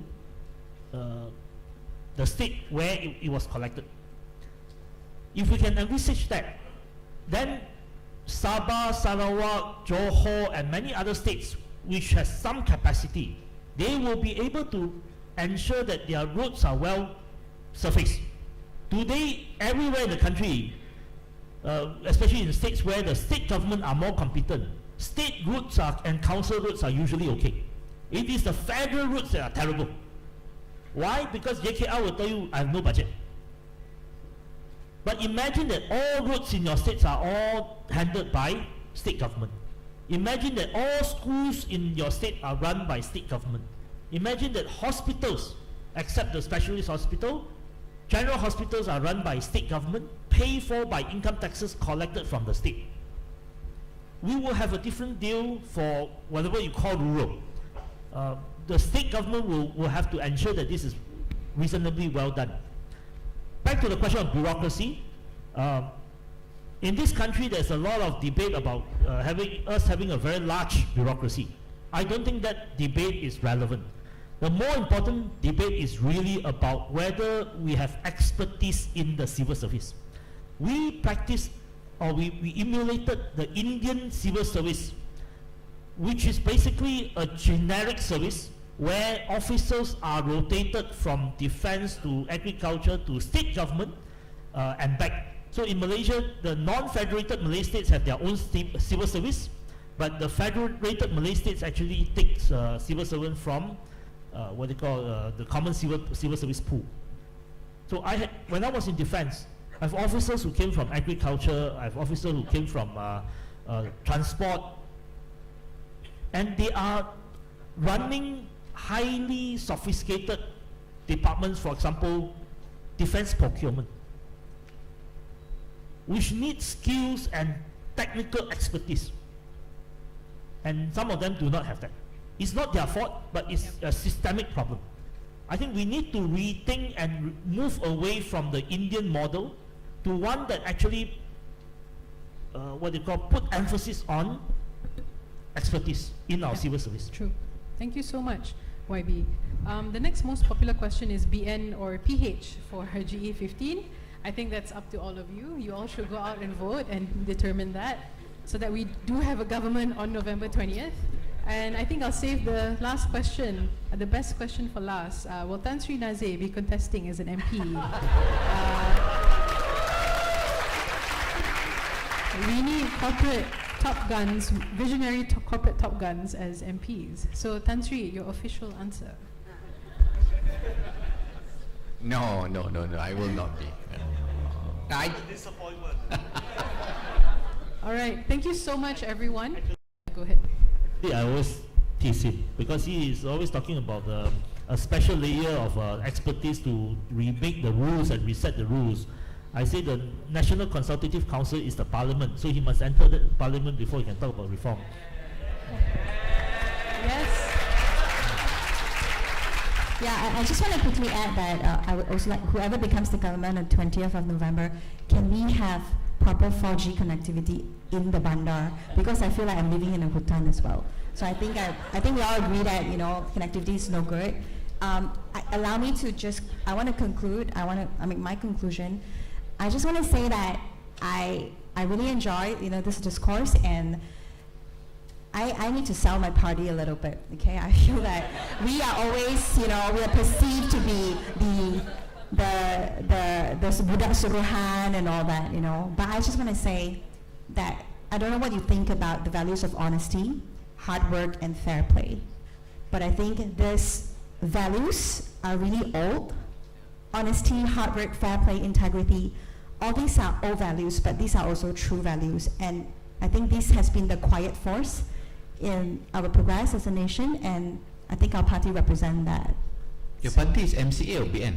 Barisan Nasional MCE, we are a party. The National Front, if you do not know what's the English translation of Barisan Nasional, the National Front. In the spirit of equality, I will also give airtime to promote. Actually, I try to be non-political, but to respond right. So, if Najib represent honesty, I don't know what to say.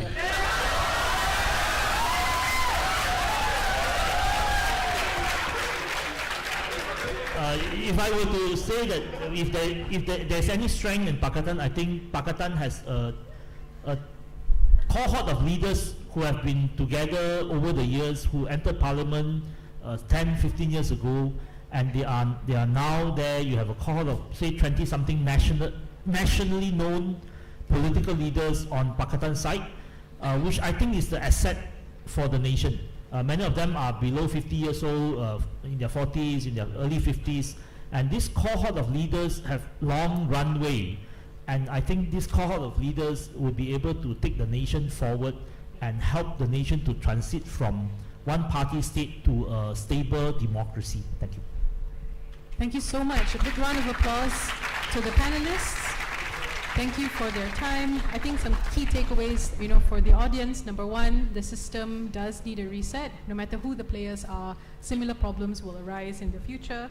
Number two, new traffic rules are needed to, re-establish a new world order, a new Malaysian order. And the last thing is the youth power is a lot stronger than you think. So go out and make your call on the 20th, on the 19th of November. Sorry, Freudian slip. Okay, so thank you so much. I think I'll pass it back to the organizers. All right, so thank you so much to our speakers and moderators, ladies and gentlemen. I believe that all of us enjoyed the session, but we need to address that the contents of the discourse just now does not represent YEF or So you make your own vote. The vote is yours. So yeah, be wise with your own vote. All right, and so ladies and gentlemen, now we would like to invite Ms. Amira Dayana, Vice President of Perdana Fellows Alumni Association, to present tokens of appreciation to our speakers and moderator. Once again, thank you so much to our speakers. Tan Sri Nazir Raza,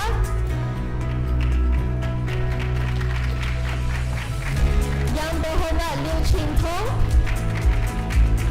Miss Chan Kui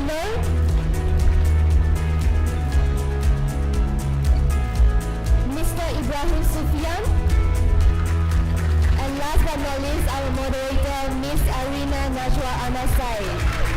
Thank you so much for joining us today. It's a spicy and exhilarating session, and I believe that this is a special moment in YEF 2022. So now let's take a look further together.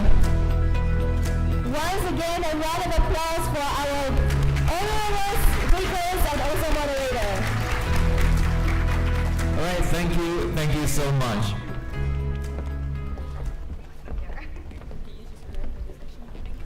All right, now, ladies and gentlemen, for your information, after our final main agenda, we're going to have a short session on the urgency of conceptualizing policy from youth's perspective.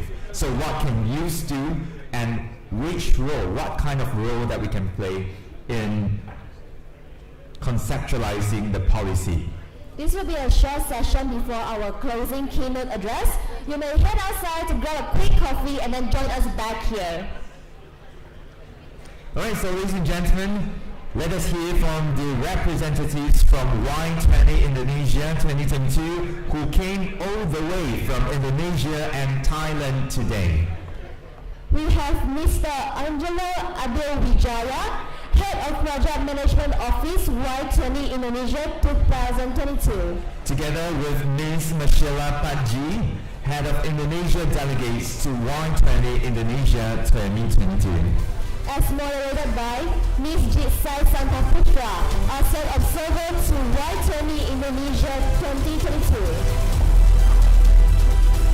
Alright, so we will have them to share their insights on the urgency of conceptualizing policy from youth perspective.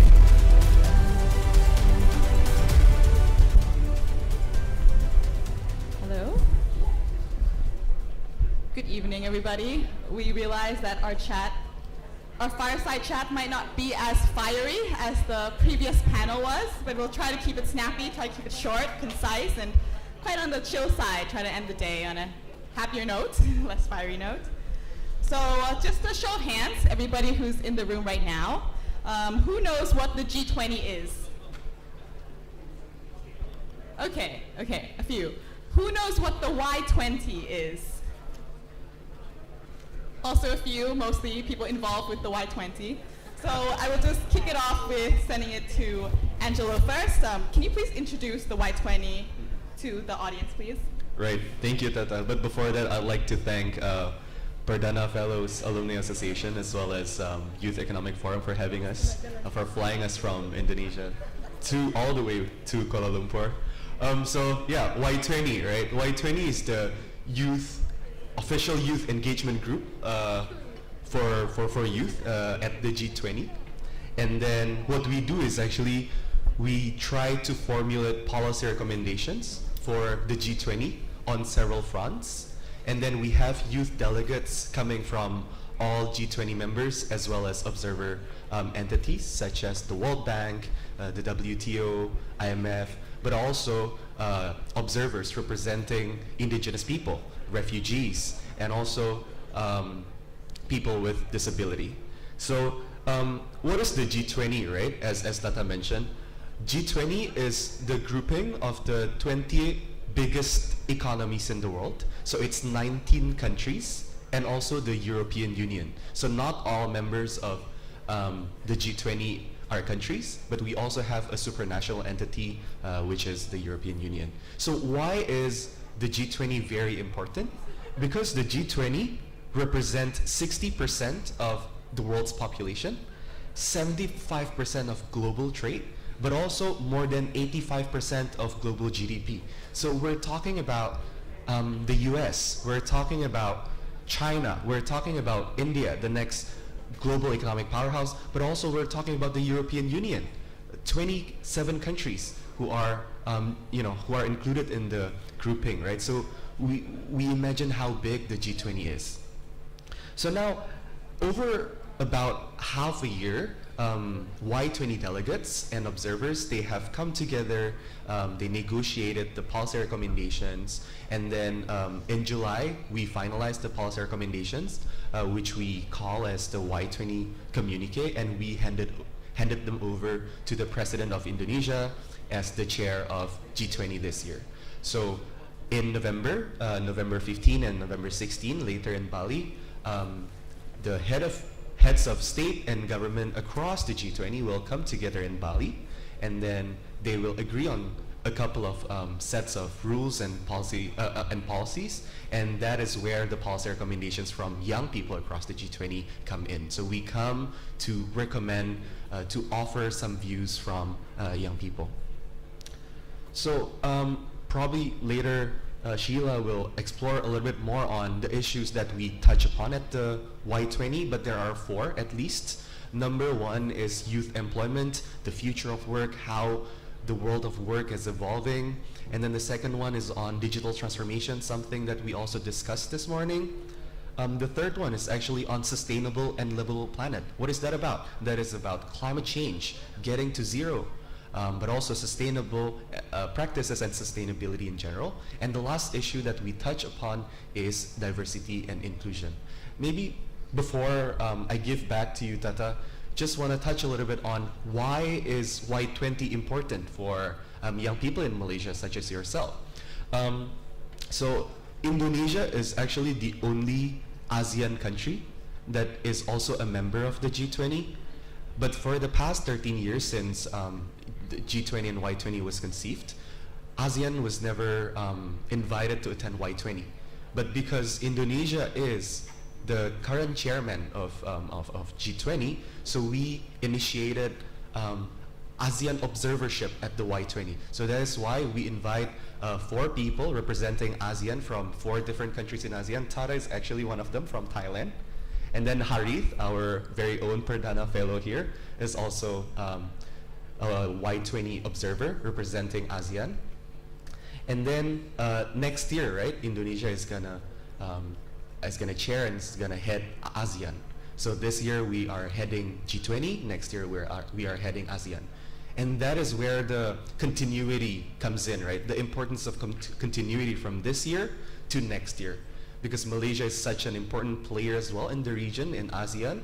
So the voices of young people of Malaysia should not only be channeled to ASEAN, but also should reach the leaders of G20. So I hope that starts our conversation. Yes, that says it really well.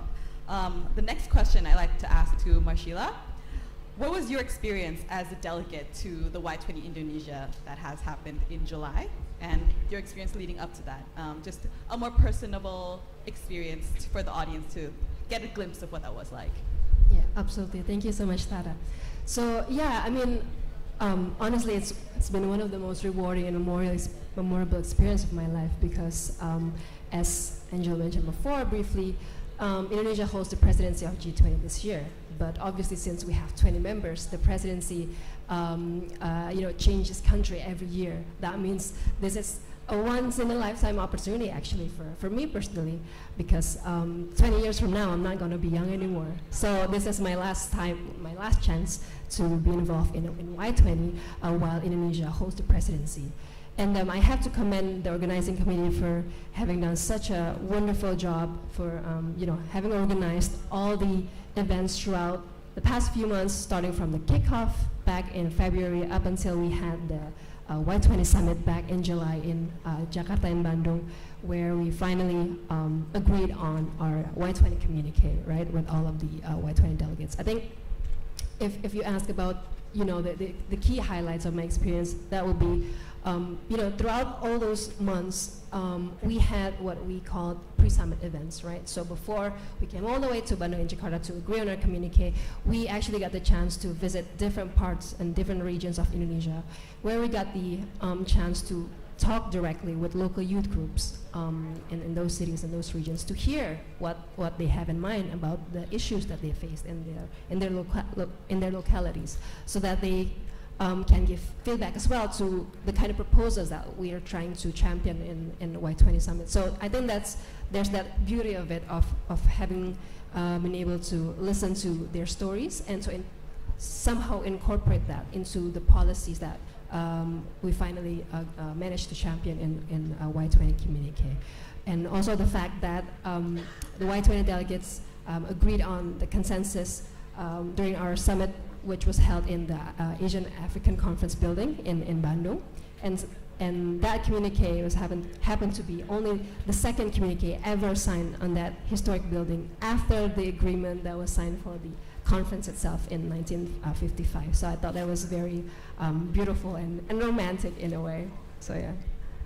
Yeah, just to add on top of that, I think from the experience from the other delegates and observers as well, I think to the audience as well, when we talk about the communique, which we will discuss in a little bit, of the results of our summit, that when we did Model United Nations, some of you might do it in school, maybe in university, the event finishes at 6 and everybody goes home. But when we do the summit, it's a few days of working till 2, 3 a.m., debating very, very specific wording that we have worked and summarized from thousands and thousands of words and letters all the way down to a few pages. And Y20 is not a simulation. Correct. So that's where we introduced this document, our blood, sweat, and tears, shall we say, hours and hours of our work, the Y20 Indonesia communique. I'm going to pass this over and let Marshila start the discussion of what are the key takeaways of the Y20 communique. Sure. So as Angela mentioned before, this year for Y20 we have 4 different priority areas, or we call it tracks, yeah? And this represent the 4 most pressing issues faced by youth of G20 today. And those are youth employment, and then digital transformation, sustainable and livable planet, as well as diversity and inclusion. Now, me myself, I was the delegate for the youth employment track, and this is actually very important, as you guys have heard in our panel before, as well as from the lecture from the World Bank, that unemployment is actually one of the key challenges faced by youth, not only in the last few years because of the pandemic, but for many, many years and decades before that. And youth continue to be very vulnerable to unemployment risks. We are actually 3 times more likely than adults to get unemployed. And of course, the pandemic, adds or exacerbates that situation. And so, for this year, we actually have 2 sub-teams within the youth employment track, which is social safety nets for informal and non-standard forms of employment.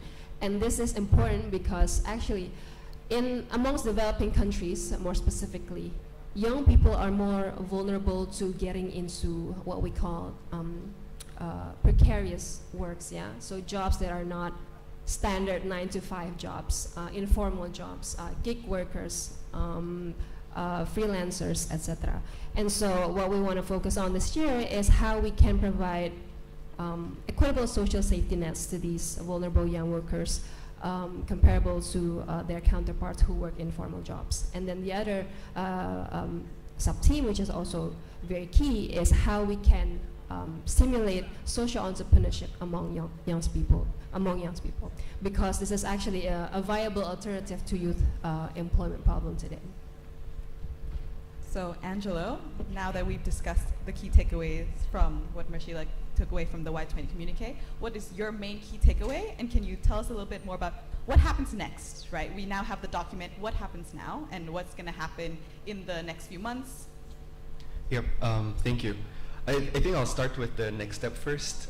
So what's going to happen, right, as I mentioned, in less than a month, in just a couple of weeks, the leaders of the G20, the prime ministers, the king, and even the presidents across the G20 will come together in Bali, and they will agree on a set of document which is traditionally known as the G20 Leaders Declaration. But this can take in many different forms, including chairman's statement.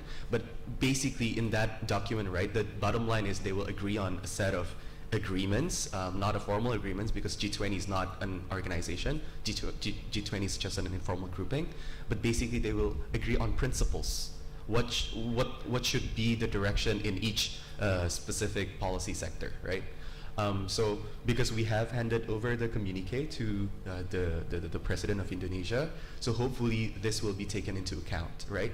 But what's next, right? What's after the G20 presidency held by Indonesia? As we mentioned, Indonesia will host ASEAN next year, and hopefully Indonesian Youth Diplomacy, who is the organization behind Y20, will also host or spearhead the youth platform from ASEAN, and that is where young people across Malaysia can also take part in, right? Probably like a couple of tips on how to get involved. Actually, as young people, right, there are a couple of ways to get involved in affecting policy change, whether it's an international level or national level. For like international level, I think at least there are two types of involvement of young people. The first one is the involvement of young people with quota, like Y20. Each country or each member state can only send 3, 4, 5 delegates each year. Same like the ASEAN interface with ASEAN leaders, right? But then the second bucket is actually the youth involvement that does not have quota. For example, the involvement of young people in UN MGCY, right? The UN Major Group for Youth and Children. Or even the COY, the Youth Platform for COP. There, you can also participate in drafting policy recommendations for world leaders without having quota. So there are a couple of, platforms that you can explore. But then, I think the first step to do that is actually to join youth organizations that are related to policy advocacy, so that you are acquainted with what policies are and then how do you want to see progress. I think I'll pause there. Probably if Sheila, if you have Sure. So since you asked about what's next, actually as delegates to Y20, our main job was done when we agreed on this communique back in July. But as an initiative that Y20 Indonesia does this year, actually we are currently working on a series of post-summit advocacy efforts, meaning that the communique is beautiful and we're very proud of it. It's our labor of work, and we agreed on it by consensus throughout amongst all the 80 delegates for Y20. But then it's not going to mean anything if we're not going to, socialize on it, and we, let the young people actually know about it and do something about it. Because at the end of the day, it's an international level, document. We can only put so much in it. We had to do lots of we had to make lots of compromises in order to be able to adjust to different, varying needs of each country. So, most of the clauses that we put there are, mainly principle, very important principle that we want to push to our G20 leaders. But then it needs to get translated to real implementation, right? To real actions, to real policies at the national and local level. So that's why for the past few months, Y20 Indonesia has been doing lots of roadshows, for example, to different universities and campuses throughout Indonesia. And just yesterday, we had this big event in one of the cities in Indonesia, essentially inviting hundreds of young people to share their ideas, to actually make some sort of pitch, like policy proposal pitch, where they interpret any of the clauses that's put in the communique and share their ideas on how to make that a reality, right? What kind of policy proposals they want to see to be implemented by our local leaders. And so I think that's a very beautiful process to see how the youth of today actually contribute to real changes on the ground. So, yes, just to add on to what Marcela has summarized so well about the communique, is that when you are involved in policy, you're starting to get involved in policy from school, from university, into your careers. Even if you're not policy makers or you're not in the government, you can still be involved. For example, the Y20 is a great example of that. But what we really focused on, as observers, as delegates as well, we focused on making the communique actionable and timely. What we found that practical policies are very difficult to craft.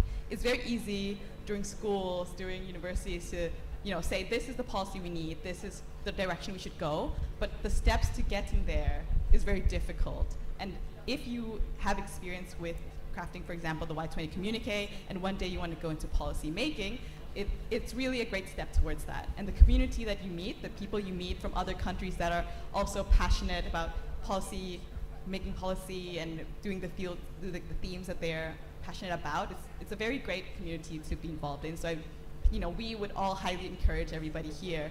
Just by you guys being here, I think means a lot, that you guys are already want to be engaged with the Youth Economic Forum.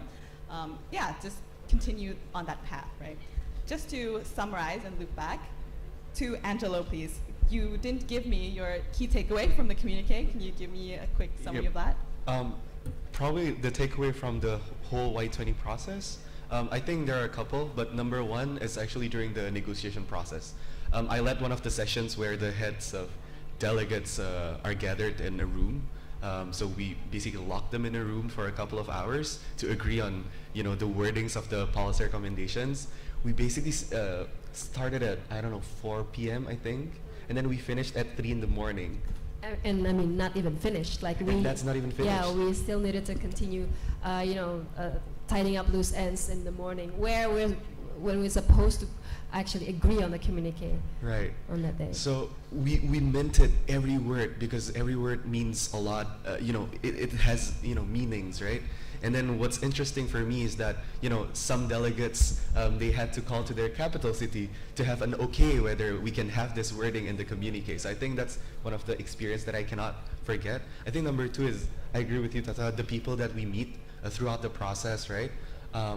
Not just the delegates, because we have, say, 20 members of G20, so it's 80 people in total, but also people from the World Bank, people from the WTO, because by having this, we got to partner with them, and then even later in the week, Y20 will collaborate with COP as well in Egypt. So I think, the partnership that we forged throughout the process.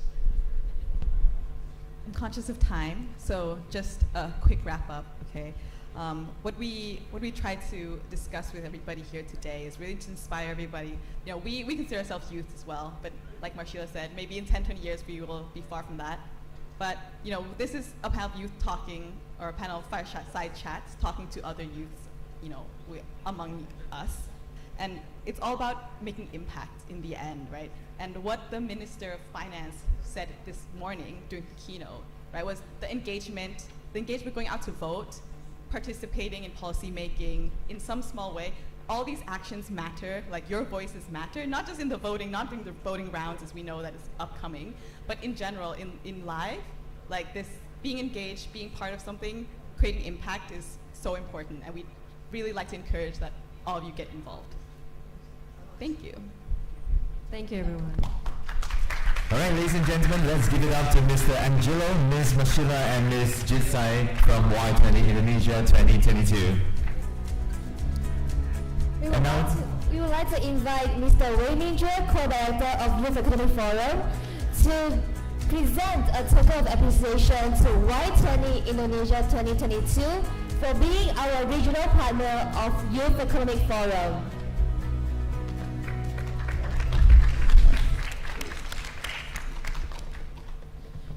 All right, let's take a group photo together.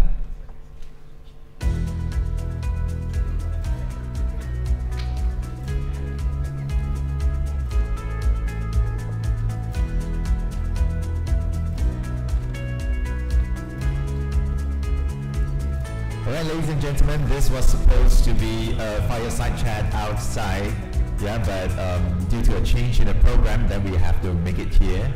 But I believe that all of us get some insights on the Y20, and let's hope that maybe some of you will be the participants for the next version, the next edition for the Y20 for the years to come.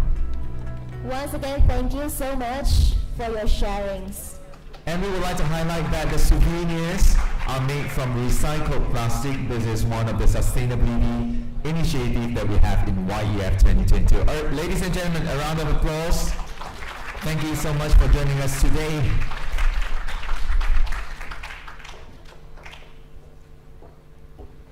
Now, as we have previously announced, we are going to show you some special messages from our coalition leaders dedicated to the youth today.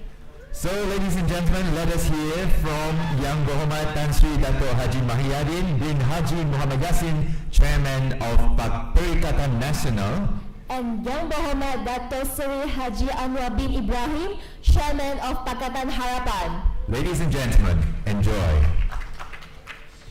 Assalamualaikum warahmatullahi wabarakatuh, and greetings to the youth of Malaysia. Apa khabar semua? It is indeed an honor for me to be addressing the bright young minds of the Youth Economic Forum hosted by the PFAA on my vision as Chairman of Perikatan Nasional for a greater Malaysia.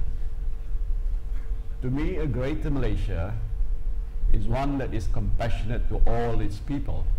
It uplifts and develops their potential regardless of their background. We are only great if all our people are cared for when our government is responsive to their well-being. A greater Malaysia, to me, is also free from corruption, and stamping it out must be at the core of our value system, because it is simply the right thing to do. That is what our faith demands of us, and we must say enough is enough. Malaysians deserve a clean government to enjoy our country's wealth, opportunities and reputation that's too often lost because of corruption. A greater Malaysia needs a return to stability, and there must be an end to politicking and a clear focus on governing post-GE. And in order to realize the vision of a greater Malaysia, there must be policy consistency, as well as leaders who are not compromised or distracted, who have the courage of conviction. It is a Malaysia that upholds the rule of law and accountability. This is a Malaysia worth fighting for. Compassionate, clean, and stable. Or in bahasa Malaysia, prihatin, bersih, dan stabil. We must return Malaysia to a values-driven society, especially one that appreciates integrity and rewards hard work. Ladies and gentlemen, of course we all want a greater Malaysia whose economy is thriving, whose youth are hopeful and employed with decent and growing wages, whose businesses generate profits, whose education system is churning out globally competitive human capital, whose social safety nets are strengthened, and whose environment is protected. Yes, we have successfully safeguarded the economy from collapsing during the pandemic, protecting lives and livelihoods through 8 stimulus packages worth more than 530 billion ringgit, which delivered direct cash assistance to more than 10 million recipients, wage subsidies to protect more than 3 million jobs, and loan moratoriums, helping boost cash in hands of millions of Malaysians, providing lifelines to small businesses. We also delivered the largest rollout of vaccination in Malaysia's history in record speed, and transition out of the pandemic safely and systematically through the National Recovery Plan. Alhamdulillah, all these measures are now validated by the recent quarters of economic growth. But the question remains, how do we take Malaysia's economy to the next level? Now, ladies and gentlemen, allow me to briefly present our statement of intent on the economy. In order to realize the vision for a greater Malaysia, Perikatan National Government will put its full focus on elevating the economy. It will not be business as usual. We need game-changing strategies urgently. The whole of nation approach will be applied to speed up economic recovery and boost our growth potentials with a strong focus on creating quality jobs, opportunities with decent wages.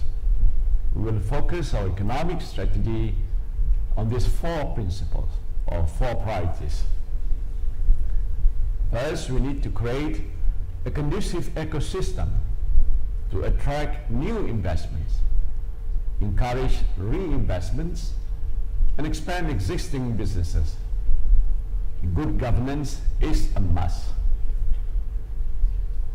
Second, we will identify sectors that must be assisted and developed, those with exponential growth potentials.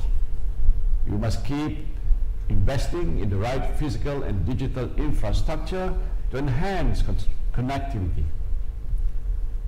As Prime Minister, I spearheaded the rollout and upgrade of our digital infrastructure to boost connectivity to 4G and the latest 5G.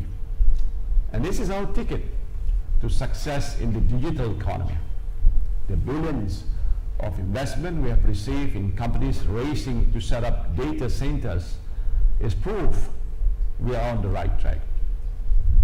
And indeed, you all as digital natives should know the opportunities are limitless.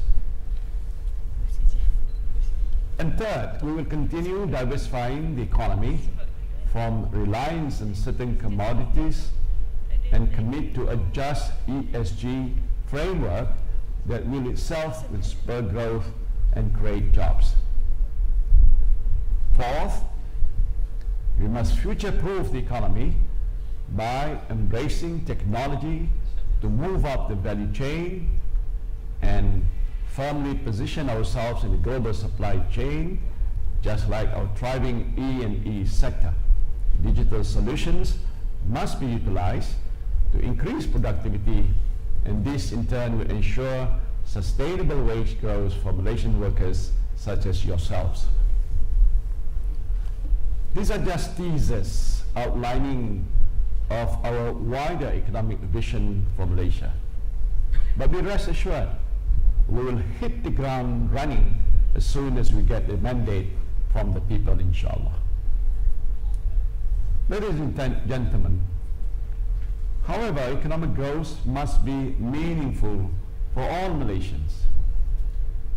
In our vision, the Greater Malaysia is inclusive, where the gaps between East and West Malaysia, between urban and rural, between the haves and the have-nots are permanently closed, where women and youth are at the forefront, where different races and religions accept each other and move forward together as one nation. No one must be left behind in Greater Malaysia. We win together, we prosper together, and we advance this nation forward together. 2023 will be a difficult year on all fronts. But as I proved when I led the government, Malaysia can withstand crisis without falling apart, because we have painstakingly built resilience by making tough but successful decisions. Can we weather the economic storm together again?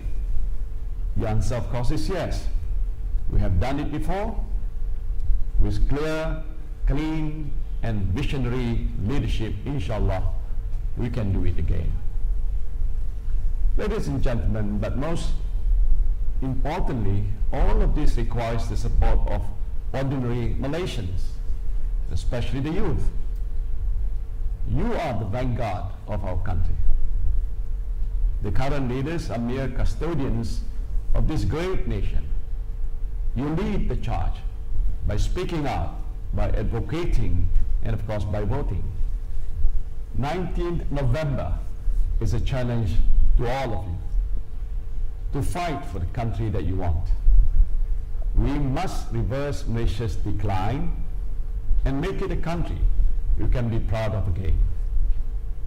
Remember, a greater Malaysia is a task that will span the lifetimes of many generations. The time will come when you, Malaysia's finest sons and daughters, will be called to shoulder this heavy burden. Protect your integrity, strengthen your core value system. But in the years left to me, I pledge to you that I will dutifully expand every fiber of my being to the struggle for a greater, inclusive, and progressive Malaysia. I trust you will do your duty and support this vision of a greater Malaysia. But the choice is yours. Do what is right.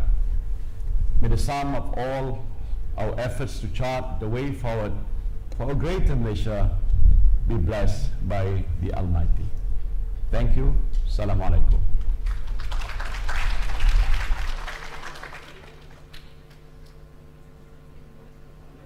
Atas kesempatan yang diberikan oleh Perdana Fellows. This is a rare opportunity for this. Assalamualaikum warahmatullahi wabarakatuh dan salam sejahtera. Terima kasih atas kesempatan yang diberikan oleh Perdana Fellows. This is a rare opportunity for this country to ensure that this election is about an attempt to change the political landscape from an obsolete system where corruption is rampant, where Malaysia is known to be blatantly corrupt in many of our deals, where the position of those in the poor category and the marginalized have been often ignored, to a system of governance that is more transparent and accountable and just. So the first issue is a issue of governance. The second, of course, an issue of inclusiveness.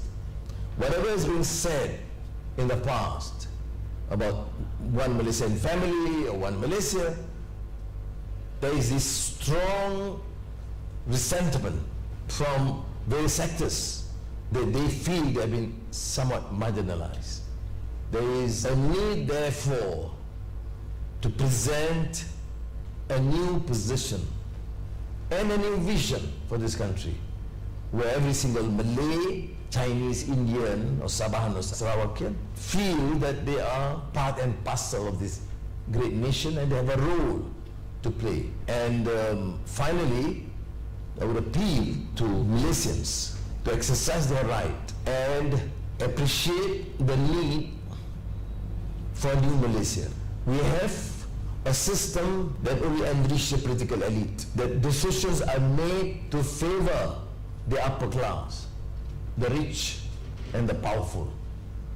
And the perks given are only before the elections. I trust in the wisdom of the masses, and I would appeal yet again that they would exercise their right freely and responsibly to effect change for a better Malaysia. Terima kasih.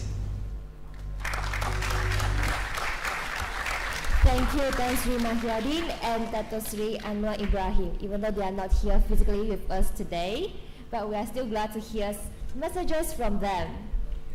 So, ladies and gentlemen, with that marks the end of Youth Economic Forum 2022. This is an open intellectual discussion organized annually by the Perdana Fellows Alumni Association as a platform to provide meaningful discourse on current issues with participants from the government, the private sector, and the international organizations.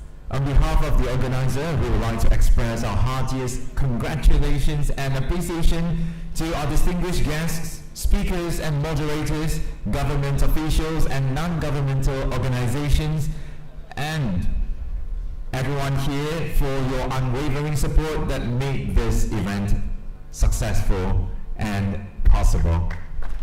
Special thanks to our sponsors, corporate patron, Ernst & Young, and our official education partner, Taylor's, gold sponsor, Malaysian Industrial Development Finance Berhad, bronze sponsor, UMW Corporation, strategic partner, the World Bank, regional partner, Y20 Indonesia 2022, for making this event a success. And of course, to each and every one of you here who took the time to be here with us and stay all the way until the end of the event, thank you so much for joining us. And of course, also, the one who joined us online, thank you so much for being here with us today. Alright, and for your information, we have live on our Facebook page as well, so we would like to acknowledge our friends who supported from far. And ladies and gentlemen, not to forget the members and seniors from the Perdana Fellows Alumni Association. Your guidance and help definitely adds a fine touch to this forum. so let us look forward for the next edition for the Youth Economic Forum. I'm Ying Han. I am MG. And we wish you a very pleasant evening ahead. Thank you. Thank you.